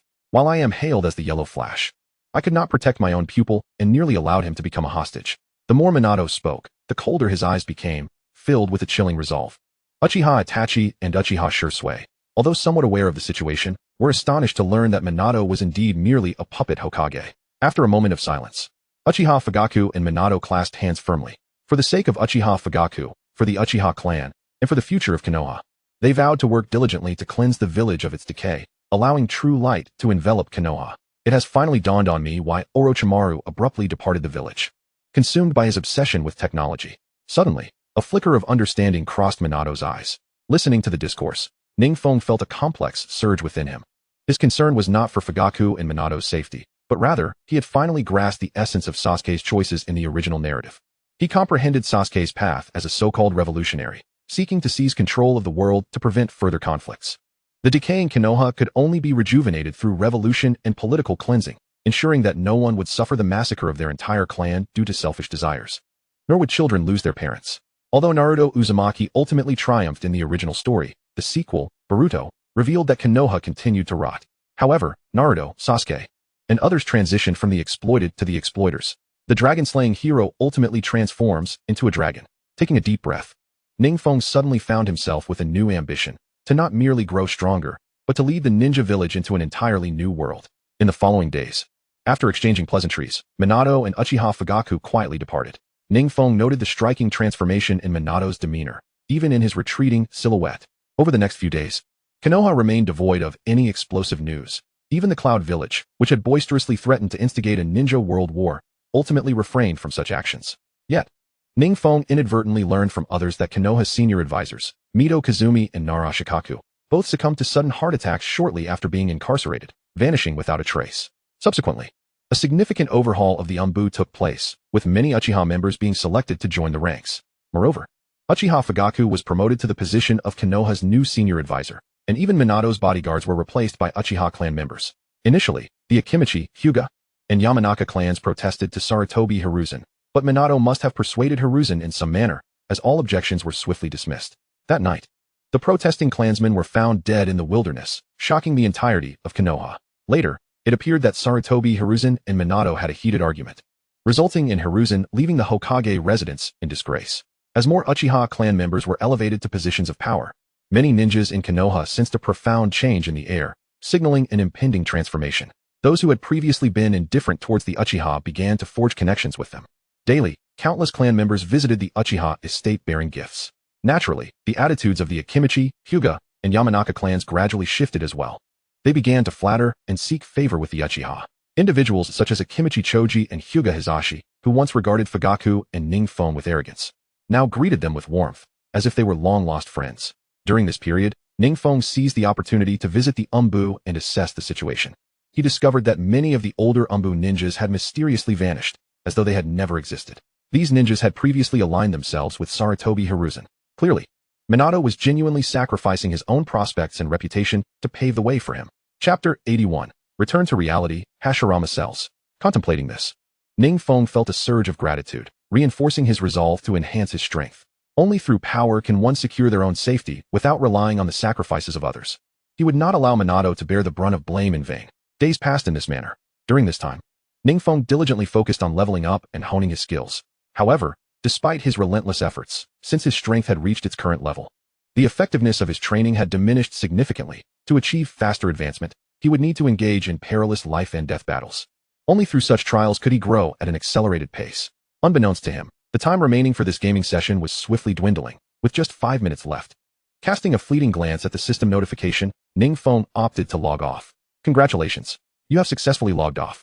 As the melodious notification chimed, the scene before Ning Feng underwent a dramatic transformation. Once the surroundings came into focus, he realized he had returned to the playground of Qinglong High School. Students akin to him materialized beside him in flashes of white light. Wow, my level has significantly increased during this gaming session. This feeling is absolutely exhilarating. Indeed, I have finally succeeded in joining the Ninja Academy and become a qualified genin. I have also mastered several techniques, such as the substitution jutsu and transformation jutsu. It's fantastic. Many classmates, upon returning to reality, eagerly engaged in animated discussions. Ning Feng, however, chose to withdraw to a quiet corner, engaging in meditation to cultivate his strength. After all, in this real world, Ning Feng could also practice meditation to enhance his abilities. Surrounded by numerous students, at this moment, they all cast a profound glance at Ning Feng, imitating his posture and beginning to meditate in practice. The experiences from several excursions and the previous encounters with ferocious beasts had already instilled in them a deep understanding that only strength could dictate everything.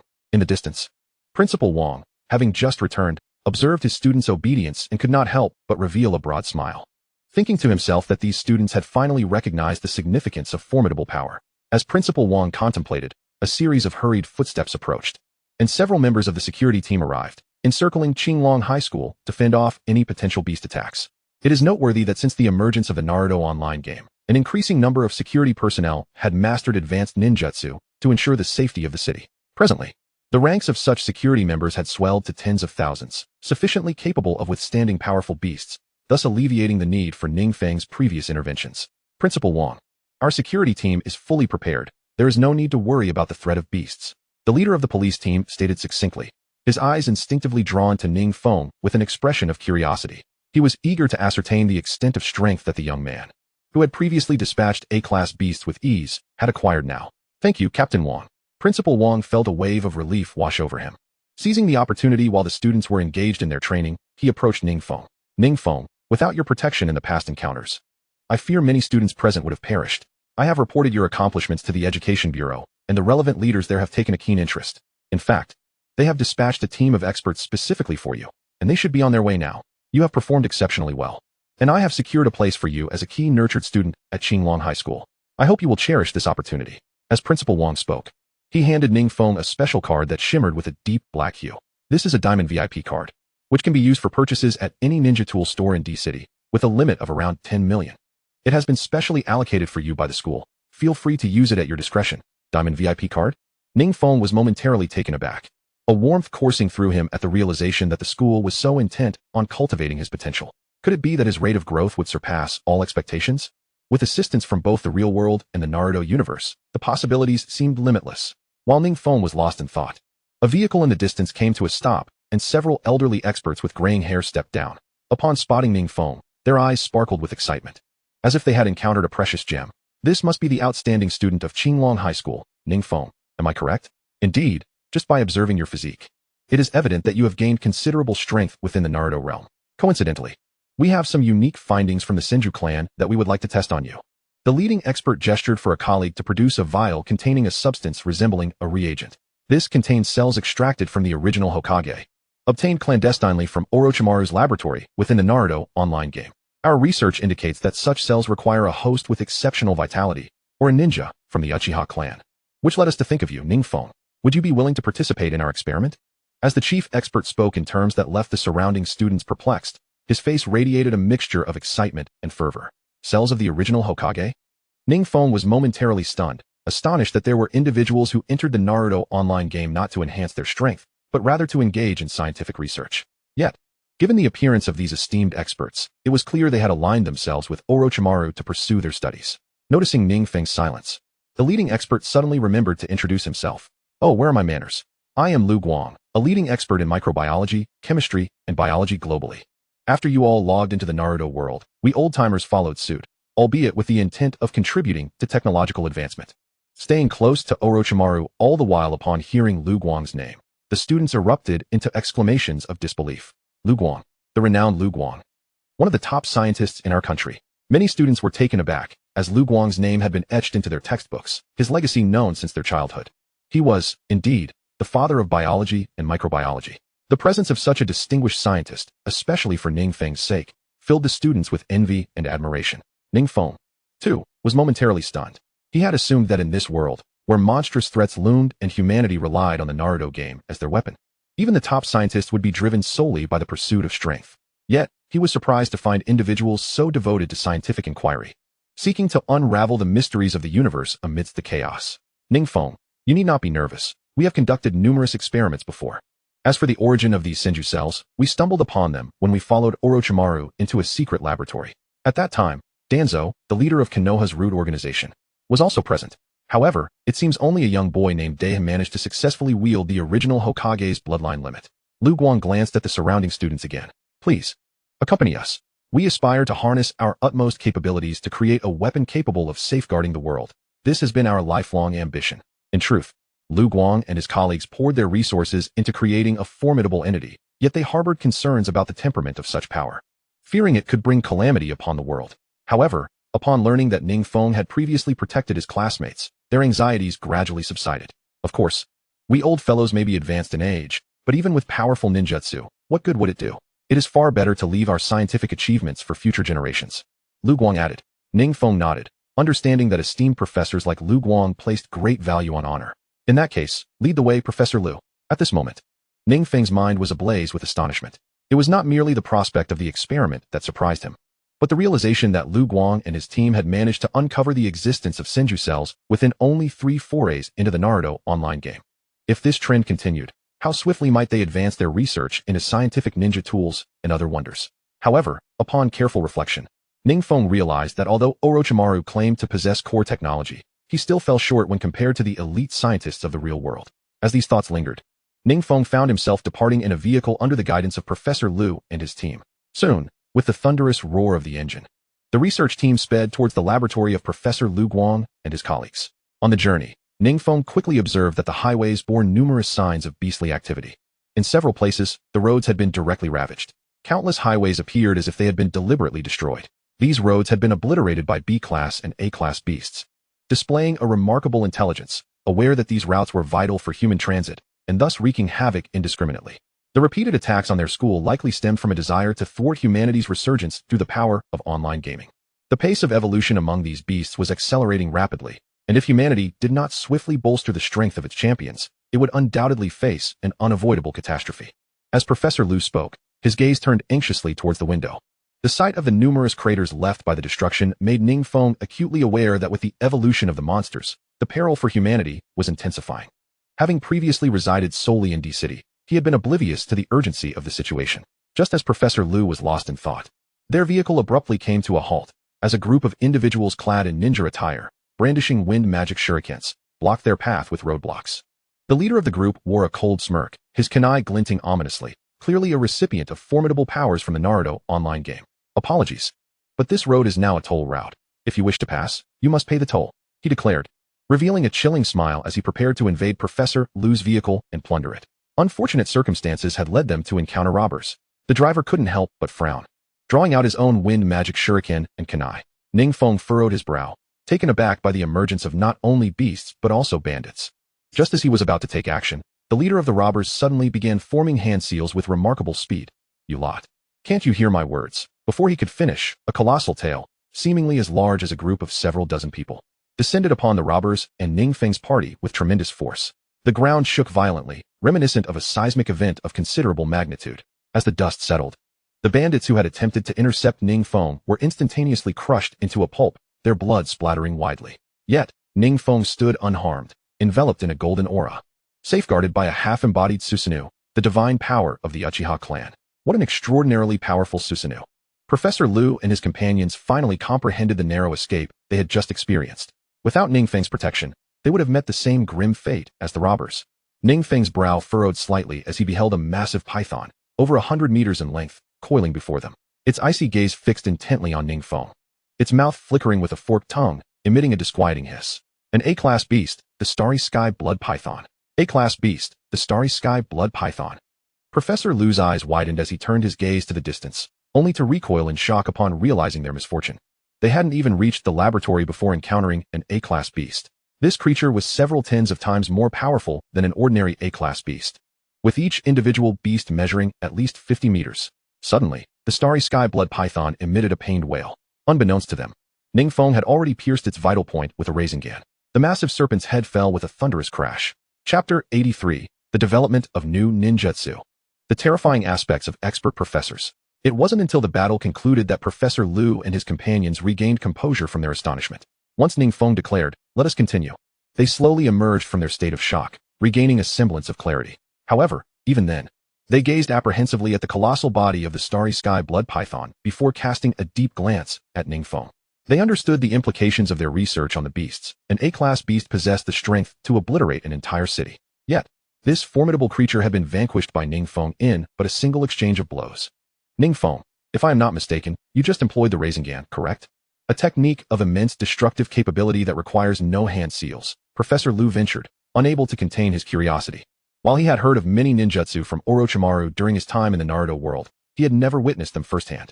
Indeed, the Rising Gan, Ning Feng nodded slightly. An elderly professor, standing behind Professor Lu, eagerly extended his hand to Ning Feng. Greetings, Ning Feng. I am Professor Li Xiang, specializing in fluid mechanics. Could you possibly demonstrate how you perform the Rising Gan? I might be able to assist you in the properties of the Rising Gan. Ning Feng was taken aback, observing Professor Li's eager demeanor akin to a cat spotting a mouse.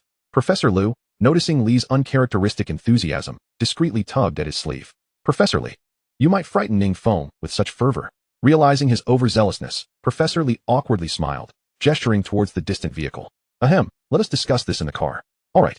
Ning Feng nodded, seizing the opportunity while the professors were distracted, and swiftly extracted a demon core from the head of the Starry Sky Blood Python. This core, capable of augmenting Ning Feng's chakra capacity, was an opportunity he could not afford to miss. Soon, they returned to the vehicle. Perhaps due to Ning Feng's swift defeat of the A-class Starry Sky Blood Python, the subsequent journey was remarkably serene, as any beasts that spotted them fled far away, fearful of being dispatched by Ning Feng. Consequently, Professor Lu and his companions enjoyed an utterly secure passage. Naturally, Ning Feng was not exempt from conversing with the professor who had introduced himself as a specialist in fluid mechanics.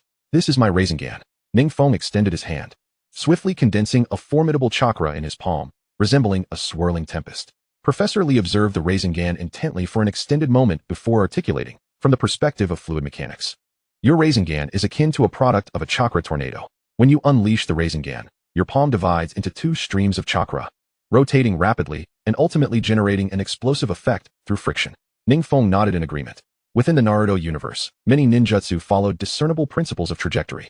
From Professor Li's remarks, it is evident that he has earnestly delved into the study of chakra and various ninjutsu techniques. Noticing Ning Feng's nod, Professor Li beamed with enthusiasm. Since that is the case, the formidable power of the Rising Gan arises from the tug of two forces, resulting in a terrifying explosive effect.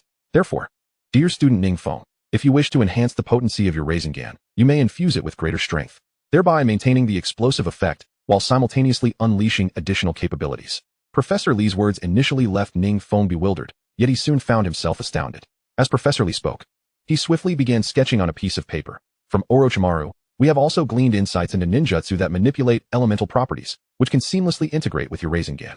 While speaking, Professor Li set aside his pen and paper, promptly channeling his chakra into Ning Feng's Rising Gan. The sound of sizzling filled the air, and Ning Feng was astonished to observe that his Rising Gan had begun to crackle with electricity, flashing with vibrant lightning bolts. Although the lightning was not overwhelmingly large, Ning Feng could discern that, with Professor Li's assistance, the power of his Rising Gan had at least multiplied several times over. Lightning release. Rising Gan Shuriken? Ning Feng was taken aback. He increasingly felt that these professors were remarkable, despite their chakra levels being significantly inferior to his own, with some not even qualifying as genin. The academic knowledge they possessed could exponentially augment Ning Feng's combat prowess. He recalled how, in the original storyline, Naruto Uzumaki had expended immense effort to develop the wind release, Rising Gan Shuriken, yet here, under Professor Lee's demonstration, it had succeeded in a single attempt. Lightning release, Rising Gan Shuriken. So that is its name? Ning Feng mused. Indeed, indeed.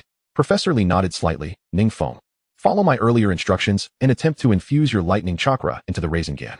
I merely provided a demonstration to convey that you have boundless potential. Give it another try? Ning Feng nodded earnestly, disregarding any hesitation. As a Rising Gan materialized in his right palm, he quickly employed the lightning cutter with his left. It was crucial to note that the lightning cutter was a technique that epitomized the extreme manipulation of lightning chakra, possessing terrifying cutting power.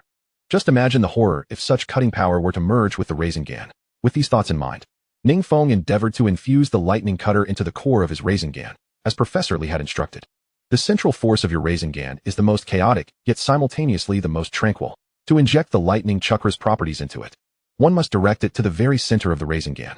Otherwise, if the lightning cutter disrupts the rotation of the Rising Gan, it will fail to achieve the synergistic effect of 1 + 1 exceeding 3, Professor Lee advised. Ning Feng did not question Professor Lee's guidance.